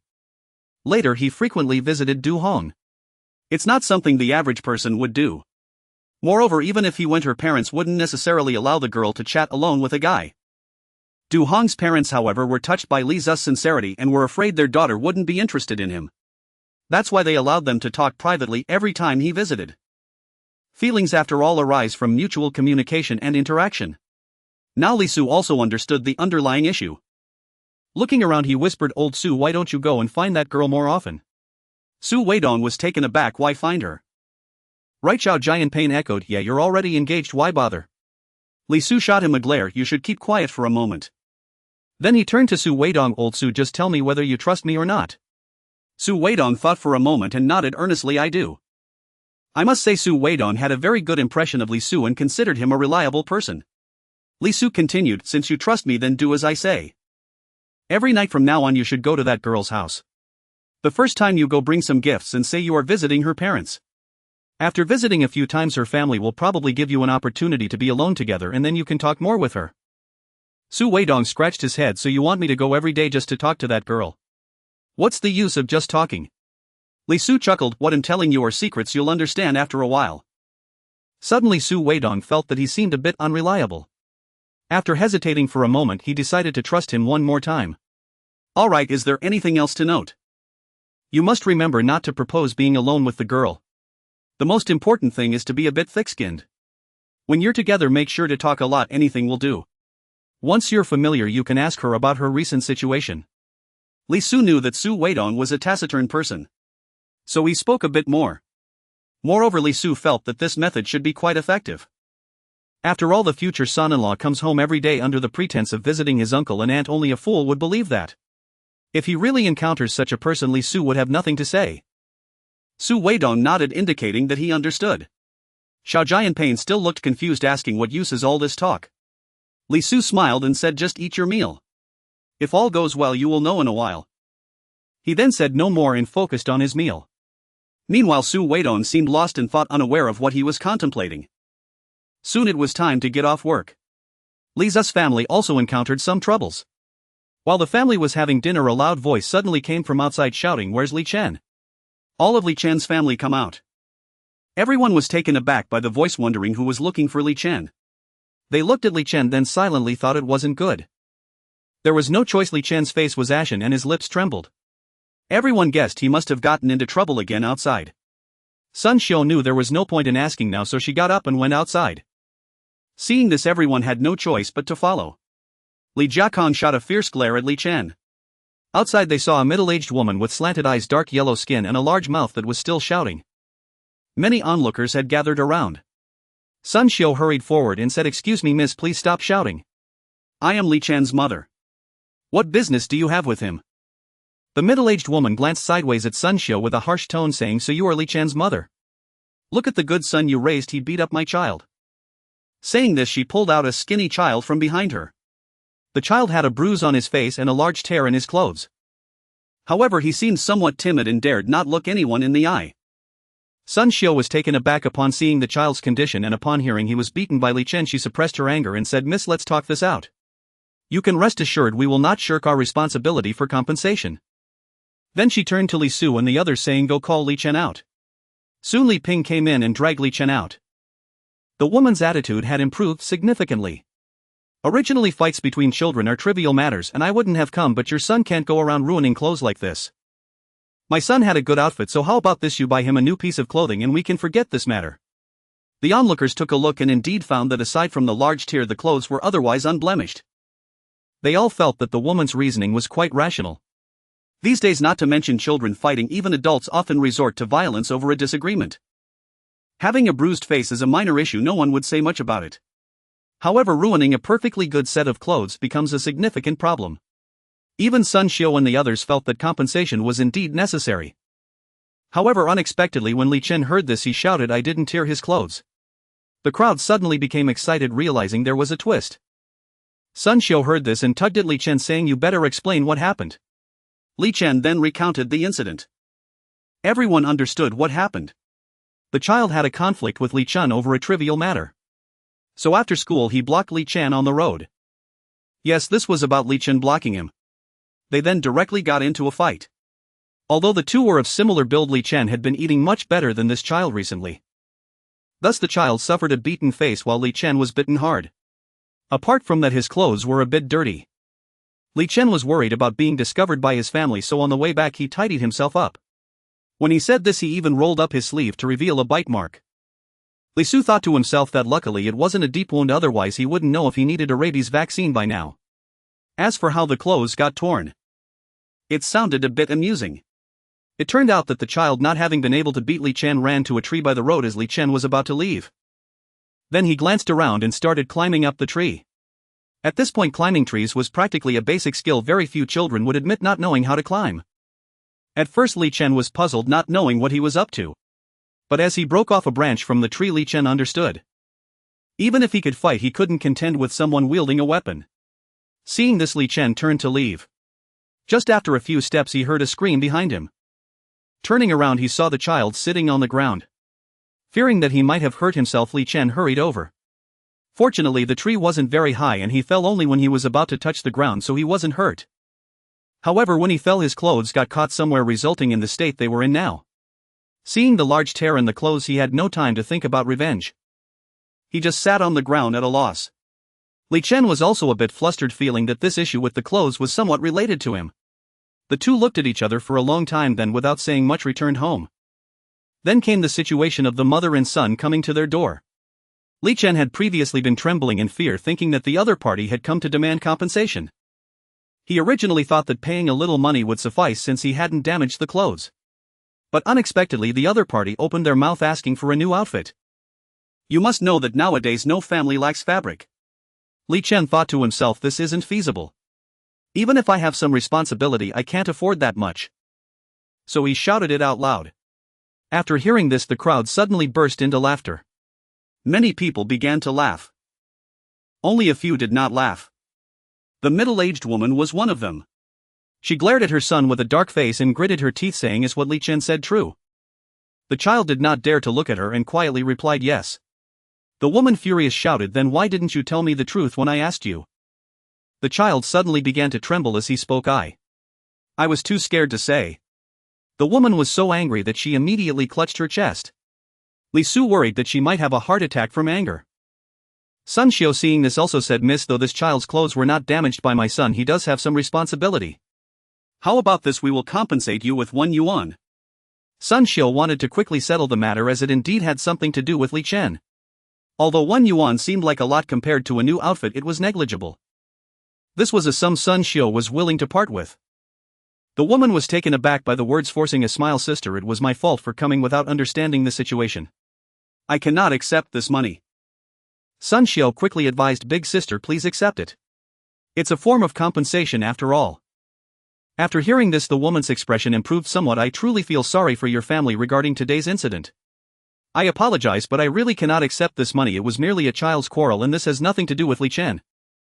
While speaking, the woman bowed to Sun Xiao and the others. This action indeed made Li Su see her in a new light. Initially, based on her appearance and previous loud behavior, he thought she was unreasonable. Unexpectedly, she turned out to be so understanding. Indeed, judging a person by their looks is very wrong. Sun Xiao quickly helped the woman up. "It's just a small matter, there's no need for this." After standing up straight, the woman said nothing more and directly pulled her son by the neck and left. The onlookers, seeing there was no excitement, also dispersed. Sun Xiao grabbed Li Chen's shirt and shot him a fierce glare. "Go inside." Li Chen dared not utter a word and followed her into the house.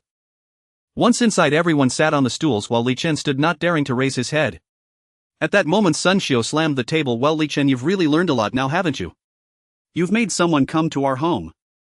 In truth, after realizing that the clothes weren't torn by Li Chen, Sun Xiao wasn't as angry. She merely wanted Li Chen to learn a lesson. Li Chen had nearly been beaten enough to gain experience, and upon hearing this, he understood Sun Xiao wasn't genuinely angry, immediately putting on a smiling face. "Mom, I get it. Don't worry, this will never happen again." Seeing him with that silly grin, Sun Xiao almost couldn't hold back her laughter, coughing twice. "How can you still smile? Let me tell you, if that child's clothes were truly ruined by you, I would make sure you couldn't eat your fill. You can skip dinner and stand outside." Everyone felt that missing a meal wouldn't kill anyone, so they didn't speak up to persuade her. After all, they had just eaten for a while. Seeing no one to speak for him, Li Chen reluctantly walked outside. The others then resumed their dinner. During the meal, Hu Guilan said, "Mom, I thought that woman was unreasonable. I didn't expect I was mistaken." Sun Xiao smiled. She is indeed quite understanding. If it weren't for Xiao Chen confronting her son, this wouldn't have happened. As for the fight, regardless of who struck first, if this incident hadn't occurred no one would have paid attention. This made Li Su feel a bit emotional. This era is indeed full of martial virtue. In the modern age, who would dare to fight casually? Without some background, one wouldn't even have the courage to fight back when pressed. Everyone ended dinner with laughter. Li Su held a teacup in one hand and held Li Ji's hand with the other, walking up to Li Chen. "Oh, who is this? Why are you standing guard here?" Li Chen immediately shot him a glare. "Second brother, are you here to laugh at me?" Li Su nodded seriously indeed. In truth, Li Su didn't want to tease Li Chen, but there weren't many entertainment activities in this era. Either every household had many children or they simply had nothing to do but create people. Anyway, idleness leads to idleness. Li Ju couldn't help but chuckle. However, Li Chen didn't dare to say anything. There was no way if he upset Li Ju, Li Jiakang would take action. He could only retort at Li Su's second brother, "If I remember correctly, you also had your fair share of standing punishments, right?" Li Su nodded yes, but I was never found at home. Li Chen paused for a moment. "But the clothes aren't my doing." "Yes, but they still came to find you." Li Chen stared blankly at Li Su, unsure how to retort. The onlookers behind Li Su, including Li Mei, also laughed. Then Li Mei spoke up. "All right, Xiao Su, don't tease him any longer." Li Su chuckled and lost interest in continuing to tease Li Chen. Under his resentful gaze, he pulled Li Ju away. The next evening, Li Su and the others learned from Li Chen that the middle-aged woman who came yesterday had asked for a few months of leave for her son at school today. Everyone exchanged glances. Then Li Chen hesitantly said she won't have him beaten to death, right? Li Su thought for a moment and replied, "Don't worry, it won't come to that, but he'll probably suffer some injuries." This was indeed accurate.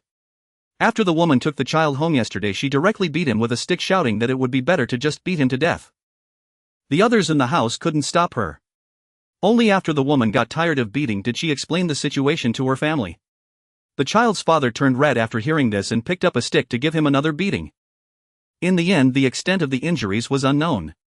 After the beating, the anger subsided and they quickly took the child to the hospital, where the doctor said he would need some time to recover. A few days later that evening, Li Su visited Du Hong's home again. Their relationship had become very good. Li Su felt that the timing was right. While they were alone, he quietly said, "Xiao Hong, let's make our engagement official in the next few days." Du Hong did not refuse this time. Instead, she blushed and asked, "When do you plan to set the wedding date?" After thinking for a moment, Li Su pondered, "In 63, I'll be 18 by then, perfect for marriage." Du Hong was taken aback. "Why set it so late?" Li Su chuckled. "Why are you in such a hurry to marry me?" Du Hong lightly scoffed. "You're so thick-skinned, who's in a hurry to marry you? I just don't understand why you're doing this. I just feel that we are still young and waiting 2 more years is fine. By then we should both have stable jobs. Just think about it, 2 official workers getting married, wouldn't that sound respectable?" Li Su could only use this excuse, otherwise he couldn't say that getting married at their current age would be bad for their health. Noticing Du Hong's reluctance to respond, he added, "We're already engaged, do you still fear that I'll run away?" It's known that in this era, once engaged, unless something unexpected happens, it is as binding as marriage and cannot be retracted. Many people discover their partner's flaws, such as domestic violence, only after marriage, but still grit their teeth and continue. There was no choice in this era. If anyone dared to mention divorce, they would truly be drowned in spit. It could even elevate to a question of personal character. If it reached that point, it would be serious. How could one explain? "Sorry, this matter cannot be explained." Others do not care why you are in this situation. They only care about the fact that you are getting a divorce. Even if you couldn't bear to stay in this place, you still can't leave. Not to mention that leaving requires an introduction letter. The most important thing is that your household registration is here. Where can you run to? Du Hong naturally understood this principle, so she agreed, saying, "Okay, let's do it your way." Li Su held her hand, his face beaming as he said, "Then we have to agree that when I go back I will talk to my family." Du Hong did not struggle and simply nodded. Holding her small hand, Li Su chatted with her for a while before happily heading home. After he left, Du Hong blushed and came to Yang Li and her husband's side quietly, saying, "Dad, Mom, I want to tell you something." Du Ming looked at her with a grin. "What is it?" Du Hong stammered, "Li Su and I plan to get engaged in the next couple of days." "Ah." Upon hearing this, Du Ming and his wife exclaimed in surprise, their expressions a mix of shock and joy. Yang Li then asked, "Daughter, have you thought this through?" Du Hong softly replied with an mm. "What about the wedding date?" Du Hong answered, "In 63 years. Why so late?" Du Ming was initially taken aback, then advised, "Daughter, shouldn't you think it over? I think it's better for you two to get married after the new year." Yang Li nodded in agreement. Du Hong repeatedly shook her head. No reconsideration. This is what Li Su and I have discussed. Yang Li looked hesitant, wanting to advise her but unsure how to voice it. Seeing her like this, Du Hong smiled and said, Mom, we're already engaged, what's there to be afraid of? Whether it's early or late, it's all the same. Hearing this, Yan Li could only respond helplessly, okay, when I go to work tomorrow we'll speak to his mother. She then repeatedly reminded Du Hong, causing her to blush furiously. Du Ming remained silent, quietly smoking his cigarette. Although he always said he wanted to marry Du Hong off quickly, at this moment he felt quite unsettled. Fortunately, his daughter could stay by his side for another 2 years, which provided him with some comfort. As for the two brothers Du Feng, they could only stand by grinning, not saying a word. After all, such major matters were beyond their purview. Meanwhile, after Li Su returned home, he went straight to Li Jiakang's door. He knocked and called out, Dad, Mom, I need to talk to you. After a while, Li Jiakang opened the door saying, You little rascal, what brings you here at this hour? Is there something that can't wait until tomorrow? Li Su chuckled, Dad, it's a big deal, it can't wait until tomorrow. Li Jiakang was taken aback. What big deal could you have? Li Su did not answer but inquired, Where's Mom? Seeing that he wouldn't speak, Li Jiakang pointed inside, saying irritably, She's in the room. He then turned and walked inside with Li Su following behind. Entering the room, he saw Sun Xiao sewing by the bed. Li Su approached her and advised, Mom, don't sew so late, it's bad for your eyes. Let Disa do it tomorrow during the day.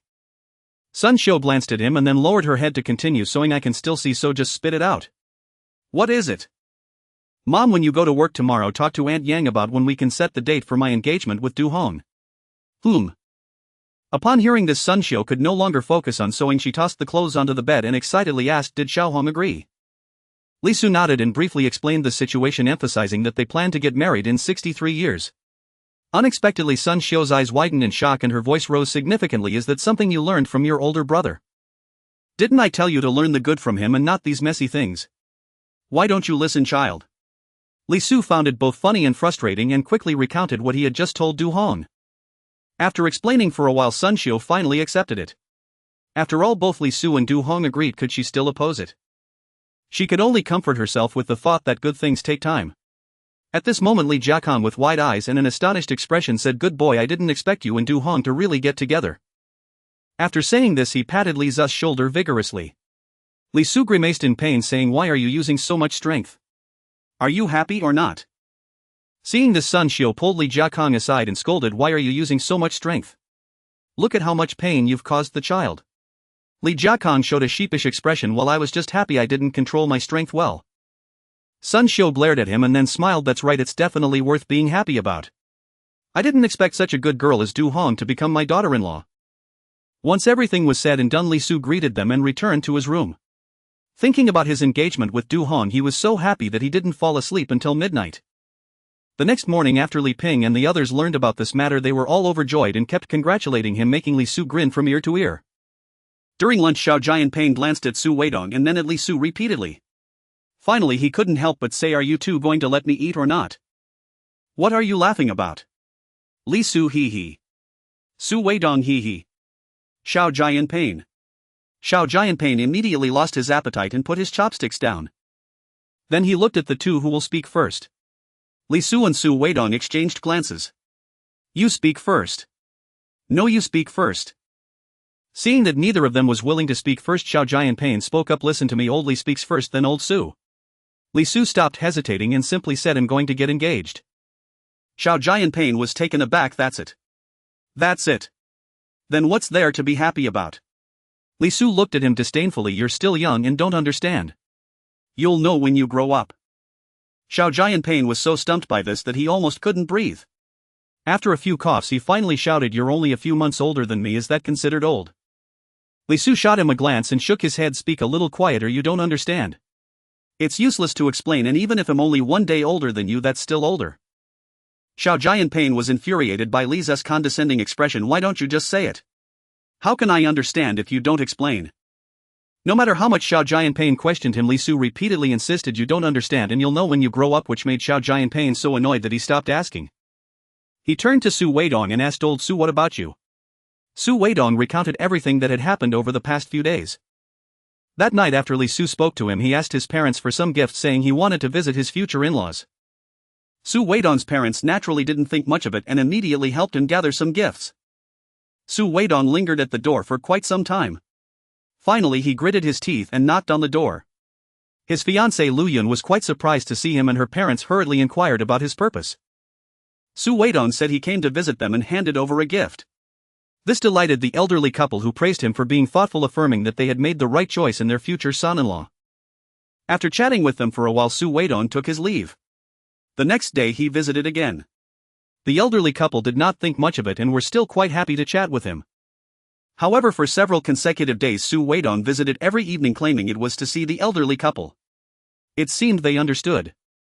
Until the night before last, when Xuanhuan visited again.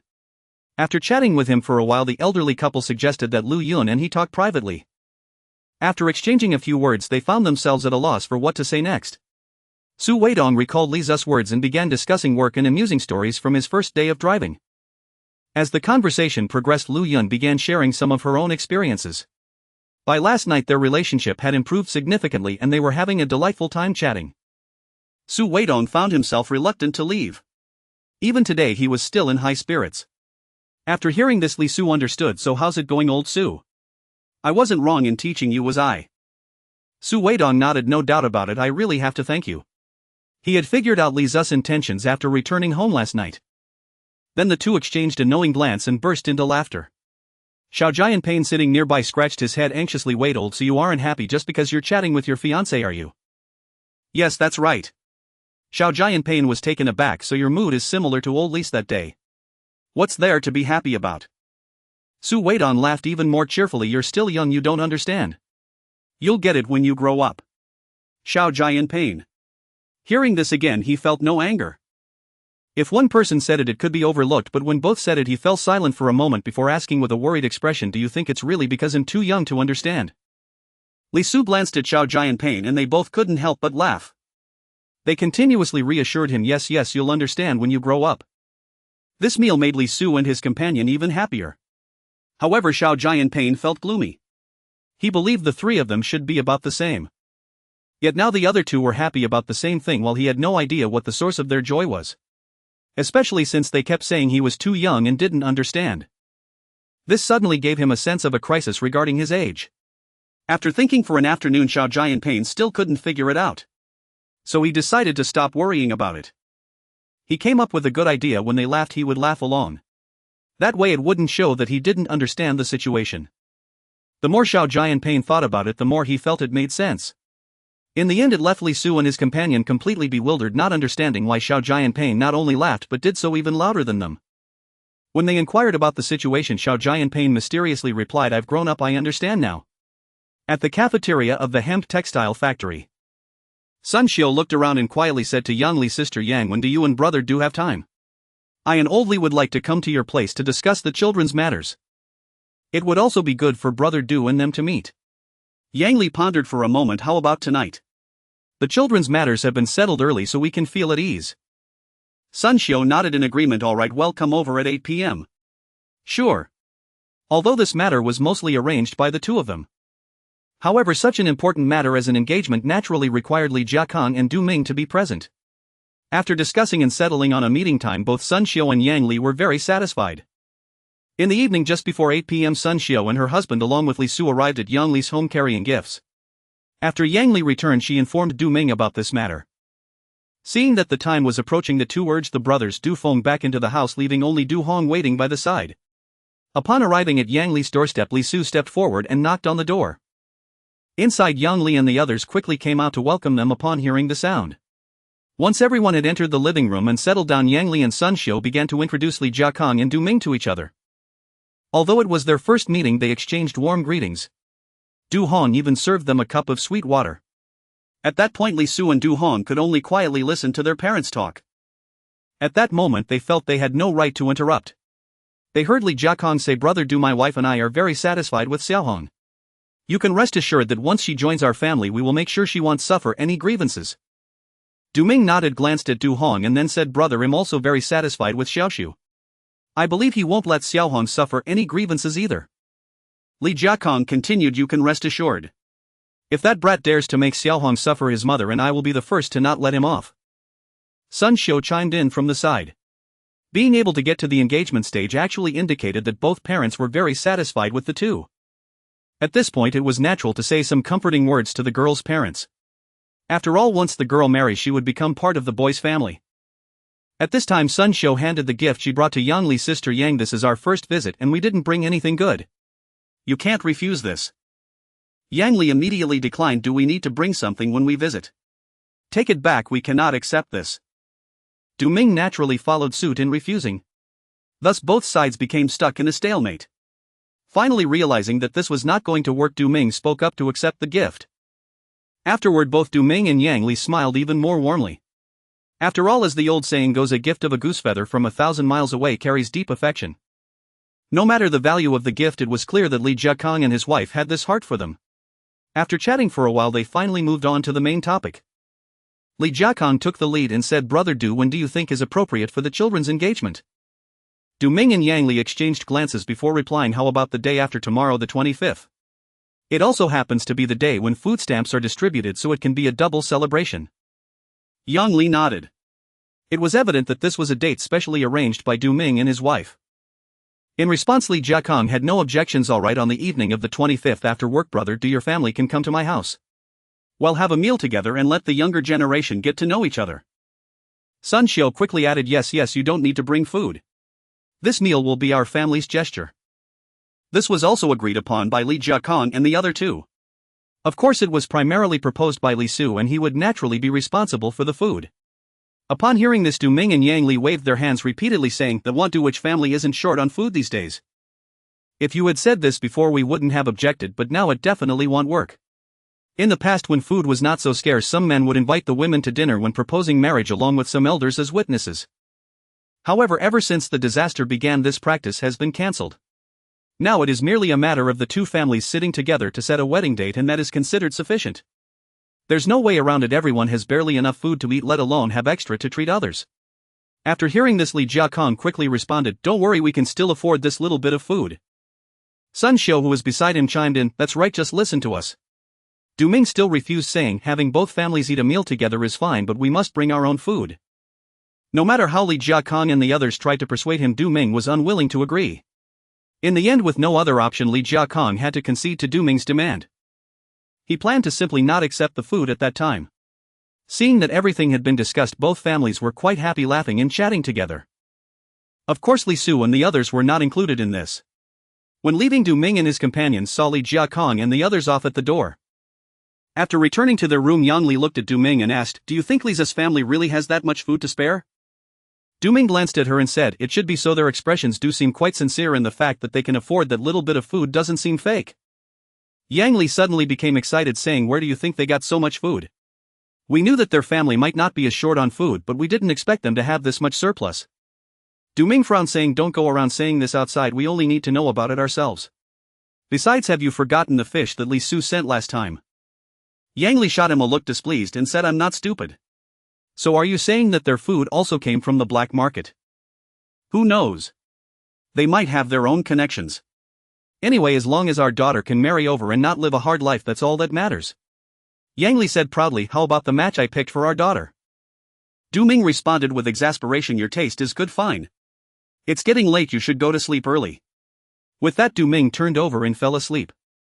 Seeing this, Yang Li huffed and also went to sleep. After Li Su and the others returned home, everyone surrounded them, eagerly asking how things went. Li Su smiled and said, the day after tomorrow evening we'll have the engagement. Their family is coming over for dinner and everyone will get to know each other. Xiao Su, you're becoming a family man soon. Are you going to establish a career next? Li Su glanced at Li Mei, who was teasing him, and replied with a mischievous grin, sister, whether or not I establish a career isn't important, I just want to know when you're going to find me a brother-in-law. Upon hearing this, Li Mei's face turned red and she said, Pa. You know I'm your sister and you still dare to speak like that. I see you're itching for a beating. With that, she stepped forward and playfully slapped Li Su a few times. Li Su naturally dodged, repeatedly pretending to beg for mercy, which made everyone laugh heartily. Li Chen on the side was enjoying the spectacle and shouted, sister, when are you going to find me a brother-in-law? After hearing this, Li Mei stopped chasing after Li Su and directly walked in front of Li Chen, giving him a few hearty slaps while scolding, your second brother is about to get engaged. Teasing me is one thing, but you're just a child. I can't even take on your second brother. Do you really think I can handle you? Nowadays the common belief is that no matter how old one is, once engaged or married they can be considered an adult. Moreover, since Li Su and Li Mei had a good relationship, teasing each other wasn't a big deal. However, Li Chen was just a 10-year-old child, so it was inappropriate for him to say such things. Let alone now, even in later years, a child this age who dared to tease his sister like that would likely receive a good beating. Li Chen was hit repeatedly and cried out, "Sister, I was wrong, please spare me." Seeing this, Li Mei stopped and scolded, "This time I'll let you off, but if you dare say such things again, just wait and see how I deal with you." Li Chen nodded repeatedly, saying, "Yes, yes, sister, I understand. I won't dare again." Everyone burst into laughter and Li Chen wore a face of grievance. But no one cared much. After all, it was Li Chen who got beaten the most in the family. Not only did Li Mei hit him, but Li Ping and Li Su also often laid hands on him. In short, he was not beaten for being lazy or greedy, but only for being foolish. Usually Li Chen was just a bit mischievous and everyone didn't take it too seriously. However, later on the family found that Li Chen seemed to lack awareness. He would always say inappropriate things at the wrong times. For example, in the past, when Li Ping jokingly expressed regret for saying they would marry after being officially recognized, everyone could tell he genuinely regretted it and kept advising him. But this little rascal Li Chen actually said, "Elder brother, you seem quite happy about it." And then nothing more followed. Even Sun Xiao and the others did not stop him. It was inevitable Li Chen had done this kind of thing more than once or twice. Even Li Jiakong and Sun Xiao had specifically authorized everyone to help educate him. In conclusion, this child is so young and has no sense of awareness. How much trouble will he face when he grows up? You older siblings must help him out. Everyone naturally agreed without hesitation. After being educated by the family many times, he corrected this flaw quite a bit. But he still occasionally slipped up. Sun Xiao remarked, "You deserve to be hit, it's been so long and you still have no awareness. Your elder sister is going to university, she'll definitely want to find a good family in the future." Li Mei's face immediately turned red and she exclaimed, "Mom." This scene was quite rare and even Hu Guilan started teasing her. After everyone laughed for a while, Li Ping finally asked, "Dad, did you meet with Uncle Du tonight? How did it feel?" Nowadays, before the engagement, it's common for families to inquire about each other's background. Since Sun Xiao and Yang Li were old colleagues, everyone naturally knew their character. Although they couldn't say they understood everything about each other's family situations, they at least knew a fair bit, which saved them from going through that process. However, no matter how much they heard, it couldn't compare to meeting and understanding in person. Li Jiakong smiled and said, "Your Uncle Du is quite a decent person, otherwise he wouldn't have raised a child like Du Hong." Afterward, he recounted what had just happened. After hearing this, Li Ping also sighed. Xiao Su has indeed found a good wife. Li Su understood Li Ping's meaning. It is important to know that marriage is not just a matter between two individuals but involves two families. If one side's family is always embroiled in chaos, the other side will certainly not be at peace. Li Ping and the others had a good understanding of Yang Li, and now they also felt that Du Ming was quite good. Then Li Su would have fewer troubles in the future. Only with such a life would it flourish. Sun Xiao smiled with delight, saying, "Of course, I have long seen that our little Su and Du Hong are a perfect match." Everyone echoed, "Yes, yes, you are right." That night, Li Su went to the black market to exchange for some candy tickets. The next day, he bought some milk candies at the supply and marketing cooperative, intending to use them during the engagement ceremony. After all, it was a joyful occasion and it was Li's first experience in his lifetime, so naturally he wanted to celebrate. Before long, the date had arrived on the 25th. Today, after Li Su went to work, he felt that everyone's expression seemed off. He thought to himself, it shouldn't be like this. Today is the day for food ticket distribution and everyone is usually very happy on this day. Why is everyone looking so glum? Has something happened? So he hurried to the team and asked Lu Gang, "Uncle Lu, why does everyone look so unhappy today? Did something happen to the team?" Lu Gang glanced at Li Su and weakly replied, "The team is fine, but something is about to happen at home." Ah. Lu Gang's words startled Li Su and he quickly inquired, "Uncle Lu, did something happen in everyone's homes? Is there an outbreak of some infectious disease?" After saying this, he closely watched Lu Gang, fearing that his speculation might come true. It is important to know that the current medical conditions are far from adequate and many people have even died from fevers or colds. If a severe infectious disease really broke out, it would basically spell disaster. Lu Gang shot him a disgruntled look and said, "What nonsense are you thinking about all day long? Don't you know what day it is today?" Li Su was taken aback and after thinking for a moment he hesitantly replied, "The day for food ticket distribution." "Then you do know. So why ask such nonsense?" Li Su was even more confused. "But Uncle Lu, aren't people usually quite happy on this day? Why does everyone look so glum today?" Lu Gang glanced at him. "You know, once you get married you should let your wife handle the family matters. You are really not cut out for this." Li Su scratched his head awkwardly. To be honest, he indeed had no intention of managing the household. Seeing that Li Su still looked puzzled, Lu Gang finally explained this year's food distribution in the countryside is even less than last year's. Have you heard about it? Li Su nodded. I heard about it. Does it matter? Of course it matters if the food distributed in the countryside is less. What about us? When this news broke, some people estimated that our food would also decrease this month. Unexpectedly, things have now come true. So that's how it is. Only then did Li Su understand. In fact, he had heard this speculation before but had not paid much attention to it. After all, he was not short on food. However, others expressed disbelief when they heard it. They thought that if it decreased further they would starve to death. During this period, most city dwellers lived worse than rural people. After all, if there were mountains and forests in the countryside, they could still gather some wild game, and at the very least they could dig up some wild vegetables. City dwellers could only rely on those commercial grains. If the family size is small, it might be just enough to eat. But now the urban households, especially those with jobs, have been having children like crazy. There is no way around it. Having a job is such a privilege that they don't have to worry about not being able to afford to raise kids. Then suddenly encountering such a disaster that has lasted for several years left them completely dumbfounded. Therefore, after confirming that food would be reduced again, everyone was as mournful as if they had lost their loved ones. Even the people from the automobile team were like this. One can only imagine how others felt. In later generations, some older individuals, even when food was abundant, dared not waste a single morsel. They would even pick up rice that fell on the table and put it in their mouths. After eating, the bowl would be left impeccably clean. This was not merely due to their experiences of hunger, but rather a habit they had formed. Thus the children who grew up afterwards truly had a hard time eating. Not to mention leftover rice, some would spill rice everywhere. At this time they would face scolding from their elders. For instance, before his transmigration, Li Su had been scolded many times by his elders for this issue. He had tried many times to correct this habit but had never succeeded. However, he had indeed changed now. There is no way these days who would still argue with you about wasting food. They would just take action directly.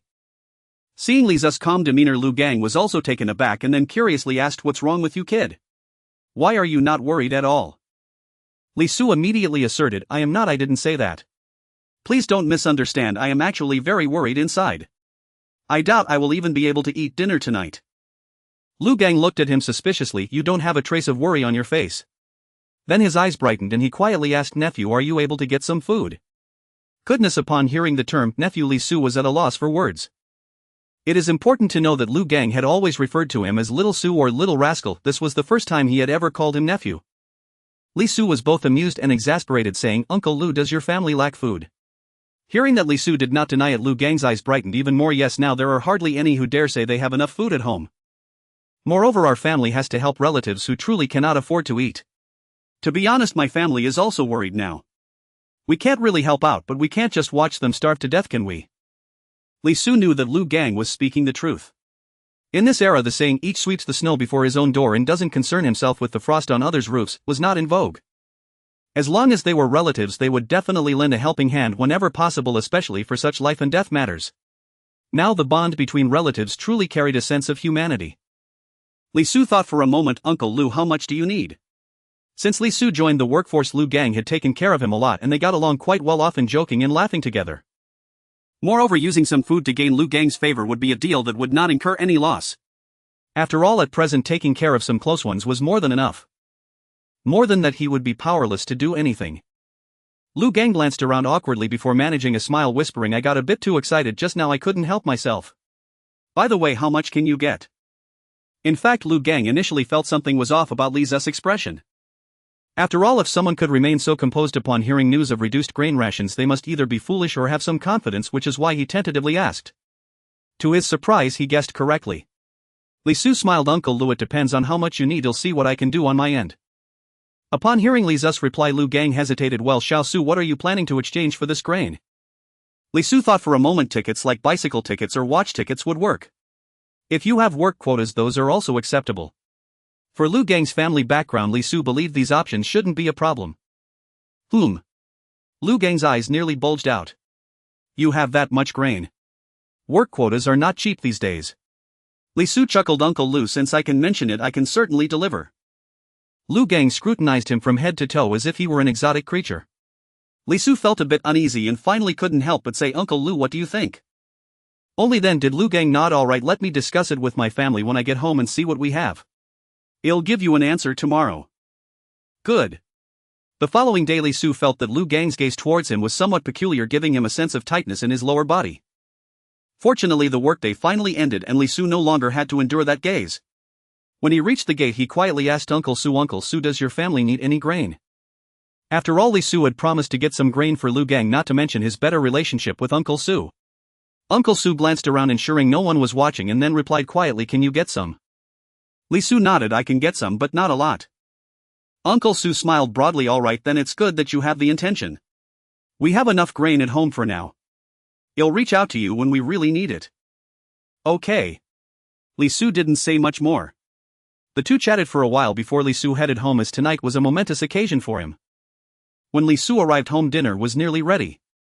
The dishes were simple, mainly pickled vegetables and radishes, but there was plenty of oil in them.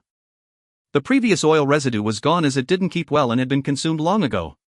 The main dish was a large basin of white rice weighing at least 10 jin. Li Su wanted everyone to enjoy a hearty meal together. While it was quite extravagant at this time, no one complained. After all, the grain had all been brought back by Li Su. Thinking of the grain he had brought home, xuanhuan felt reassured. Today when she went to collect the grain tickets she saw everyone else frowning. Only she, while also pretending to be troubled on the surface, was actually not worried at all. This was the confidence she had. Li Chen and Li Ju were also staring at the food, nearly drooling. They had no choice, although Li Su had brought back a lot of grain recently.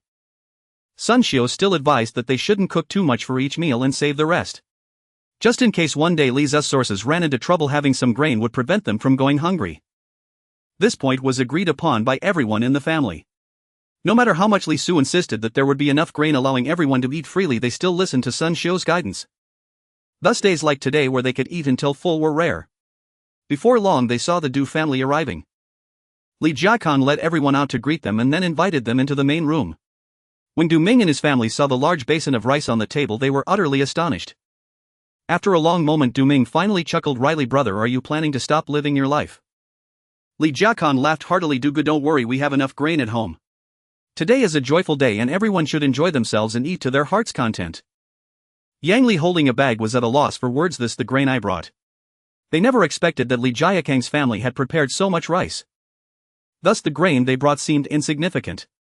Sun Xiao noticed this and offered a way out, stepping forward to take the cloth bag. Sister Yang, this is the grain you brought, right? I'll accept it.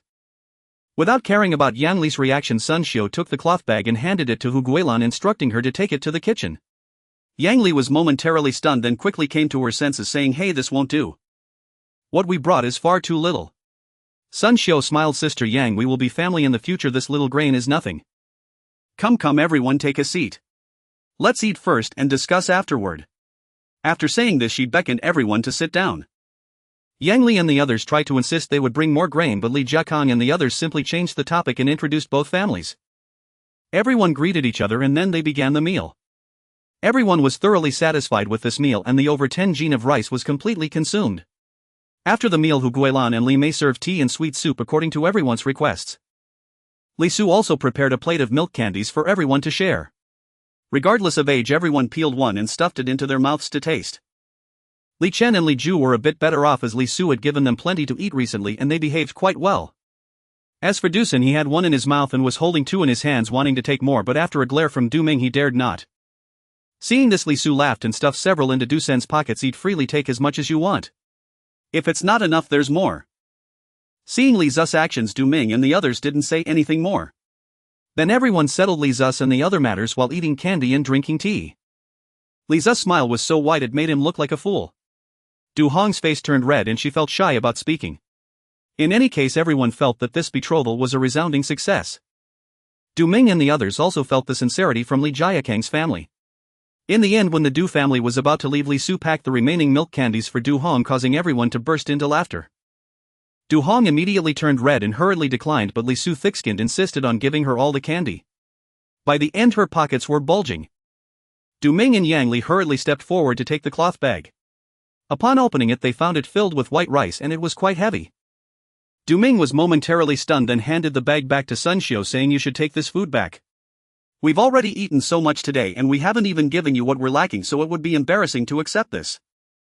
Sun Xiao smiled and said, brother, you gave us food today, so let's just forget about it and not mention it again. Du Ming repeatedly waved his hands insisting that won't do. The amount we ate today is not small, we'll send you the missing food tomorrow. Li Jiakong stepped forward to persuade him, brother Du, today is a good day for our two families to become in-laws. Let's not mention the missing food, consider it our goodwill. Du Ming firmly insisted on giving it. However, no matter how Li Jiakong argued, he refused to take it. Yang Li noticed the stalemate and interjected, let's not discuss this for now, but you must take this bag of food back.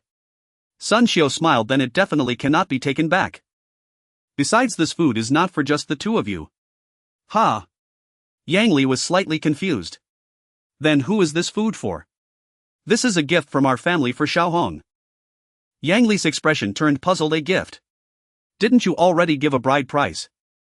During the engagement today, Sun Xiao had already given 6 yuan as a bride price and mentioned that everything needed would be prepared before the wedding. Du Ming and the others naturally had no objections to this. Sun Xiao waved her hand, it's not a bride price, it's a gift. Yang Li, however, was at a loss for words. What kind of gift is this? We can't accept it. Ignoring Yang Li's words, Sun Xiao directly addressed Du Hong. Xiaohong, this is a gift from our family to you. Accept it and don't worry about your parents. Du Hong repeatedly shook her head. Auntie, I can't accept this. Sun Xiao immediately turned serious. What? Do you think this gift is insufficient? Du Hong became flustered, casting a pleading look at Du Ming and the others. Yang Li realized that Sun Xiao was intimidating Du Hong and was about to speak up. Li Su stepped forward and said, Xiaohong, just accept it, otherwise my mom will get angry. Looking at Sun Xiao's tense face, Du Hong gritted her teeth and said, fine, I will. At this moment, Yan Li quickly interrupted, you silly child, your aunt's son is just trying to scare you. Du Hong then realized, then I cannot accept it. Sun Xiao then smiled, that won't you already promised? Li Su and the others chimed in, yeah, you already agreed. Du Hong stood there, her little hands nervously rubbing her clothes, unsure of what to do. Du Ming sighed, then just accept it and thank your uncle and aunt. Upon hearing this, Du Hong breathed a sigh of relief and hurriedly thanked Li Jiakong and the others. Sun Xiao also agreed to this. Then Du Ming looked at them, his lips moving as he hesitated before saying thank you all very much. Li Jiakong quickly added, we're all family now, why say such things? Sun Xiao also echoed, yes, we are all family now, there's no need for thanks. It's getting late, so you should hurry home. Seeing this, Du Ming stopped saying more and called his family to leave. Along the way, the few of them remained silent. Even Du Sun seemed to sense the awkward atmosphere and did not dare to speak. After returning home, the few of them sat in the main room, the bag of food sitting on the table. After a long time, Du Ming finally sighed, now we really owe them a lot. Yang Li also sighed and looked at Du Hong, I just hope Xiaohong won't suffer any grievances after marrying in the future. Du Hong, though a bit confused, still replied, I won't, Uncle Li and the others are really good to me. Du Ming also said that shouldn't be the case. We have seen how the old Li couple treats Xiaohong, and Xiao Su is especially good to her. At this moment, Du Feng scratched his head looking puzzled. Dad, Mom, what are you guys talking about? I don't understand at all. Besides, this food is for my little sister from Uncle Li, why are we talking about her suffering grievances in the future? Du Ming shot him a glare and said irritably, what do you know? Only growing older but not wiser. Du Hong, seeing Du Feng being scolded, also spoke up, Dad, just explain it to me, I don't understand. Seeing Du Hong speaking, Du Ming's expression softened significantly. Xiaohong, that's right. If you ever don't understand something in the future, just ask more. Your dad and I will explain it to you, otherwise when you get married you might suffer. Du Feng. Du Feng suddenly felt the disparities of the world. Fortunately, he still had a difficult younger brother accompanying him. Looking at Du Sin next to him, who was laughing like a little fool while playing with candy, his mood instantly improved. Du Hong's face turned red. Dad, what are you talking about? Yang Li interjected, your dad is right, you must always be cautious in everything. Once you marry, your parents won't be able to help you much. Du Hong understood that Yang Li and the others meant well. After all, once married there would be in-laws above and children below, along with the man's siblings. How could these relationships be handled poorly? So she nodded. Mom, don't worry, just go on and talk about what you just mentioned. Yang Li felt pleased to see Du Hong being so obedient. Xiaohong, who do you think this food is for? Du Hong was taken aback. Isn't it for me? That's right, Aunt Sun and the others said this is a gift for Xiaohong. Du Feng thought he understood the question and quickly answered. Yang Li shot a glare at Du Feng and then sighed, have you ever heard of anyone giving so much fine grain to a newly engaged bride in this day and age? Du Feng and Du Hong exchanged glances and thought for a moment before shaking their heads. Seeing their reaction, Yang Li continued, that's right. Although it's said to be for Xiaohong, to put it bluntly, it's really a subsidy for our family. They only say it's a gift to save face for your dad and me. Upon hearing this, Du Feng quickly said, Mom, then we don't have to accept it. Yang Li and Du Ming exchanged glances, both sighing. Yang Li smiled wryly. Do you think we really want to refuse? But we simply don't have the courage. Today ration tickets were issued and everyone's food supply has decreased again. Du Feng and the others finally understood. They knew about this matter but they hadn't realized how serious it was. Once they discussed it openly it became clear. Du Hong then asked Mom, what do you mean by being afraid he'll suffer grievances in the future? Yang Li continued to explain, now that we owe such a huge favor to their family, if they ever give you a hard time in the future we would have no face to stand up for you. Throughout history, relationships like those between mothers-in-law and daughters-in-law or sisters-in-law have always been fraught with conflict. Although Sun Xiu and others are treating Du Hong very well now, things may change once Du Hong gets married. Yang Li was also worried about this. Du Hong finally understood, feeling both amused and helpless. Mom, you are overthinking this. Besides, I believe that with Aunt Sun and the others' characters they wouldn't make things difficult for me. Du Feng quickly chimed in, yeah Mom, if my sister really suffers I'll stand up for her. If it comes to it I can always call our older brother back. Let's hope so. Yang Li then looked at Du Feng, do you think at that time we can let you go? Du Feng chuckled awkwardly, mumbling softly, well, deal with it after letting off some steam, right? Since ancient times it has been said that a mother's family is a strong backing. When a woman has brothers in her family she tends to have more authority in her husband's home. This is especially true when conflicts arise between husband and wife or when the in-laws make things difficult for the woman. When the woman's parents are unable to intervene, it is usually her brothers who step in. This is particularly common during disputes between the couple. At this time the woman's brothers either mediate or take action. Of course the ones getting beaten will definitely be the men. Moreover, even if a fight breaks out, outsiders will only think that the man is the one who has gone too far. Du Hong glanced gratefully at Du Feng after hearing his murmurs. Regardless of the outcome, Du Feng had this intention. However, Du Hong still said, ergo I believe you won't have to step in the future. Du Ming replied, that means you're living well and Dad can rest easy. Du Hong also felt the paternal love in his words, her eyes instantly reddening. Dad. Hearing this call, Du Ming felt extremely relieved and a look of gratification appeared on his previously stern face. A father's greatest wish is to see you all live prosperous lives.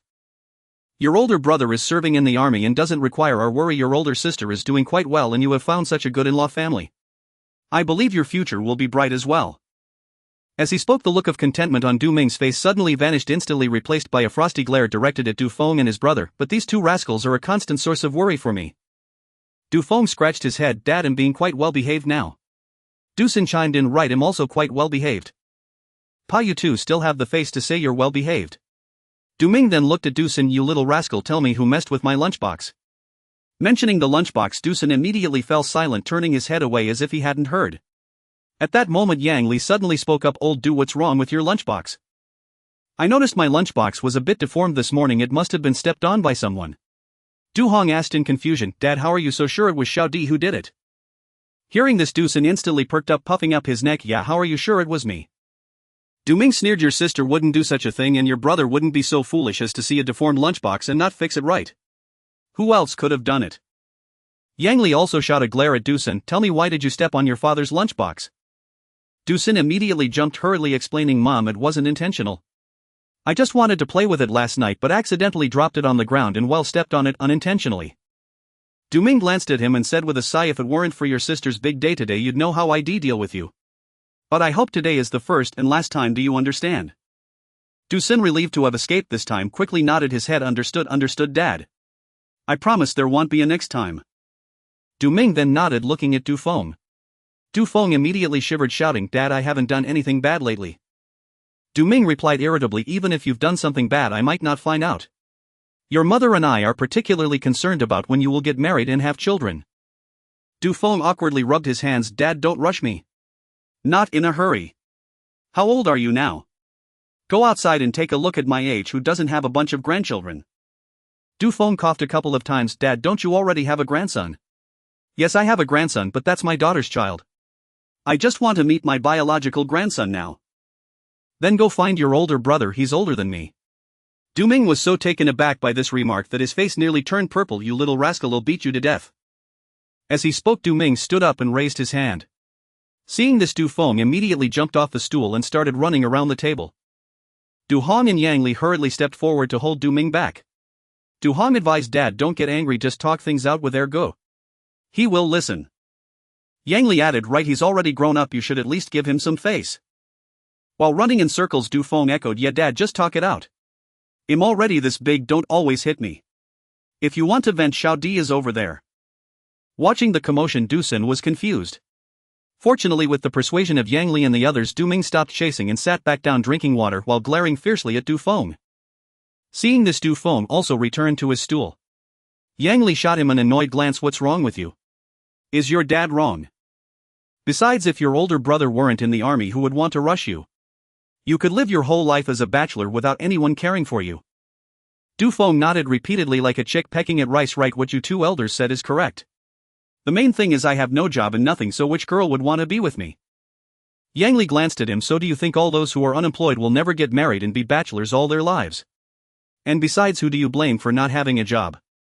Du Feng couldn't help but smile wryly. "It's my fault. Who told me I didn't study well?" Seeing him like this, Yang Li couldn't bear to scold him, gently advising, "Xiao Feng, your dad and I will definitely hand over our work to you after we retire. You can choose whether to take over my position or your dad's, and what's left will be for your brother. But right now we definitely can't pass the work to you. If you say you want money or tickets, now your dad and I won't object at all." Du Feng forced a smile, saying, "Mom, I understand your intentions, but I don't want to take over your positions right now." Du Feng wasn't foolish after all. Du Ming and Yang Li had worked for so many years to achieve their current salaries. If he were to take over, he would have to start as an apprentice. Who knows how long it would take to reach their salary level. Hearing this, Yang Li inquired, "What about the money and the tickets?" "I don't need them, they wouldn't be of any use to me." After a moment of silence, Yang Li suggested, "How about I find someone to introduce you to a girl tomorrow?" Du Feng looked helpless. "Mom, why do you bring this up again?" Seeing the atmosphere becoming tense again, Du Hong intervened. "Mom, why not let Erge think it over a bit more and have him give you an answer tomorrow?" "All right then." Yang Li sighed at this and looked at Du Feng. "You can give me your answer tomorrow." Du Feng nodded in agreement. After that, Yang Li lost her interest in conversation. "All right, it's getting late. Everyone should head back to rest." After returning to their rooms, everyone had different thoughts. Du Hong felt joy and sweetness, smiling unconsciously while lying on the bed.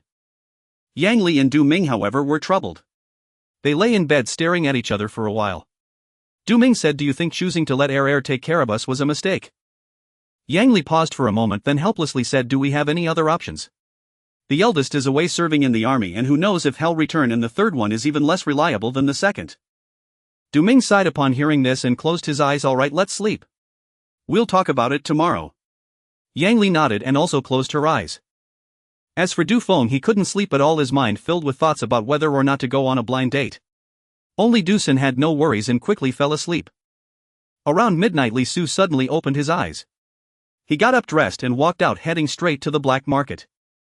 He found Ahu from the black market. "Ahu, can you still exchange fine grains for coarse grains?" Ahu shook his head. "No longer possible." "No way, you guys don't have coarse grains anymore?" "Pretty much. We had some, but now you know the situation. Our boss has stopped this transaction, saying to keep the remaining coarse grains for the brothers as emergency rations.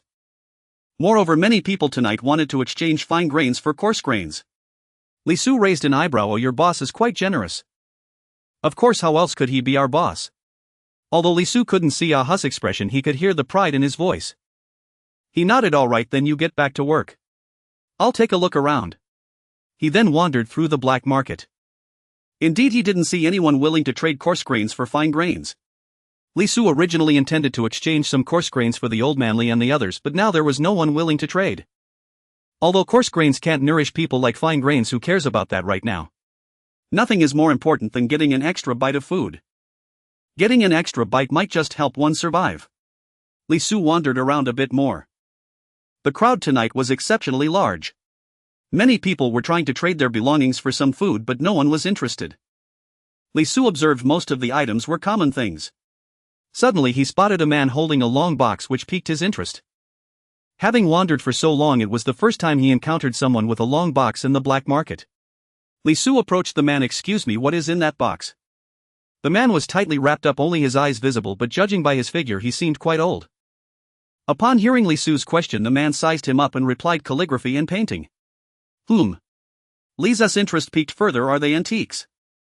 Seeing the man nod, Lisa's eyes lit up. "There are too many people here, it's inconvenient.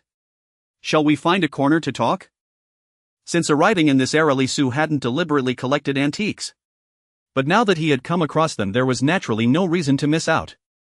These antiques could be passed down through generations after all. Upon hearing this, the man spoke in a low voice, I want to exchange for food, do you have any? Yes. The man then asked, are you willing to trade? If the items are good, I can. Hearing this, the man trembled with excitement and urged, let's go, let's find a place to talk. He hurriedly led Li Su to look for a spot. He had been there for quite a while already and many people had inquired about the items he held. But as soon as they heard it was for food, they turned and left. Li Su was the first person he encountered who was willing to exchange food. How could that not excite him? Once they found a secluded corner, Li Su asked, can I take a look at that item? The man did not refuse, placing the wooden box on the ground and opening it. He took out a scroll and asked Li Su to hold one end while he held the other, slowly unfolding it. After a short while, Li Su suddenly said, alright, that's enough, roll it back up. The man was taken aback, you don't want it? There was an unspoken sense of disappointment in his voice. I do, but let's put it away first so it doesn't get damaged. Upon hearing this, the man immediately perked up and rolled the painting back up, placing it back into the box. Then he hesitantly asked, why did you stop looking after just a half of it? In truth, Li Su didn't understand much about this. He was just worried it might be an empty scroll, which was why he wanted to take a look. When it was partially unfolded, he noticed it had many seals on it. That made him quite convinced. Besides, in the pitch darkness, what could one see? However, Li Su certainly couldn't say that directly.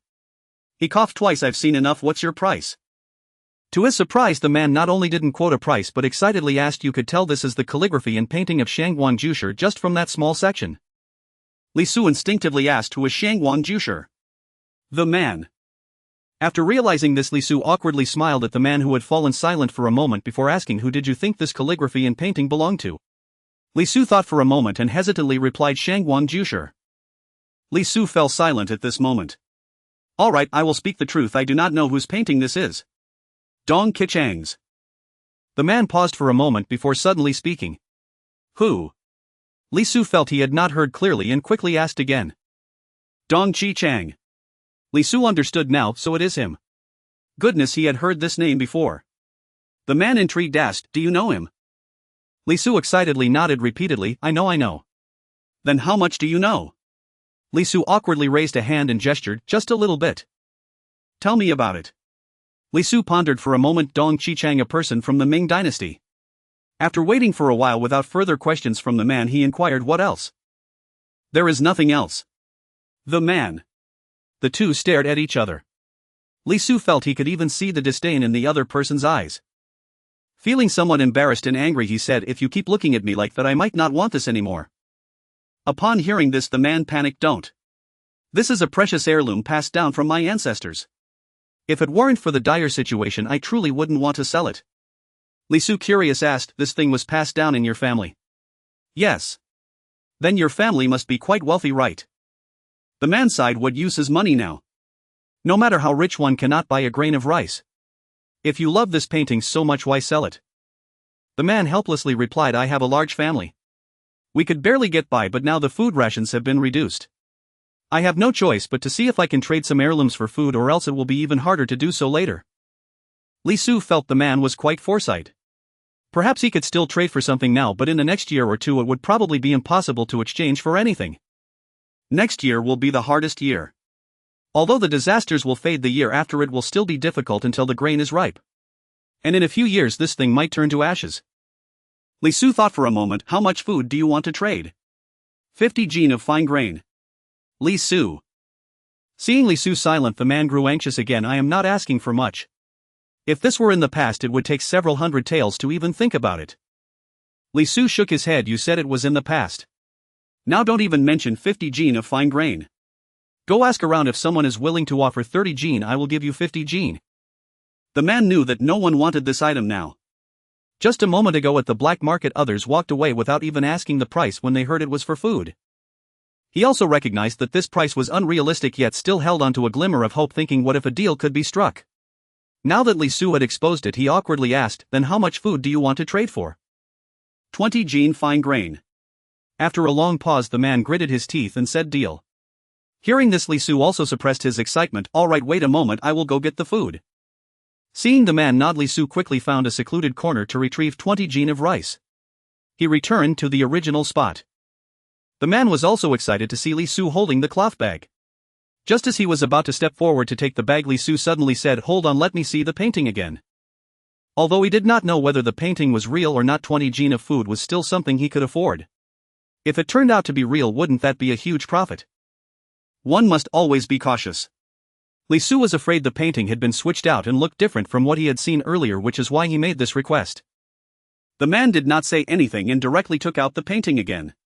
Once Li Su saw the previously noted seals, he felt relieved. Alright, put the painting away. Let's make the trade. As Li Su held the wooden box, he saw the man first rummage through the cloth bag vigorously. Upon seeing only rice, he seemed to breathe a sigh of relief. Then he took out a cloth bag and a scale from his waist, followed by a weight from his pocket. This left Li Su dumbfounded. "You are well prepared indeed." The man smiled, better safe than sorry. See, it came in handy. He poured the grain into the bag he brought and weighed it. Nodding, he confirmed, exactly 20 jin. Although he was reluctant to part with the painting, ultimately an item is lifeless and cannot compare to a living being. Though he felt 20 jin was a bit too little earlier, once it was actually in his hands, the last bit of regret dissipated. Once the trade was completed, the man said, "Dong Chichang, courtesy name Xianzai alias C by xuanhuan, you must remember this well. The box that holds the painting is made of rosewood, which can prevent insect damage, and I will give it to you as well. You must take good care of it." Li Su nodded, thinking that what he just said about loving the painting must be true. Not to mention anything else, just this rosewood box alone is quite valuable, yet he so easily gave it to me, hoping I can keep the painting safe. I will remember, don't worry, I will take good care of it. The man seemed to smile. That's good. Now that the trade is done, I will take my leave. Li Su suddenly remembered something. Hey, wait a moment. The man stopped and turned around. What else is there? Li Su walked up beside him and whispered, "If your family has any antiques or gold, silver and jade items you want to exchange for food, come find me again." The man was astonished. "You still have food to trade? Where shall we meet next time?" These grains certainly won't be enough for his family. However, he had not expected that Li Su could still offer food for trade. Li Su thought for a moment. Let's meet at the black market. The night after tomorrow at the entrance of the black market, but this time don't bring too much, otherwise it might attract unwanted attention. There was no other choice, they had only made this one trade, so it was natural not to trust each other. After much thought, he found the black market to be the most suitable. The man nodded. Alright, let's meet the night after tomorrow. Is there anything else? Li Su shook his head. No, let's go. Mum. Then the two parted ways. Li Su, having traded for such a valuable item, naturally lost the mood to stroll around anymore. He went home with his items. On the way, he put the wooden box into his space. Just thinking about how he managed to trade for an antique made Li Su extremely excited. Although he did not know how the market for Dong Qichang's paintings was, trading it for 20 jin of food was undoubtedly a huge gain. If it weren't for everyone being short on food now, such a good deal wouldn't have come his way. After returning home at night, Li Su took a short nap. After breakfast, he pulled Sun Xiu aside and whispered, "Mom, there's something I want to discuss with you." "What is it?" Li Su rubbed his hands together and said, "Mom, I mentioned giving Grandma and Grandpa some food every month, but now there's a bit of a problem." Sun Xiu was taken aback, grabbing Li Zu's arm with a worried expression. "Son, what's the problem? Is it that we can't get food?" She then muttered to herself, "Sigh, with food being so scarce now, it's normal if we can't get any. Just don't give it this month. Luckily you've provided some before and we still have a good amount saved. We can tighten our belts and get through this." Li Su was both amused and helpless, quickly explaining, "Mom, we can still get food, it's just that there's no coarse grain left." Sun Xiu paused, then hesitantly asked, "You mean there's still food?" Li Su nodded. "Yes, it's just that all the coarse grains have been swapped out and now we only have fine grains." "You scared me to death, you naughty boy." Hearing this, Sun Xiu let out a sigh of relief and said sternly, "Who taught you to speak halfway? Is it that we don't have enough money?" "It's alright, I have some. How much do you need?" As they say, it is easy to fall into extravagance from frugality, but hard to return to frugality from extravagance.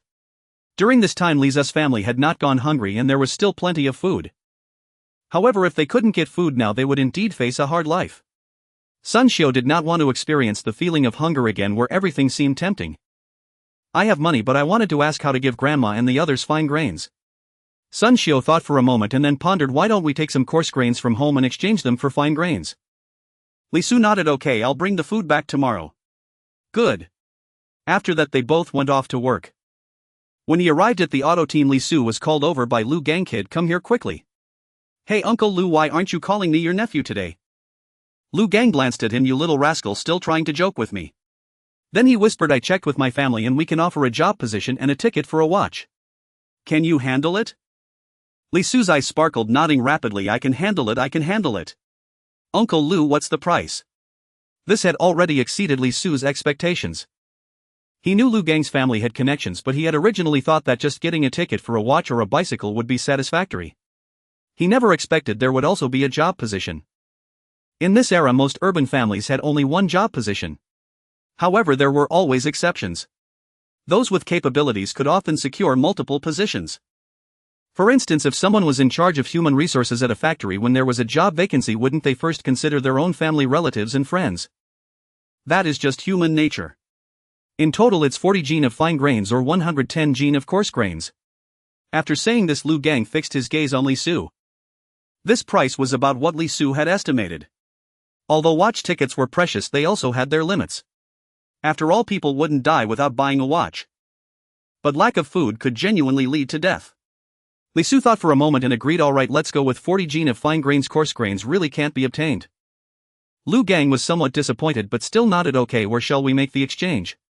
In fact, Lu Gang's family hoped to exchange for coarse grains as they could eat more for a longer time. Li Su hesitated for a moment. Uncle Lu, how about I deliver it to your house tonight? Lu Gang thought for a moment and agreed, then repeated his home address. Li Su repeated it back, indicating that he had remembered. Both of them were in good spirits after reaching an agreement. Although Lu Gang did not get the coarse grains he had hoped for, he was still happy to exchange for fine grains. Li Su, needless to say, was even happier. The thought that he could also resolve a position for Uncle Sun's family made him even more delighted. Since coming to this era, Li Su felt that his greatest change might be his perspective on family ties. Many young people in the later generations do not value familial bonds and sometimes even find having too many relatives troublesome. Li Su was one of them. Every time relatives visited, if the voices got a bit too loud, he would feel quite irritated and was particularly unwilling to go to his relatives' homes. But now he believed that relatives should help each other. Of course, excluding those extreme relatives. After finishing work in the afternoon, Li Su rushed back to his room. He even casually responded to Li Just shouts. After entering the room, he closed the door to prevent anyone from disturbing him. Then he took out the calligraphy and painting he had exchanged for at night. Rubbing his hands together, his face beamed with joy. After the exchange at night, Li Su had not yet looked at this calligraphy and painting. He also wanted to experience some cultural artifacts enriching his cultural atmosphere. Upon closer inspection, it was said to be a box made of rosewood. Surprisingly, he hadn't noticed this at night. Now he realized that the surrounding area of the box was intricately carved with patterns of plum blossoms, orchids, bamboo and chrysanthemums. Li Su couldn't help but exclaim, wow, impressive. After admiring the box, he took out the painting. Carefully unfolding it, he laid it out on the bed. He saw that it depicted a landscape. Li Su examined it closely for a while. He truly could not discern its merits. Li Su stroked his chin, thinking that if he had studied painting he could probably create something like this. Then he looked at the string of seals. He wanted to see which famous person had stamped it. After looking, he couldn't help but exclaim, wow, what are all these seals carved with? With so many seals, Li Su couldn't recognize a single one completely. The better ones he could make out one or two characters, while the lesser ones he couldn't recognize a single character. Li Su couldn't help but stroke his chin again, falling into deep thought. After a long time he finally spoke, this is really out of touch with the masses. Li Su thought this should not be his problem but rather that of the owners of the seals. He thought to himself that he was at least a university student in his previous life and believed that his literacy level represented the masses reasonably well. Li Su then put away the painting and stored it in his space. He opened the door and walked out. He saw that everyone had already returned home. When Li Mei saw Li Su come out of the room, she curiously asked, what were you doing locked up in your room after work? Li Su thought for a moment and then revealed a mysterious smile, I was absorbing cultural influences. Li Mei was taken aback. Cultural influences? What kind of culture? The culture of calligraphy and painting. Upon hearing this, Li Mei became interested. What calligraphy and painting? Show me. Li Su smiled, I have some comics under my bed. Do you want to see them? If you do, I can give them to you. Li Mei glared at him, if you don't want to show me, just say so. Li Su remained silent. This was something that could not be revealed to anyone. While his family was trustworthy, there was always a chance that someone might leak it. In a few years it could become troublesome. Therefore Li Su felt that he absolutely could not tell anyone. After a while Li Mei couldn't help but ask, how are you influenced by it? Li Ze's smile instantly faltered. Frowning he sighed, don't mention it, I haven't felt any cultural presence at all. Seeing him like this Li Mei couldn't help but laugh, I think so too. With your level, what culture can you feel?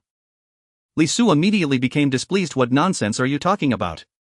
I have a middle school level of education, so I'm at least among the average people. If I can't feel the cultural atmosphere, what does that indicate? This indicates that we have already deviated from the... Li Ze's words were cut off as Li Mei covered his mouth. When Li Su finally broke free, Li Mei glared at him and said angrily, you really have guts, you dare to say anything. Only then did Li Su realize that such words should not be casually spoken in this era. He awkwardly scratched his head, while I accidentally misspoke. That comment was correct. If someone else heard it and took it seriously, the best outcome would be that this painting wouldn't be preserved. Seeing Li Su like this, Li Mei couldn't help but laugh. At that moment Sun Xiu in the room called out, what are you two chatting about? Dinner is ready. Li Su and Li Mei replied and walked over to sit at the table. After dinner Li Su noticed that Li Ju wasn't pestering him. He couldn't help but feel curious and approached Li Ju. Little sister, why didn't you call me to play with you? Li Ju didn't respond but looked at him with a face full of grievance. Oh, look at this little mouth, it's about to spill oil. Who upset my little sister? Tell second brother and he'll help you get back at them. Li Ju suddenly burst into laughter. Realizing something was off, she then put on a serious face and said, it's you. Li Su was taken aback. What did I do to upset you? When I called you just now you ignored me and closed the door. I knocked several times but you didn't respond. Only then did Li Su remember that he had indeed heard knocking earlier, but he was so focused on looking at the painting that he didn't respond. After recalling it, Li Ze's eyes flicked around as he pretended to be aggrieved. Second brother was busy with important matters in the room and didn't notice. Besides, didn't I tell you before going back to my room? Why are you still mad at second brother? Li Su had indeed casually brushed her off earlier, but he couldn't remember the specifics. Li Ju tilted her little head and thought for a moment. Did you say it? I don't remember it. Li Su said firmly. I definitely said it, little sister, you can't frame me. Hearing Li Su insist, Li Ju's little face flushed. Second brother, I'm sorry. I didn't hear it. Li Su suddenly felt that sometimes kids are quite easy to coax. So he smiled and said, it's fine as long as my little sister doesn't misunderstand second brother. After saying this, Li Su wanted to pinch Li Ju's little face. However, before his hand could touch her, Li Ze's expression suddenly changed and he directly patted Li Ju's little head. Li Ju took out a milk candy from her pocket and handed it to Li Su. Second brother, you eat. Li Su was amused. Isn't this what I gave you last night? After Du Hong and the others left last night, Li Su took out some milk candies to distribute and Li Ju got the most of them. Li Ju nodded her little head, her small hand still outstretched. Second brother, you eat. Okay. Li Su reached out, took the candy, peeled it and put it in his mouth. Seeing Li Su eat the candy, Li Ju finally smiled happily. Li Mei, watching this scene, pretended to sigh. What should I do if I also want to eat candy? Li Ju immediately took out another piece of candy and handed it over. Elder sister, you eat. Li Mei happily patted her face. Elder sister is just teasing you can eat it yourself. Elder sister, are you really not going to eat? Really not going to eat? Li Ju responded with an oh, then fine. After saying this, she put the candy back in her pocket. After playing with her for a while, Li Su told everyone that he was going out to handle some matters. Unexpectedly, just a few steps out the door, he saw Yang Li approaching with a cloth bag. Li Su was taken aback and quickly walked forward to greet her. Auntie Yang, what brings you here?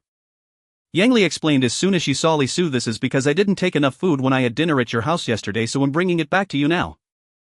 Ah. Li Su hurriedly refused. Auntie Yang, didn't we say before that this is our family's goodwill? You don't need to replenish it, just take the food back. That won't do. After Yang Li said this, she didn't say more and walked straight towards Li Ze's house. Seeing this, Li Su had no choice but to follow her. When they reached the door, he loudly called out, Mom, Dad, come out quickly. Sun Xiu and the others heard the shouting and walked out, talking as they came. Weren't you going out to handle affairs? Why are you back again? Li Ping and the others followed behind. When Sun Xiu saw Yang Li, she hurriedly walked over. Oh sister Yang, why are you here? Come in and sit for a while. The others also stepped forward to greet her. After Yang Li responded to everyone, she declined. I'm not going in here to bring you food. Sun Xiu was taken aback and hesitated. Wasn't the food we talked about yesterday meant for Xuanhuan? Li Jiakang also echoed, yes sister Yang, you already took it, why are you bringing it back? Yang Li quickly explained, this is the food our family needs, not the one you gave to Xuanhuan. Sun Xiu sighed with relief. Oh, so that's what you meant. We already said we didn't need it, why did you bring it back? Everyone knows in their hearts. Sun Xiu and the others definitely want this grain. However, Yang Li still insisted on making this trip. After all, knowing in your heart is one thing but taking action is another. Often it requires such an attitude. Yang Li's visit can be seen as a statement of intent. This implies that she is willing to offer the grain, but it is Sun Xiu who does not want it. Meanwhile, Sun Xiu's family is quite pleased with Yang Li's attitude at this moment. If she hadn't made this trip and outsiders found out, it would inevitably lead to the impression that Yang Li's family is incapable. Now the only cost is a round trip and a few words. It also brings joy to both families. Even if outsiders find out, they cannot say anything wrong about it. Why not do it? After speaking, Yang Li went back. Seeing this, Li Su also spoke up to offer to send her back. He even took the grain. Yang Li did not refuse. The two chatted along the way until they reached Yang Li's house. In the house, Du Ming greeted Li Su saying, "Xiao Su, are you here to see Xiao Hong?" Sitting nearby, Du Hong also did not say anything, just looked at Li Su with bright eyes. Li Su smiled. "Uncle Du, I was worried about the road being unsafe, so I thought I would escort Aunt Yang and also see Xiao Hong." Yang Li was also praising Li Su beside them. After chatting with the two elders for a while, Li Su and Du Hong went out to the yard. Li Su also learned that Du Feng had agreed to the matchmaking with Yang Li this morning. He thought to himself that it wouldn't be long before Du Feng would get married. After chatting for a while, Li Su bid farewell to everyone. He then headed straight to Lu Gang's house. First, he took out 40 pounds of grain from a secluded corner before knocking on the door of Lu Gang's house. Although Li Su did not lack grain, he did not say to give more. After all, being able to trade grain with Lu Gang at this moment was already a favor. Soon Lu Gang came out. "I thought you would come later. I didn't expect you to arrive so early. Come on, let's go inside and have a drink to rest." After Li Su entered the main room, he saw another man who looked quite similar to Lu Gang, who appeared to be older but had a hint of authority on his face. After Lu Gang poured a cup of tea for Li Su, he introduced, "This is my elder brother Lu, and you can call him Uncle Lu." Li Su thought Lu Wen looked older than Li Jia Kong, so it was appropriate to call him uncle. He greeted, "Hello, Uncle Lu." Lu Wen smiled, "Hello, you must be Li Su. I've heard about you from Lao San." Li Su was taken aback, thinking Lao San referred to Lu Gang. Fortunately, Lu Gang seemed to have sensed his confusion and explained, "I am the third in the family. I have an older brother above me who is not here." Li Su finally understood. They then chatted casually for a while. After a bit, Li Su turned to Lu Gang and said, "Uncle Lu, it's getting late, how about we?" Lu Gang understood and nodded. "Right, let's get started then."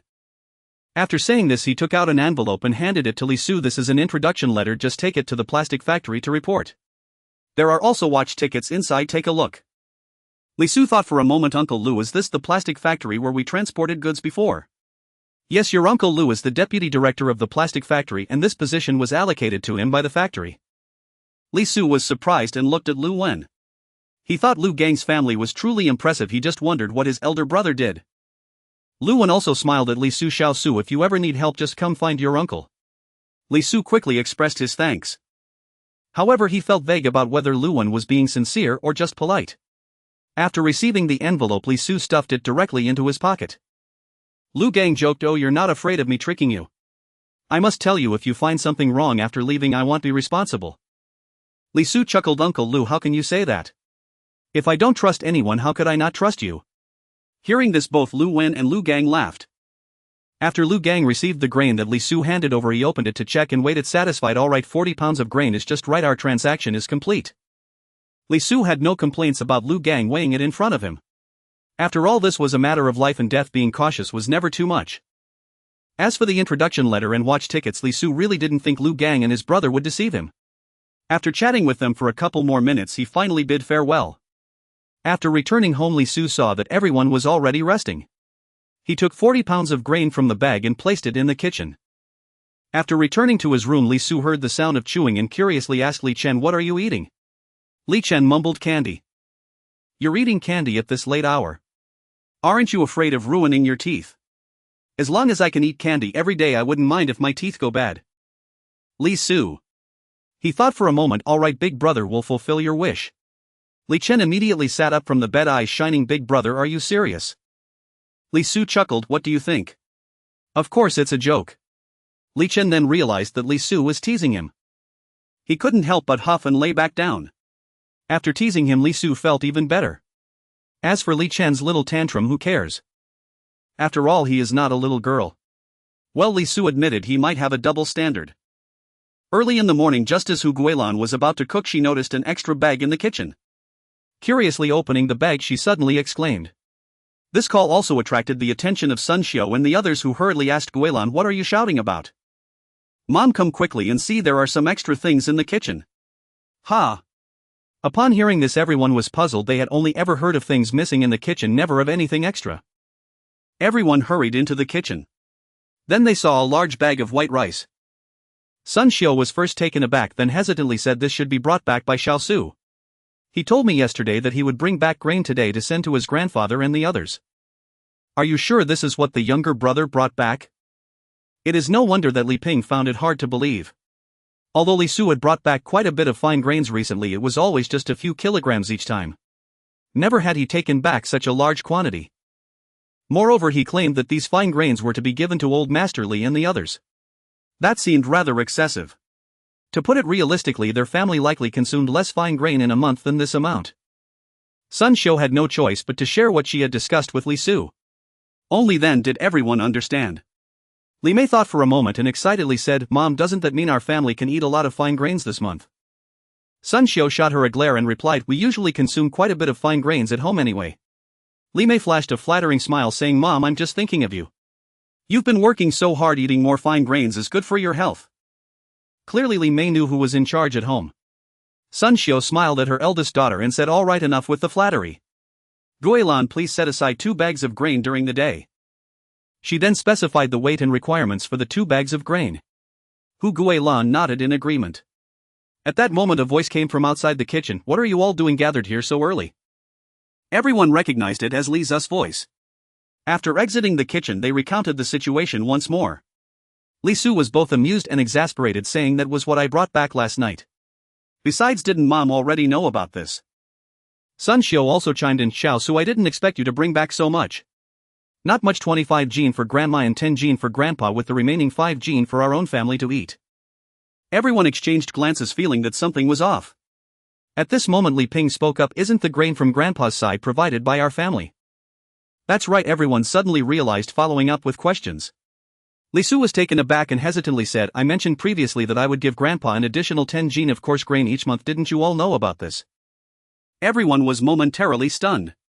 Then they all spoke up, "We didn't know." Li Su scratched his head, "I must have forgotten to mention it. It's no big deal, I can tell you all now." Once they understood, they began teasing Li Su.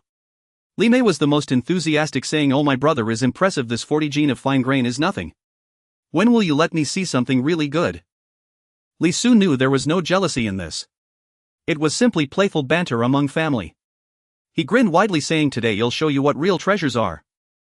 After saying that, he pulled out an envelope from his pocket. Not only Li Mei but everyone else was curious, asking, "Xiao Su, what is this?" Li Su chuckled, "A good thing. My eldest sister wants to broaden her horizons, right?"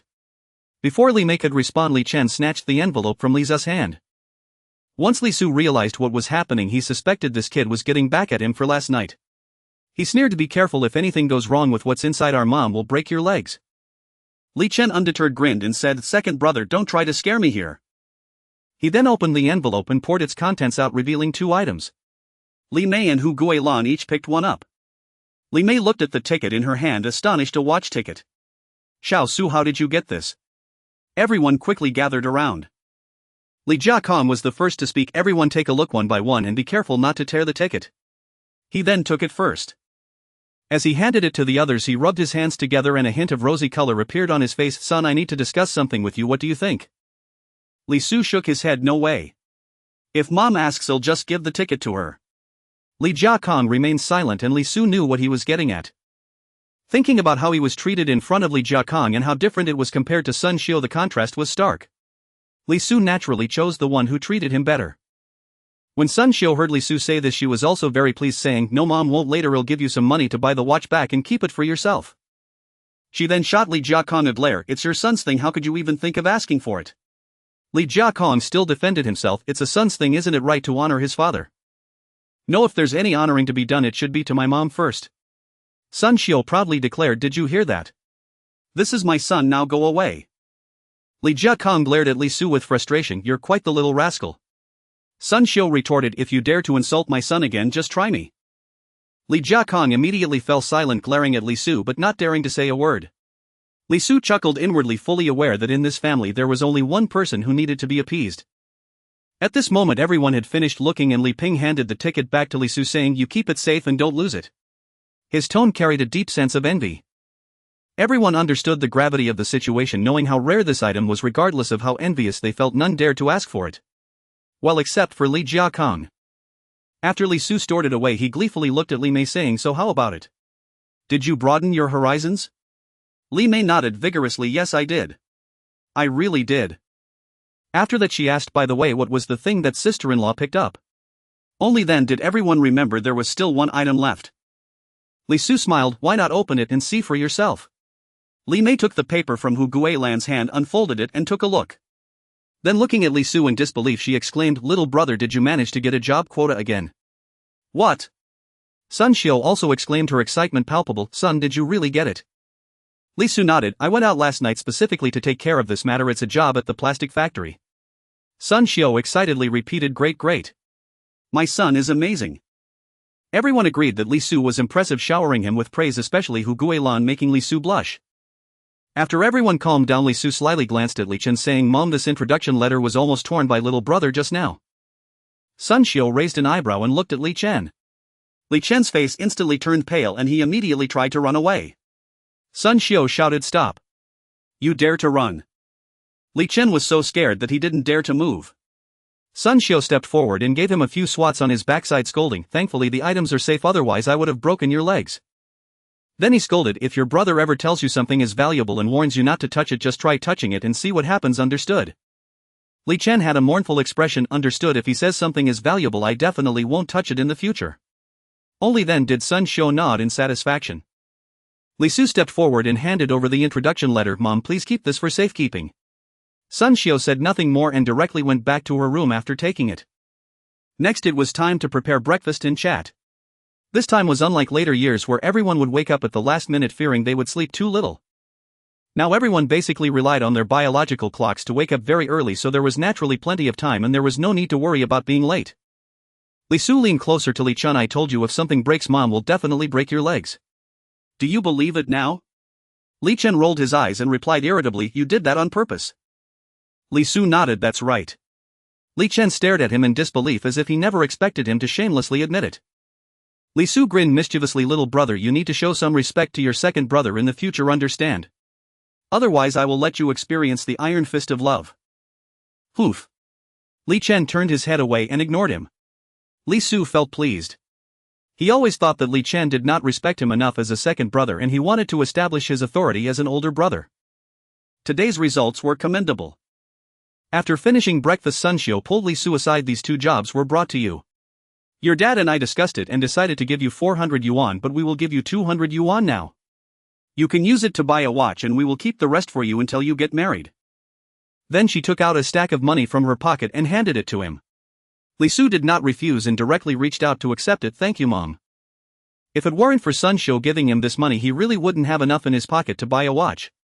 Sun Xiu smiled, this is what you deserve. Actually, we should be the ones thanking you, you're the one who ended up at a loss in this matter. I haven't lost anything, I still have this much money. Li Su waved his hand dismissively. What uses money these days? Alright, it's getting late, you should head to work. After they finished speaking, both of them went to work. Hey, you got the watch ticket, but why haven't you put it on yet? Is it that you don't have enough money? Do you want Uncle Lu to lend you some? Li Su rolled his eyes, I want to buy it, but I have to wait for the supply and marketing cooperative to open first. Do you have money now? I do, I have everything prepared. Alright, I knew you were anxious. Since there's nothing else to do now, you can go buy it. Come back quickly after you finish buying. Li Su excitedly agreed and then ran outside. Uncle Su at the door saw him running out. What are you rushing for, kid? Li Su hurriedly replied, Uncle Su will tell you when I come back. After arriving at the supply and marketing cooperative, Li Su headed straight for the watch sales counter. After looking at the watches inside, he chose one that he was quite satisfied with. Auntie, I want this watch, could you please help me get it? The salesperson inside glanced at him. Do you have the ticket? I have the ticket, he replied, pulling out the watch ticket from his pocket. The salesperson was taken aback, clearly not expecting Li Su to actually have the ticket. Then her attitude softened a bit. This watch is a Shanghai brand and costs 183 yuan. Are you sure you want to buy it? Li Su took out 190 yuan and handed it over along with the ticket. Auntie, I definitely want to buy it.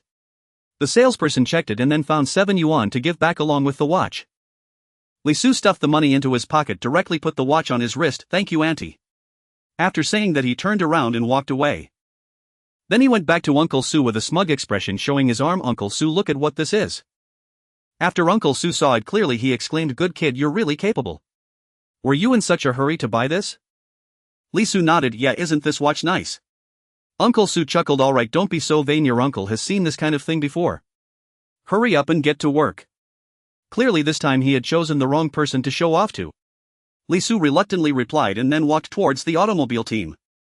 Upon seeing Lu Gang, he had no intention of showing off. After all, this guy also owned a watch. Did you buy it? Yeah, I bought it.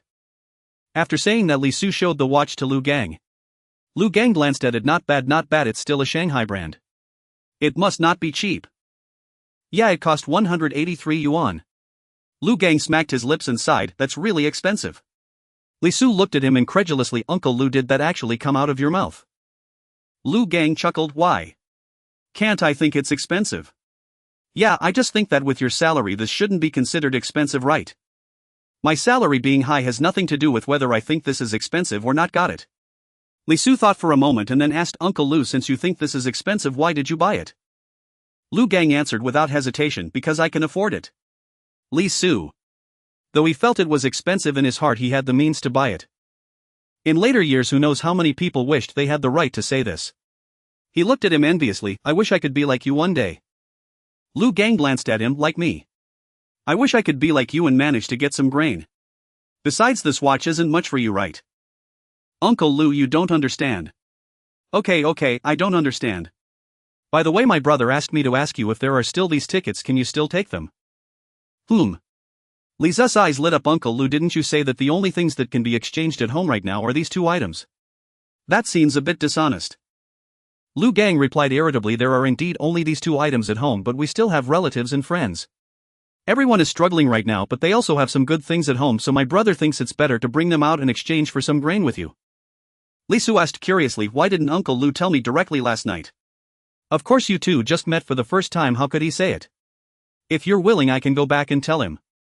Li Su understood a bit and thought for a moment. I can exchange, but I can't eat too much and I have one more request. To put it simply, the things exchanged were all for family use, but there were only a few people at home. He couldn't take too much and then have to work hard to sell it right. Upon hearing this, Lu Gang was very pleased. As long as we can exchange, just tell me your requirements. Anything feasible, I will agree to it, my nephew. It's not a big issue, just 2 things. First, Uncle Lu, can you help me get a handgun?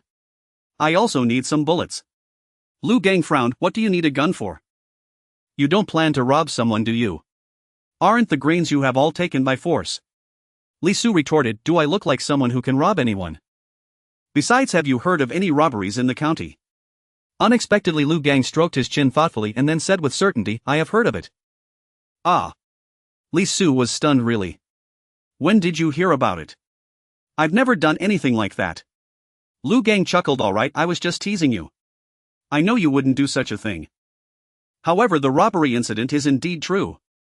Someone went to the countryside yesterday and was robbed on the way. Li Su was dumbfounded. Uncle Lu, how do you know this? Why haven't I heard about it? Lu Gang replied, it hasn't spread yet. Not long after you left last night, someone came to my house looking for my brother and I just happened to be listening nearby. The person who got robbed was from their factory. He originally wanted to see if he could exchange fine grains from his rural relatives for some coarse grains, but he got robbed halfway. Fortunately, the robbers only took his belongings and didn't take his life. Isn't anyone looking for the robber in the county? Besides, this is right after the grain was distributed, how could there be robbers? Lu Gang scoffed. In the dark, the robbed person didn't even see the robber's face. How could they find him? Moreover, no one knows how long this disaster will last. It just happened to coincide, so how could they not rob? Clearly, Lu Gang had become somewhat accustomed to such robbery incidents. After a while, Lu Gang interrupted Li Su's contemplation. Alright, don't worry. Just be more cautious when going out in the future. The public security in our county is still quite good. By the way, you haven't said what you want a gun for. Li Su replied, I want it for self-defense. Lu Gang. Are you serious? Li Su nodded. Of course I'm serious. I'm just afraid that such things might happen in the future, so I want a gun for self-defense. Now that you mention it, I feel I need it even more. Lu Gang was speechless. You kid. Alright, I'll get it for you tomorrow. Li Su looked at him skeptically. Uncle Lu, can you really get it by tomorrow? It's not something that's serious, I have several at home. Li Su. Lu Gang then asked, weren't you just saying there were two things? What about the other one? Oh right, the second thing is that I don't want anyone to know that the grain came from me. Li Su didn't want to be too high profile. What if too many people found out and someone had ulterior motives? Lu Gang thought for a moment and understood. Alright, when I go back I'll remind my family. You can rest assured I can guarantee that no outsider will learn about this from our family's mouth. Moreover, the future transactions will still be between the two of us. Li Su nodded. He believed Lu Gang's family wouldn't be foolish. As long as they wanted to continue getting grain from him, they naturally wouldn't tell others. Lu Gang then asked, last time our transaction was for the work quota and the watch tickets together. Now if we separate them, how will you price it? Li Su thought for a moment. Let's set the work quota at 37 jin of fine grain, the watch ticket at 3 jin and the bicycle ticket also at 3 jin. Lu Gang nodded. Alright, that price is reasonable. It would be even better if we had coarse grains. Li Su smiled wryly. Uncle Lu, it's already good to have fine grains now. Where would I get coarse grains for you? Besides, for each transaction I'll give you half a jin of fine grain as a referral fee. This was actually Li Su's way of compensating Lu Gang. After all, if this matter was successfully done, Li Su would avoid a lot of trouble. He knew that if he had to collect everything by himself it would take a long time. Upon hearing this, Lu Gang waved his hand repeatedly. Alright, you don't need to give a referral fee. Just accepting these things from you is a huge help to me. Li Su chuckled. If it's your family's items, I definitely won't give a referral fee. Besides, I also can't take much. Lu Gang glared at him angrily. So according to you I lost out before. If I had said those were someone else's items, wouldn't I have made an extra jin? Exactly, but it's too late for you to change your mind now. Lu Gang laughed. You little rascal. Li Su knew Lu Gang had agreed. The two continued chatting and spent the morning together. During lunch, Li Su finally encountered someone to show off to. He rolled up his long sleeves and placed his watch-adorned left hand on the table, clearing his throat loudly. Xuanhuan and Su Weidong glanced up at him. Seeing that he didn't intend to say anything more, they lowered their heads and continued eating. Li Su coughed again. The two looked up again before continuing to focus on their lunch. Li Su thought, is my watch so unnoticeable? But if I directly mention it, won't that be awkward? So he coughed again. Now the two didn't even lift their heads. Li Su. He felt he was someone who cared about face, and this matter definitely couldn't be stated directly. He coughed a few more times, hoping to attract their attention. Finally, Xuanhuan couldn't help but ask oldly, are you sick? Do you need to go to the hospital? Su Weidong chuckled. Li Su looked at the two helplessly, thinking, how much is face worth? He then extended his left hand in front of them. Did you not see such a big watch? Xuanhuan exclaimed in excitement. Good job, old Li. You actually bought a watch. Quick, take it off and let me see. Li Su felt this reaction was appropriate. Satisfied, he took off the watch and handed it over. Ah, the joy of a man is that simple. Xuanhuan examined it several times before returning it to Li Su, even mentioning the price of the watch. Li Su was also taken aback. How do you know this? Su Weidong explained from the side. He loves watches the most. He often goes to look at them and asks all sorts of questions. If the watch-selling lady didn't know him, she probably would have beaten him up long ago. There's no price of watches in our supply and marketing cooperative that he doesn't know. Xuanhuan said enviously. It's a pity that I don't have any watch tickets. Otherwise, if I saved some money, I could buy one too. Li Su then realized that Xuanhuan's hobby was watches. Seeing him like this, Li Su comforted. You never know, maybe you'll get a ticket in the future. Xuanhuan's eyes also held a glimmer of longing. I hope so. There will be such a day. At this point, Li Su felt it inappropriate to continue the topic. He hurriedly started chatting about other things with the two. That night, after everyone returned home, Li Mei approached Li Su. Did you buy the watch? Li Su nodded. I bought it. He then took off the watch and handed it over. Li Mei looked at it and said, little brother, how about lending me this watch for a few days? Li Su did not hesitate. Sure, you can wear it for now, just return it to me when you're done. To be honest, Li Su did not care much about this watch. The only purpose of needing the watch now was to tell the time. Hearing Li Su say this, Li Mei quickly handed the watch back to him. Alright, I know you're generous, you should keep it for yourself. After Li Su took it back, it was soon taken away by others to look at. Among them Li Jiakang was especially special. When the watch was in his hands he was reluctant to let go. In the end it was only after Sun Xiu spoke that he reluctantly returned the watch to Li Su. After dinner Sun Xiu wanted to go to her maternal home to deliver food and share the good news. Li Jiakang nodded, preparing to go along. Seeing this, Li Su quickly mentioned the incident involving the robbers. Everyone exchanged glances. Then Li Su said, "Mom, let's wait until tomorrow to go. Tomorrow I will have a gun and we can take it for self-defense, which will be reassuring." Although everyone did not know how Li Su got the food, upon hearing about the robbers they felt it was indeed necessary for him to get a gun for protection. Li Jiakang scoffed, as if other families don't have one. Ha! Li Jiakang's words left everyone stunned. Li Ping also asked, "Dad, do we have one at home?" Li Jiakang smiled proudly, "Of course." Li Ping was even more surprised, "How come I didn't know?" Everyone exchanged looks and also spoke up, saying they were unaware of this matter. Li Jiakang glanced at Sun Xiu and after seeing her nod he explained back, "Then the county was not very peaceful, so I had someone get a gun for self-defense. However, we never used it, so neither of us mentioned it." Everyone. Then Sun Xiu asked Li Jiakang to go back to the house and bring out the gun. Li Su was also taken aback upon seeing it. No other this gun was the familiar Mauser. He felt quite puzzled. Had he known there was this gun at home he wouldn't have mentioned it to others. Everyone took a look at the gun and then returned it to Li Jiakang. Li Jiakang glanced at Li Su. "So can we go now?" Li Su smiled and nodded repeatedly. "We can go, of course we can." Then everyone discussed again, feeling a bit uneasy with just the two of them going, so they let Li Su accompany them. Li Ping stayed at home to look after the others. The three took one of the bags of food that Hu Guilan had divided in the afternoon and headed to the countryside. On the way Li Jiakang inquired Li Su, "Can you use a gun?" "I can." "Good, then you can carry the gun and I'll carry the food." After saying this he took the food from Li Zu's hands and handed over the gun. After Li Su took the gun he tucked it into his waist. While walking he also cautiously observed the surroundings. There was no choice. The robber encountered yesterday was rather righteous, taking only things without harming anyone. However, Li Su could not guarantee that the next robber would be equally righteous. The food was a trivial matter, but getting hurt or losing one's life was unacceptable. Therefore he could only stay vigilant. Fortunately the journey was peaceful. They safely arrived at Grandma Sun's house. The three were warmly welcomed again by the Sun family. After having a sip of water, Sun Xiu was the first to hand over the food. This time everyone no longer declined and directly accepted the food. Then Sun Xiu cleared her throat and upon seeing everyone's gaze said to her two younger brothers, "The matter I mentioned to you last time has resulted in something." Li Zu's two uncles exchanged glances, then incredulously asked, "Sister, are you talking about that matter?" Sun Xiu nodded in feigned modesty, "Yes, but this time we only secured one spot, so you two discuss who will go first." Seeing Sun Xiu's demeanor, Li Su couldn't help but chuckle. He previously had no idea who was so excited. After receiving a positive answer the two stood up excitedly, struggling to find their words. Uncle Sun even accidentally broke the bowl he was using to drink water. Others were puzzled to see them like this. So Grandma Sun asked them. In the end it was still Sun Xiu who explained the situation.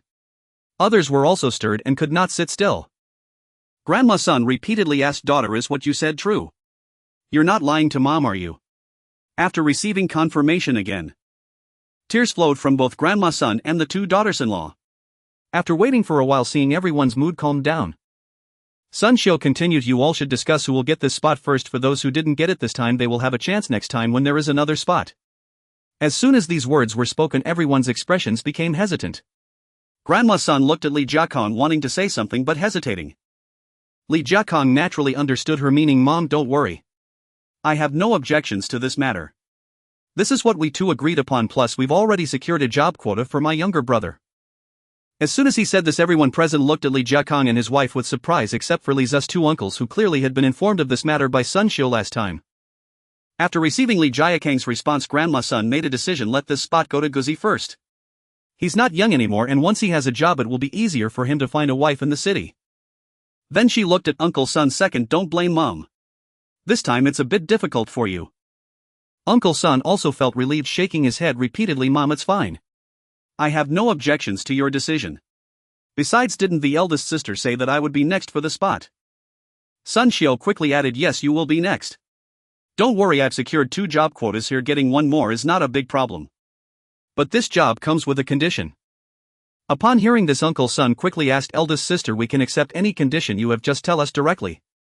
Others echoed yes, we can accept any condition. After Guzi gets the job he must give me 6 yuan every month for the first 3 years. Uncle Sun was taken aback for a moment, hesitating as he asked elder sister, is this the condition you mentioned? Hearing this, Uncle Sun couldn't help but chuckle, what kind of condition is this? Besides, this amount of money isn't enough for the quota. The cost of this work quota is our concern. In any case, what we want is this, the rest is just the intent from me and his uncle towards the child. This statement not only met with Uncle Sun's disagreement, but even Grandma Sun and the others were opposed. Grandma Sun hurriedly advised, daughter, giving this quota to Guzi is already a great favor for him, so you can't make it so that you two end up losing out. Li Jiakang also explained, Mom, it's just a small thing. We can afford it. Besides, this is something we decided after discussion and my brother's side is also on the same standard. Uncle Sun still refused, saying this won't do. Let's give a bit more. Sun Xiu slammed the table, declaring, all right, I will take charge of this. We will take these terms, and if you disagree I won't give you the job. Upon hearing this, the Sun family fell silent. Uncle Sun thought for a moment and gritted his teeth, saying, Guzi, come here. A dark-skinned, simple-faced young man stepped forward, saying, Dad. This young man called Guzi is Uncle Sun's eldest son and also Li's older cousin. It is just a nickname, his full name is Suniju. When several cousins were born in the past, they didn't have full names at first and everyone just called them by their nicknames. It was during the population census that full names were assigned. However, with so many people, the two uncles were too lazy to think of names, so they just named them in order of age, like Izhu, Erju and Sanju. Yes, Erju is the eldest son of Uncle Sun. But in the countryside everyone is called by their nicknames, so they all called him Guzi. Li's family is a special case. They were originally from the countryside, but none of them had nicknames. The brothers Li Jiakang and Li Ping of this generation had all their names specially selected by Old Master Li. Old Master Li used to believe quite a bit in this. Although later he was ridiculed by many for being overly particular about it, he still faced quite a bit of laughter. Yet now that people know about this, who doesn't give him a thumbs up? This has even become the proudest thing in Old Master Li's life, as he believes the prosperity of the Li family is due to the good names given. Uncle Sun continued, kneel down and bow to your aunt and uncle. Sun Yizhu immediately knelt without hesitation and bowed to both Li Jiakang and his aunt. Li Su suddenly remembered that when he spoke to Li Jiafu about this matter, he also made Li Chang do the same action. It wasn't until much later that Li Su understood that for some groups of people the greatest expression of gratitude they could offer was to bow. Sun Xiu said irritably, all right, get up. You've already bowed, so let's settle this matter. Sun Xiu knew that if they did not accept, Uncle Sun would not be at ease. Sun Yizhu glanced at Uncle Sun and upon receiving a signal stood up with a simple smile on his face. Unexpectedly, Uncle Sun said another sentence, today I am making a decision here, let everyone be a witness. Guzi. Sun Yizhu replied, Dad, please go ahead. In the future, when your aunt and uncle grow older, you must also contribute to their support. Can you agree to this condition? Sun Yizhu nodded, saying, I agree. Now Sun Xiu and the others couldn't remain calm, quickly saying, Guzi, don't listen to your dad. Your aunt has children, you don't need to support them. Li Jiakang echoed, that's right, Guzi, don't listen to him. Sun Yizhu shook his head, no, I will listen to my dad on this matter. Uncle Sun also said this matter is settled. Otherwise we will not take the job. Li Su did not expect things to reach this stage and quickly stood up to persuade, Uncle, what are you doing? My parents' future support is taken care of by us siblings, we won't need cousins' help. Uncle Sun shook his head, Xiaosu, it is your duty to support them, but Guzi's support is a repayment of kindness. We are all family, speaking of this as just being distant. Sun Xiu and the others stepped forward to advise again, but Uncle Sun and his son remained unmoved. Until Grandma Sun said, all right, this decision stands. Daughter, if you disagree, your brother won't want this job either. You know his temper, and besides it's just a matter of contributing a little effort. Even if you adopt a godson, that godson will also need to contribute to your support in the future. Isn't that relationship closer than just a godson? Seeing that Grandma Sun had said this, Sun Xiu and Li Jiakang exchanged glances and could only reluctantly agree. Sun Xiu looked at Sun Yizhu, saying, Guzi, pack your things these days, just bring the food for the first month. When the time comes, come to my house and I will give you the introduction letter, then you can report to the plastic factory. Li Jiakang added, yes, stay at our home first. We still have a vacant room. Sun Yizhu smiled and responded, once again expressing gratitude to both of them. Then Grandma Sun said, daughter, Guzi will soon be eating commercial grain. Our family's grain is also surplus, so take back the grain you brought. In the future you don't need to send it to me anymore. Uncle Sun and the others also echoed this. Sun Xiu smiled and said, Mom, that grain is our filial piety to you, it is our intention. You can keep the surplus grain for yourselves, eat well and your health will improve. That way we will be at ease. Alright, it's getting late, we should head back now. After saying this they stood up and Li Su and Li Jiakang also stood up to bid farewell to everyone. Everyone sent the three out the door. How happy Uncle Sun and the others were is another matter. After walking for a bit, Li Su scratched his head and asked in confusion, Mom, does a godson also need to support their godparents? Sun Xiu nodded, of course. Today's godsons are not casually recognized. Once they are, it means you have gained another brother. He will also contribute when he gets married and so on, and similarly he will provide support for us in the future. Only then did Li Su understand. In later generations it is quite common for people who have good relationships to recognize each other as god relatives. But there aren't so many formalities, it just makes the relationship seem a bit closer. After thinking for a moment he said, Mom, you don't need cousin to help with your support in the future, we will take care of that. Sun Xiu patted Li Zu's head saying with satisfaction, I knew my son was filial. Li Jiakang also asked, if you are taking care of your mother, what about me? Li Su thought for a moment, while we take care of Mom we might as well take care of you as well. Li Jiakang immediately exploded in anger, cursing, you little bastard, I really raised you for nothing. Sun Xiu slapped him lightly, didn't our son just say he would also take care of you? Why are you scolding him? Li Su echoed, exactly. Li Jiakang was furious but didn't know how to express it. However, he felt a sense of vigilance in his heart, worried that this was a common thought among his sons. After safely arriving home, Li Ping and the others surrounded them, inquiring if they had encountered any dangers. Li Jiakang waved his hand, it's fine, the journey was smooth all the way. That's good as long as nothing happened. Even though they knew they had guns, everyone still hoped they wouldn't encounter robbers. Then Li Jiakang recounted the events again, especially mentioning that Uncle Sun had asked Sun Yizhu to contribute to their care in the future. Li Su watched him with amusement, thinking to himself, is this a sense of crisis? Li Ping understood his meaning and was the first to declare, Dad, Mom, your care will be handled by us brothers, no need for cousin's help. Hu Guilan also said, yeah, as long as we are here it's enough. Li Mei was also unwilling to be outdone, what about me? I can also contribute. Right, and I can too, a clear voice rang out. Sun Xiu looked down and saw that it was the little girl Li Ju. Immediately she joyfully picked her up and gave her a big kiss, good girl, even the little daughter knows to take care of her parents, Mom didn't love you for nothing. Li Ju laughed gleefully. After all, what does such a small child understand? She was just mimicking Li Ping and the others. But even so, Sun Xiu and the others were overjoyed. Li Jiakang's topic had only one answer with no second choice. As long as they showed some filial piety, that would be sufficient. However, someone with poor insight had to make a fuss again. He said, isn't it better if more people take care of parents? Cousin is willing to contribute, we should be happy. Li Su. Everyone. Li Jiakang glared at him fiercely, squeezing out a sentence through gritted teeth, what do you mean? Do you not want to take care of us? Or are you saying that your cousin is also our child? Sun Xiu cast a cold glance at him. Li Chen suddenly jolted, realizing he had said the wrong thing again, and hastily explained, Dad, that's not what I meant. Li Jiakang shot him a glance, then what do you mean? Li Chen stood there awkwardly with his head down, not daring to speak. He had no choice, he truly didn't understand Li Jiakang's meaning. Li Su wanted to cover his eyes. With this lack of insight he was even worse than the 6-year-old Li Ju. Everyone loves Li Ju, right? Seeing the atmosphere tense up, Li Ping kicked Li Chen's, but a few times, what nonsense are you saying? Taking care of our parents is definitely our responsibility, what does it have to do with anyone else? Li Chen finally reacted, right, it's our responsibility, it has nothing to do with cousin. Hearing this, Sun Xiu and the others' expressions improved significantly. However, Li Jiakang still intended to not let him off the hook. Oldest, I want you several older siblings to help him correct this problem, why hasn't he changed yet? Is it that you aren't diligent enough? Actually, he also knew about Li Chen's problem and shouldn't be so angry. But Li Zu's earlier words worried him about these sons. For Chinese people, the issue of taking care of parents is always of utmost importance.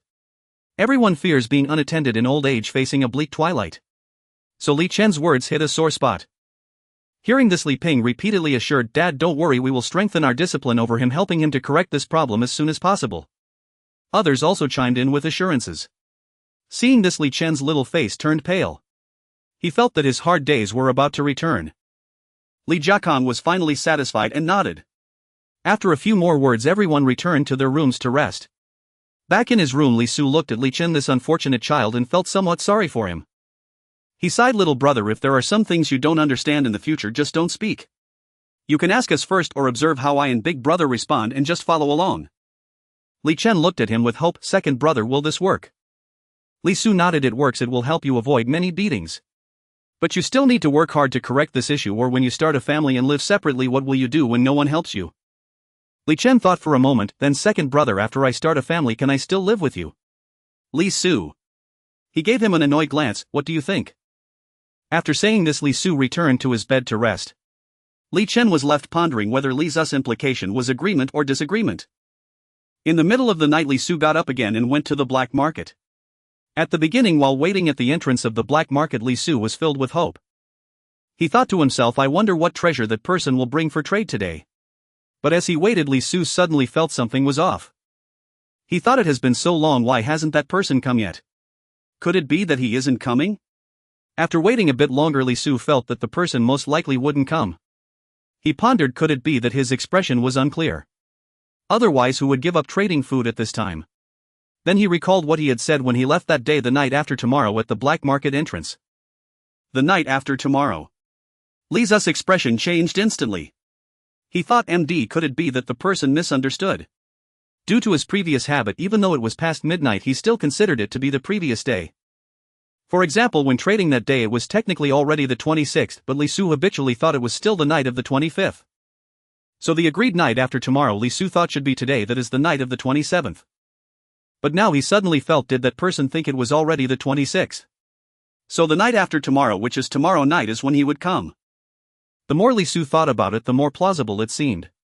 But if that was the case, he could hardly blame others, he could only blame himself for not expressing it clearly. Li Su was also very frustrated, thinking he would come back tomorrow night instead. So he walked home in disappointment.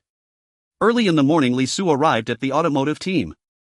Lu Gang pulled out a small cloth bag and handed it to him. Here, this is the gun and bullets you wanted. Li Su took it and opened it to find a handgun and dozens of bullets quietly lying inside. Oh, a Mauser. Uncle Lu, why did you bring me this gun? Isn't this the gun you usually use? I happen to have one at home and I've been maintaining it well, so I brought it for you. Li Su nodded. Thank you, Uncle Lu. After putting away the gun and bullets, Li Su asked, how much food is this gun worth? I'll pay you back later. Uncle Lu shot him an annoyed glance. Enough. Do you think your Uncle Lu is just anyone? This gun is a gift for you. Li Su waved his hands repeatedly. Uncle Lu, that's not acceptable. I just wanted you to help me find a gun. I'm definitely going to buy this one. Uncle Liu's face suddenly turned serious. I have one at home and giving it to you. What do you want to buy it for? If you bring this up again, I might get angry. Seeing that he was genuinely getting angry, Li Su hurriedly said, all right, I won't mention it again. I'll take it with gratitude. Uncle Lu then smiled. You rascal, your face is thicker than a city wall. Li Su also laughed and expressed his gratitude to Uncle Lu once more. Then Uncle Lu slapped his forehead. By the way, you need to return the bag to me tomorrow. I've given you the gun, but the bag can't be yours. Li Su looked at him speechlessly. I know. After dinner, Li Jiakong and Li Ping went to deliver food to Old Man Li. Li Su stayed home chatting with the others while keeping watch over the household. Well, actually, there wasn't much to protect. A plate of milk candies was placed on the table and he occasionally peeled one to pop into his mouth. In front of him was a cup of tea and he took sips from it now and then. It was truly delightful. Even Li Ju no longer clamored to play, sitting quietly beside him. Li Su couldn't help but think that the milk candies were exceptionally delicious at that moment. So he had stocked up quite a bit, especially since he could afford them now. After eating a candy, Sunshio said with a somewhat muffled voice, there's been news of someone getting robbed in the county and the factory advised us to be extra cautious during this time. Li Mei curiously asked, Mom, hasn't the factory thought of any measures? What measures can they take? It's just that the security department of the factory is increasing patrols for a while, the rest still relies on everyone to be vigilant. Hu Guilan looked worried. I wonder if such incidents will happen again in the future. Li Su smiled. Don't worry. I can't say for sure, but there shouldn't be fewer incidents like this in the coming year. Sunshio nodded. Some people in our factory are saying the same thing. There's no way around it. As long as food remains scarce, this problem won't stop. Hu Guilan sighed at this. Although her current life was very good with no worries about food and drink, she couldn't help but worry that their family might become a target. Li Su reassured her, don't worry, sister-in-law. Even if there are robbers, they won't dare to come to our house to rob us. At this time, families in the countryside lived quite scattered, with some people having no neighbors around at all. So it was still possible for such robberies to happen. But in the county, the houses were lined up next to each other. Once something happened, a shout would bring half the street out. Unless someone wanted to court death, no robber would dare to come here. Xuanhuan felt much better after hearing this. Everyone chatted while drinking tea and eating candies.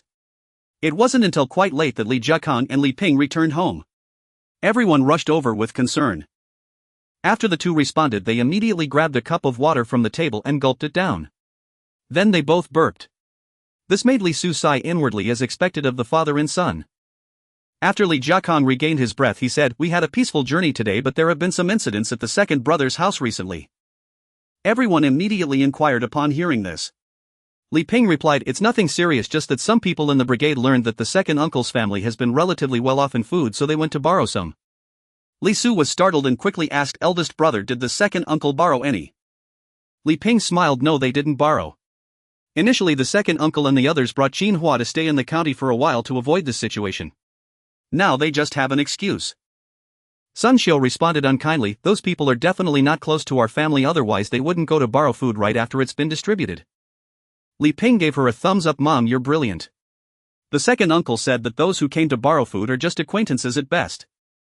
Li Su also chimed in, "Of course. Our mom is amazing, isn't she?"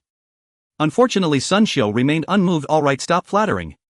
I know what those people's character is like. They say they want to borrow, but in reality they just want to take advantage of the fact that the second uncle's family has more food." After thinking for a moment, she continued, "Head of the family, does the second uncle have any other preparations? If this continues, I'm worried that some people might take risks. To put it bluntly, it's manageable now, but when times get tough later on, the first thought they would have is that Li Jiafu has food. But by then it might not be borrowing anymore, they might just come to rob directly."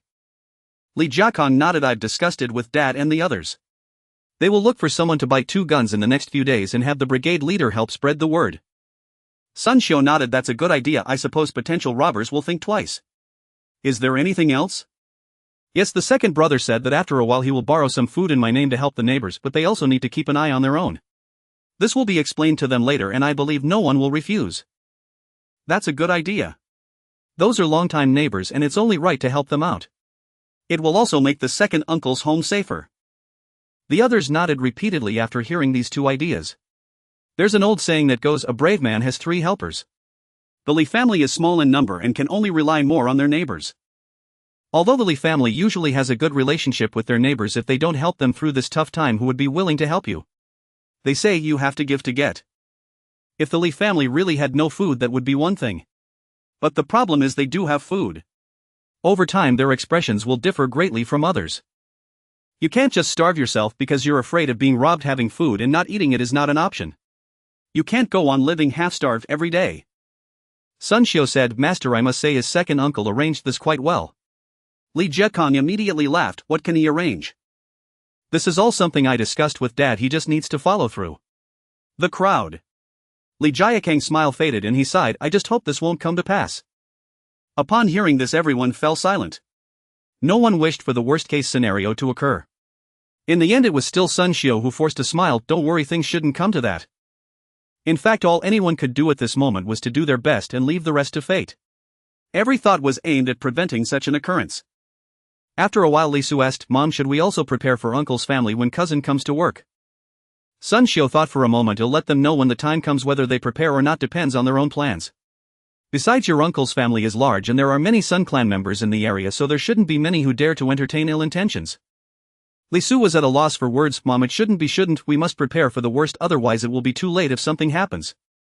Who knows if it might be one of our own clan who strikes first." Li Su had heard plenty about the sordid affairs among clans. The larger the family, the more unavoidable these issues became. For example, the despicable acts of cutting off the family line. Many of these were committed by clan members. Sun Xiu shot him a glare, scolding, "You don't know anything. Don't talk nonsense if you don't understand anything." Sun Xiu's sudden reprimand stunned everyone. It is worth noting that during this period Li Su had been performing exceptionally well. Sun Xiu hadn't even scolded him, let alone raised her voice at him. Everyone was puzzled, unsure what Li Su had said that was wrong. Only Li Jiakang showed a hint of amusement. He seemed quite pleased to see Li Su getting scolded. Li Ping scratched his head. Mom, I think Xiaosu makes a valid point. Why are you so angry? Li Jiakong shot him a glance. What valid point? You two know nothing, so just don't speak. Upon hearing this, Li Ping was immediately displeased. Dad, I'm in my 20s. What do you mean I don't know anything? Did you know that our family once had guns? Li Ping. The crowd. This remark immediately left Li Ping speechless, standing there sulkily without saying a word. Seeing him like this, Li Jiakong continued, you see, you didn't know, did you? And do you know what your mother's clan is like? Surprisingly, this question indeed left everyone at a loss for words. Seeing his brothers dumbfounded by his words, Li Mei stepped up and said, Dad, we are young and there are some things we don't know. Please just tell us directly. This was something only Li Mei as a daughter could say, providing everyone a way out. Li Jiakong nodded and said amicably, that's right, if you don't understand you should ask. He then focused on Li Ping and Li Su, you two should learn more from Xiao Mei. Li Su and Li Ping exchanged glances, feeling a bit helpless. However, since Li Jiakong was their father, they couldn't say much. Li Su pondered whether Li Jiakong was naturally at odds with his sons. It made sense for him to say such things to himself, but why bring up Li Ping too? Little did he know Li Jiakong was simply in a bad mood due to the affairs of Li Jiafu and the others, and he saw this as an opportunity to vent. Li Ping turned to Sun Xiu. Mom, if what we say is wrong in any way, please just tell us directly. Li Su echoed, yeah mom, there are things we don't know, just tell us directly. Li Jiakong. He pondered whether these two were rebellious. Why did they not show enough respect to him as their father? Thinking again about Li Chan's character, Li Jiakong couldn't help but feel immense concern about his future retirement life. Sun Xiu sighed upon hearing their inquiries and then explained, our Sun family has ancestral teachings that strictly prohibit the plundering of clan members' property, and everyone adheres to these teachings. We are one of the beneficiaries of this. Everyone was taken aback. They thought, how did this relate to past events? Li Ping quickly inquired, Mom, our family benefited before. How come we didn't know? I was referring to my maternal family. Only then did everyone realize. However, they immediately became interested. After all, who doesn't enjoy gossip? Li Mei also showed an excited expression. Mom, please tell us, we want to gain some knowledge. Sun Xiu glanced at everyone and asked, do you know how I grew up with your uncle? Everyone exchanged glances, wondering if there were hidden stories behind this. Then Li Ping hesitantly said, Mom, weren't you raised solely by grandma? This is partly true and partly false. When your grandfather passed away, I was not yet 10 years old and your uncle was even younger. Raising several children alone during the war-torn years was incredibly difficult. Do you know how challenging that was? Upon hearing this, everyone showed shocked expressions. Indeed, they had always believed that their grandmother had single-handedly raised several children. Yet they never considered how difficult that must have been at that time. It's not just a thing of the past, even now it's extremely challenging. Without a strong pillar in the family, one would be bullied to death, and a single woman cannot produce enough food to sustain them. Then Li Ping thought for a moment. Mom, are you saying this is due to the ancestral teachings of the Sun family? Sun Xiu nodded. Yes, one of the teachings advises descendants to unite and work together. Because of this, we received much assistance from clan members back then, which allowed us to grow up. Only then did they understand why Sun Xiu was so angry earlier. It turned out they had received such great kindness from the Sun clan, and such slander was intolerable even from one's own son. However, Li Su still hesitated. Mom, after so many years, how can you ensure that the Sun clan members will still uphold the ancestral teachings? To be honest, Li Su had heard plenty about the ancestral teachings in the past. But families that could uphold them were truly rare. Especially with the changes of the times by the later generations, he had hardly heard of any families still practicing them. Sun Xiu suddenly laughed. I can't guarantee that, but many of them have benefited from it, and there are several elders above them. If anyone dares to act recklessly, these people won't let them off easily. Moreover, with your uncle's family being well off in grain this time, I can assure you they will send some to clan members. Only then did everyone come to understand. When most people benefit from a certain item or system, they are bound to defend it fiercely. Moreover, during this period, people's family values were quite strong. The elders in the family held significant authority. However, Li Su inquired, Mom, wait a minute, why are the names of our cousins so casually chosen? Shouldn't the naming in a family like the Sun family follow the generational order? Why aren't they named according to seniority? Sun Xiu shot him a glance and replied, who says names must follow generational order? Li Su was taken aback. Indeed, no one said that names had to follow generational order. He had heard many people mention their generational titles, and their names included that character. He mistakenly thought that members of large families had to include generational titles in their names. He didn't expect to have made such a blunder. Feeling embarrassed, Li Su scratched his head. Seeing that everyone was no longer confused, Sun Xiu then said, the situation of the Sun family is different from that of the Li family. The Sun family has many members and is united. Outsiders dare not provoke us, so this is not a big deal. However, the Li family has few members with just a handful of people, so this is considered quite significant. At this point Sun Xiu glanced at everyone and said, I only have you 5 children. I hope you will unite, help each other and also bear more children. As she finished her statement she looked meaningfully at Hu Guilan and Li Ping. Hu Guilan's face turned crimson and she unconsciously touched her belly, whispering, Mom, I understand. Then everyone responded in agreement. Only then did Sun Xiu nod in satisfaction. Seeing that the matter was concluded, they all returned to their rooms to rest. After Li Su returned to his room and checked the time, he was stunned. It was already past 11 o'clock and he wondered if he could still get up in the night. Although it was so late, Li Su felt quite satisfied. After all, he had just learned that Sun Xiu was indeed from a prominent family. Although this family is not well off. They are united.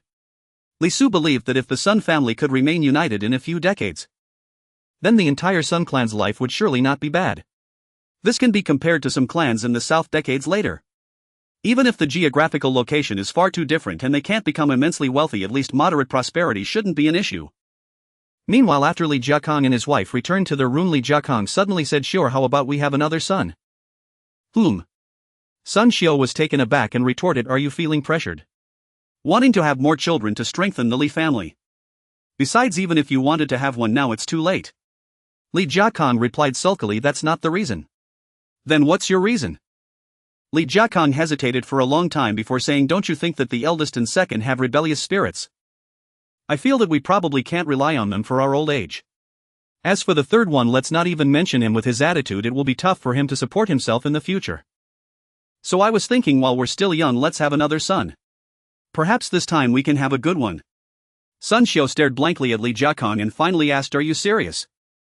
Li Jiakong nodded, Of course I'm serious.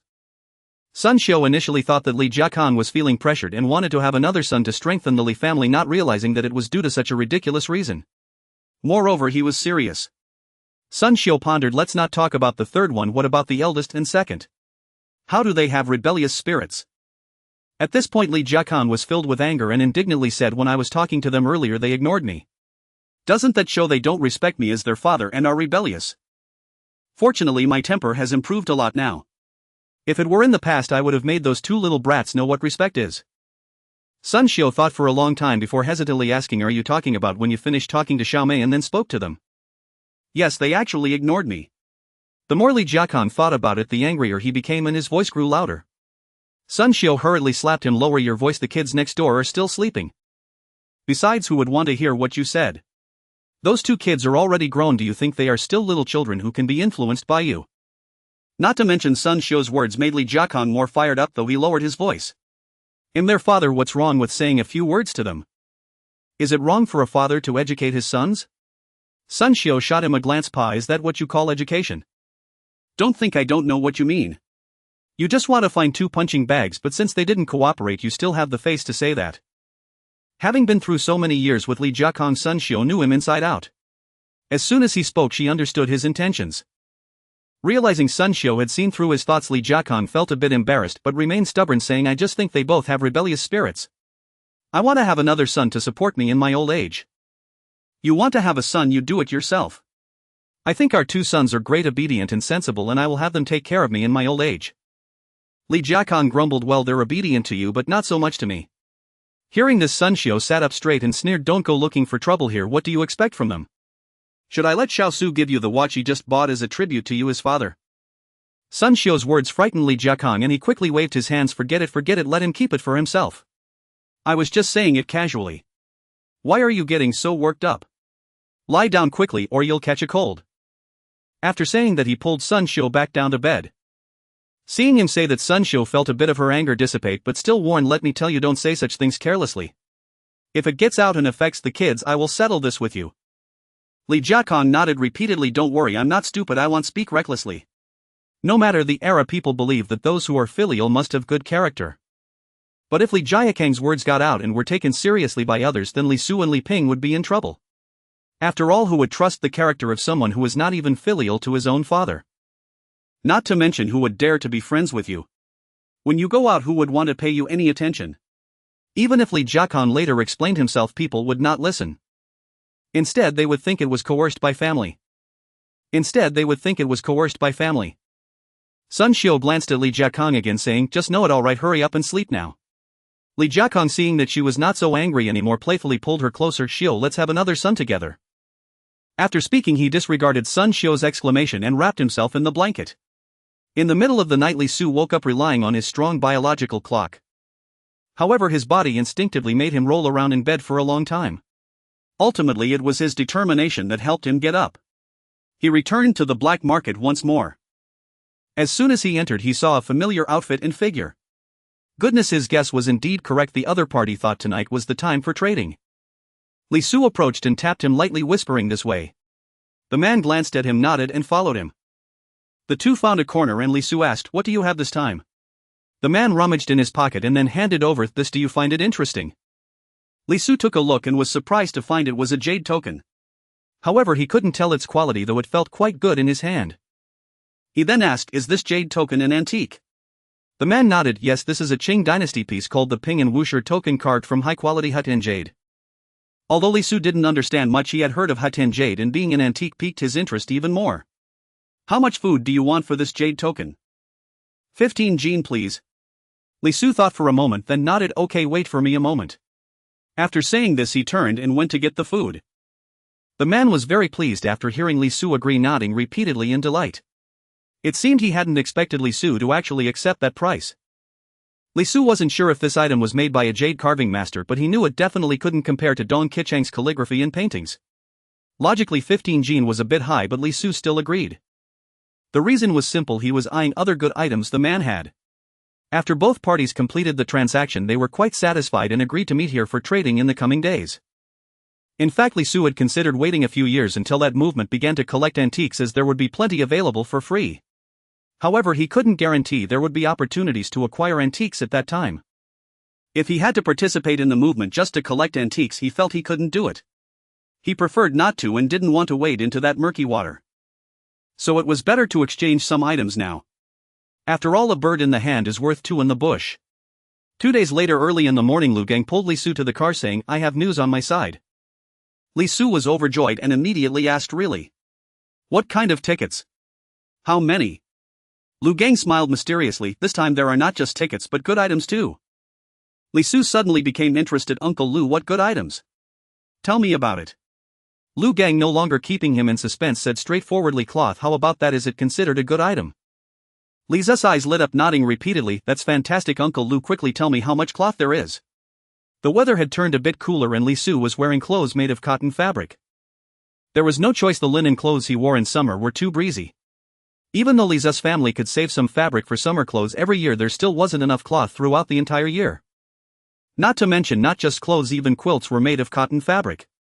Many of the clothes Li Su wore were leftovers discarded by Li Ping, and they had patches on them. However, the patches weren't too many. Given these conditions, it was already considered very good. Many families only had one pair of pants in winter. Whoever went out wore it. Lu Gang chuckled. There's quite a bit, several bolts of cloth.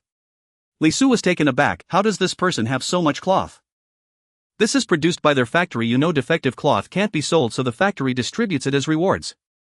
Besides, this cloth isn't just owned by one person.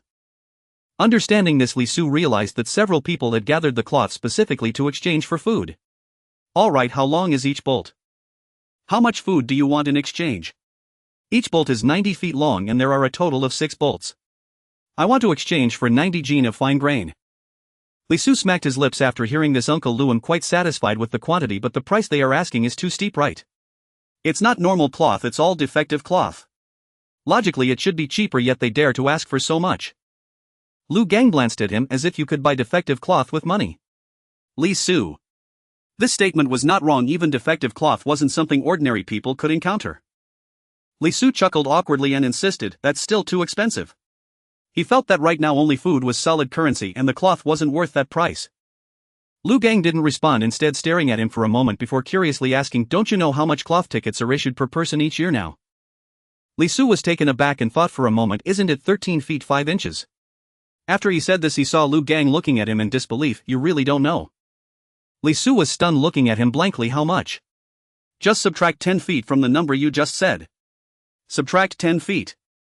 Li Su thought for a moment, then exclaimed in shock, 3 feet 5 inches. Lu Gang nodded. Last year there was originally 7 feet 4 inches, but this year it was cut by more than half and there's only this much left. At this point Li Su completely understood. You see, an adult needs about 15 feet of cloth for a complete outfit, but now the amount of cloth distributed per person each year is only 3 feet 5 inches. That's barely enough to make a pair of big shorts. Now Li Su realized how extravagant it was for Li Jiafu to make new clothes for both of them when Li Chang got married. As for buying ready-made clothes at the supply and marketing cooperative, sorry, that's not an option yet. Seeing the look of realization on Li Zu's face, Lu Gang smiled and said, do you still think their price is high? To be honest, if I could produce the grain I would want to buy all this cloth. Who knows if the cloth ticket quotas will continue to decrease next year. Li Su shook his head repeatedly. Not high, Uncle Lu, I'll take the cloth. By the way, didn't you say there were tickets? What kind of tickets are they? 2 bicycle tickets and 2 watch tickets. 2 bicycle tickets and 2 watch tickets. Li Su pondered for a moment before nodding. Alright Uncle Lu, I will deliver the grain to you tonight. This time it nearly emptied Li Zu's stored supplies. Fortunately he could still collect a decent amount daily, which put him at ease. Lu Gang nodded okay. It was 9 p.m. Li Su felt that the time was about right, so he took 2 cloth bags from home and stepped out the door. He only took out the grain near Lu Gang's house. After laboriously bringing it to the entrance of Lu Gang's house, he knocked on the door. Lu Gang hurriedly came out from inside. Uncle Lu, could you help me carry this? Li Su pointed at the nearby cloth bags. Upon entering the living room, Li Su noticed that Lu Gang was the only one home and curiously asked, Uncle Lu, where is your wife and child? They aren't at home, they're sleeping at my mother's place. Isn't this your home? Why aren't they sleeping here? Did you two have a fight? Lu Gang looked speechless. What are you thinking? If it weren't for your business, I'd be sleeping over there too. Li Su. After all this, it was still his issue. Feeling a bit embarrassed, he pointed at the 2 bags on the ground. Uncle Lu, there are a total of 107 jeans of fine grain here, please check it. Lu Gang was taken aback for a moment, then chuckled. It's obvious you didn't perform well in school. How did you come up with such a number? Li Su shook his head. I didn't calculate much. Didn't you forget that I owe you half a jean as a referral fee for each item? But that doesn't add up, it's a total of 102 jeans, so what about the extra? Uncle Lu, you miscalculated, the referral fee is 5 jeans, which adds up just right. Lu Gang exclaimed, how can the referral fee be that much? Li Su explained, it's not much, there are only 10 items in total. After thinking for a moment, Lu Gang finally caught on. You mean 1 piece of cloth counts as 1 item? Yes. Lu Gang waved his hand. That's not how it works. No way. Li Su chuckled. Uncle Lu, these 2 bicycle tickets count as separate as well, they're all the same. Lu Gang replied irritably, no, they're not the same. If that's the case, why don't you calculate the referral fee by the meter? What would others say about me if that got out? Li Su laughed. I calculate by the piece. Besides, no one will know. Alright Uncle Lu, stop dwelling on this. When can I come to pick up the stuff? Lu Gang suddenly understood. Li Su was trying to do him a favor. So he said no more, just kept it in mind. After checking the grain again to confirm everything was fine, he pulled out an envelope. There are 4 tickets inside, you can come for the cloth tomorrow evening. Li Su nodded and took the envelope. Alright Uncle Lu, I will take my leave now. You should rest early too. Lu Gang stood up to see him off. After putting the grain away, he returned to rest. The next morning Li Su did not mention this matter. After finishing dinner, he told everyone, wait for me to come back tonight, there will be a surprise for you. Everyone looked puzzled. Only Li Jiakon directly asked, what happened?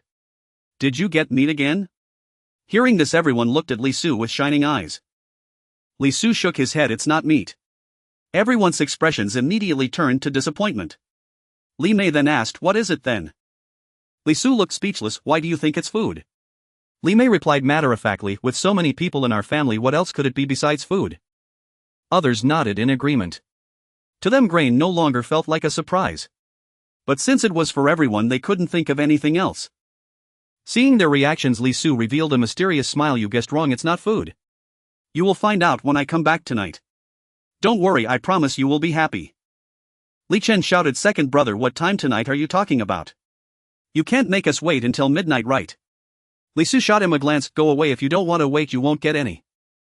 Li Chen didn't dare to retort directly but could only mutter softly, well, that's just how it is. At this moment Li Ju ran to Li Zu's side, tugging at his clothes. Second brother, I can't hold out that long. Why don't you wake me up in the middle of the night? That way it counts as me waiting, right? Li Su, seeing her cleverness, directly picked her up. Don't worry, the latest will be by 10 p.m. Li Ju nodded. Then I can hold out. Second brother, can you secretly tell me what the surprise is? Don't worry, I won't tell anyone else. Li Su looked at everyone and then smiled. Little sister, if I say it's a surprise, you'll know when the evening comes. Upon hearing Li Su say this, the others showed expressions of disappointment.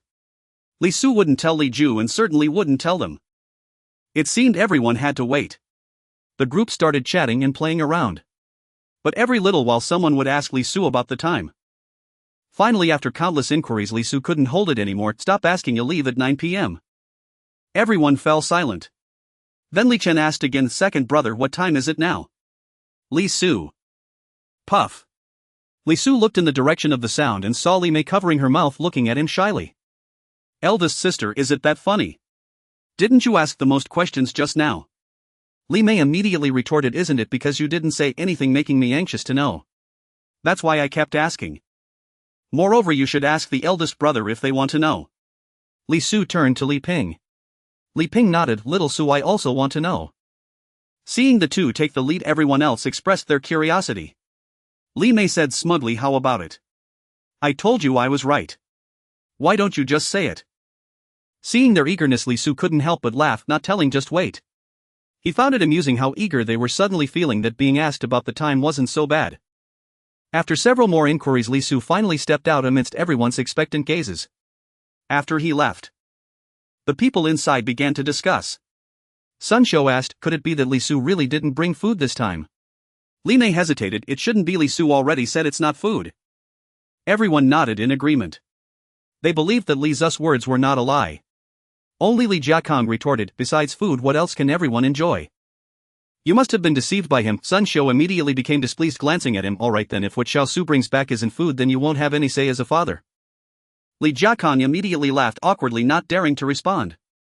Although he said that he still knew Li Zu's capabilities in his heart. Though he suspected it was definitely food, what if it wasn't? Seeing that he no longer spoke, Sun Shou let him be. Thus the group began a heated discussion again. When Li Su arrived at Lu Gang's house, he saw a row of cloth rolls laid out on the table in the main room. The cloth was rolled up flat without anything in between. Among the black and blue, a flash of red was the most eye-catching. Li Su exclaimed excitedly, Uncle Lu, is this the flawed cloth? Lu Gang nodded, yes, I've checked them all. The only issue is the color, there's nothing else wrong. Li Su stepped forward and stared for a while before turning his head to say in disbelief, Uncle Lu, I can't see any color problem. Lu Gang stepped forward, took down a piece and unfolded a small section. Now take another look. At that moment, Li Su noticed that there was a part in the middle of the cloth that was distinctly different in color from the surroundings, appearing lighter in comparison. Li Su nodded, is this issue present in all the cloth? Only that piece of floral cloth is fine, the rest all have this problem. Li Su was startled, quickly asking, Uncle Lu, is that red piece the floral cloth? Floral cloth refers to fabric with patterns or designs. Due to the labor-intensive craftsmanship, it is relatively rare at this time. Exactly. Lu Gang then pulled out the red fabric, similarly unfolding a small section. Take a look at this. Li Su then saw that the bright red fabric actually had a peacock pattern. The peacock featured blue, white, green and pink combined with the red of the fabric. Its tail was adorned with numerous heart-shaped patterns, also made up of various colors, looking extremely beautiful. There were also some green, blue and pink flowers decorating the scene. After looking for a while, Li Su still appeared puzzled. Uncle Lu, I think it looks fine. Lu Gang pointed at a heart-shaped pattern on the peacock's tail. Look at the color of this pattern, how is it different from the others? Li Su looked and then stared at him in confusion. Is there a problem with this? Lu Gang replied irritably, didn't you notice that all the other heart-shaped patterns are made of two colors? This one has only one color and it's lighter. All the peacocks on this piece of fabric have this issue. Li Su scratched his head. I thought it was designed like this. Lu Gang. Then he helplessly said, alright, since you have no objections, I'll pack it up for you. Li Su repeatedly nodded, no objections, I'm very satisfied. Lu Gang then asked, why not ride my bicycle to make it easier to carry the cloth? You can return it to me tomorrow after work. Li Su waved his hand, no need, I'll carry it on my back. Just tie it horizontally on me. After a few more persuading words, Li Su still insisted on his idea.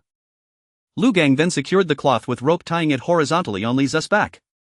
He also covered it up with the cloth bag that Li Su had brought yesterday. He repeatedly reminded him to be careful while walking and not to let others see it. Li Su nodded in agreement. After trying it he felt it was somewhat similar to carrying a backpack. He could take it off by loosening the rope on his shoulder. Indeed it was quite heavy and somewhat inconvenient. After walking a few steps out of Lu Gang's house, Li Su found a corner and stored the cloth in his space. He then chuckled to himself, thinking how could he let others find out. As he approached home he took it out again and carried it behind him. He entered his yard sideways and then entered his house sideways. Upon seeing Li Zu's appearance everyone in the house was taken aback. What's that on your back? Li Su chuckled. Good stuff, a surprise for you all. Quickly help me clear the things off the table. After clearing the table Li Su took the items down and placed them on top. Then without any pretense he directly removed the cloth bag to reveal the cloth underneath. How is it? Is this surprise big enough? Everyone stared blankly at the cloth on the table, unable to recover for a long time. Finally Li Ping was the first to react. Xiao Su, why is there so much cloth? Hearing someone speak everyone also returned to their senses. Sun Xiao said, this surprise is too big, I can't handle it, mom. Hu Guilan even directly stated, aside from the supply and marketing cooperative I've never seen so much cloth. Li Su laughed, mom you can definitely handle it, all of this is flawed fabric. Everyone was taken aback. What flaws? Then Li Su pointed out the flaws. Everyone fell silent again. They then expressed that this was no different from good cloth and would definitely be better than patched ones. Li Su continued, we'll give one piece of this cloth to Grandma, one to Uncle Air, and the rest we'll keep for ourselves to make clothes. Li Ju jumped up in excitement, second brother, I want new clothes too. Li Su patted her head, that piece of floral cloth is prepared for you. I'll make a whole set for you with it. Of course mom's sister-in-law and eldest sister will also have clothes made from the floral cloth. This floral cloth is too beautiful, it can only be used for making tops while pants are out of the question. However, Li Su thought he could be flexible with Li Ju. Li Ju shouted, second brother, you're so nice. Everyone had no objections to Li Zu's distribution. Hu Guilan happily said, there's still so much cloth left, each of us can have 3 sets and still have excess. Li Su thought for a moment, then sister-in-law, if you have time tomorrow please cut enough floral cloth for 2 tops and then cut 40 feet of other cloth, I'll deliver it to Du Hong's house later. Hu Guilan nodded in agreement, her face showing no signs of displeasure.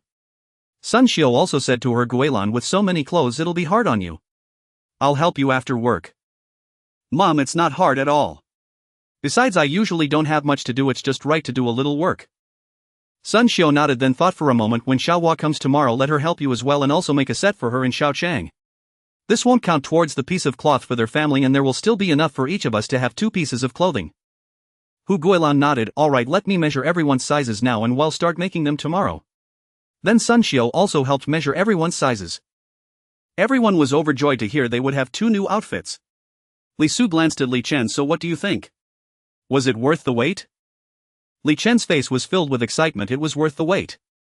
I'm happy to wait as long as there are new clothes to wear. Good thing you waited, otherwise you wouldn't have a share. Li Chen's smile suddenly froze, second brother, are you serious? Li Su chuckled, what do you think? Li Chen.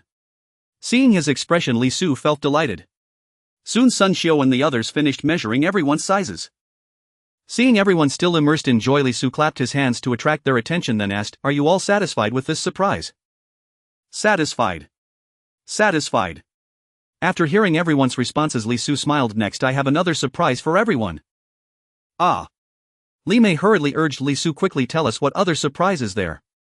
Everyone began to urge as well. Then Li Su took out the envelope. Everyone was stunned to see it. Something so familiar. Li Mei hesitantly said, Li Su, this surprise isn't a job, is it? Li Su shook his head, this time I didn't get a job, but I did get 2 bicycle tickets and a watch ticket. At this Li Jiakang could no longer sit still, excitedly asking, son, will there be one for dad this time? Li Ping also looked excited but remained silent. He knew there would definitely be one for him. No matter what the tickets were for, he was satisfied. Sun Xiao glanced at Li Jiakang but remained silent.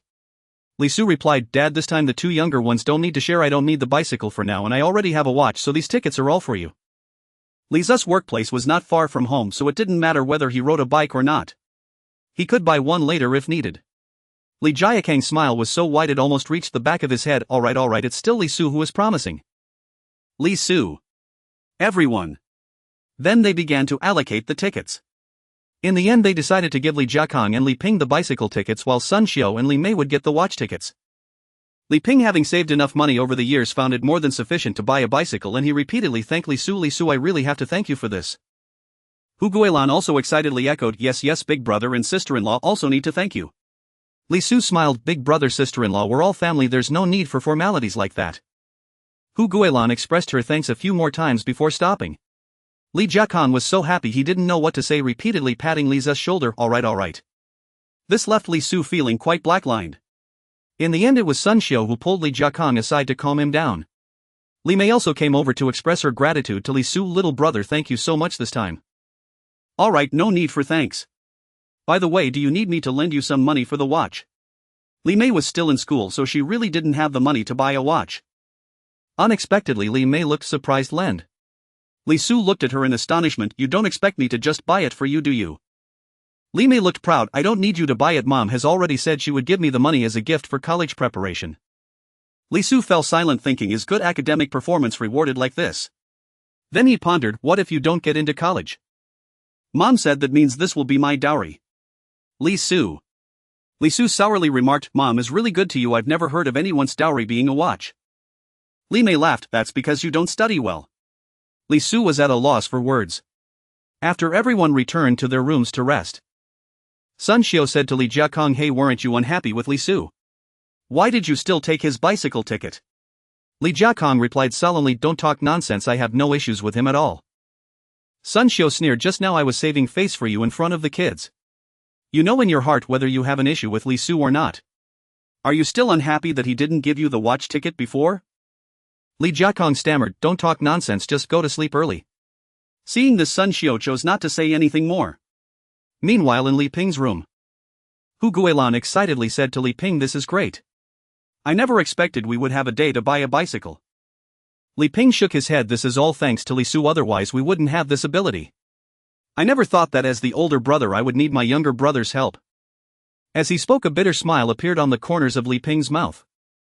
Hu Guilan comforted, alright Li Su is your brother, we're all family. Today he helped you, who knows, maybe in the future you'll be able to help him too. Upon hearing this, Li Ping immediately perked up, that's right. As the older brother he'll definitely have a chance to help him in the future. Hu Guilan nodded, offering more comforting words. She understood Li Ping's current mindset. It was merely because he felt like as the older brother he hadn't brought any benefits to the family and had instead received quite a few benefits from his younger brother, which made him a bit uncomfortable. The next day Li Su cheerfully went to work to collect his salary. Meanwhile Xuanhuan arrived at Li Zu's house as usual. Upon seeing so much fabric she was also taken aback. Hu Guilan said, Xiaohua, help me make some clothes and I'll make a set for both of you. Xuanhuan quickly waved her hand, sister-in-law, I can help you make clothes, but we won't accept the outfits. At this time there were hardly any women who did not know how to sew and mend. Alright, stop declining. This is something my mom specifically requested. Besides, if you don't accept it I wouldn't feel comfortable asking for your help. Xuanhuan showed gratitude but hesitated, saying, our family has already received a lot of kindness from auntie, so we really can't accept any more. In fact, Xuanhuan was also very envious of the clothes. However, she understood the boundaries and knew that Sun Xiu and the others had helped her family a lot, so she felt embarrassed to accept. In the end Hu Guilan persuaded her several more times. But Xuanhuan still refused to accept and just helped her make clothes. Hu Guilan was left with no choice. She had to forcibly keep Xuanhuan and wait for Sun Xiu to talk to her after work in the afternoon. Sun Xiu and the others had also taken leave early to specifically go to the supply and marketing cooperative to buy watches, bicycles and other items. Moreover, they also brought back Li Mei's watch. When Xuanhuan saw Li Jiakong and others returning on 2 bicycles, she was at a loss for words. It was Sun Xiu who spoke first. Xiaohua, these days are going to trouble you. Xuanhuan quickly replied, it's not a trouble auntie, just tell me directly if you need anything. At this moment Hu Guilan interjected, Mom, I suggested making a set of clothes for each of them, but she just won't accept it. Upon hearing this, Sun Xiu had a reproachful expression, Xiaohua, this clothing is our goodwill. If you don't accept it we would feel too embarrassed to ask for your help. Xuanhuan hurriedly said, auntie, please don't say that. Helping out is what I should do, I just feel too embarrassed to accept more. Alright, this fabric has some flaws, but it's what I can afford to give, so that's that. Li Jiakong chimed in with a few words of agreement. Finally Xuanhuan agreed. She then said, auntie, it's getting late, I need to go back and prepare dinner soon. In fact, she had already mentioned leaving earlier, but Hu Guilan insisted on keeping her. Sun Xiu then said, auntie's family just bought bicycles today, which is a happy occasion. Zhao Ping, go and bring Xiaoqiang home for dinner. Ah. Xuanhuan was startled and declined again, auntie, we feel really embarrassed to accept your clothes this. Stop saying that. You know Auntie's family situation, we can still afford one meal. Xiaoping, hurry up and go. After Li Ping agreed, he rode out with the bicycle. Xuanhuan said nothing more. After all, she had indeed felt the financial abundance of Sun Xiu's family in recent days. Despite bringing some food every day, Hu Guilan always prepared more for meals and urged her to eat more. Thus her complexion had improved significantly. When Li Su returned home, he saw the bicycles and asked, "Mom, did you go to register the bicycles?" Now bicycles cannot just be ridden after purchase. You need to take the purchase invoice to register for a license and also apply for a bicycle permit, which requires a steel stamp to be legal on the road. Of course, this also incurs an additional cost. Sun Xiu nodded. Yes, we did. Li Su continued to curiously ask, "Mom, did you buy a watch?" Sun Xiu pulled up her sleeve, revealing a watch. Yes, I did. When Li Su saw it, he was stunned. "Mom, how come this is the same as the watch I bought? Both your sister and I thought your watch was nice, so we chose this model." In domestic production, watches do not distinguish between men's and women's styles, so there were not many options. Li Su nodded and then began discussing other matters. After a while, Li Ping returned home with Li Chang, who had just gotten off work. Li Chang hurriedly greeted everyone upon seeing them. Then Xinhua quietly recounted the situation. Li Chang was at a loss for words. "Auntie, uncle, how can we accept this?" Li Ping had just mentioned that they bought bicycles, so inviting him for a meal was just to celebrate. He declined for a long time but ultimately had to agree. However, he never expected that they had made a new set of clothes for the two of them, which made him feel really embarrassed to accept. Sun Xiu waved her hand. "All right, Auntie's family just bought bicycles today, so we'll treat you both to a meal to celebrate. The clothes aren't just for you two, we are also sending a piece to your dad's side tonight." Li Chang, sensing the implications in her words, looked at the two additional bicycles in Sun Xiu's family and, feeling confused, hesitantly asked, "Auntie, what about these things?" The bicycle tickets and fabric were exchanged by Xiao Su through friends. The fabric also has flaws. Hearing this, Li Chang with a hint of envy said, "Xiao Su is really capable." Beside him, Li Su waved his hand. "Chang, good, don't say that. As long as you work hard, these things are not a problem." Li Chang nodded and didn't say much more. He also believed that as long as he worked hard, these would eventually come his way. He believed he would have such a day. Today's dinner at Lisa's home was also quite lavish. The rice-based dinner left everyone satisfied. After the meal, Li Jiakong rode with Li Chang back to Qingha Brigade to deliver the fabric. Mainly because he was reluctant to let Li Chang ride the new bike. Xinhua stayed behind to converse with everyone. Li Su felt it was about time, so he bid farewell to everyone. Then he packed the cut fabric into a bag and headed to Du Hong's house. Li Ping stayed at home. When Du Ming and others saw Li Su arriving, they were somewhat accustomed to it. There was no helping it, after all, he came by so frequently. Yang Li saw the bag Li Su was holding and asked curiously, "Xiao Su, what's this?" Li Su chuckled, "Aunt Yang, this is a gift for you all." Yang Li immediately refused. "I've told you many times, don't bring anything when you come to Aunt Yang's house. Just take it back." Li Su didn't respond, he simply took out the contents of the bag. The others were astonished upon seeing the fabric and immediately began to inquire. Li Su briefly explained the origin of the items. Then he said, "Aunt Yang, this time I brought a lot. I specially brought you some, enough for each of you to make a new set of clothes as a New Year gift." Although it was a time of disaster, people still visited relatives during the New Year, and those with better conditions would bring some gifts. They wouldn't stay for a meal. People were busy throughout the year, so only during this time would they have the chance to visit relatives. After a few rounds of refusal, Yang Li and others finally accepted. Li Su chatted with everyone for a while before returning home. After he left, Yang Li happily picked up the patterned fabric, constantly measuring it. "This fabric is really beautiful." "Xiaohong, what do you think?" Du Hong nodded repeatedly, "It's beautiful. I'll make everyone some clothes during this time and we can wear them for the new year." Everyone nodded in agreement, filled with joy. After Li Su returned home, it wasn't long before Li Jiakong and the others came back. After putting the bicycle away, Li Jiakong said to everyone, "I must say, having a bicycle is much faster. It only took us a little over an hour to make a round trip, whereas walking would take at least 4 hours. After Li Chang and Xinhua left, Li Ping hesitated and said, "Dad, Mom, won't it be too conspicuous if our family bought so many things today?" Hearing this, everyone exchanged glances. To be honest, they were all too happy yesterday and hadn't considered this issue. Sun Xiu hesitated and said, "But now that we have already bought them, should we just leave them unused?" Li Su thought for a moment and said, "How about this? Everyone can keep the items at home for a few days. I'll ask tomorrow if I can get a receipt as proof. If I can get it, feel free to use the items. If not, well, think of another way." Li Ping looked at him and asked, "Xiao Su, can you get in touch with the person who sells these receipts?" Li Su nodded, "I can." Hearing this, everyone breathed a sigh of relief. After all, these receipts were so rare and their family had just bought so many items. If someone got jealous and reported them without being able to explain the source of the receipts, it would become troublesome. As for the fabric issue, they had no worries at all. Even if the whole family went out in new clothes, it was obvious to a discerning eye that it was made from flawed fabric. Lisa's family wore clothes made from flawed hemp fabric in summer. In fact, almost every household with someone working in a hemp factory had some flawed fabric. No one would say much about it. After all, regardless of how others acquired it, that was their own business. No one would be foolish enough to report it.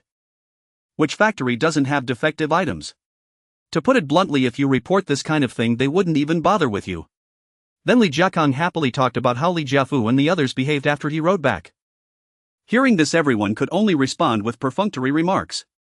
The next day at work, Li Su saw Lu Gang and asked, "Uncle Lu, can you issue a proof for those bicycle tickets and watch tickets?" Lu Gang looked at him suspiciously and asked, "Can I issue it? What do you need this for?" Li Su smiled bitterly and replied, "Well, yesterday our family bought all the things, but now we don't dare to use them for fear of being reported." Only then did Lu Gang realize, sounding a bit embarrassed, "Well, I really didn't think of that. Don't worry, you'll find someone to issue it for you tonight and bring it to you tomorrow." Li Su nodded appreciatively, saying, "Thank you, Uncle Lu, that's really hard work." Lu Gang waved his hand and said, "It's no trouble, this is my issue too.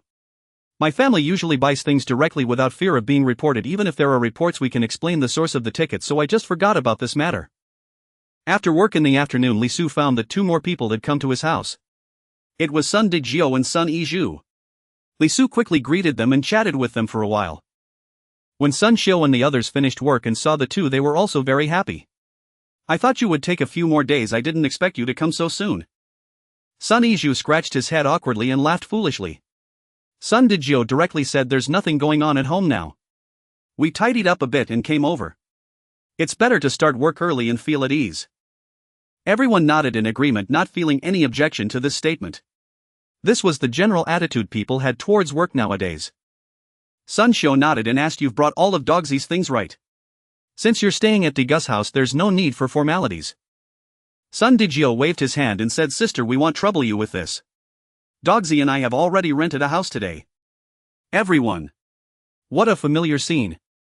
Li Chang and Li Jiafu said the same thing before. Sun Xiu looked at him unhappily and said, "Didn't I say before that Dogsy should stay at my house? Why are you renting a house? We can still afford the rent, and besides, we really can't trouble you any further, sister."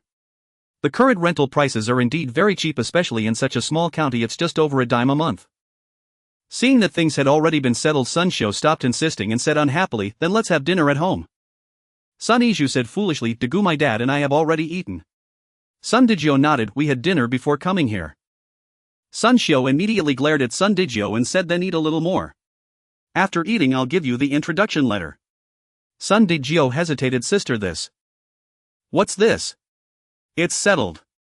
Seeing this, Sun Dejio stopped saying anything and asked, "Sister, why did your home suddenly get 2 more bicycles? I didn't see you riding them a few days ago." Then Sun Xiu explained the bicycle situation. Sun Dejio and Sun Yizhu exchanged glances. They never expected that the increase in bicycles would actually become a hassle. Li Su quickly interjected, "Mom, don't worry, the proof will be ready tomorrow." The others exclaimed, "Really?" Li Su nodded, "Really." Everyone instantly became cheerful. The bicycles had already been bought, but they didn't dare to ride them. They didn't even dare to wear the watches. This feeling was truly uncomfortable. Li Ping then said, "For safety's sake, let's all wait another day.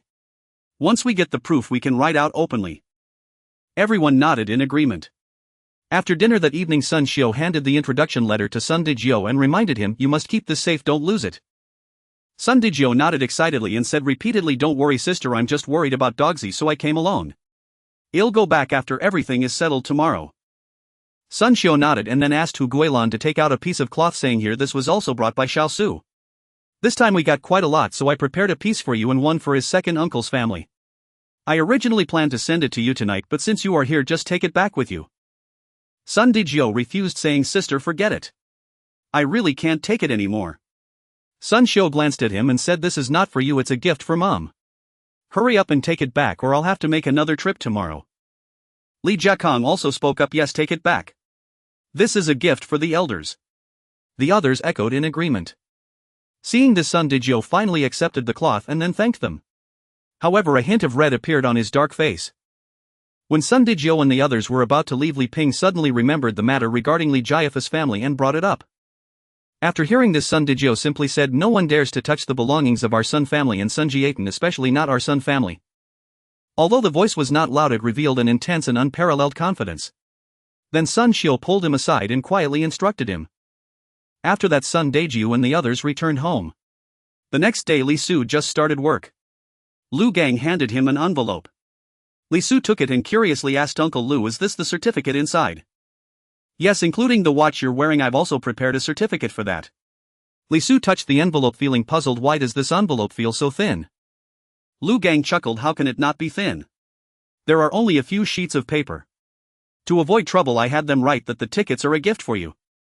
Exchanging with grain is also possible, but if others find out, it would definitely lead to unnecessary trouble." Li Su said gratefully, "Thank you, Uncle Lu." Lu Gang waved his hand. "All right, no need to be so polite." Meanwhile, Sun Yizhu also reported to the plastic factory with the introduction letter. After completing the procedures, he and Sun Dejio returned to handle the transfer of relationships. The two happily returned to Sun Family Beach with bags of cloth. As soon as they got home, Grandma Sun and the others hurriedly came forward to ask. Upon hearing the good news, they were all overjoyed. Then Sun Dejio took out the cloth and handed it to Grandma Sun. "Mom, this is from my elder sister for you." Grandma Sun immediately frowned. "How can you be so clueless? How can you accept this?" Hearing Grandma Sun's reprimand, Sun Dejio hurriedly explained, "I didn't want it, but my elder sister and brother-in-law said it's a gift for you. If I hadn't gone yesterday, they would have delivered it last night." Sun Yizhu also chimed in to affirm the truth of his words. Grandma Sun sighed. "They are all such filial children, but they also need this cloth." Sun Dejio smiled. "This was also brought by Xiao Su. I heard he got quite a lot, but all of it is flawed cloth, and he even sent a piece to my elder sister's father-in-law." After saying that, he unfolded a part of the cloth for everyone to see the flaws. Sun Xiu knew Grandma Sun's temper and understood that if things were not clarified, even if they took it back, she probably wouldn't use it. The most important thing was to let Grandma Sun know that Sun Xiu's family still had plenty of cloth. So he briefly explained the situation to Sun Dejio. Sure enough, after hearing this, Grandma Sun no longer declined. "Eldest daughter-in-law, second daughter-in-law, you two use this cloth to make a set of clothes for the four of you and for Guzi and Goshing." Goshing is the eldest son of Sun Erjiao, whose full name is Sun Erju. Everyone was stunned knowing that this cloth was only enough to make 6 sets of clothes. So Sun Dejio asked, "Mom, what about you?" Grandma Sun waved her hand. "At my age, wearing new clothes would be a waste, so I won't take any." Upon hearing this, everyone hurriedly persuaded her. Sun Erjiao added, "Mom, this is a gift from the elder sister. If they find out that the clothes are worn by us, we won't be able to explain." Everyone echoed in agreement. Sun Yizhu said, "Grandma, I've already taken such a big advantage this time, so I won't take the clothes. They should be made for you instead." Grandma Sun glared at him. "You're going to work in the city, you need to dress decently." Sun Erju added, "Grandma, I don't want any. Besides, it's a waste to wear them at home every day." "What nonsense are you talking? Didn't your eldest aunt say the next job is yours? It will be the same when you wear them later." Upon hearing this, hope sparkled in Sun Erza's eyes. The younger ones felt speechless, showing envious expressions. There was nothing they could do. They were born later, so such good fortune naturally wouldn't come to them. While clothes were the same, they could only wear the leftovers. Finally, after much persuasion, the matter was settled. Sun Dejio and Sun Erjiao would each make 1 jacket, then make a full set of clothes for Grandma Sun, while the others would proceed as usual. Once the matter was settled, Grandma Sun said to Sun Dejio, "Take Guzi to your uncle and hurry to handle the matter. Guzi has to go back in the afternoon." Sun Dejio nodded, then took Sun Yizhu out the door. The two found the director of Sun Family Beach, and Sun Dejio called out, "Uncle." Sun Yizhu called out, "Uncle." Indeed, the director of Sun Family Beach was a member of the Sun clan. There was no way an outsider could be the director here. The director in his 40s held a pipe and nodded in acknowledgement of the two. "What can I do for you?" Sun Dejio explained, "Uncle, my elder sister got a job quota for Guzi, and we are here to ask you to handle the transfer of his records." Hearing this, the director sighed. "Your elder sister is really good, and the person she married is also good. All the hardships your mother endured over the years were worth it." Sun Dejio also sighed, "Uncle, if it weren't for the help of the clan members back then, whether we siblings could grow up is still a question." He was still young back then, but remembered some things. Growing up, he felt even more grateful. Without these clan members, their family definitely wouldn't have survived. The director took another puff of smoke, then exhaled a pungent cloud before saying, "What else is there to say? We're all family, it's only right to help each other." As long as you treat my elder sister well, that's enough. Uncle, since we're family, I'll speak frankly. Once Guzi starts working, he'll take half of his grain this year and distribute it to the clan members in need. Upon hearing this, the director immediately put down his pipe and stared at him intently. Are you serious? Can you afford it? Back then we survived thanks to the clan members. Now we can also contribute to help them. Besides, doesn't our family instructions say to work together? The director burst into laughter. Good. Hey, I'll talk to a few uncles later. Son Daijio hurriedly said, Uncle, the uncles are all quite old, let's not trouble them. That won't do, this matter must be discussed and everyone in the Sun clan should know. Alright, you don't need to worry about the rest, come with me. Saying this, he took the two to pull up Sun Yizu's records. As they were about to leave, the director patted Sun Yizu's shoulder. Guzi, you must be filial to your parents and elders from now on. Don't lose our Sun family's reputation outside. If you encounter difficulties, come back to find your uncle. I can't promise much, but our Sun family still has some people. Sun Yizhu nodded vigorously. Uncle, I understand. The director smiled in satisfaction. That's good, now go back. The two returned home after bidding farewell. Sun Daijio also informed his family about the decision to donate food. Both Grandma Sun and second Uncle Sun nodded in agreement, expressing no objections. Some younger members who did not quite understand finally grasped the situation after Sun Yizhu and others explained it. Then Sun Ergia's wife hesitated and said, Elder brother, our family still relies on elder sister's support every month. If we do this, will elder sister have any objections? Upon hearing this, everyone nervously looked at Sun Daijio. Sun Daijio waved his hand. Elder sister has no objections, she discussed this with me last night. She said as long as we take charge it's fine. Everyone breathed a sigh of relief. That's good. They were also afraid that this matter would upset Sun Xiao. After all, Sun Xiao supported them with a considerable amount of food every month, yet they were supporting their clansmen again after their food supply became ample. If this were to come to the attention of outsiders, they might immediately cease their assistance. Grandma Sun also chuckled. You are all worrying for nothing. Do you think Xiao hasn't anticipated this? She grew up receiving the blessings of our clan, she just can't express it so explicitly. Besides, our family's food supply is now sufficient and it's time to help everyone out. Sun Daijio chimed in. Mother is right. Elder sister guessed that I would do this last night. After getting my answer, she didn't show any signs of displeasure. Instead, she elaborated a bit more. Sun Daijio's wife smiled and said, Elder sister is not a stingy person, otherwise we wouldn't have gotten these good things. Everyone echoed in agreement. If Sun Xiao had heard these words, she would surely have been delighted. Sun Daijio added, Mother, Uncle said to inform Uncle Gong and the clansmen. Ah. Upon hearing this, Sun Ergiu and the others were astonished. Grandma Sun was even more excited. How can this be? The uncles are all quite old, why trouble them? Sun Daijio smiled wryly. I said the same, but Uncle insisted I should not handle it. Everyone exchanged glances, unsure of what to say. Grandma Sun thought for a moment. Eldest, go call your uncle. Tell him I need to speak with him. Sun Daijio complied and immediately left. Before long he returned with Captain Sun. Everyone in the room greeted him warmly.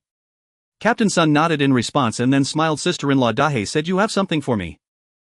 Grandma Sun nodded and then said all the younger ones except for Guzi and Goshing should go out.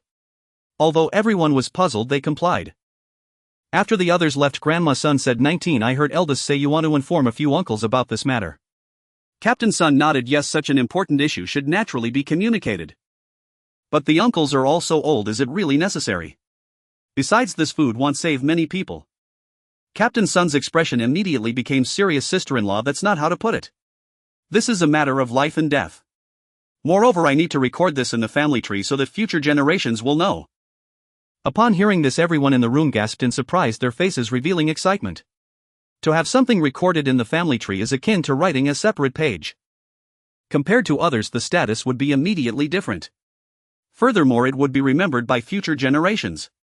It can be said that very few in the country can resist this temptation. However, Grandma Sun disagreed. 19 Back then everyone helped us without being recorded in the family tree.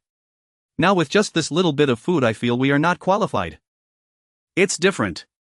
Back then sister-in-law's family was in a bit of trouble and everyone helping you was just a small effort.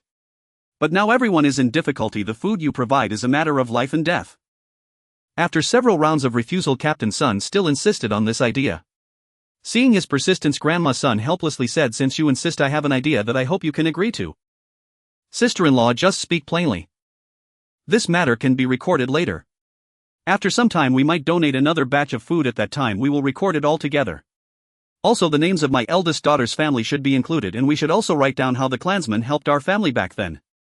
Captain Sun hesitated. Sister-in-law, what does this have to do with your eldest daughter's family? And how can we donate another batch of food later? Grandma Sun smiled. Without the quota from my eldest daughter's family we wouldn't have the resources to donate food. As for the food in the future, don't ask, you will understand when the time comes. Captain Sun thought for a moment. Alright, let's say it this way. Regardless of whether we have another batch of food later, I will record the matter according to your requirements in the family tree. Grandma Sun nodded. Alright, I will have them deliver the food to you tonight. Captain Sun nodded. Okay, I will hold a clan meeting at 7 p.m. tonight to distribute the food directly. Grandma Sun acknowledged. After exchanging a few more words, Captain Sun took his leave. After he left, Sun Daeju and the others were all extremely excited, exclaiming, Mother, we are actually going to be recorded in the family tree. It feels like a dream. Grandma Sun also smiled. Alright, this matter is certain. I never expected 19 to do this, so after confirming, have him include Shio's family. As a mother, this is all I can do for her. Everyone expressed it's only right. Without elder sister we wouldn't have this opportunity. After a while they finally calmed down from their excitement. At this moment Sun Daeju asked, Mother, what did you mean about donating more food after some time? Hearing this, several people looked at her in confusion. Grandma Sun said irritably, are you all foolish? After a while Goshing will start working, then we can have more food to donate. Everyone exchanged glances, and then Sun Urgio hesitated. Mother, do you have such confidence in elder sister? Do you have no brains? Putting aside the fact that your elder sister has already secured 2 jobs during this time, how can these grains and cloth be obtained by an ordinary person? Upon hearing this everyone nodded in agreement. Sun Urgio scratched his head feeling embarrassed and said, Mother, you are right. Everyone suddenly burst into laughter. However, the eyes of Sun Urgio's family shone with longing. Then Grandma Sun said, Guzi, after dinner tonight go to your eldest aunt's house and tell her about this so she can be happy too. Sun Iju nodded in response. After work Li Su handed the receipts to Sun Xiu. Sun Xiu sighed and said, now it's good, these things no longer need to be hidden away. Everyone was very happy. Even Li Mei immediately put on the watch and looked at it repeatedly as if she couldn't get enough of it. After dinner everyone was still chatting. Sun Iju arrived at Sun Xiu's house. After everyone exchanged greetings, Sun Xiu quickly asked, have you taken care of your work? Have you eaten yet? Auntie, I've taken care of my work, I officially start tomorrow. I just came after dinner. You child, if there's anything you can't resolve in the future, just come and tell Auntie. Sun Iju nodded, I understand Auntie. Grandma asked me to tell you something. Sun Xiu was taken aback, then suddenly realized and said, if it's something like thanks you don't need to say it, Auntie doesn't want to hear that. Li Jiakong and the others also expressed, we're all family, saying thanks feels too distant. Sun Iju showed a silly smile, it's not about thanks, there's something else. Sun Xiu looked surprised, what is it? Sun Iju then recounted the matter. Everyone listened in shock. Sun Xiu was so excited that she couldn't even speak. This represented the recognition of the Sun family members towards her family. Li Su repeated the lives of the living a few times before suddenly bursting into laughter. He laughed until tears flowed from his eyes. After laughing, Li Su suddenly asked, do we deserve this? Everyone was momentarily stunned. Indeed, they hadn't done anything significant. Their original intention was merely to help the life of the elderly Sun family to improve. Although the donation of food was somewhat related to Sun Xiu, if it weren't for the elderly Sun's request, their family would not have been able to be accepted at all. After a moment of silence, Sun Xiu sighed, I'll return tomorrow night, I'll refuse this matter then. Everyone nodded in agreement after contemplating. Although this matter excited them, they still understood their own situation. At this time Sun Iju hurriedly advised Auntie, Grandma definitely won't agree, you should just accept it. Sun Xiu waved her hand, Dogzy, you don't need to worry about this, I'll talk to your grandmother about it. After several rounds of persuasion, seeing that Sun Xiu remained firm, Sun Iju had no choice but to leave. After he left, only Li Zu's family was left staring at each other. Li Su looked at Sun Xiu's somewhat dejected expression and asked, Mom, are you reluctant? Sun Xiu forced a smile, of course I'm reluctant, but no matter how reluctant I can't accept it. Everyone somewhat understood this feeling. Because they were also reluctant, this was something that could let people remember them years later. Especially since the Li family didn't even have a family tree. Everyone tried to persuade her again. But after a long time Sun Xiu still didn't show a smile. Li Su thought for a moment, Mom, how about we donate a batch of food too? This way everyone can accept it with a clear conscience. Actually, ever since he heard the words the lives of the living, he had this idea. He could say that his family and friends basically didn't need to worry about food. Even so, they still had plenty left. So he suddenly wanted to do something meaningful. Even if it meant saving just one more person. Sun Xiu hesitated. Our family can't donate much food besides your grandmother, and the others have already taken enough. I'm talking about me donating food, but in our family's name. Li Ping immediately spoke up. Xiaosu, our family is already enough to make others envious. If we donate a large amount of food, have you thought about what would happen if others find out? Sun Xiu also said yes. Xiaosu, I'd rather not accept it than put our family in danger. Others also chimed in to persuade him. Li Su laughed. Mom, then just don't let others know. Don't you have this confidence in the Sun family? Moreover, even if this matter gets out, would others believe it? Everyone thought about it and felt that what he said made sense. In this day and age, how many people would go out and talk nonsense after receiving help? And how many would believe that someone could donate a large amount of food? Everyone discussed again, and then Sun Xiu hesitated. Xiaosu, how much food can you donate? Li Su thought for a moment. In a month, about 100 pounds of fine grain. Ah. Everyone was shocked, and then Sun Xiu asked, can you really take out that much? What if we find work again during this period and need food to exchange? Don't worry, I've already set aside what I need, the rest can be donated.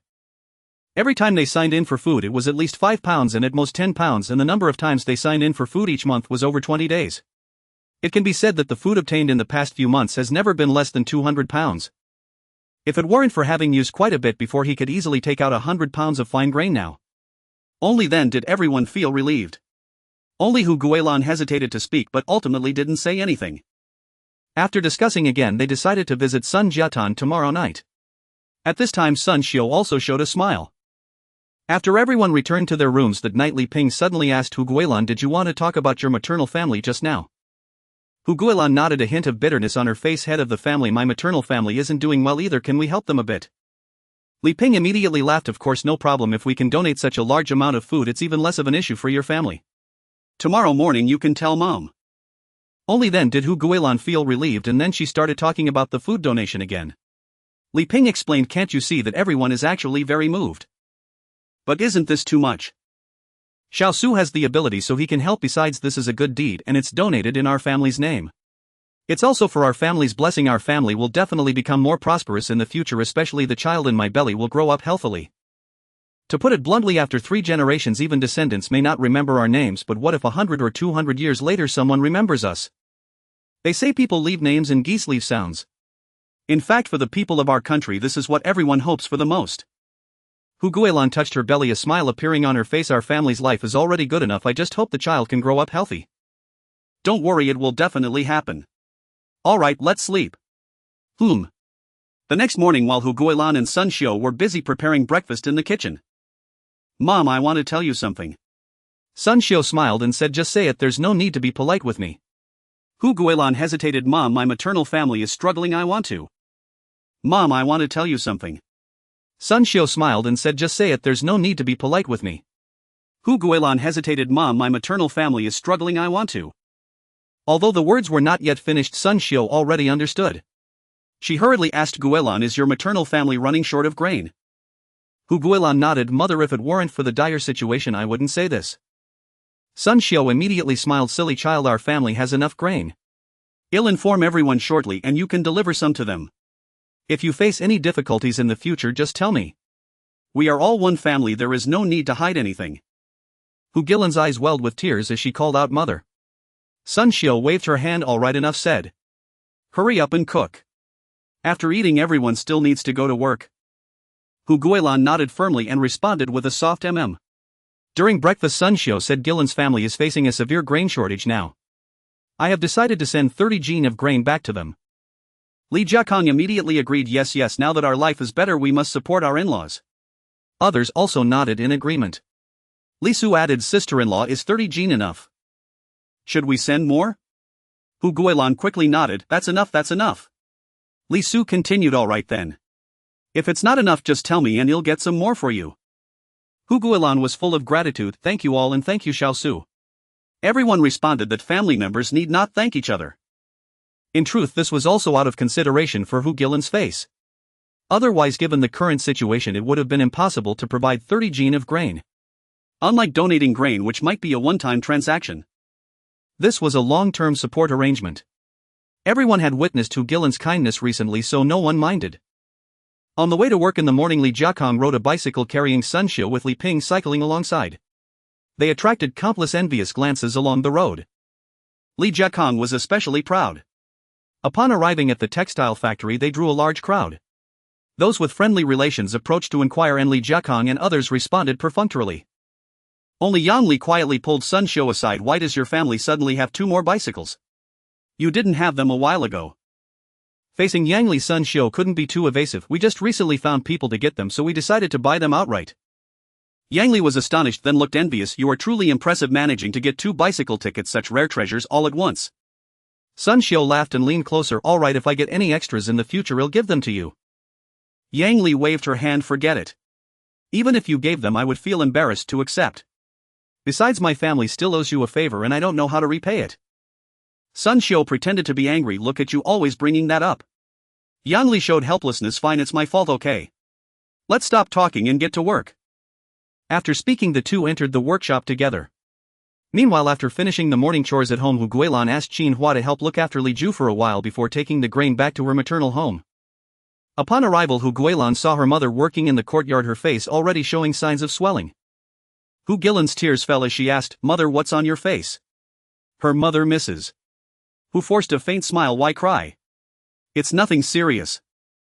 The moment she said that, Hu Guilan couldn't hold back her tears any longer, crying for quite a while before calming down.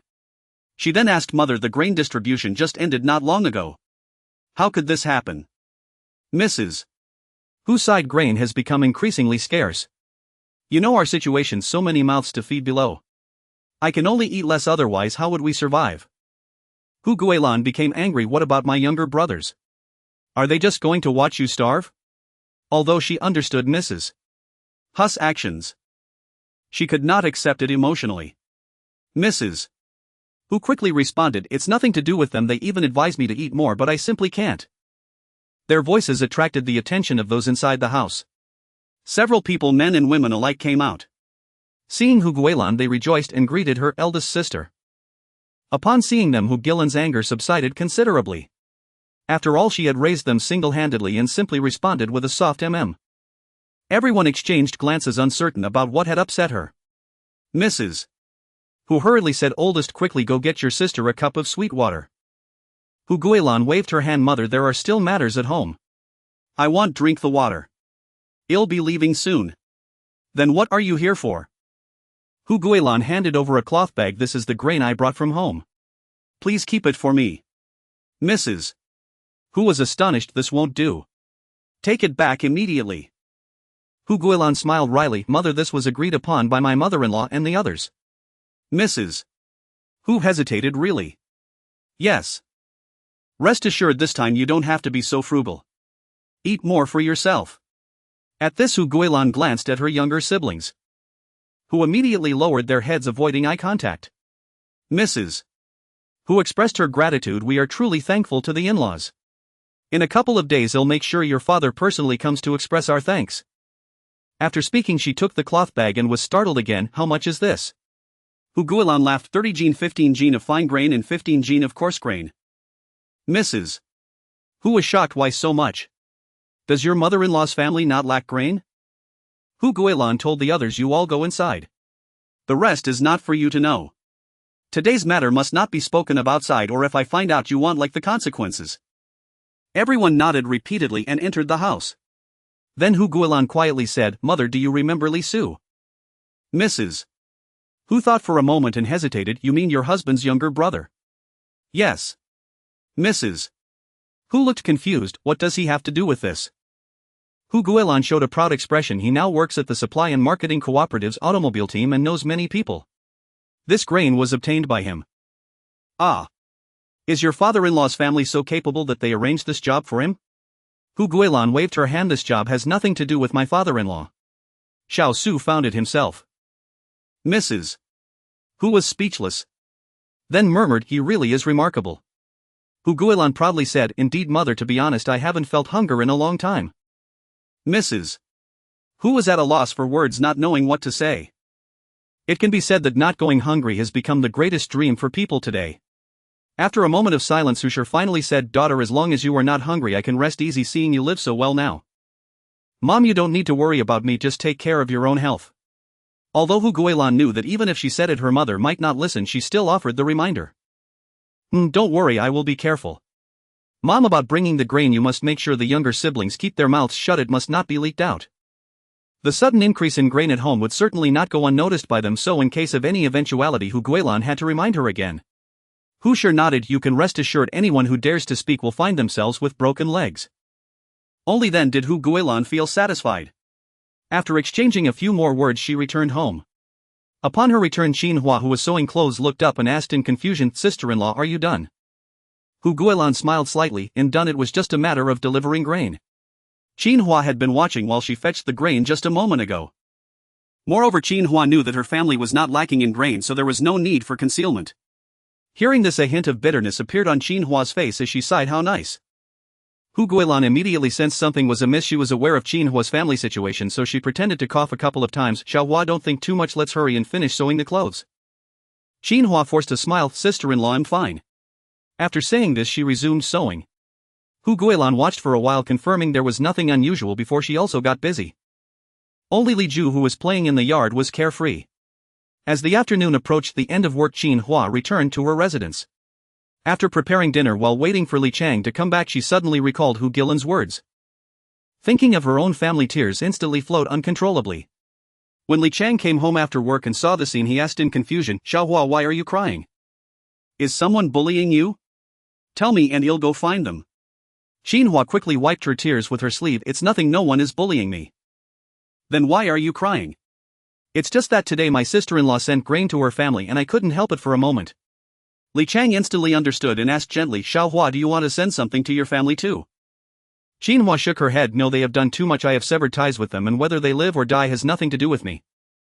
In fact, the phenomenon of valuing sons over daughters is very common. Although Xuanhua suffered since childhood, she did not think much of it. However, the Qin family not only exchanged her for a large amount of grain but also tried to starve her, showing her no kindness whatsoever. This was the thing she found most unbearable. Li Chang came forward and held her hand. "Then don't think too much, you still have us." Xuanhua's face immediately flushed with shyness as she pulled her hand away. "Okay, I'll go serve you rice." Inside, she felt grateful for marrying into such a good family where everyone treated her very well. Meanwhile, after Sun Xiao and the others returned home, Li Jiakang was still happily recounting how others envied them today. When he got to the exciting parts, he became even more animated. He didn't stop until after dinner, and Sun Xiao could no longer hold back, stepping forward to pinch him. "Alright, you've been happy all day, why are you still so excited?" Li Jiakang winced in pain and said confidently, "Can't I be happy about that?" Sun Xiao chuckled helplessly. "When you're on your own you can be as happy as you want, but now we have things to attend to." Li Jiakang paused. "What is it?" Sun Xiao glanced at him. "You haven't forgotten, have you?" Li Jiakang suddenly remembered, smiling awkwardly. "I didn't forget, how could I forget such a big deal?" "Let's go." The others immediately laughed. Sun Xiao also smiled. "Let's go, let the eldest take the second and everyone else stays at home." Everyone nodded in agreement. After all, there hadn't been any reports of robbery in the past few days, let alone anyone daring to come and rob them, so there was no need to leave someone at home to guard it. Only Li Su listened with a black line on his face. However, for safety's sake, Li Su still left his gun with everyone, and then the few of them set off. In just about 20 minutes they arrived at their destination. When Sun Laotai's family saw them, they were all startled, hesitantly asking, "What brings you here today?" The children even came forward to surround them, especially excitedly touching the car, exclaiming as they did so. Sun Xiao spoke up, "Let's talk inside." Everyone nodded, and before entering, Sun Daijiu scolded a few children, "Be careful, if you break the car, watch out for your skin." The children quickly nodded in agreement.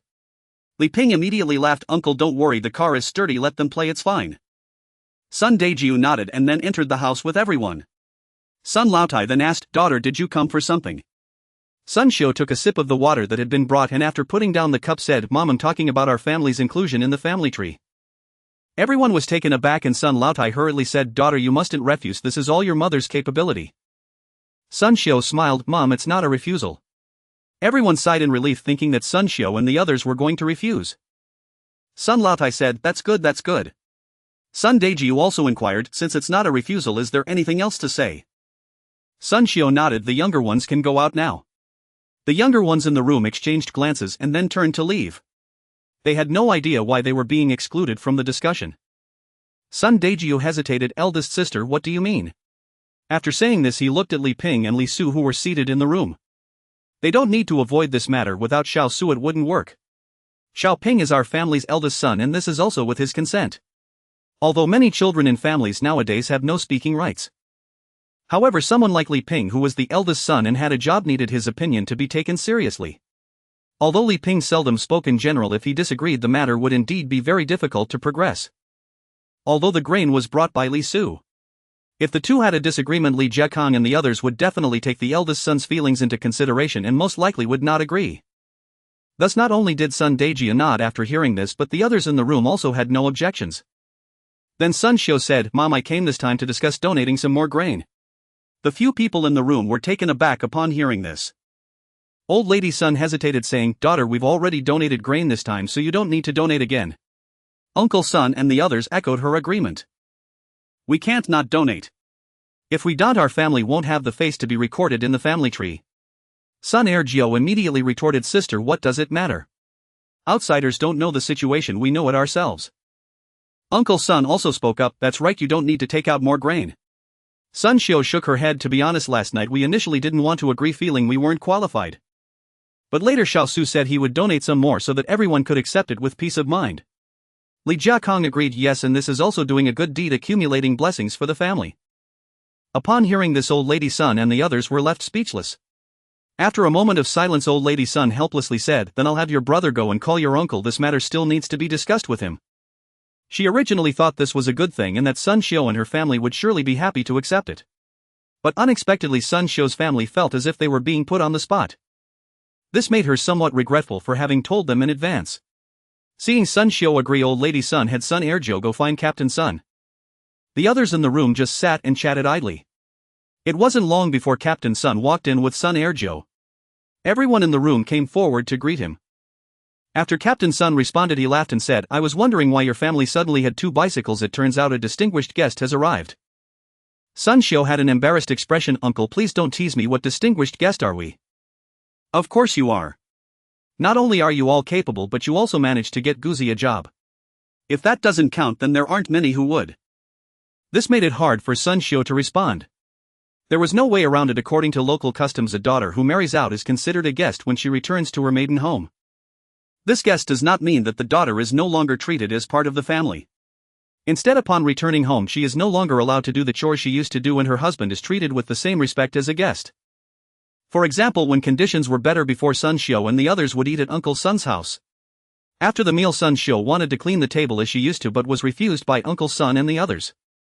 Every time Li Jiakong came, he also enjoyed the best sweet soup treatment. Old Lady Sun spoke up, 19th younger brother, they are all family, there's no need for guest treatment. I called you here today to discuss something. Captain Sun laughed again. Old sister-in-law, I'm just happy at heart, so I wanted to tease them. If there's anything, just tell me directly. Earlier on the road I asked Hey, but he didn't say anything. Sun Ergio. Sun Xiu's family. There was nothing they could do. After all, Captain Sun was of a higher generation. Even if Sun Xiu was only in her 30s, even if she were 60, if Captain Sun wanted to tease her, she could only smile along. Old Lady Sun spoke. Today Xiu'er came to discuss the matter of her family being recorded in the family tree. Captain Sun was taken aback. What is there to discuss? Isn't it already decided? I also discussed this with several uncles and everyone agrees on this matter. Now it's Xiu'er's family who feels they haven't done anything and aren't qualified to be recorded, so they decided to donate some more grain so they can accept it with peace of mind. Upon hearing this, Captain Sun jumped up from his chair, his eyes wide open, looking at Old Lady Sun with excitement. Old sister-in-law, are you serious? Old Lady Sun nodded, yes, and besides they are here as well, let them speak with you. Captain Sun instantly turned his head to look at Sun Xiu and the others. Sun Xiu spoke, Uncle, this matter is true, but the grain can only be brought over in a month. Captain Sun excitedly rubbed his hands together. Good. As long as there is some, that's fine. Besides, it won't be needed for a while. Xiu'er uncle must thank you properly. Sun Xiu waved her hand. We are all family, helping each other is only right. You helped us before and now it's our turn to help you.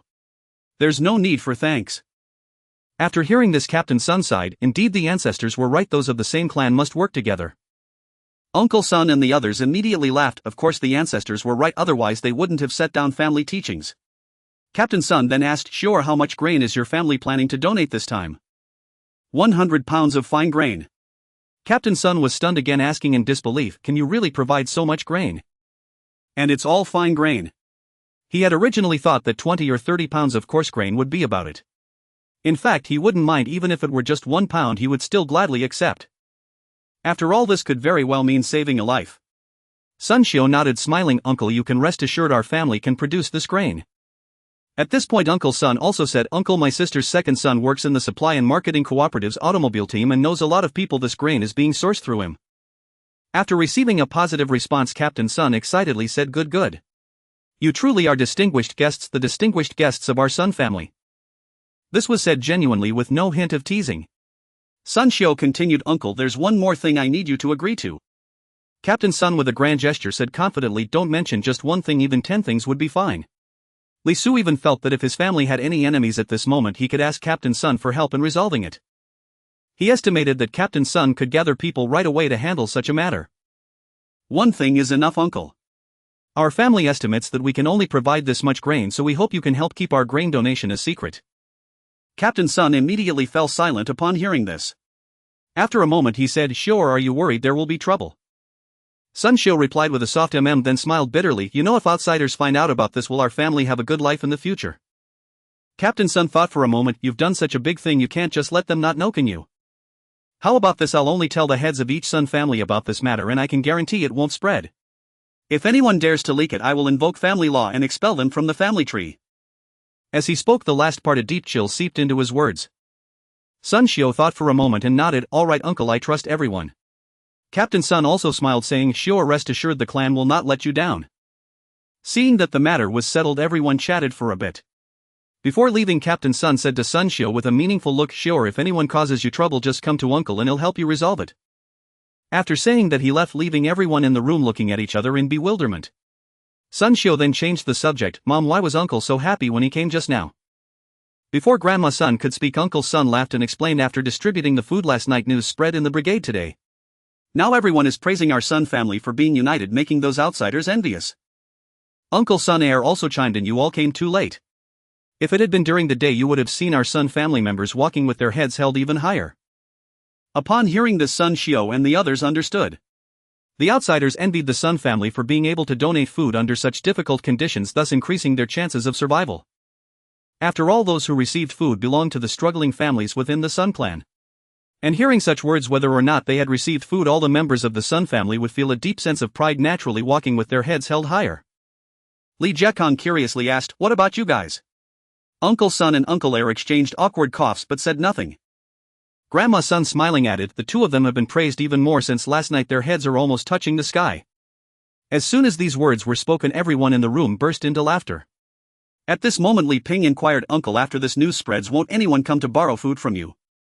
After all, everyone knew how much food had been donated, so they could estimate how much surplus food the Sun family still had. Uncle Sun grinned, no one. Last night several of our uncles made it clear that anyone who dares to borrow food from us would be opposing the entire Sun family and the consequences would be dire. Li Su and the others. After chatting a bit more, Sun Xiu and the others took their leave. On the way back, Li Su puzzledly said, Mom, didn't we agree to conceal the food donation? Why did you agree again? He wanted to ensure his family's safety, thinking it was better for fewer people to know about this matter. While riding the bike, Li Ping suddenly laughed, you still young. Li Jiakong and Sun Xiu also chimed in, your brother is right, you are still too young. Li Su was confused, what does this have to do with my youth? Sun Xiu explained, the family rules of the Sun clan are quite severe and haven't been enforced for many years. Whether or not the punished can withstand the consequences is one thing, but even if they do endure, they will still be removed from the family tree, which is the most serious punishment. Li Su exclaimed, does anyone dare to use private? He suddenly realized where this was going.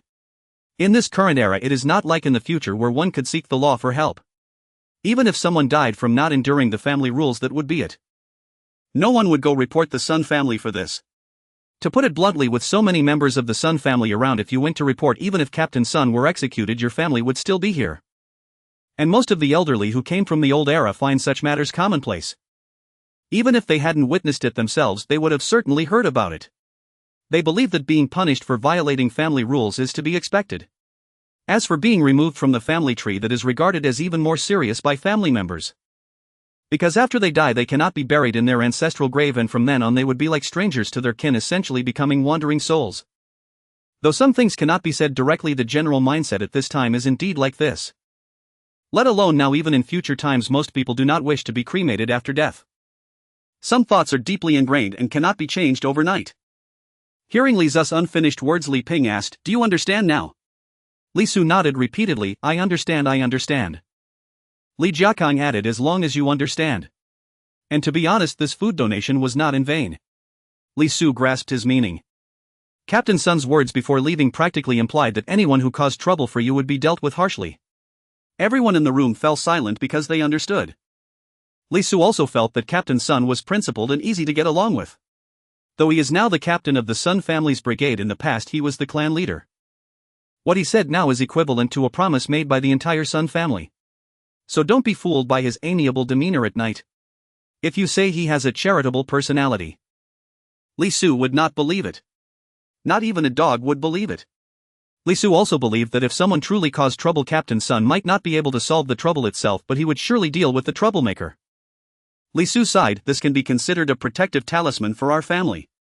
Sun Xiu similarly said, I didn't expect my uncle to make such a significant promise, hopefully it will never have to be used. Li Ping laughed, Mom, don't worry, there won't be so many blind people coming to cause us trouble. We just need to live our lives well. Everyone laughed at this and the journey was filled with cheerful voices. However, no one anticipated that trouble would come the next day.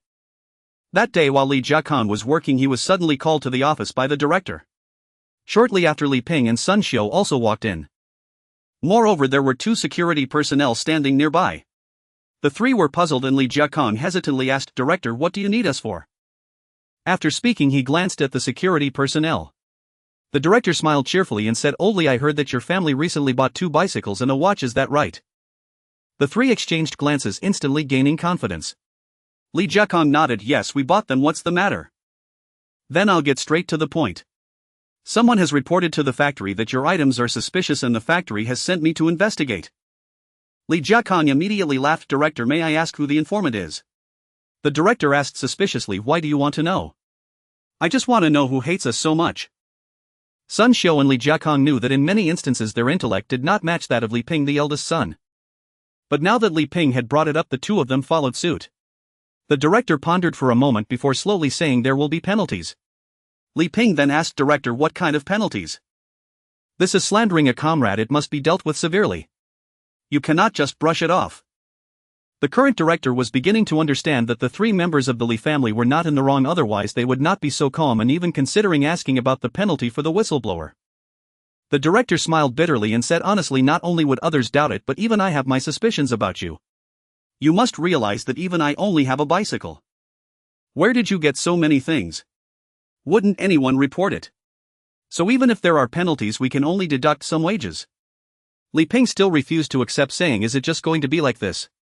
He wanted to set an example to deter his family from presenting items that could be reported indiscriminately in the future. For instance, everyone else looked pale while the people from their family appeared perfectly healthy. They had considered this issue earlier. After some discussion, they claimed that the grain was supported by Li Jiafu and others. After all, everyone knew that their family had surplus grain. No one could speak against assistance between relatives. Even Li Jiafu's side had made it clear. The director nodded, it can only be this way.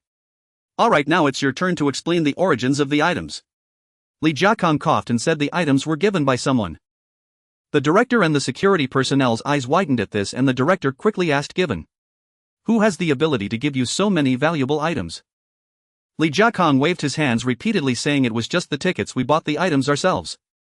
The director was both amused and exasperated. What does that little money even count for? Aren't the tickets precious? Do you have anything to prove this? Li Jiakang nodded, yes, we have proof documents at home, all written by the giver. The director nodded and then called a security person beside him to go with Li Ping to retrieve the documents from home. Li Ping rode his bike with that person and soon arrived home. Hu Guilan and Xuanhuan were taken aback by their arrival. Hu Guilan asked, why are you back now? And who is this? Li Ju was also standing by, curiously looking at the stranger. Li Ping explained, it's nothing and just here with him to get something. Well, talk later tonight. He then patted Li Ju on the head and went into Li Jiakang's room to find the items according to their directions. Upon seeing the envelope, Hu Guilan understood and smiled, saying nothing more. She was also explaining to Xuanhuan. After hearing this, Xuanhuan felt relieved. When Li Ping returned to the office, he handed over the envelope saying, "Director, this contains the proof documents, please take a look." The director nodded, took it, opened the envelope and pulled out several sheets of paper. After reading the contents, he was left dumbfounded. The receipts written on the papers were even more than what had been mentioned earlier. Moreover, they were all written by the leaders of various factories, and there was not a single person whose status was lower than his. He had no doubt about the authenticity of these items since they bore seals. The director then kindly said, "Old Li, please wait a moment." Li Jiakong nodded. The director then took the documents to consult with several other leaders in the factory. Everyone unanimously confirmed that the seals on the paper were authentic. When the director returned with a beaming smile, he quickly said, "Old Li, it has been confirmed, everything is real." Li Jiakong said proudly, "Of course it's real, we would never engage in illegal activities, and besides we wouldn't dare use items with unknown origins." Right. The director replied, then curiously asked Old Li, "Why do these receipts mention a person named Li Su as the recipient?" "Li Su is my second son and he works in the automobile team at the Supply and Marketing Cooperative." Upon saying this, the director looked at him enviously. "Old Li, you're impressive." "Alright, the investigation is clear now, you may return to work. The notification will be sent out today." After Li Jiakong and the others received the proof, they returned to work. When others inquired why the director had called for them, they just smiled and said nothing. By the time they finished work, many people had gathered around the area where the factory posted big character posters. Li Jiakong and the others exchanged glances and walked over. After a lot of effort, Li Ping finally squeezed in. After reading, he squeezed back out saying, "Dad, Mom, there are two papers up there. One says the factory confirmed that our items are legitimate, the other states that a person has been fined half of this month's salary for making a mistake." Li Jiakong and Sun Xiao asked curiously, "Who is that person?" Li Ping then mentioned a name. Li Jiakong scoffed, "I knew it, who else would report us but this bastard?" The whistleblower was indeed someone who usually clashed with Li Jiakong. Sun Xiao also cursed a few times. After the three returned home, they shared the incident with everyone. Li Su was also speechless. He had previously wanted Lu Gang to help him conceal his identity, but with this incident it became hard to hide. If the people he had traded with heard about this, they would definitely link it back to him. However, there was no way around it. The proof documents stated that he was the recipient. If it weren't for this incident, who knows how many people named Li Su there are. So he cursed the whistleblower just like everyone else. The next day, Li Su mentioned this matter to Lu Gang. Lu Gang looked at him with amusement, saying, "It's fine, this isn't a problem. No one will question the origins of the grain. Besides, didn't you already think of a countermeasure?" "What countermeasure?" "I simply refuse to admit it." Lu Gang nodded in satisfaction. "That's an excellent strategy. Those few may not even know, and even if they do, they probably won't come after you. Even if they do, just deny it and they can't do anything to you. If all else fails, just push it onto my brother." Li's eyes lit up. "Right, and there's Uncle Lu too. Besides, given my circumstances, even if I claim I can get grain, I doubt many would believe it. Saying it's from Uncle Lu would be more credible." Lu Gang looked at him speechlessly. "Are you really planning to push this onto my brother?"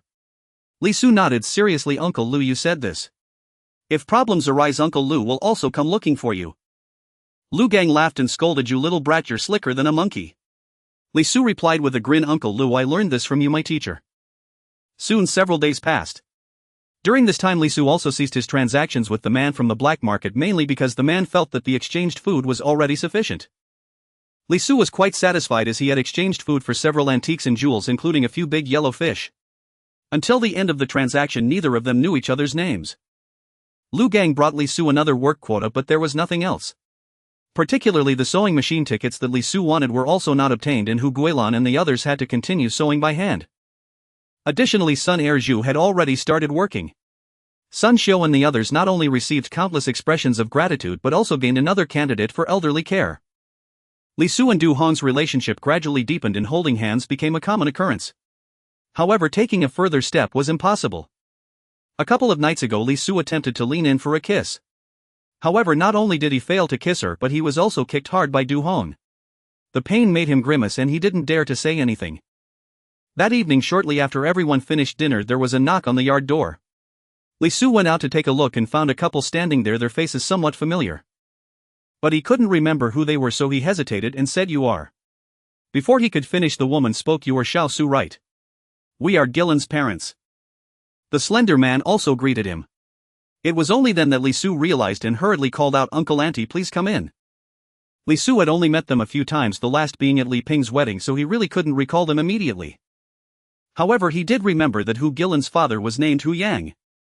Well, mainly because that name was easy to remember. When Hu Guilan and Li Ping saw them, they immediately stood up and called out, "Dad, Mom."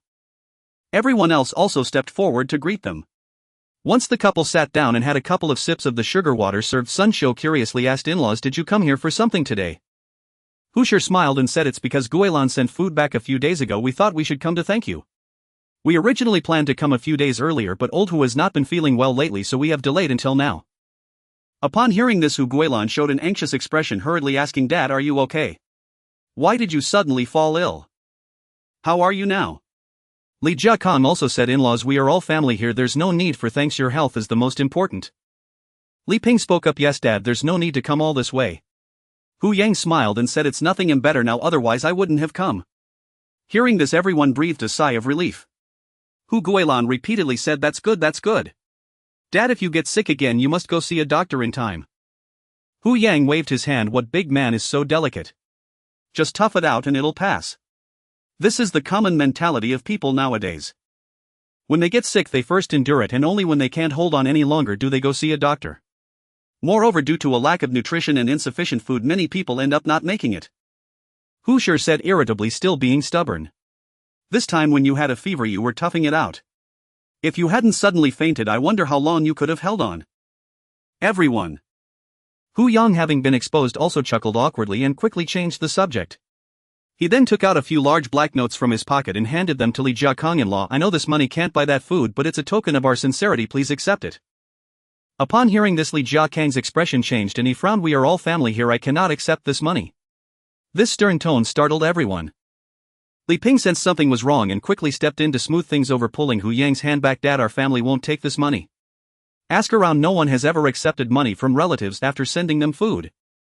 Hu Yang suddenly realized and put the money back into his pocket, smiling apologetically. "In-laws, please don't be angry. We didn't consider this properly, we won't give this money." Hu Shi also nodded repeatedly, "Yes, yes, please don't be angry, this matter is our fault." Upon hearing this, Li Jiakong finally relaxed his brow. "That's right. If we accepted it, what would happen if it got out? How would we face others?" Sun Xiu spoke. "In-laws, the reason we sent food was because of the bond between our two families, not for the sake of this money." Hu Yang's face turned red as he smiled bitterly. "In-laws, we indeed didn't think it through, I am truly sorry." Li Jiakong suddenly laughed. "It's fine as long as the matter is cleared up. Moreover, what we can help with is only this much, beyond that we are powerless." Seeing him wear a smile again, Hu Yang secretly felt relieved and said, "In-laws, you have already helped enough with this food, and what we have at home, it will be enough to eat for this month." As he said this, a look of sorrow appeared on his face. Hu Shi had a similar expression and sighed, no longer speaking. Hu Guilan looked anxious but did not dare to speak. Sun Xiu pondered for a moment and said, "In-laws, don't worry. Our family is still managing and we can support you with some every month. Although it may not be a lot, it will ensure that you won't starve. Once the disaster passes, life will improve for everyone." This was also a plan agreed upon by Sun Xiu and Li Su. Upon hearing this, Hu Yang and his partner were overjoyed, asking excitedly, "In-laws, is what you said true?" Sun Xiu and Li Jiakong both nodded. "Really, don't worry." Hu Yang was so excited that he trembled as he spoke, thank you so much." He then stood up to bow to the two. Fortunately, Li Jiakong was quick to pull him back. No, we cannot accept such a courtesy." Others hurriedly stepped forward to help Hu Yang back to his seat. Tears flowed from Hu Yang's eyes. Meanwhile, Hu Shi had already started crying. Everyone could understand their feelings at that moment, so they could only keep persuading them. Fortunately, they only cried for a little while. Hu Yang wiped his tears and revealed an embarrassed smile. "I'm sorry, I was just too emotional earlier and couldn't help it."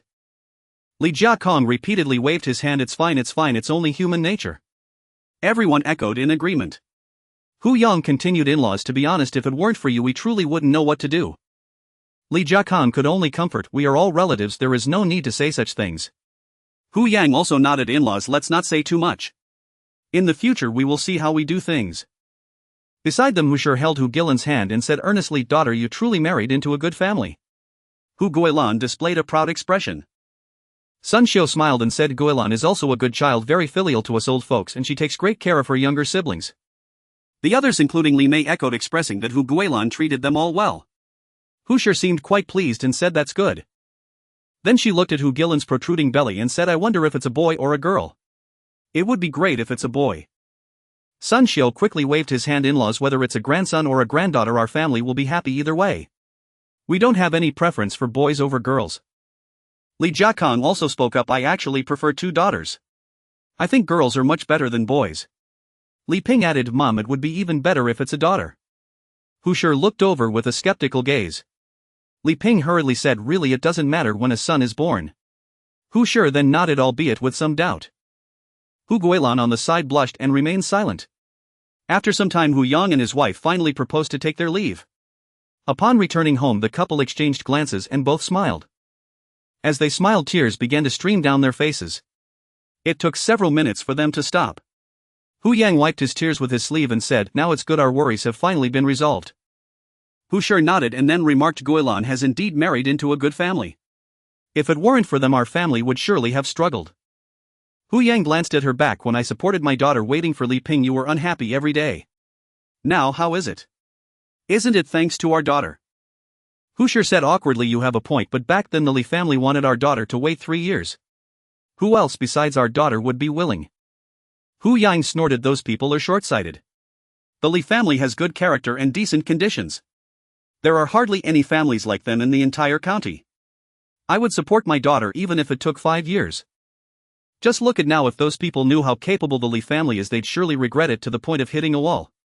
Exactly, look at our daughter now glowing and radiant, who wouldn't envy her? And those 2 bicycles, I heard there's also one from Li Ping. At this point, Hu Shi suddenly changed her expression, worriedly saying, old Hu, what if the baby in our daughter's belly isn't a boy? Do you think they are lying when they say they like girls? Hu Shi nodded. Generally, don't families prefer boys? Even in our family, while we treat Guilan well, it doesn't compare to her brothers. Our family is fortunate to treat Guilan well. Besides, you don't need to worry about this. I believe what they say doesn't sound like a lie. Hu Shi was taken aback. Did you notice something? Hu Yang nodded. Their eldest daughter was wearing a watch and their youngest daughter had quite a few milk candies in her pocket. Ah. Hu Shi was astonished. They even bought a watch for their daughter. The watch can be seen, but how do you know about the candies? I happened to catch a glimpse of that child named Xiaochen pulling the little girl to the back, saying something to her, and then the little girl took out several milk candies from her pocket and passed them over. Hu Shi had a look of disbelief. You could see that. Hu Yang replied irritably, I've always had good eyesight, you know that. Hu Shi nodded. Then I can rest assured. By the way, do you think they were angry about us taking money today? Hu Yang was silent for a moment. This was indeed our fault. They were showing us kindness, yet we took money in return. Besides, what do a few coins mean compared to the food? At first they must have been a bit angry, but later they wouldn't be. Hu Shi patted her chest. That's good, that's good. We can sleep well now. Meanwhile, Li Ju ran to Li Zu's side and whispered, second brother, can you give me some more candies? Li Su was taken aback and curiously asked, little sister, didn't I give you some candies today? Did you finish them all? Li Ju shook her little head vigorously. Not finished, just one left. Li Su laughed. Then you can't eat any more today. You've almost eaten all the candies. If you eat more, your teeth will get cavities. I will give you some tomorrow. Upon hearing this, Li Ju immediately covered her mouth. Second brother, I only ate 3, will I still get cavities? Li Su was astonished. Didn't I give you more than 4 candies? What about the others? I gave the others to third brother. Doesn't he have candies? Why did you give them to him? Li Ju said shyly. Third brother said that as long as I give him milk candy, he will ask eldest sister to give me some sugar water. Li Su thought for a moment, then his expression darkened as he shouted angrily, Li Chen, come here. Li Chen, still unaware of what was happening, grinned and said, second brother, just tell me if there's something. Why shout so loud? Others also chimed in, Ye Xiao Su, why shout? Just say it nicely. Li Su sneered, ask him what good deed he did. Everyone was startled and quickly asked Li Chen, what trouble did you cause? Li Chen was confused. I haven't done anything. I've been quite good lately. Oh, so you are quite good. Eldest sister gives little sister sugar water and you still use this to trick candy from her. Li Mai's expression darkened upon hearing this, glaring fiercely at Li Chen. Only then did Li Chen realize he had been found out and nervously said, second brother, I didn't do anything. Didn't? Little sister just told me about it. Who should I believe, her or you? Li Chen glared at Li Ju. Didn't I tell you not to tell outsiders? Why did you tell? You won't get sugar water in the future. Li Ju glanced at Li Su and yelled, second brother is not an outsider. Li Su comfortingly patted her little head and then glared at Li Chen. You are quite bold threatening your little sister here. Do you know where the sugar they drink comes from? Upon hearing this, Li Chen replied, where does it come from? It must be from home. I didn't tell mom and dad. Upon hearing this, Li Chen was momentarily stunned, stammering, big sister, are you serious? Li Mei scoffed, do you think him like you using such lies? Was it you who made me give that to little sister? You really think you can deceive with this? Li Su also chimed in, haven't I given you candy before? I did. Since you have, why do you still have to deceive little sister out of hers? Li Chen whispered, I don't have enough to eat. Everyone. You have to admit this kid is quite thoughtful. They thought Li Mei and her sister were drinking the family's syrup, fearing that others in the family would find out and scold them, so they didn't report it. But there isn't much meaning to it. They even used the syrup to trick Li Ju into drinking milk candy. Although Li Ju was young, she was sensible. Hearing this, her little face scrunched up and with wide eyes she angrily said, third brother, you're so bad. I won't play with you anymore. Come on, don't say that. Here, this is your candy. Li Chen awkwardly pulled out a few milk candies from his pocket and handed them over. Li Ju took them and counted, but I'm still one short. And what about the previous ones? I've eaten them all. I'll repay you slowly later. Li Ju huffed and turned her head away without looking at him. Li Su smirked, oh tell me, how many times have you deceived little sister? Li Chen scratched his head, 3 or 4 times I guess. Li Jiakong was furious, you little rascal, dare to deceive your sister. I think you've gotten too bold.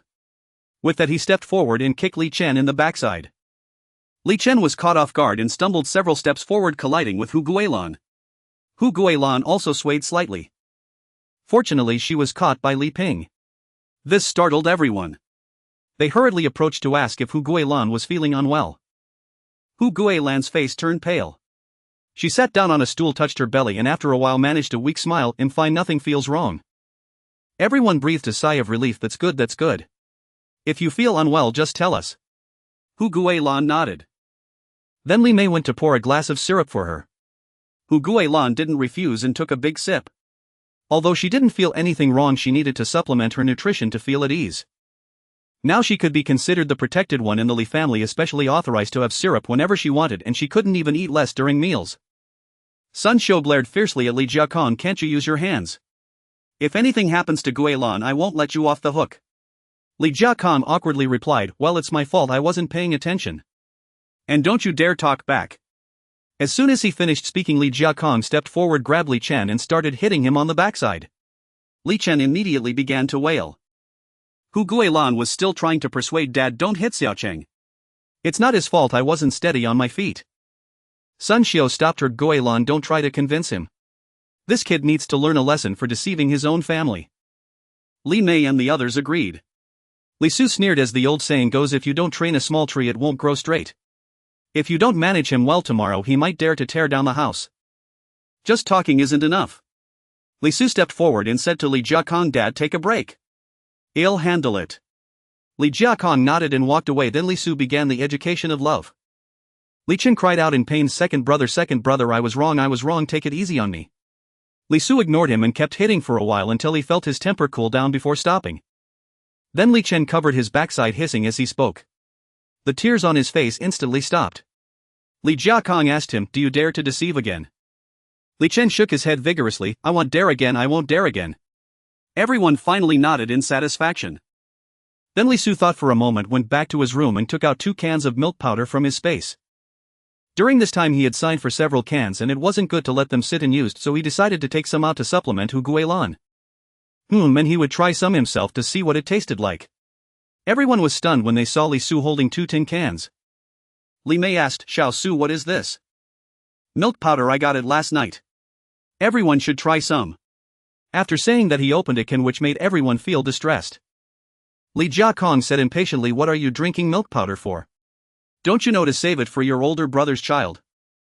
Li Su waved his hand, Dad, you don't have to worry about that. There will definitely be enough milk powder later. Besides, although my sister-in-law eats a lot, eating plain rice isn't nutritious for the child. And about what just happened, who isn't afraid? If the child supplements more, we can be more at ease. Hu Guilan quickly added, Xiao Su, but there is still brown sugar, which is nutritious. Brown sugar can't compare to this. With that he handed the unopened can to Li Ping. Elder brother, keep this for sister-in-law to drink 1 cup every day. Li Ping took it and said, then I as the elder brother won't be polite. Li Su joked, what is there to be polite about? Alright, it's our turn now. Seeing Li Su say this, everyone showed an expression of anticipation. No one present had ever tasted this. Even though Li Su had gotten several cans, he had previously been reluctant to drink them. Now that he found the sign-up rate for this thing was not low, he felt it was time to take out 2 cans. Li Chen also leaned in with a grin. Second brother, can I have a cup? Li Su glanced at him and said impatiently, sure. Thank you, second brother. After receiving the answer, Li Chen was overjoyed and licked his lips. Once the milk powder was prepared, the others were still discussing it. Li Su was the first to lift the cup and take a sip. Smacking his lips, he said, not bad, quite tasty. He felt it was richer than the milk powder from his past life and slightly sweeter. It really suited his taste as a sweet tooth. Upon hearing this, everyone cautiously tasted a small sip. Then they all revealed expressions of endless aftertaste. Then Sun Xiu sighed, so this is the taste of milk powder. If it weren't for Xiaosu, we probably would never have had the chance to drink it in our lifetime. The others echoed in agreement. Li Ju also smiled. Second brother, it's really delicious. Li Su chuckled helplessly. Haven't you all just had some? This can is meant for all of us to share. We can drink a cup every night after dinner to replenish our bodies. Sun Xiu waved her hand. You guys drink it. We're both too old for this, it would be a waste for us to have it. Li Jiakong nodded in agreement. Li Su waved his hand. If you two don't drink, how can we feel comfortable drinking? Besides, there's plenty of this stuff, there's no need to be stingy. Everyone began to persuade them. After some persuasion, Sun Xiu finally agreed. Li Chen was also feeling quite pleased at that moment. He seemed to forget the pain in his backside, saying, if only we could drink it every day. Li Su shot him a glance. You're dreaming, it's already a blessing to have this much and you want to drink it every day. Li Chen chuckled, I was just saying it casually. His current demeanor showed no trace of the beating he had just received. The next day at work, Lu Gang came over. Do you still need work quotas on your side? Li Su was taken aback. Is someone looking for you again? Lu Gang nodded, a hint of bitterness crossing his face. Li Su asked curiously, Uncle Lu, what troublesome matter have you encountered? Lu Gang waved his hand and sighed, don't mention it. A friend of my old man heard about this news from somewhere and came straight to our house last night insisting that my brother and I help him resolve this matter. Uncle Lu, your old man's friend shouldn't be at this level yet, right? Not yet, but he wants to store some for when the food runs out in the future. Li Su was stunned. Is he really that foresight? Lu Gang shot him a glance and said, do you think we just eat the food we trade for? It's all stored first to be used when it's urgently needed. Their eagerness stems from fearing they won't be able to exchange for food when the time comes. That would be a real trouble. Li Su felt a sense of admiration. It truly is an excellent tradition. No matter the situation, it's best to stockpile some supplies first. Otherwise, as the saying goes, a family with grain is not anxious. He nodded. All right, Uncle Lu will take the quotas. Lu Gang rubbed his hands together. There's one more issue. What issue? Lu Gang raised 2 fingers a bit shyly, saying, this time it's 2 quotas. What the hell? Li Su widened his eyes looking at him. Uncle Lu, what does this old gentleman's family do? That's none of your business. One of the quotas was arranged by his son. Then Lu Gang mysteriously said, do you know what this job is all about? Seeing his expression, Li Su became interested. What is it? Hee, do you know what a caregiver is? Li's eyes widened. The 8 major positions, who doesn't know that? Although the salary of caregivers is lower than other jobs, it's an easy job. All you have to do is take care of children every day. The current caregiving is not the same as in later generations. The only issue is that the quota is hard to obtain. Lu Gang nodded. Not bad, you young fellow have quite a bit of insight. Since you know, it should be easy to discuss. Li Su rolled his eyes. Uncle Lu, even if I have no insight, I still know that. By the way, what about the other job? The other one is at the factory. How about it? Can you manage it? After saying this, Lu Gang looked at Li Su expectantly. Li Su rubbed his chin hesitantly, saying, Uncle Lu, the problem is that my family doesn't need work right now. Even if you don't need it, you can keep it, otherwise you can give it to relatives. In the past, any excess work quotas from my family were given to relatives. Lu Gang looked anxious. Li Su laughed and said, Uncle Lu, why are you so anxious? Even if I don't take it, can that old gentleman eat you? Lu Gang nodded seriously. He can't eat me, but my old man really can eat me. Ah. Seeing the puzzled look on Li's face, Lu Gang sighed. My old man owes him a life and has always wanted to repay him, but his family conditions are no better than ours. There's no way he has never found an opportunity. It was hard to believe that he found us to help with something. You have no idea how happy my old man was last night. Li Su scratched his head. Uncle Lu, to put it bluntly, this request can't compare to a life right.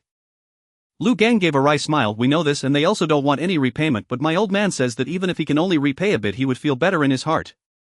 Alright, stop frowning. I'll take these 2 things. Upon hearing this, Lu Gang immediately became cheerful. Really? Li Su nodded. Yes, I'll deliver the food tonight. However, he thought that the donation of food would only be postponed for a few days. Alright, you really have helped me a lot. No need to say anything else. If you ever need anything in the future, just ask your Uncle Lu and I will never refuse. Li Su also smiled. Uncle Lu, if that's the case, if I don't help you this time, wouldn't it be that you might not help me in the future? Lu Gang looked him up and down and nodded seriously. You know, I really might not help you. After saying this, both of them burst into laughter. At dinner that night, Li Su said, Dad, Mom, I got 2 job quotas again today. How should we distribute them? Upon hearing this, everyone scratched their heads. Sun Xiao said helplessly, how did you manage to get them again? And it's 2 this time. Is it so easy to get jobs now? Originally each family was supposed to get 1 and the distribution had already been settled. No one would complain about having too much of this. Moreover, with so many relatives they could digest even more. The only worry was how to distribute it. Li Su nodded. This time they took out 2 at once. We can't just refuse, can we? Everyone should think about how to distribute them, especially since one of them is a caregiver position. Upon hearing this, everyone's eyes lit up. Even Hu Guilan said, this job is great, it's easy and not tiring. Li Su thought for a moment. Sister-in-law, how about I keep this job for you? You can start working next year after the baby is born and you can take care of the child too. Upon hearing this, Hu Guilan waved her hands continuously. Forget it, our family doesn't need me to work. I'll just stay at home, do some laundry, cook, do some housework and take care of the child and I'll be satisfied. Sun Xiao coughed lightly, saying, if Guilan is unwilling to go, then let it be. We truly do not lack for another worker in our household, especially since we need someone to watch over the home. Moreover, whether this job will still be available next year is uncertain. It's still better to secure a position earlier. Each person has their own aspirations. Although having a job is something most people desire at present, Hu Guilan clearly has different ambitions, preferring to take good care of the household. The others did not press the issue. Then Hu Guilan hesitated for a moment, asking, what do you all think about Xuanhuan? Surprisingly, upon hearing this, everyone was momentarily stunned. Sun Xiao's eyes lit up and she slapped the table, saying, yes, Xuanhuan doesn't have a job either. It's perfect for her to be here with Chang Zi. She need not return to the countryside. In fact, everyone had not thought of Xuanhuan until just now. Now that it had been brought up, they all felt this choice was indeed good and they agreed. Then everyone began discussing another job position. Li Jiakong and others felt that this job slot should be allocated to someone from the Sun family. Sun Xiao pondered for a moment and said, as for the remaining slot, I think I won't take it. I have 2 younger brothers and giving it to either would not be good. I don't want the other to feel I am being biased, causing disharmony in the family. Everyone considered this and found it quite reasonable. Only Li Ping hesitated, asking, Mom, what about our aunt's side? Sun Xiao replied, you don't need to worry about your aunt's side for now. It's different from your uncle's side. Her children are still very young and she won't be able to work herself. We can't just give this slot to your uncle, can we? To put it bluntly, it's just that the family situation of Sun Xiao's sister is not suitable. Even if it was a kind gesture to give this slot, it would ultimately fall to her husband's family. So they decided not to give it. Everyone nodded. As for the remaining options, there were really no other candidates. Ultimately, they could only choose from Li Jiafu's family. After all, the relationships with other relatives were still somewhat distant, so they naturally wouldn't consider them. Currently, the only suitable candidate in Li Jiafu's family was Li Hui. As for Du Hong's family, no one had even thought about it. After all, Li Su and the others had not officially married yet. Even if offered, anyone with self-respect would refuse. Otherwise, it would seem as if they were selling their daughter. They would be talked about behind their backs. If things went wrong, it might lead to chaos in the Du family. Li Su and the others exchanged glances, saying, so it's just Xiao Wei then? Li Jiakong nodded, it's only her. Then Li Mei hesitated, saying, but this job is considered one we are giving to the family of our second uncle. Xiao Wei will eventually get married, what will happen then? Everyone looked at each other. What Li Mei said was not about gender discrimination. It was about how Li Su and the others intended to extend a favor to Li Jiafu's family, but would Li Hui be able to return the job after getting married? Even if she was willing, would her husband's family agree? Ultimately, everyone was concerned that this matter might lead to discord in the future. Despite Li Su recently acquiring several job positions, he felt they were just average. However, for most people, these are valuable opportunities that everyone would vie for. Many families are currently in turmoil over succession issues, causing rifts between brothers. After some thought, Sun Xiu said, Xiao Hui is also a child we watched grow up, she is no different from our own. Let this job be her dowry to avoid trouble in the future. Everyone considered this and felt it was the best solution, so they all agreed. Seeing that the matter was settled, Li Mei jokingly said, Mom is truly generous. I wonder what she will prepare for me as a dowry in the future. Sun Xiu smiled, saying, Isn't that ring on your hand our dowry gift to you? What more do you want? Li Su chimed in, Yeah, big sister, why are you so greedy? That won't do, this can't compare to a job. Everyone burst into laughter. Li Ping suggested, How about you go to work? You can take this as your dowry. With these two things there will likely be people lining up to propose to our family tomorrow. Li Mei hadn't spoken yet when Li Jiakong immediately frowned, saying, What are you talking about? Your sister is going to university. Once she graduates she will be a cadre. Compared to that, what is just one job? Li Mei quickly replied, Exactly, Dad is right. Li Su teased, Big sister, it's not that we don't want to give it to you, but you don't want it yourself. Don't blame us later. Li Mei shot him a glare, saying, If I don't want it, then I don't want it. Everyone laughed even more joyfully. After the laughter subsided, Li Su said, Mom, I exchanged grain for 2 jobs, so the grain donation will be delayed for a few days.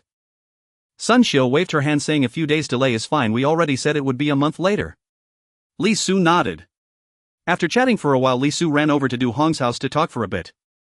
Then he headed straight to Lu Gang's house. After inspecting the grain, Lu Gang pulled out 2 envelopes, saying, Here, these are the letters of introduction for the 2 jobs. Li Su was taken aback, saying, Aren't these supposed to be picked up tomorrow? Lu Gang replied, That old man gave me everything directly yesterday. Ha! You accepted them directly. What if this matter doesn't go through? How embarrassing. Lu Gang glanced at him and said, My grandfather said it will definitely work out. Li Su suddenly understood, feeling both amused and helpless. So your grandfather plans to fill this with his own grain. Do you have enough grain? Lu Gang smiled wryly, Not enough.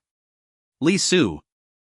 Meanwhile, in Li Ping's house, Li Ping asked Hu Guilan, Are you thinking of getting a job for your family today? Hu Guilan shook her head, No, I really didn't think about it today. I've long given up on that idea. Li Ping asked curiously, What made you come to that conclusion? How could I not? Our family has to send so much grain to my maternal family every month. To put it bluntly, enough to exchange for several jobs. I really feel embarrassed to bring this up. It's better to leave my brother's matters aside.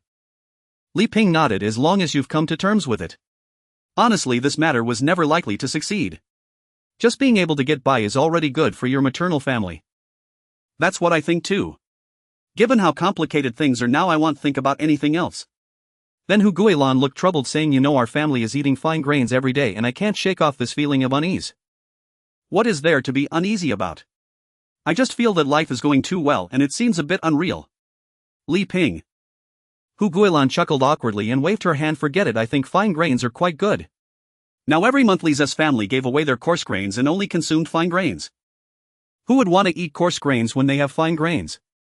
The next morning, Li Su handed 2 letters of introduction to Sun Xiu. Mom, please keep these 2 letters for me. Sun Xiu took them and said to Hu Guilan beside her, Guilan, please tell Xiaohua to come over with Xiaoqiang tonight and I will give her the things then. Hu Guilan nodded in agreement. When Xinhua arrived, she skillfully picked up the clothes beside Hu Guilan. Just as she was about to sew, Hu Guilan said with a smile, Xiaohua, I have to congratulate you. Xinhua was taken aback, looking up in astonishment. Sister-in-law, you are congratulating me? Hu Guilan nodded, Yes, you have good news, so of course I have to congratulate you. Xinhua also laughed out loud, Sister-in-law, don't joke with me, I have no good news. She then touched her belly. The biggest good news I hope for now is to get pregnant. After saying that, she looked enviously at Hu Guilan's rounded belly. Hu Guilan teased, What if you get a job? Wouldn't that count as good news? A job? How could that be possible? As she spoke, Xinhua suddenly realized, her face filled with disbelief. Stammering, she said, Sister-in-law, are you saying that? Hu Guilan nodded. The family has arranged for 2 job positions and one of them is designated for you as a caregiver at the nursery. Although the salary is low, the workload is light, and even if you have a child you can take them along to care for. Upon receiving the affirmative reply, Xinhua immediately burst into tears and slipped off the stool.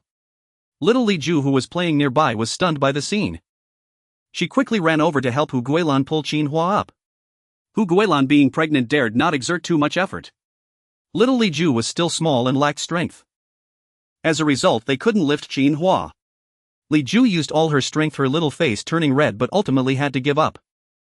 Then she thought for a moment and took out a milk candy from her pocket. Second sister-in-law, I'll give you this candy, please don't cry anymore, okay? Xuanhuan looked up at the two of them. Then she chuckled even though the tears in her eyes still hadn't stopped. She reached out to pat Lija's head and said in a somewhat hoarse voice, sister-in-law isn't crying because she's sad, she's crying out of happiness. After saying that, she wiped her tears with her sleeve and stood up. Embarrassed, she looked at Hu Guilan's sister-in-law. I'm sorry, I got too emotional and couldn't control myself. Hu Guilan waved her hand and smiled. It's fine, I understand. Xiaoju, you go play, your second sister-in-law is fine now. Li Ju curiously asked second sister-in-law, are you really okay? Here, have this candy, it will make you feel better. I'm fine, you keep the candy for yourself, she said as she put the candy back into Li Ju's pocket. Li Ju finally felt relieved and ran off to play. After watching Li Ju, Xuanhuan said to Hu Guilan's sister-in-law, about what you just said. My mom said for you two to come over tonight and she will give you the letters of introduction. Xuanhuan nodded like a chick pecking at rice. Then she stood there grinning foolishly for a long time. Hu Guilan did not disturb her, just watched from the side. After a while, Xuanhuan finally came back to her senses and curiously asked sister-in-law, why aren't you going for such a good job? You know the situation in my family, we don't lack someone to work. I prefer to help everyone with household chores. Xuanhuan understood and bowed to her. Thank you, sister-in-law. This startled Hu Guilan. Why are you being so formal with me? If you want to thank someone, it should be my parents. Xuanhuan grinned foolishly. I want to thank everyone. If it weren't for sister-in-law, I wouldn't have this job. Hu Guilan rolled her eyes at her. You're overthinking it. Even if I took this job, the other one would still be yours. Do you know who the other job is for? Xuanhuan shook her head, still grinning foolishly. Who? Xiao Hui. Xuanhuan was taken aback. Her foolish grin instantly froze and she asked again, who?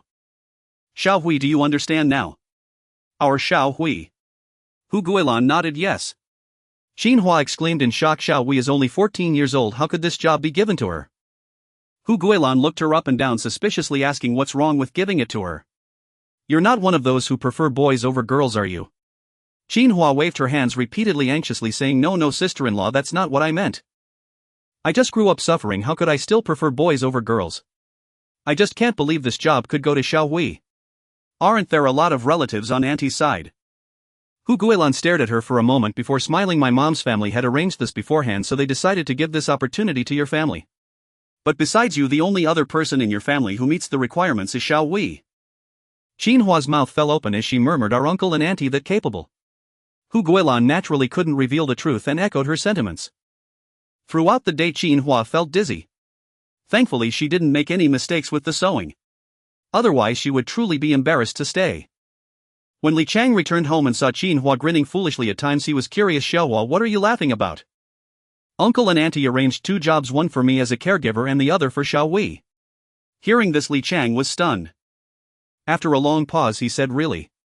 Xuanhuan nodded yes, sister-in-law told me today and auntie wants us to come over tonight to get the letters of introduction.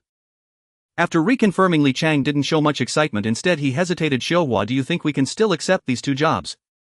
Xuanhuan was taken aback. You don't want them?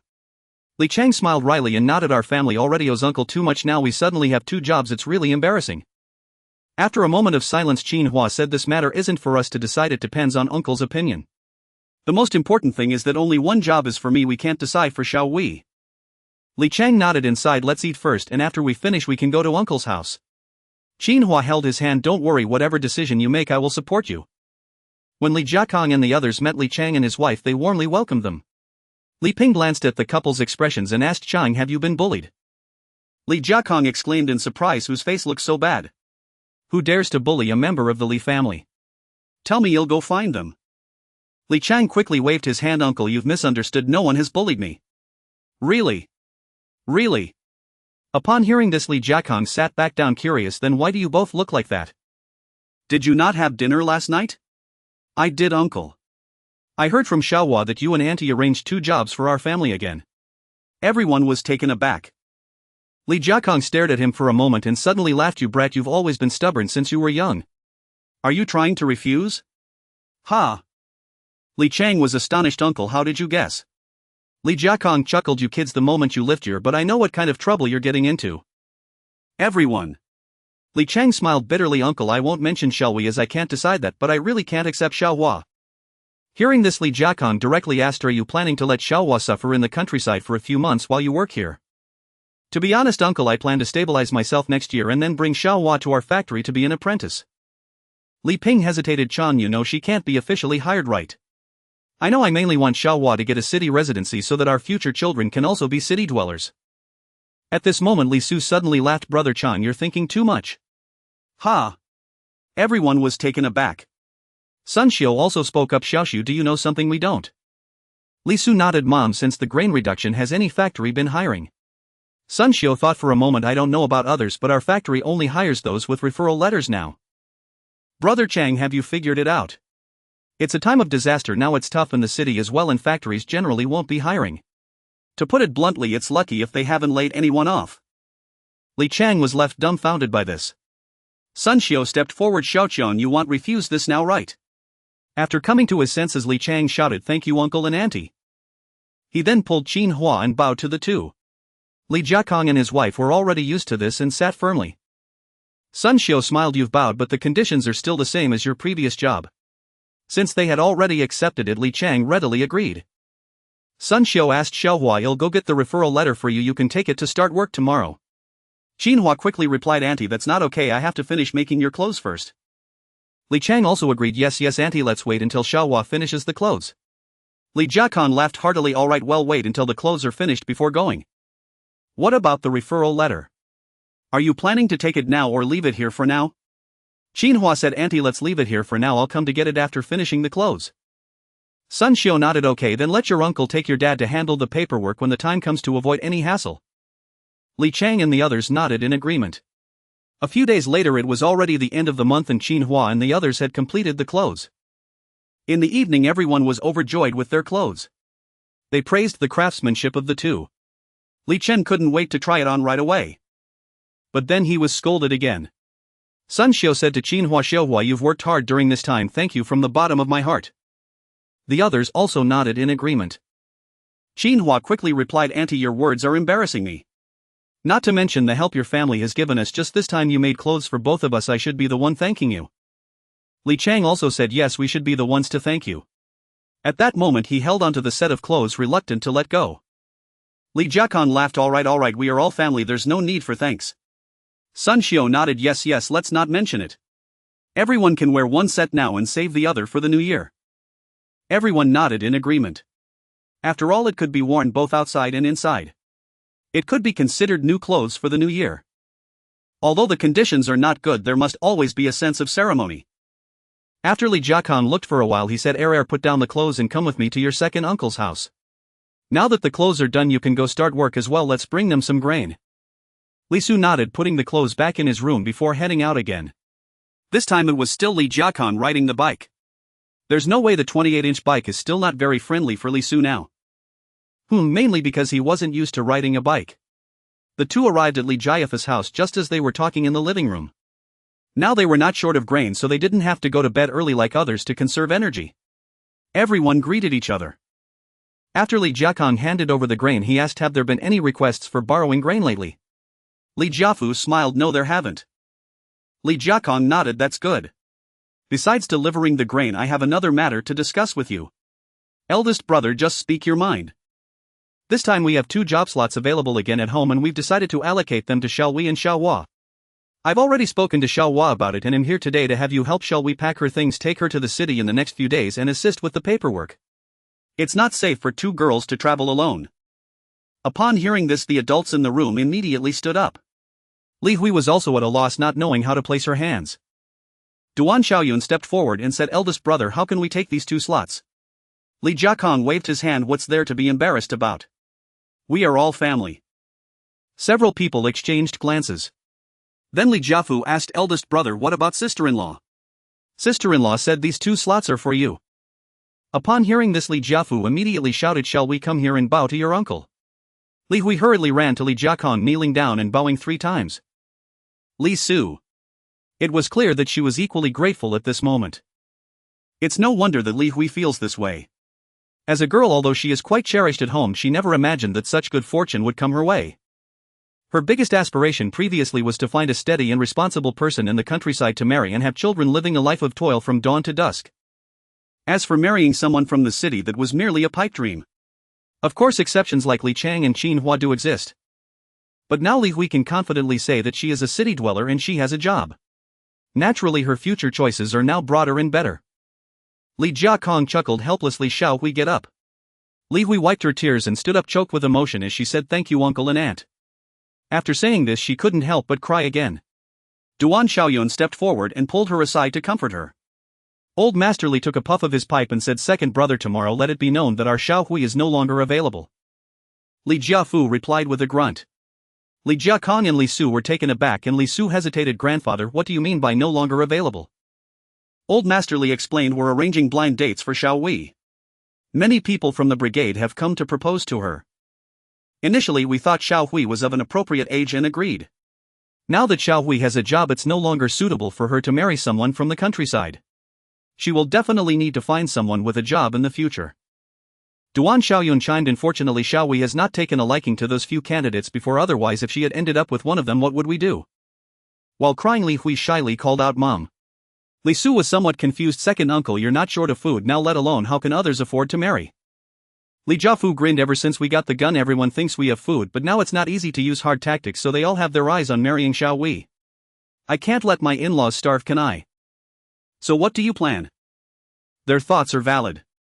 Xiao Hui is my only daughter and she is not young anymore. So I simply agreed. Regardless of who she ends up with, I will definitely support her. Their family must not let my daughter suffer, otherwise I will tear down their house and nobody can say anything. Li Su instantly understood. Li Jiafu was also considering Xiao Hui's future. After all, it was time to talk about marriage. Once a suitable match is found, Li Jiafu would send food to show goodwill. This way the other party would not dare to let Xiao Hui suffer. Otherwise Li Jiafu would have a justified reason to stand up for her. Many people still retain outdated ideas. A new bride must endure some trials after entering the home. It seems this is how one shows their family's prestige. But how could Li Jiafu bear to let his precious daughter suffer such indignities? Li Su chuckled. Second uncle, you need not worry about Xiao Hui's marriage in the future. With these conditions city dwellers would be lining up to marry her. Li Jiafu laughed heartily. I'm not worried. From now on I will definitely find a good son-in-law for her. At this moment Li Jiakong said, I should also state this up front, Xiao Hui has been raised by us since she was little. She is like our own child. This job is effectively her dowry. Even if Xiao Hui gets married, none of you are allowed to use this against her, understand? As soon as these words were spoken the room fell silent. After a long while Old Master Li finally said, eldest, have you made up your mind? Li Jiakong nodded. I've made up my mind. From now on if anyone brings this up, don't blame me for turning hostile. Old Master Li took a deep puff of his pipe, stood up and said, well then, since we've come this far, let everyone witness that this job will belong to Xiao Hui in the future. After saying this he glanced at Li Jianguo and Li Jianjun standing beside him. Li Jiafu and Duan Xiaoyun immediately understood and also expressed their willingness to be witnesses. Duan Xiaoyun pulled Li Hui forward. Why are you still crying? Go and bow to your uncle. Although Li Hui was still a bit confused, she complied and bowed once more. Li Jiakong also smiled as he lifted her up, ruffled her hair and said, daughter, all your uncle can do is this much. From now on the money from your job is for your parents. I won't take any. Upon hearing this Li Jiafu anxiously said, eldest brother, we will always remember your kindness to Xiao Hui, but the money must still be given. Li Jiakong waved his hand. It's said to be a dowry, how can we still ask for money? After saying this he looked at Li Hui and said, daughter, when you get married in the future your uncle won't provide you with additional dowry, just don't say your uncle and aunt are stingy. This made everyone in the room laugh. Duan Xiaoyun also said, eldest brother, if you are still stingy then there won't be anyone generous left in the entire county. Li Hui shook her head. Uncle, you and aunt are definitely not stingy. You two will still take the best seats. Li Jiakong laughed heartily. Good, we will sit in the best seats then. However Li Jiafu still said, alright then eldest brother, will cover the money for Xiao Hui's job. After all, Xiao Chang still contributes some money to the family each month, I will have him pass it on to you. Li Jiakong shot him a glance and said irritably, enough, if you say you won't take it then don't. You might as well keep that little bit for yourself. It's getting late, we should be leaving now. Li Jiakong's words carried an air of affluence. After finishing he greeted everyone and left with Li Su. The others in the house hurriedly went out to see them off. After the two had walked far away the remaining people returned indoors and began talking again. Duan Xiaoyun gently touched Li Hu's head and said earnestly, daughter, your uncles truly treat you like their own daughter. You must be filial to them in the future. Whatever your father and I have, we must also share a portion with them. Li Jiafu nodded. What you say is true. How many families in the entire county would give their daughters a job as a dowry? Moreover, she is a niece and your uncles have also resolved all your worries. Ah. Li Hui still looked bewildered. Seeing her like this, Duan Xiaoyun tapped her forehead lightly and said, "Silly girl, you truly are a fool with good fortune." She then explained what your uncle meant was to prevent your family from reclaiming the job after you get married. In short, this job will solely belong to you in the future. Even we cannot force you to give it up or else your uncle will turn against us. Do you understand now? Li Hui had an expression of shock. I understand. Given her young age, if it weren't for Duan Xiaoyun's explanation, she truly wouldn't have figured it out. Old Master Li sighed. It's not that the eldest is worried about you two, but rather about us two old fools and those two little rascals. He then pointed to the side. Everyone immediately looked at the bewildered brothers Jianguo and Jianjun. Li Jianguo curiously asked, "Grandpa, what does this have to do with us?" Old Master Li snorted, "What does it have to do with you? You'll understand in the future. However, since your uncle has spoken, you two should understand that even if you can only graze in the fields for the rest of your lives, you mustn't harbor any thoughts about your sister's job. Do you understand?" Li Jiafu also revealed a cold smile. "If they dare to, anyone who dares to have such thoughts will break their legs first." The brothers Li Jianguo and Jianjun nodded vigorously like chicks pecking at rice. Understood. Others might not fully understand, but they knew that Li Jiafu was serious about taking action. Duan Xiaoyun then said to Old Master Li, "Dad, you're overthinking it. The eldest's words are directed at those two, it has nothing to do with you." Old Lady Li also said, "Yes, the eldest wouldn't think that way about us. He's just worried that in the future the second family's conflicts might arise because of this, which is why he said it in advance." Old Master Li took another puff of his cigarette and continued, "The eldest can keep the second couple in check, but he can't control us. He fears that we might be soft-hearted towards our grandson and do something foolish, causing unrest in the second family's home and turning the siblings against each other." Everyone. Li Jiafu hurriedly mediated, "Dad, you're overthinking. The eldest doesn't mean it that way." Old Master Li glanced at him. "Having lived this long, I can see clearly. Moreover, Xiao Hui is also a child of the Li family. Although she is a girl, how could I do something like that?" Li Jiafu nodded, smiling obsequiously. Yes. You love your grandchildren the most, you care for both grandsons and granddaughters." Li Hui also came forward to hug Old Master Li's arm. "Grandpa, I know you love me the most. Please don't be angry." In truth, although Old Master Li claimed to love his grandchildren, Li Hui had never lacked for anything that her cousins had. Li Hui understood this well. Moreover, everyone says they favor boys over girls, but if a family has several boys and only one girl, see who is truly favored. Old Master Li looked at her and suddenly laughed. "You sweet-talking child, Grandpa isn't angry. Over the next few days you should pack your things and go to the county with your dad." Duan Xiaoyun said, Yes. You can stay at your elder brother's place, he has a spare room and we can rest easy." Li Jiafu also chimed in, "Xiao Hui, when you're in the county make sure to visit your uncle often." Li Hui replied, Dad, don't worry, I will definitely go often." Li Jiafu nodded. "Your uncle's family isn't stingy. Now that Xiao Hua's matters have been addressed, we can finally put our minds at ease." Duan Xiaoyun laughed. "Indeed, from now on Xiao Chang and his wife will be city dwellers and their child will no longer have to suffer like this." This sentiment resonated with everyone. Old Master Li further stated, "Great. Our family's life is getting better. This year during the new year I must burn more incense for our ancestors." Everyone nodded in agreement. After all, during the new year everyone secretly burns incense to honor their ancestors. On the way back, Li Su asked, "Dad, why did you decide not to take that money?" At that time they discussed that the job would count as a dowry, but they never said they would forego the money. "This is something your mother and I decided only after we returned last night. Don't worry, we will make up for this money to you." Li Su was speechless. "Forget it. This money is useless to me, I don't want it." Li Jia Kong teased, "Aren't you going to regret it?" "I can tell you, even if you regret it in the future, I won't give it to you." Li Su scoffed, "Dad, do you know how much the food I send out every month is worth? With just this little money, what is there to regret?" This comment revealed a strong air of wealth. No one said it, but now food is the real hard currency. Only money is of no use. Li Jia Kong. If you don't want it, then fine. Your mother and I will save money. It must be said that Li Jia Kong and his wife were indeed generous towards Li Hui. Not to mention nieces, even for their own daughters few would give so much. Thinking of this, Li Su asked, "Dad, why are you being so generous to Xiao Hui? Even when Changgo got married you only gave 2 yuan. Li Jia Kong immediately became displeased. "What nonsense are you talking? Isn't the grain for Xiao Chang's wedding also ours? Although we took it over, we also compensated Xiao Hua." Li Su was speechless. Dad, wasn't it me who got that grain? Li Jiakong retorted with confidence. So what if you got it? Didn't we give you money? Do you want me and your mother to pay you back? Forget it, forget it. You two pay me back and then eat my food, there's no difference. Li Jiakong huffed. What do you know? When a girl gets married it must be done with grandeur so that she won't be bullied in the husband's family. Otherwise, if the girl's family doesn't value her, how can the husband's family value her? Not to mention anything else, just look at your elder sister. When she gets married in the future her dowry will definitely be even more. Li Su smacked his lips, thinking that this is how you love a daughter. You cherish her at home and after she marries you ensure she won't be bullied, thinking of her well-being. Li Su curiously asked, Dad, what dowry are you preparing for my elder sister? We haven't prepared anything yet. Your elder sister is going to college, so it's not too late to prepare for her later. Li Su.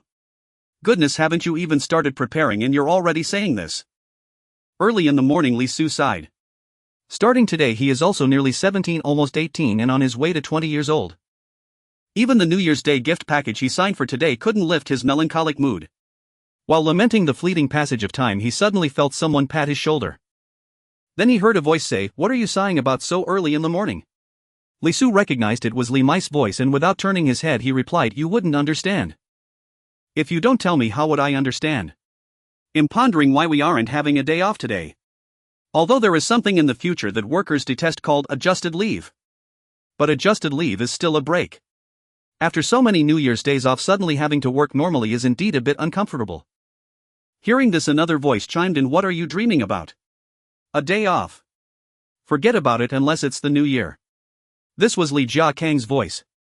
Li Su still didn't turn around, arguing, At least I had days off, which is much better than you all.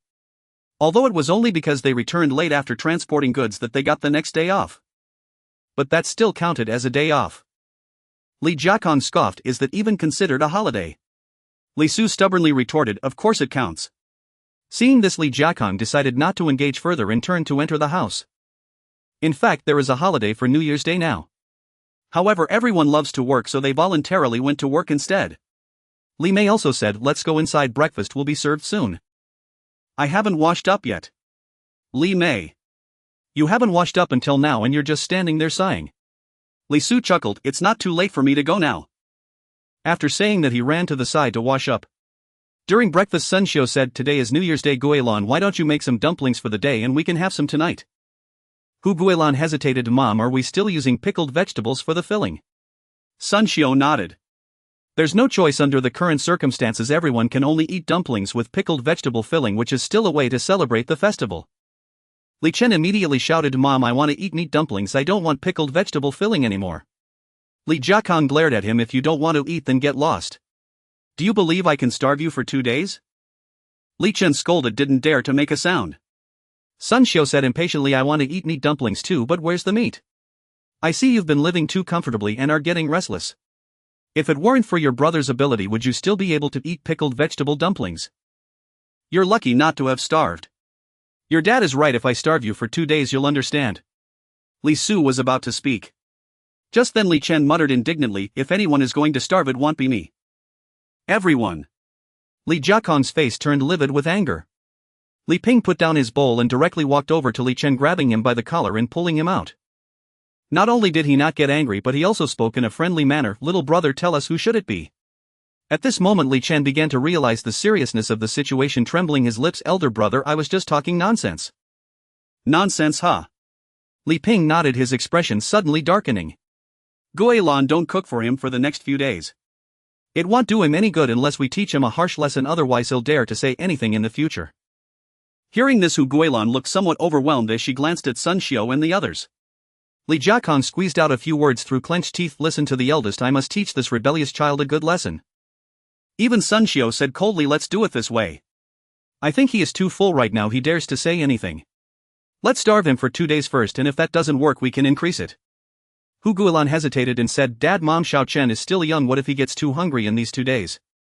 Li Jiakong slammed the table, If he starves to death so be it, I'll treat him as if I never had this son. Sun Xiu added, Forget about him, let's do it this way. Seeing the two heads of the family agreeing, Hu Guilan could only give in helplessly. Li Su and the others exchanged glances, never expecting that Li Chen would actually argue back like this. However, none of them dared to advise against it. Upon hearing the outcome, Li Chen's face fell, his little face pale. Dad, Mom, elder brother, I know I was wrong, please forgive me. I won't dare to speak nonsense again. Li Jiakong stared at him fiercely. Even if you were talking nonsense, do you think our family's situation allows you to speak carelessly outside?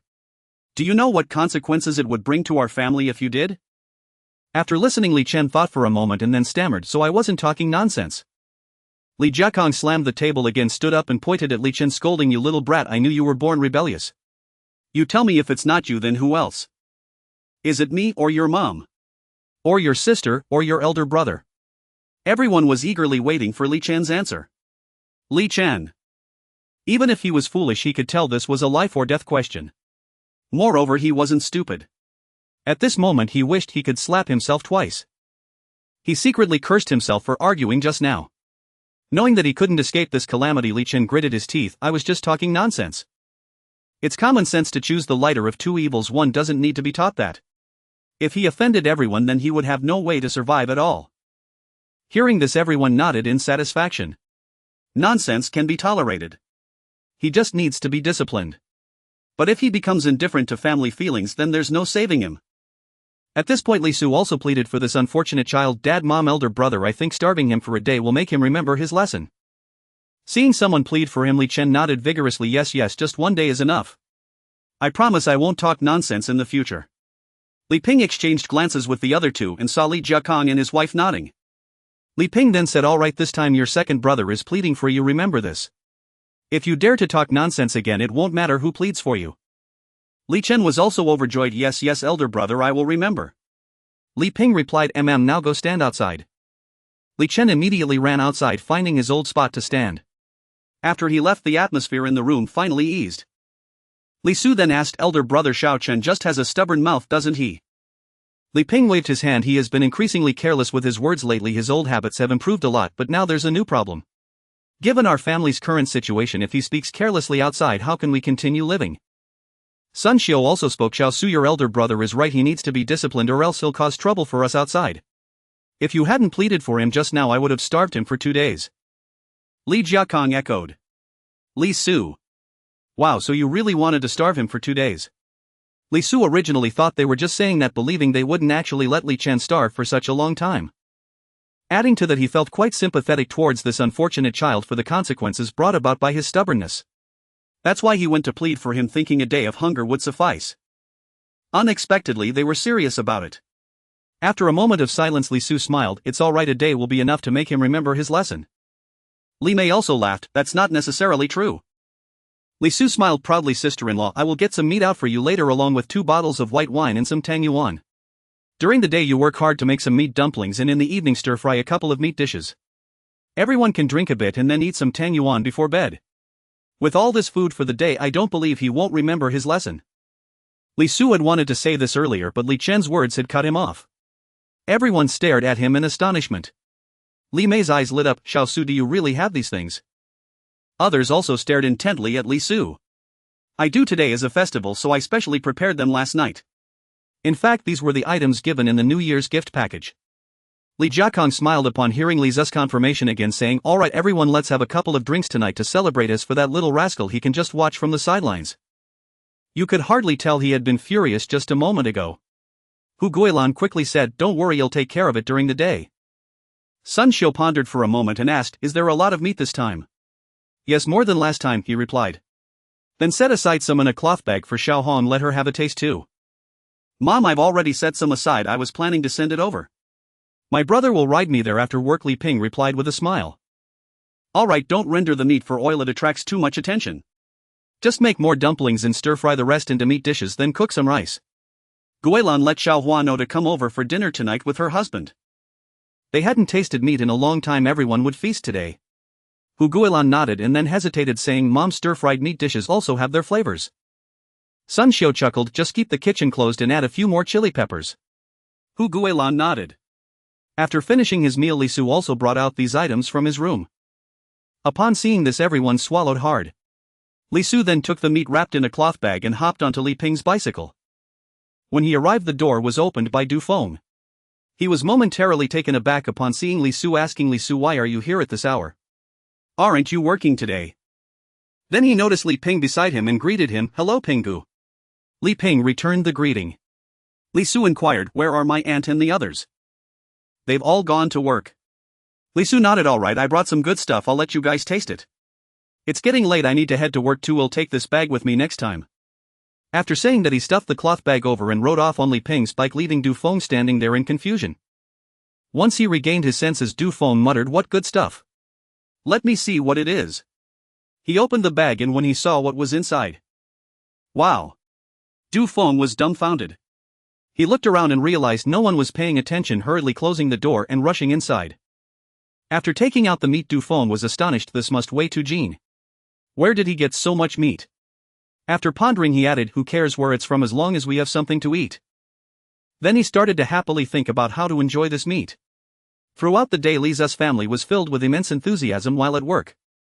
This puzzled those around them as they wondered where they got all this energy. Many even approached to inquire, but all were met with perfunctory responses. Sun Xiu only replied to Yang Li, "You'll find out after you get off work," leaving Yang Li in a state of confusion. When Yang Li and Du Hong returned home after work, Yang Li asked first, "Is there something going on at home today?" Du Feng, beaming with joy, replied, "Li Su came earlier and brought 2 jin of pork, saying it's for us to taste." Yang Li and Du Hong exchanged glances, finally understanding why Sun Xiu was so enthusiastic. If they had known earlier that there was this at home, they would have been equally excited. Yang Li smacked her lips. "Xuanhuan, isn't your boyfriend impressive?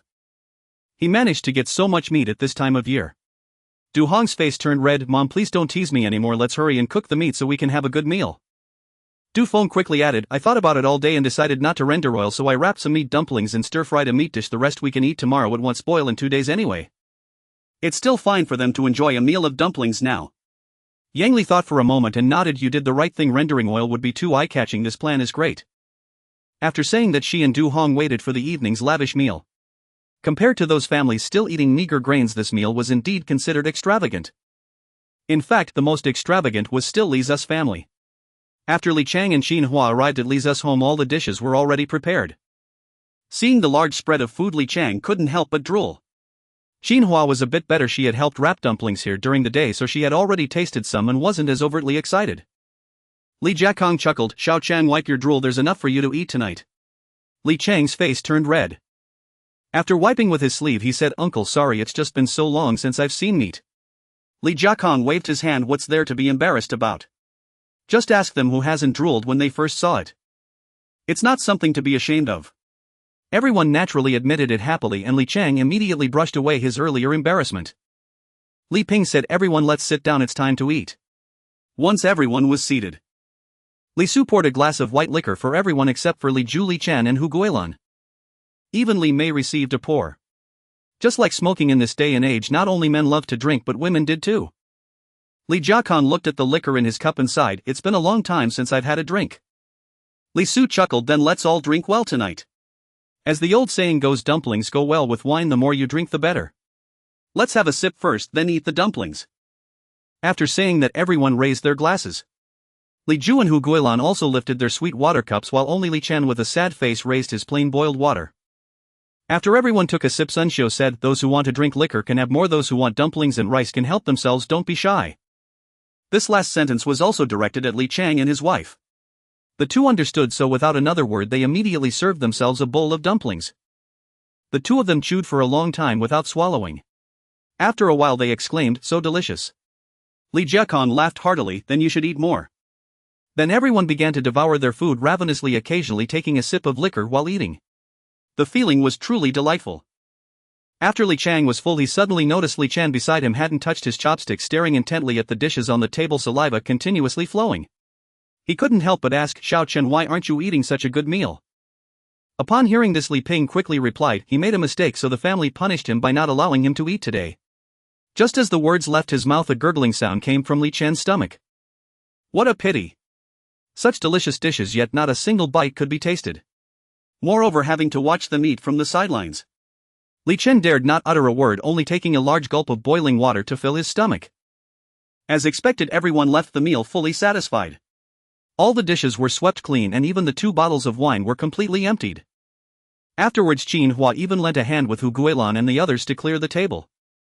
When the two bid farewell, Sun Xiu handed over some tang yuan, saying, "It's getting late, so I won't keep you. Take these tang yuan with you if you get hungry tonight, just cook some yourself. Li Chang nodded, thank you auntie. He accepted them without hesitation. Having already eaten so much meat and vegetables, he no longer refused the few tang yuan. Before going to bed that night, Li Chang and the others cooked the tang yuan. Though not very hungry, customs dictated that if there were tang yuan one must eat some. After a few chews, Li Chang was stunned. Black sesame. Then after chewing a while longer, indeed it smells wonderful and tastes sweet. Xuanhuan, you should hurry and eat yours too. Xuanhuan nodded and ate one as well. Mine seems to be peanut filling. The two exchanged glances and then continued eating eagerly. Each time they encountered a different flavor, they would exclaim in surprise. Thus the two once again ate until full. Li Chang sighed with admiration. Uncle and the others are truly impressive. To have so many different fillings in these tang yuan, I actually thought they were the plain kind without filling. Xuanhuan nodded, her eyes squinting with happiness. These tang yuan are truly delicious. Let's save the rest for tomorrow morning, it will make a perfect breakfast. Meanwhile, Li Zu's family also cooked some tang yuan, distributing portions to everyone except Li Chen. The unlucky boy's stomach grumbled incessantly. It kept making gurgling noises. Hu Guilan ladled a bowl of tang yuan soup for him. This is tang yuan water. Xiao Qin, drink more, it will at least fill your stomach a bit. At this moment Li Jiakong spoke, will you dare to talk nonsense again in the future?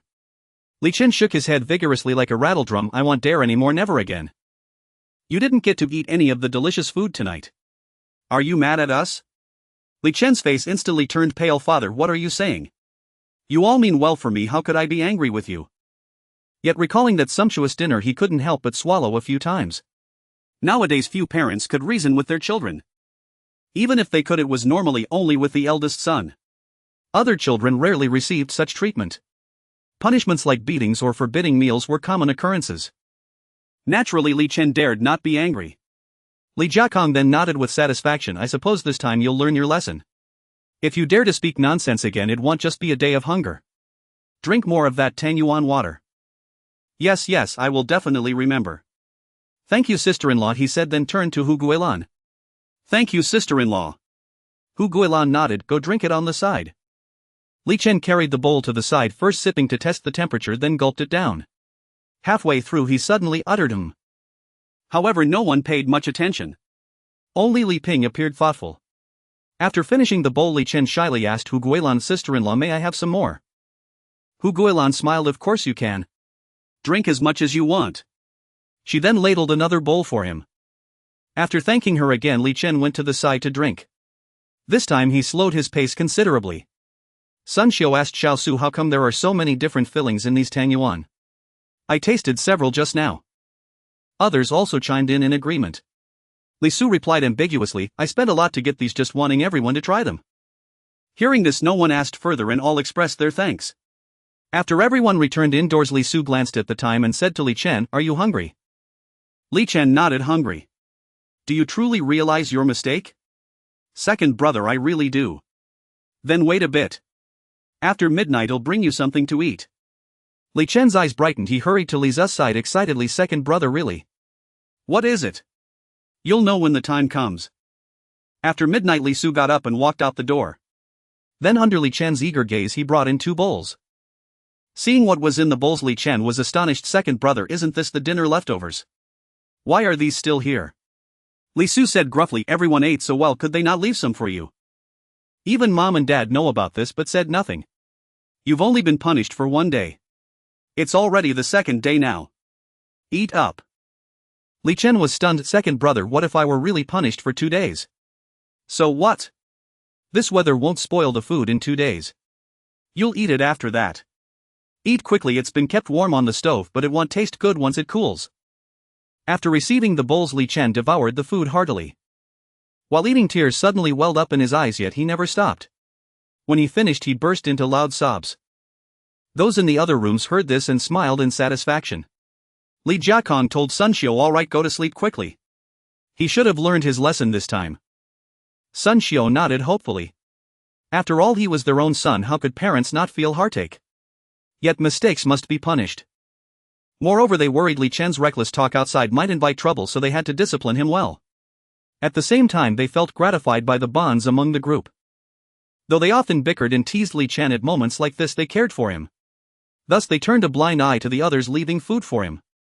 Later Li Ping asked Hu Guilan, "Did you put Tang Yuan in Xiao Chen's soup?" Hu Guilan was startled. "How did you know?" Li Ping retorted, "I'm not stupid. When he drank the soup and made a doubtful sound, I guessed it.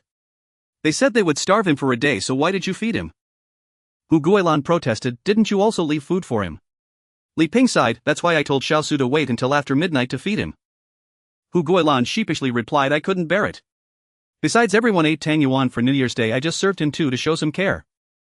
Upon hearing this, Hu Guilan suddenly became anxious. "Do you think Mom and Dad know that I gave Xiao Chen Tang Yuan?"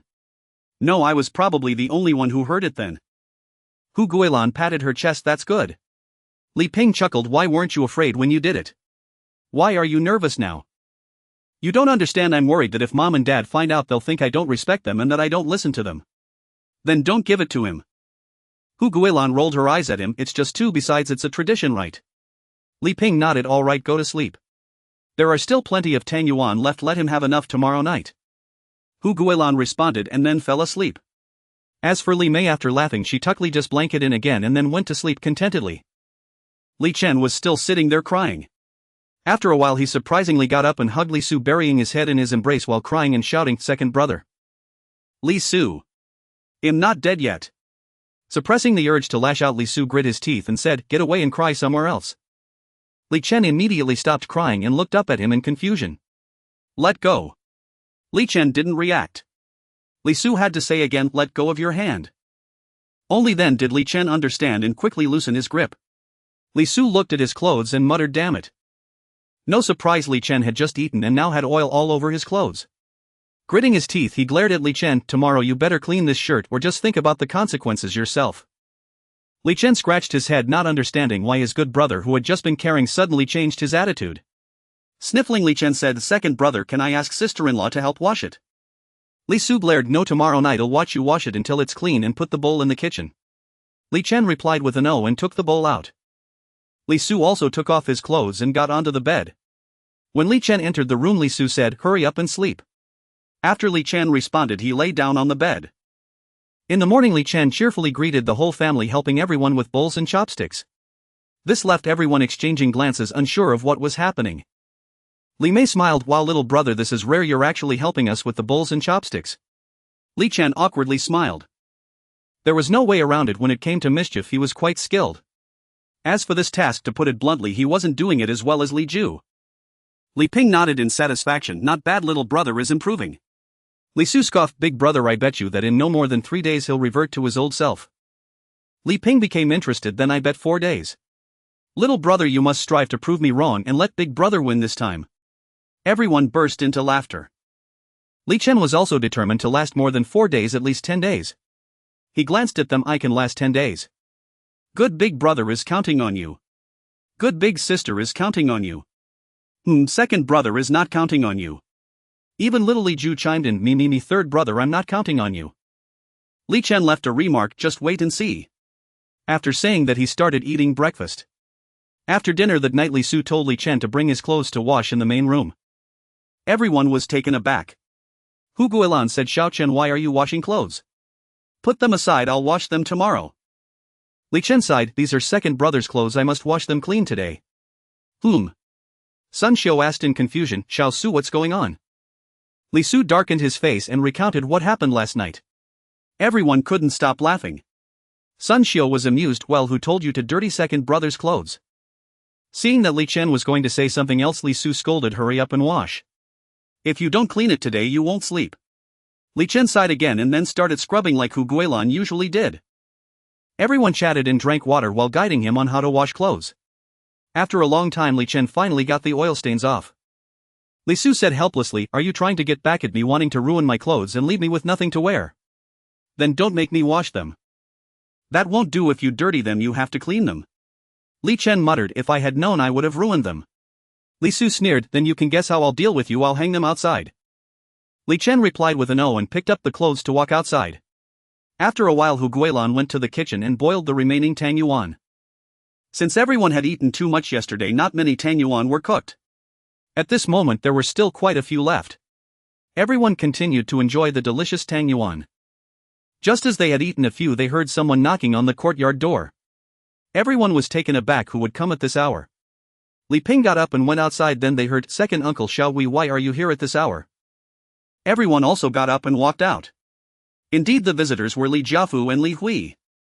After greeting each other, Li Hui stepped forward and bowed 3 times to Sun Xiu. After she finished, Sun Xiu reached out to pull her up. "It's better to come at the right time. Second Uncle Xiaohui, come in quickly, we have tangyuan to eat." Li Jiafu quickly declined. "Sister-in-law, we've already eaten, so we're not hungry right now." "Enough, don't be polite, have a little, this tangyuan is quite delicious."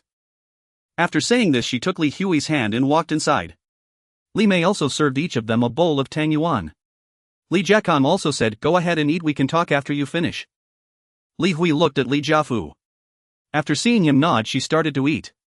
She savored each bite, saying, "Uncle and Aunt, I've never had such delicious tangyuan before." Sun Xiu laughed. "Eat slowly, don't choke, you can refill after you finish." After saying this, Li Hui buried her head and started eating. Everyone continued to eat tangyuan. After everyone finished, they began to discuss matters. Li Jiakang asked, "Second, why did you come at this time?" "Xiaohui and I came to the county after dinner, and just now we placed the goods with Xiangzi.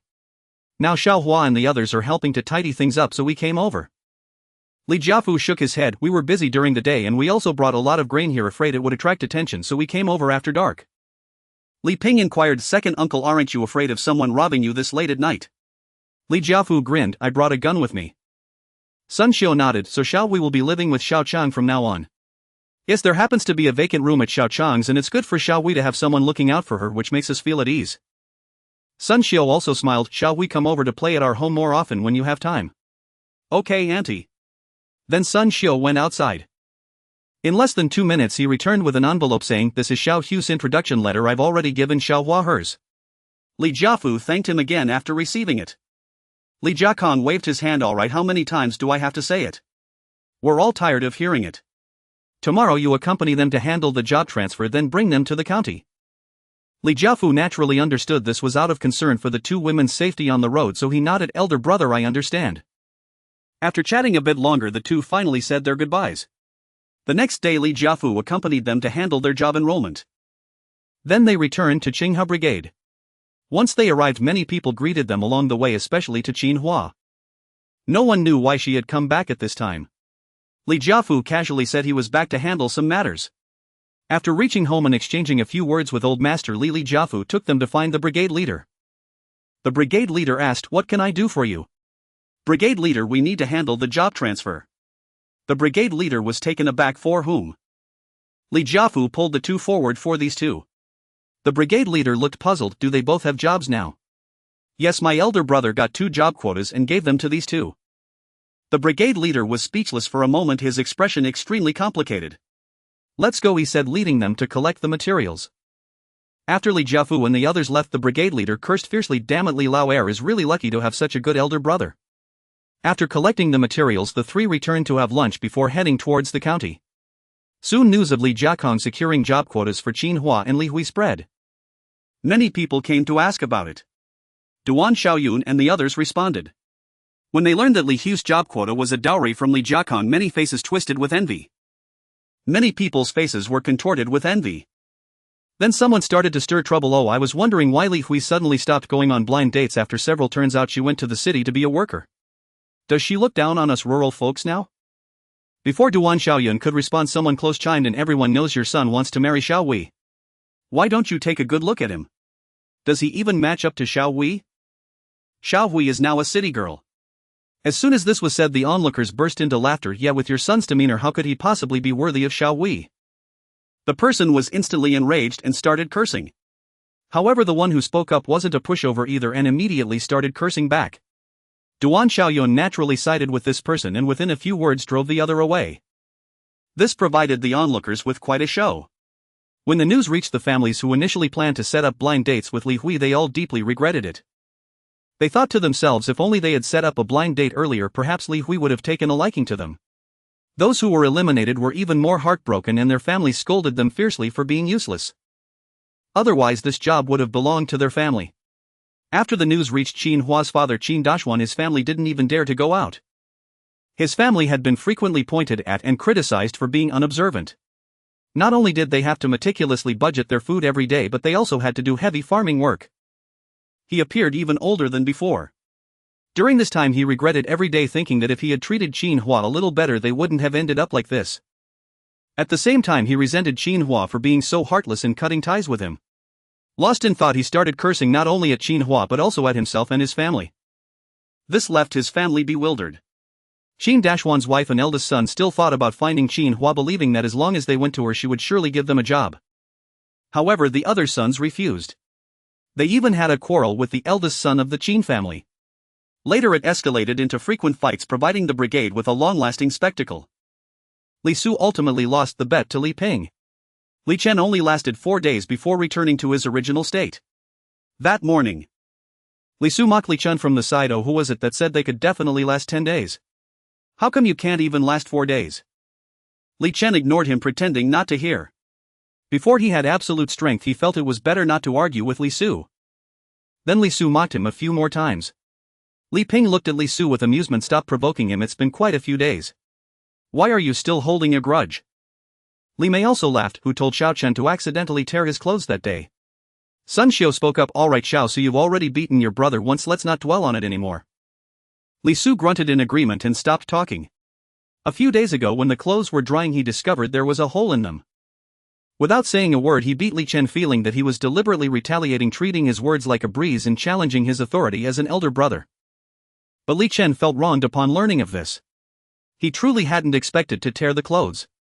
So during these past 2 days, whenever Li Su provoked him, he dared not speak up, fearing that Li Su would find a reason to hit him. Then Li Su said, Mom, let's go deliver the grain tonight, we have prepared 100 pounds of fine grain. Sun Xiao was taken aback. Really? Yes, it's under my bed. Sun Xiao was also a bit excited. Alright then, let's go tonight. After dinner that evening, Li Ping and the others took the grain to Sun Jiaten. Upon reaching Grandma Sun's house, Uncle Sun immediately sent the younger ones to the main room. Then he lowered his voice and asked, Sister, is this the grain? Sun Xiao nodded yes. After a brief instruction, Uncle Sun and his family left with the 4. Although they encountered a few people along the way, Uncle Sun brushed them off. They arrived at Captain Sun's house. Uncle Sun knocked on the door. Then a man in his 20s walked out, asking as he approached, Who is it? Uncle Sun replied, It's me. As the young man approached, he finally recognized a few people, saying, It's Big Black and Second Black, huh? He then glanced at Sun Xiao and the others, puzzled, and asked, Who are they? Sun Dejiu introduced, This is my elder sister and also your sister Xiao, this is your brother-in-law and 2 nephews. Upon hearing this, the young man immediately greeted them warmly, saying, Sister Xiao, hello, brother-in-law, hello, nephews, hello. Sister Xiao, I'm sorry, I didn't recognize you just now, Li Jiakang replied. Li Ping and Li Su also called out uncle. Given the local customs, even if this person was Sun Xiao's cousin, he should indeed be called uncle. Even those who had no direct relation to Sun Xiao but were close with Sun Dejiu would also refer to him as uncle when greeting. Thus there was no reluctance in their address. Sun Xiao smiled, saying, It's alright, I was only a few years old when I got married and I usually only come back at night, so it's normal not to recognize you. Sun Dejiu then asked, Where's my uncle? The young man finally reacted, saying, Right, let's go inside quickly, my dad is in there. Then they all walked inside. Li Ping and the others also pushed their bicycles into the yard. After entering the house, they saw not only Captain Sun but also many others inside. After Sun Dejiu introduced both sides, everyone exchanged greetings. Then Captain Sun ushered everyone out, leaving only 2 young men in the room. Captain Sun looked at Sun Xiao excitedly, asking, Have you brought the grain? Sun Xiao nodded, Yes uncle, we brought it, 100 jin of fine grain, it's in the yard. Captain Sun immediately got up and went outside. Upon seeing the 2 bags on the bicycle, he hurried over and began to fondle the bags excitedly. After a while, Captain Sun finally stopped his action, saying, Old Big, you 2 go notify the clansmen, I want to hold a clan meeting. Let them know that only the heads of each household can come and some uncles should be notified as well. The 2 young men did not ask for the reason, simply acknowledging and then heading out. Captain Sun called out twice more and then a man walked out from each of the neighboring houses. In the countryside, the walls are generally very low, allowing one to see into the neighboring yard easily. Some close acquaintances simply climb over the wall instead of using the front door. One of the neighbor's children also followed out but was scolded back by Captain Sun, who instructed them not to leave the house. After a while, people began to enter the yard one after another. There were both men and women. Each person who entered greeted Sun Dejiu and the others warmly. Due to Sun Erju's employment, Sun Laotai and the others donated a significant amount of grain. Thus they were treated warmly by the clansmen every day. Sun Daeju would also introduce Sun Shio's family to the others. Everyone exchanged greetings. They chatted and laughed in the yard until a few elders entered. Everyone rushed forward to greet the elders, calling them various names, but most addressed them as uncle. Captain Sun went back inside to fetch a few stools for the elders to sit on. Once everyone had gathered, Captain Sun stood in the middle and said, "Today we have an important matter to discuss, so we are holding a clan meeting." He then brought Sun Shio and the others to the center, saying, "Everyone take a good look and recognize her. This is our Sun family's daughter, the elder sister of Big Black and Second Black, Sun Shio. Recently Big Black's family donated quite a bit of grain, as many of you know, and several people present have also received some. Today Sun Shio's family has also donated 100 jin of fine grain to help our struggling clansmen." Upon hearing this, a commotion arose among the crowd. Captain Sun then said, "Quiet." The crowd immediately quieted down, halting their discussions. Captain Sun addressed everyone. "Sun Shio and her family initially only intended for me to know about this matter. They were afraid that if it got out it would cause trouble. However, I believe that what they have done must be known by the Sun family members. So I called you all here." "Do you think this matter will be spread outside?" The crowd unanimously responded, "No, it won't." Captain Sun nodded in satisfaction, saying, "Then I can rest assured. However, I must emphasize beforehand, if anyone leaks this to avoid causing trouble for Sun Shio and them, do not blame me for being ruthless when the time comes." At this moment an elder stood up, saying, "Did you all hear what little 19 said? If anyone dares to spread this, don't blame us for removing him from the family register, applying family law and dealing with him severely." The crowd quickly responded, "Understood." After hearing their response, the elders sat back down satisfied. Captain Sun continued, "Although Sun Shio is our Sun family's daughter, she is already married. Thus her family is our benefactor, and we Sun family members must repay kindness. Today let's serve as witnesses in the future, regardless of who becomes the head of the Sun family. If Sun Shio's family comes to us for assistance, everyone must do their utmost to help." At this point Captain Sun's gaze turned fierce. "Even if it costs our lives, we shall not hesitate." Voices of agreement resonated from below. "All right. I agree." Li Su even heard one woman say, "This time my family has received so much kindness. I have many sons, and if something happens, let my eldest son go first." Later Li Su learned that this woman's family pillar had died, leaving her with several sons. Her family was also one of the most struggling families among the Sun clan. Although it was a bit difficult in the past 2 years, with the help of the clansmen they had barely managed to get by. But now in the 3rd year the clansmen were also unable to provide any grain. After receiving this year's grain she was almost in despair. Yet she was filled with gratitude towards the clansmen, knowing they had truly done their best. She had initially prepared herself for the loss of her children. However, unexpectedly Sun Laotai donated quite a bit of grain and her family received a significant portion. This gave her a glimpse of hope. Not to say much, at least one more child could survive. Li Ping and the others were also deeply moved. They never expected that the Sun family would truly agree to this matter. Yet for a moment they didn't know what to say. Captain Sun, upon hearing their responses, showed an even more satisfied smile. "I have already obtained the consent of several uncles regarding this matter, and it will also be recorded in the family register for future generations to know." After finishing his speech he said a few more words. Then the distribution of grain commenced, similarly only for the families in need. Li Su noticed that those who did not receive any grain bore no resentment on their faces. Instead they stepped forward to help distribute the grain. A family being able to unite to such an extent is truly rare in the world. After finishing the grain distribution, the Sun family's clan meeting came to an end. Before everyone left they all lined up to introduce themselves to Sun Shio's family. Although Uncle Sun had introduced everyone before, they went through self-introductions again this time. However, Li Su still couldn't remember many names. Regardless of how Li Ping called out, he just echoed along.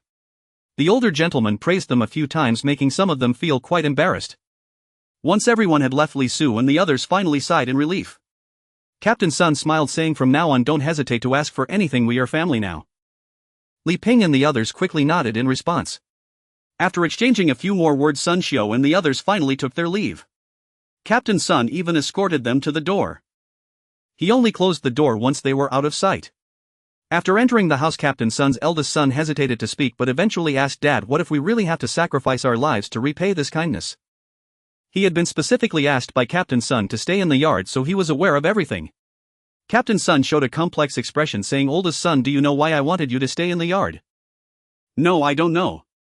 Because I am the head of the Sun family. As long as nothing unexpected happens, you will be as well, so you should know this matter. I'm not afraid to tell you that if it comes to the point of sacrificing lives to repay kindness, I could accept 3 or 5 lives, and one of them would certainly be your brother." Ah. Captain Sun's eldest son was startled. Dad, are you serious? Besides, our family hasn't received any food yet. Of course I'm serious. Our ancestral teachings state that kindness must be repaid. As the head of the Sun family, I naturally have to set a good example for my kin. Even so, it's not worth it to sacrifice so many lives for this little food right. Captain Sun snorted. Lives. Since ancient times, lives have been as cheap as grass. During the famine over 10 years ago, towards the end, let alone 100 pounds of grain, there were people who killed others just for a mouthful of food. In my view, people can be killed or can kill themselves, but they must never die of hunger, for dying of hunger is the cruelest punishment in the world. As he spoke, a trace of sadness appeared in Captain Sun's eyes. But why didn't we donate more food like Brother Dahe's family did? Captain Sun explained, because they share our surname Sun, they are kin. Although your sister Shio is a Sun by birth, she married into another family and they do not share our surname. If your sister donates food to us, then her family becomes benefactors of the Sun family, and we naturally need to account for that. What if we refuse later? Or what if the chosen brother disagrees? A person without credibility cannot stand. Once this has been said, if we refuse the ancestral teachings our Sun family has upheld for hundreds of years, will become mere empty words and there will no longer be a Sun family. Then Captain Sun's expression turned fierce. Whoever dares to refuse should not blame me for not recognizing them as my son. After saying this and looking at his eldest son, Captain Sun said coldly, I'm speaking to the heads of each family today because I'm afraid that if I'm not around one day you might soften and refuse to let your brother go, thus rejecting this matter. To be honest, if you refuse, then you will no longer be a member of the Sun family. If you don't let your brother go, then our line will no longer be the head of the family. Having led his kin through the years of turmoil, Captain Sun was naturally an exemplary head of the family. He had the persistence of the older generation and understood that kindness must be repaid. But he also had a ruthless side. He knew that this food could not save everyone. Therefore, he would rather have his kin die for the sake of repaying kindness than see them starve to death. In fact, he was even subtly looking forward to that day arriving sooner. In his view, the continuation of the Sun family was of utmost importance. The ancestral teachings were the foundation. Once the kin began to disregard trustworthiness, that would be the time when the Sun family would fall apart. Thus he would not allow anyone to act against the ancestral teachings. Not even his own son. After he finished speaking, his eldest son Pale nodded. Dad, I understand. After spending some time with the elderly Mrs. Sun, the Sun Shio family also expressed their farewells. On the way back, Li Su asked, should we tell the elder sister and the others about this when we get home? Li Jiakang thought for a moment. It's better not to mention it, the fewer people who know about it the better. Sun Shio also agreed, saying what your dad said is right. This adult favor will be handled by you two in the future. If one day you need to use this favor, you must bring it up and let us four discuss it together. This sentiment was also agreed upon by the other three. In their view, lives were extremely precious. Therefore, they had to be very cautious when using such favors. Once they got home, the other family members surrounded them to inquire about the situation. Naturally, Li Su and the others selectively shared a few details. However, it still made Li Mei and the others very excited, regretting not being present. 2 days later, after getting out of bed, Li Su, who had just put on his clothes, couldn't help but shiver. He then froze, thinking that the temperature was off. Why was it so cold? He quickly went outside. Upon exiting the house, he felt the temperature drop even more. The cold wind howled, making him feel extremely cold. After shivering a few times, Li Su hurried back inside to find thicker clothing to wear. Only then did he start to feel warm. After washing up and stepping out again, as soon as Li Su entered the main room, he heard Li Jiakang's complaint. This weather, yesterday everyone was only wearing a long sleeve and today we need to put on our cotton coats. Nowadays people basically don't have transitional clothing. If the weather is a bit cooler, they wear long sleeves. If it gets colder, they just add a few more clothes under the long sleeves. If it gets even colder, they go straight for the cotton coat. If it snows heavily, they just add more clothes inside the cotton coat. Of course, this is referring to families that are in relatively good condition. Now that the temperature suddenly dropped so much, everyone put on their cotton coats directly.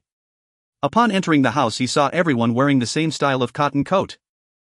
Yes, mainly because the cotton coats had several patches on them which made them look similar.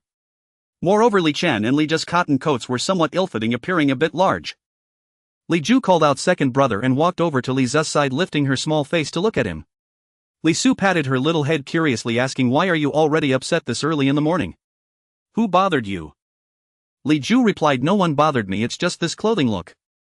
After saying that, she lifted her arm and pointed to a small hole on it. Li Su looked closely and then chuckled, oh, there's a tear here. Little sister, did you tear it? Li Ju shook her head. Not me, it was already torn when I put it on just now.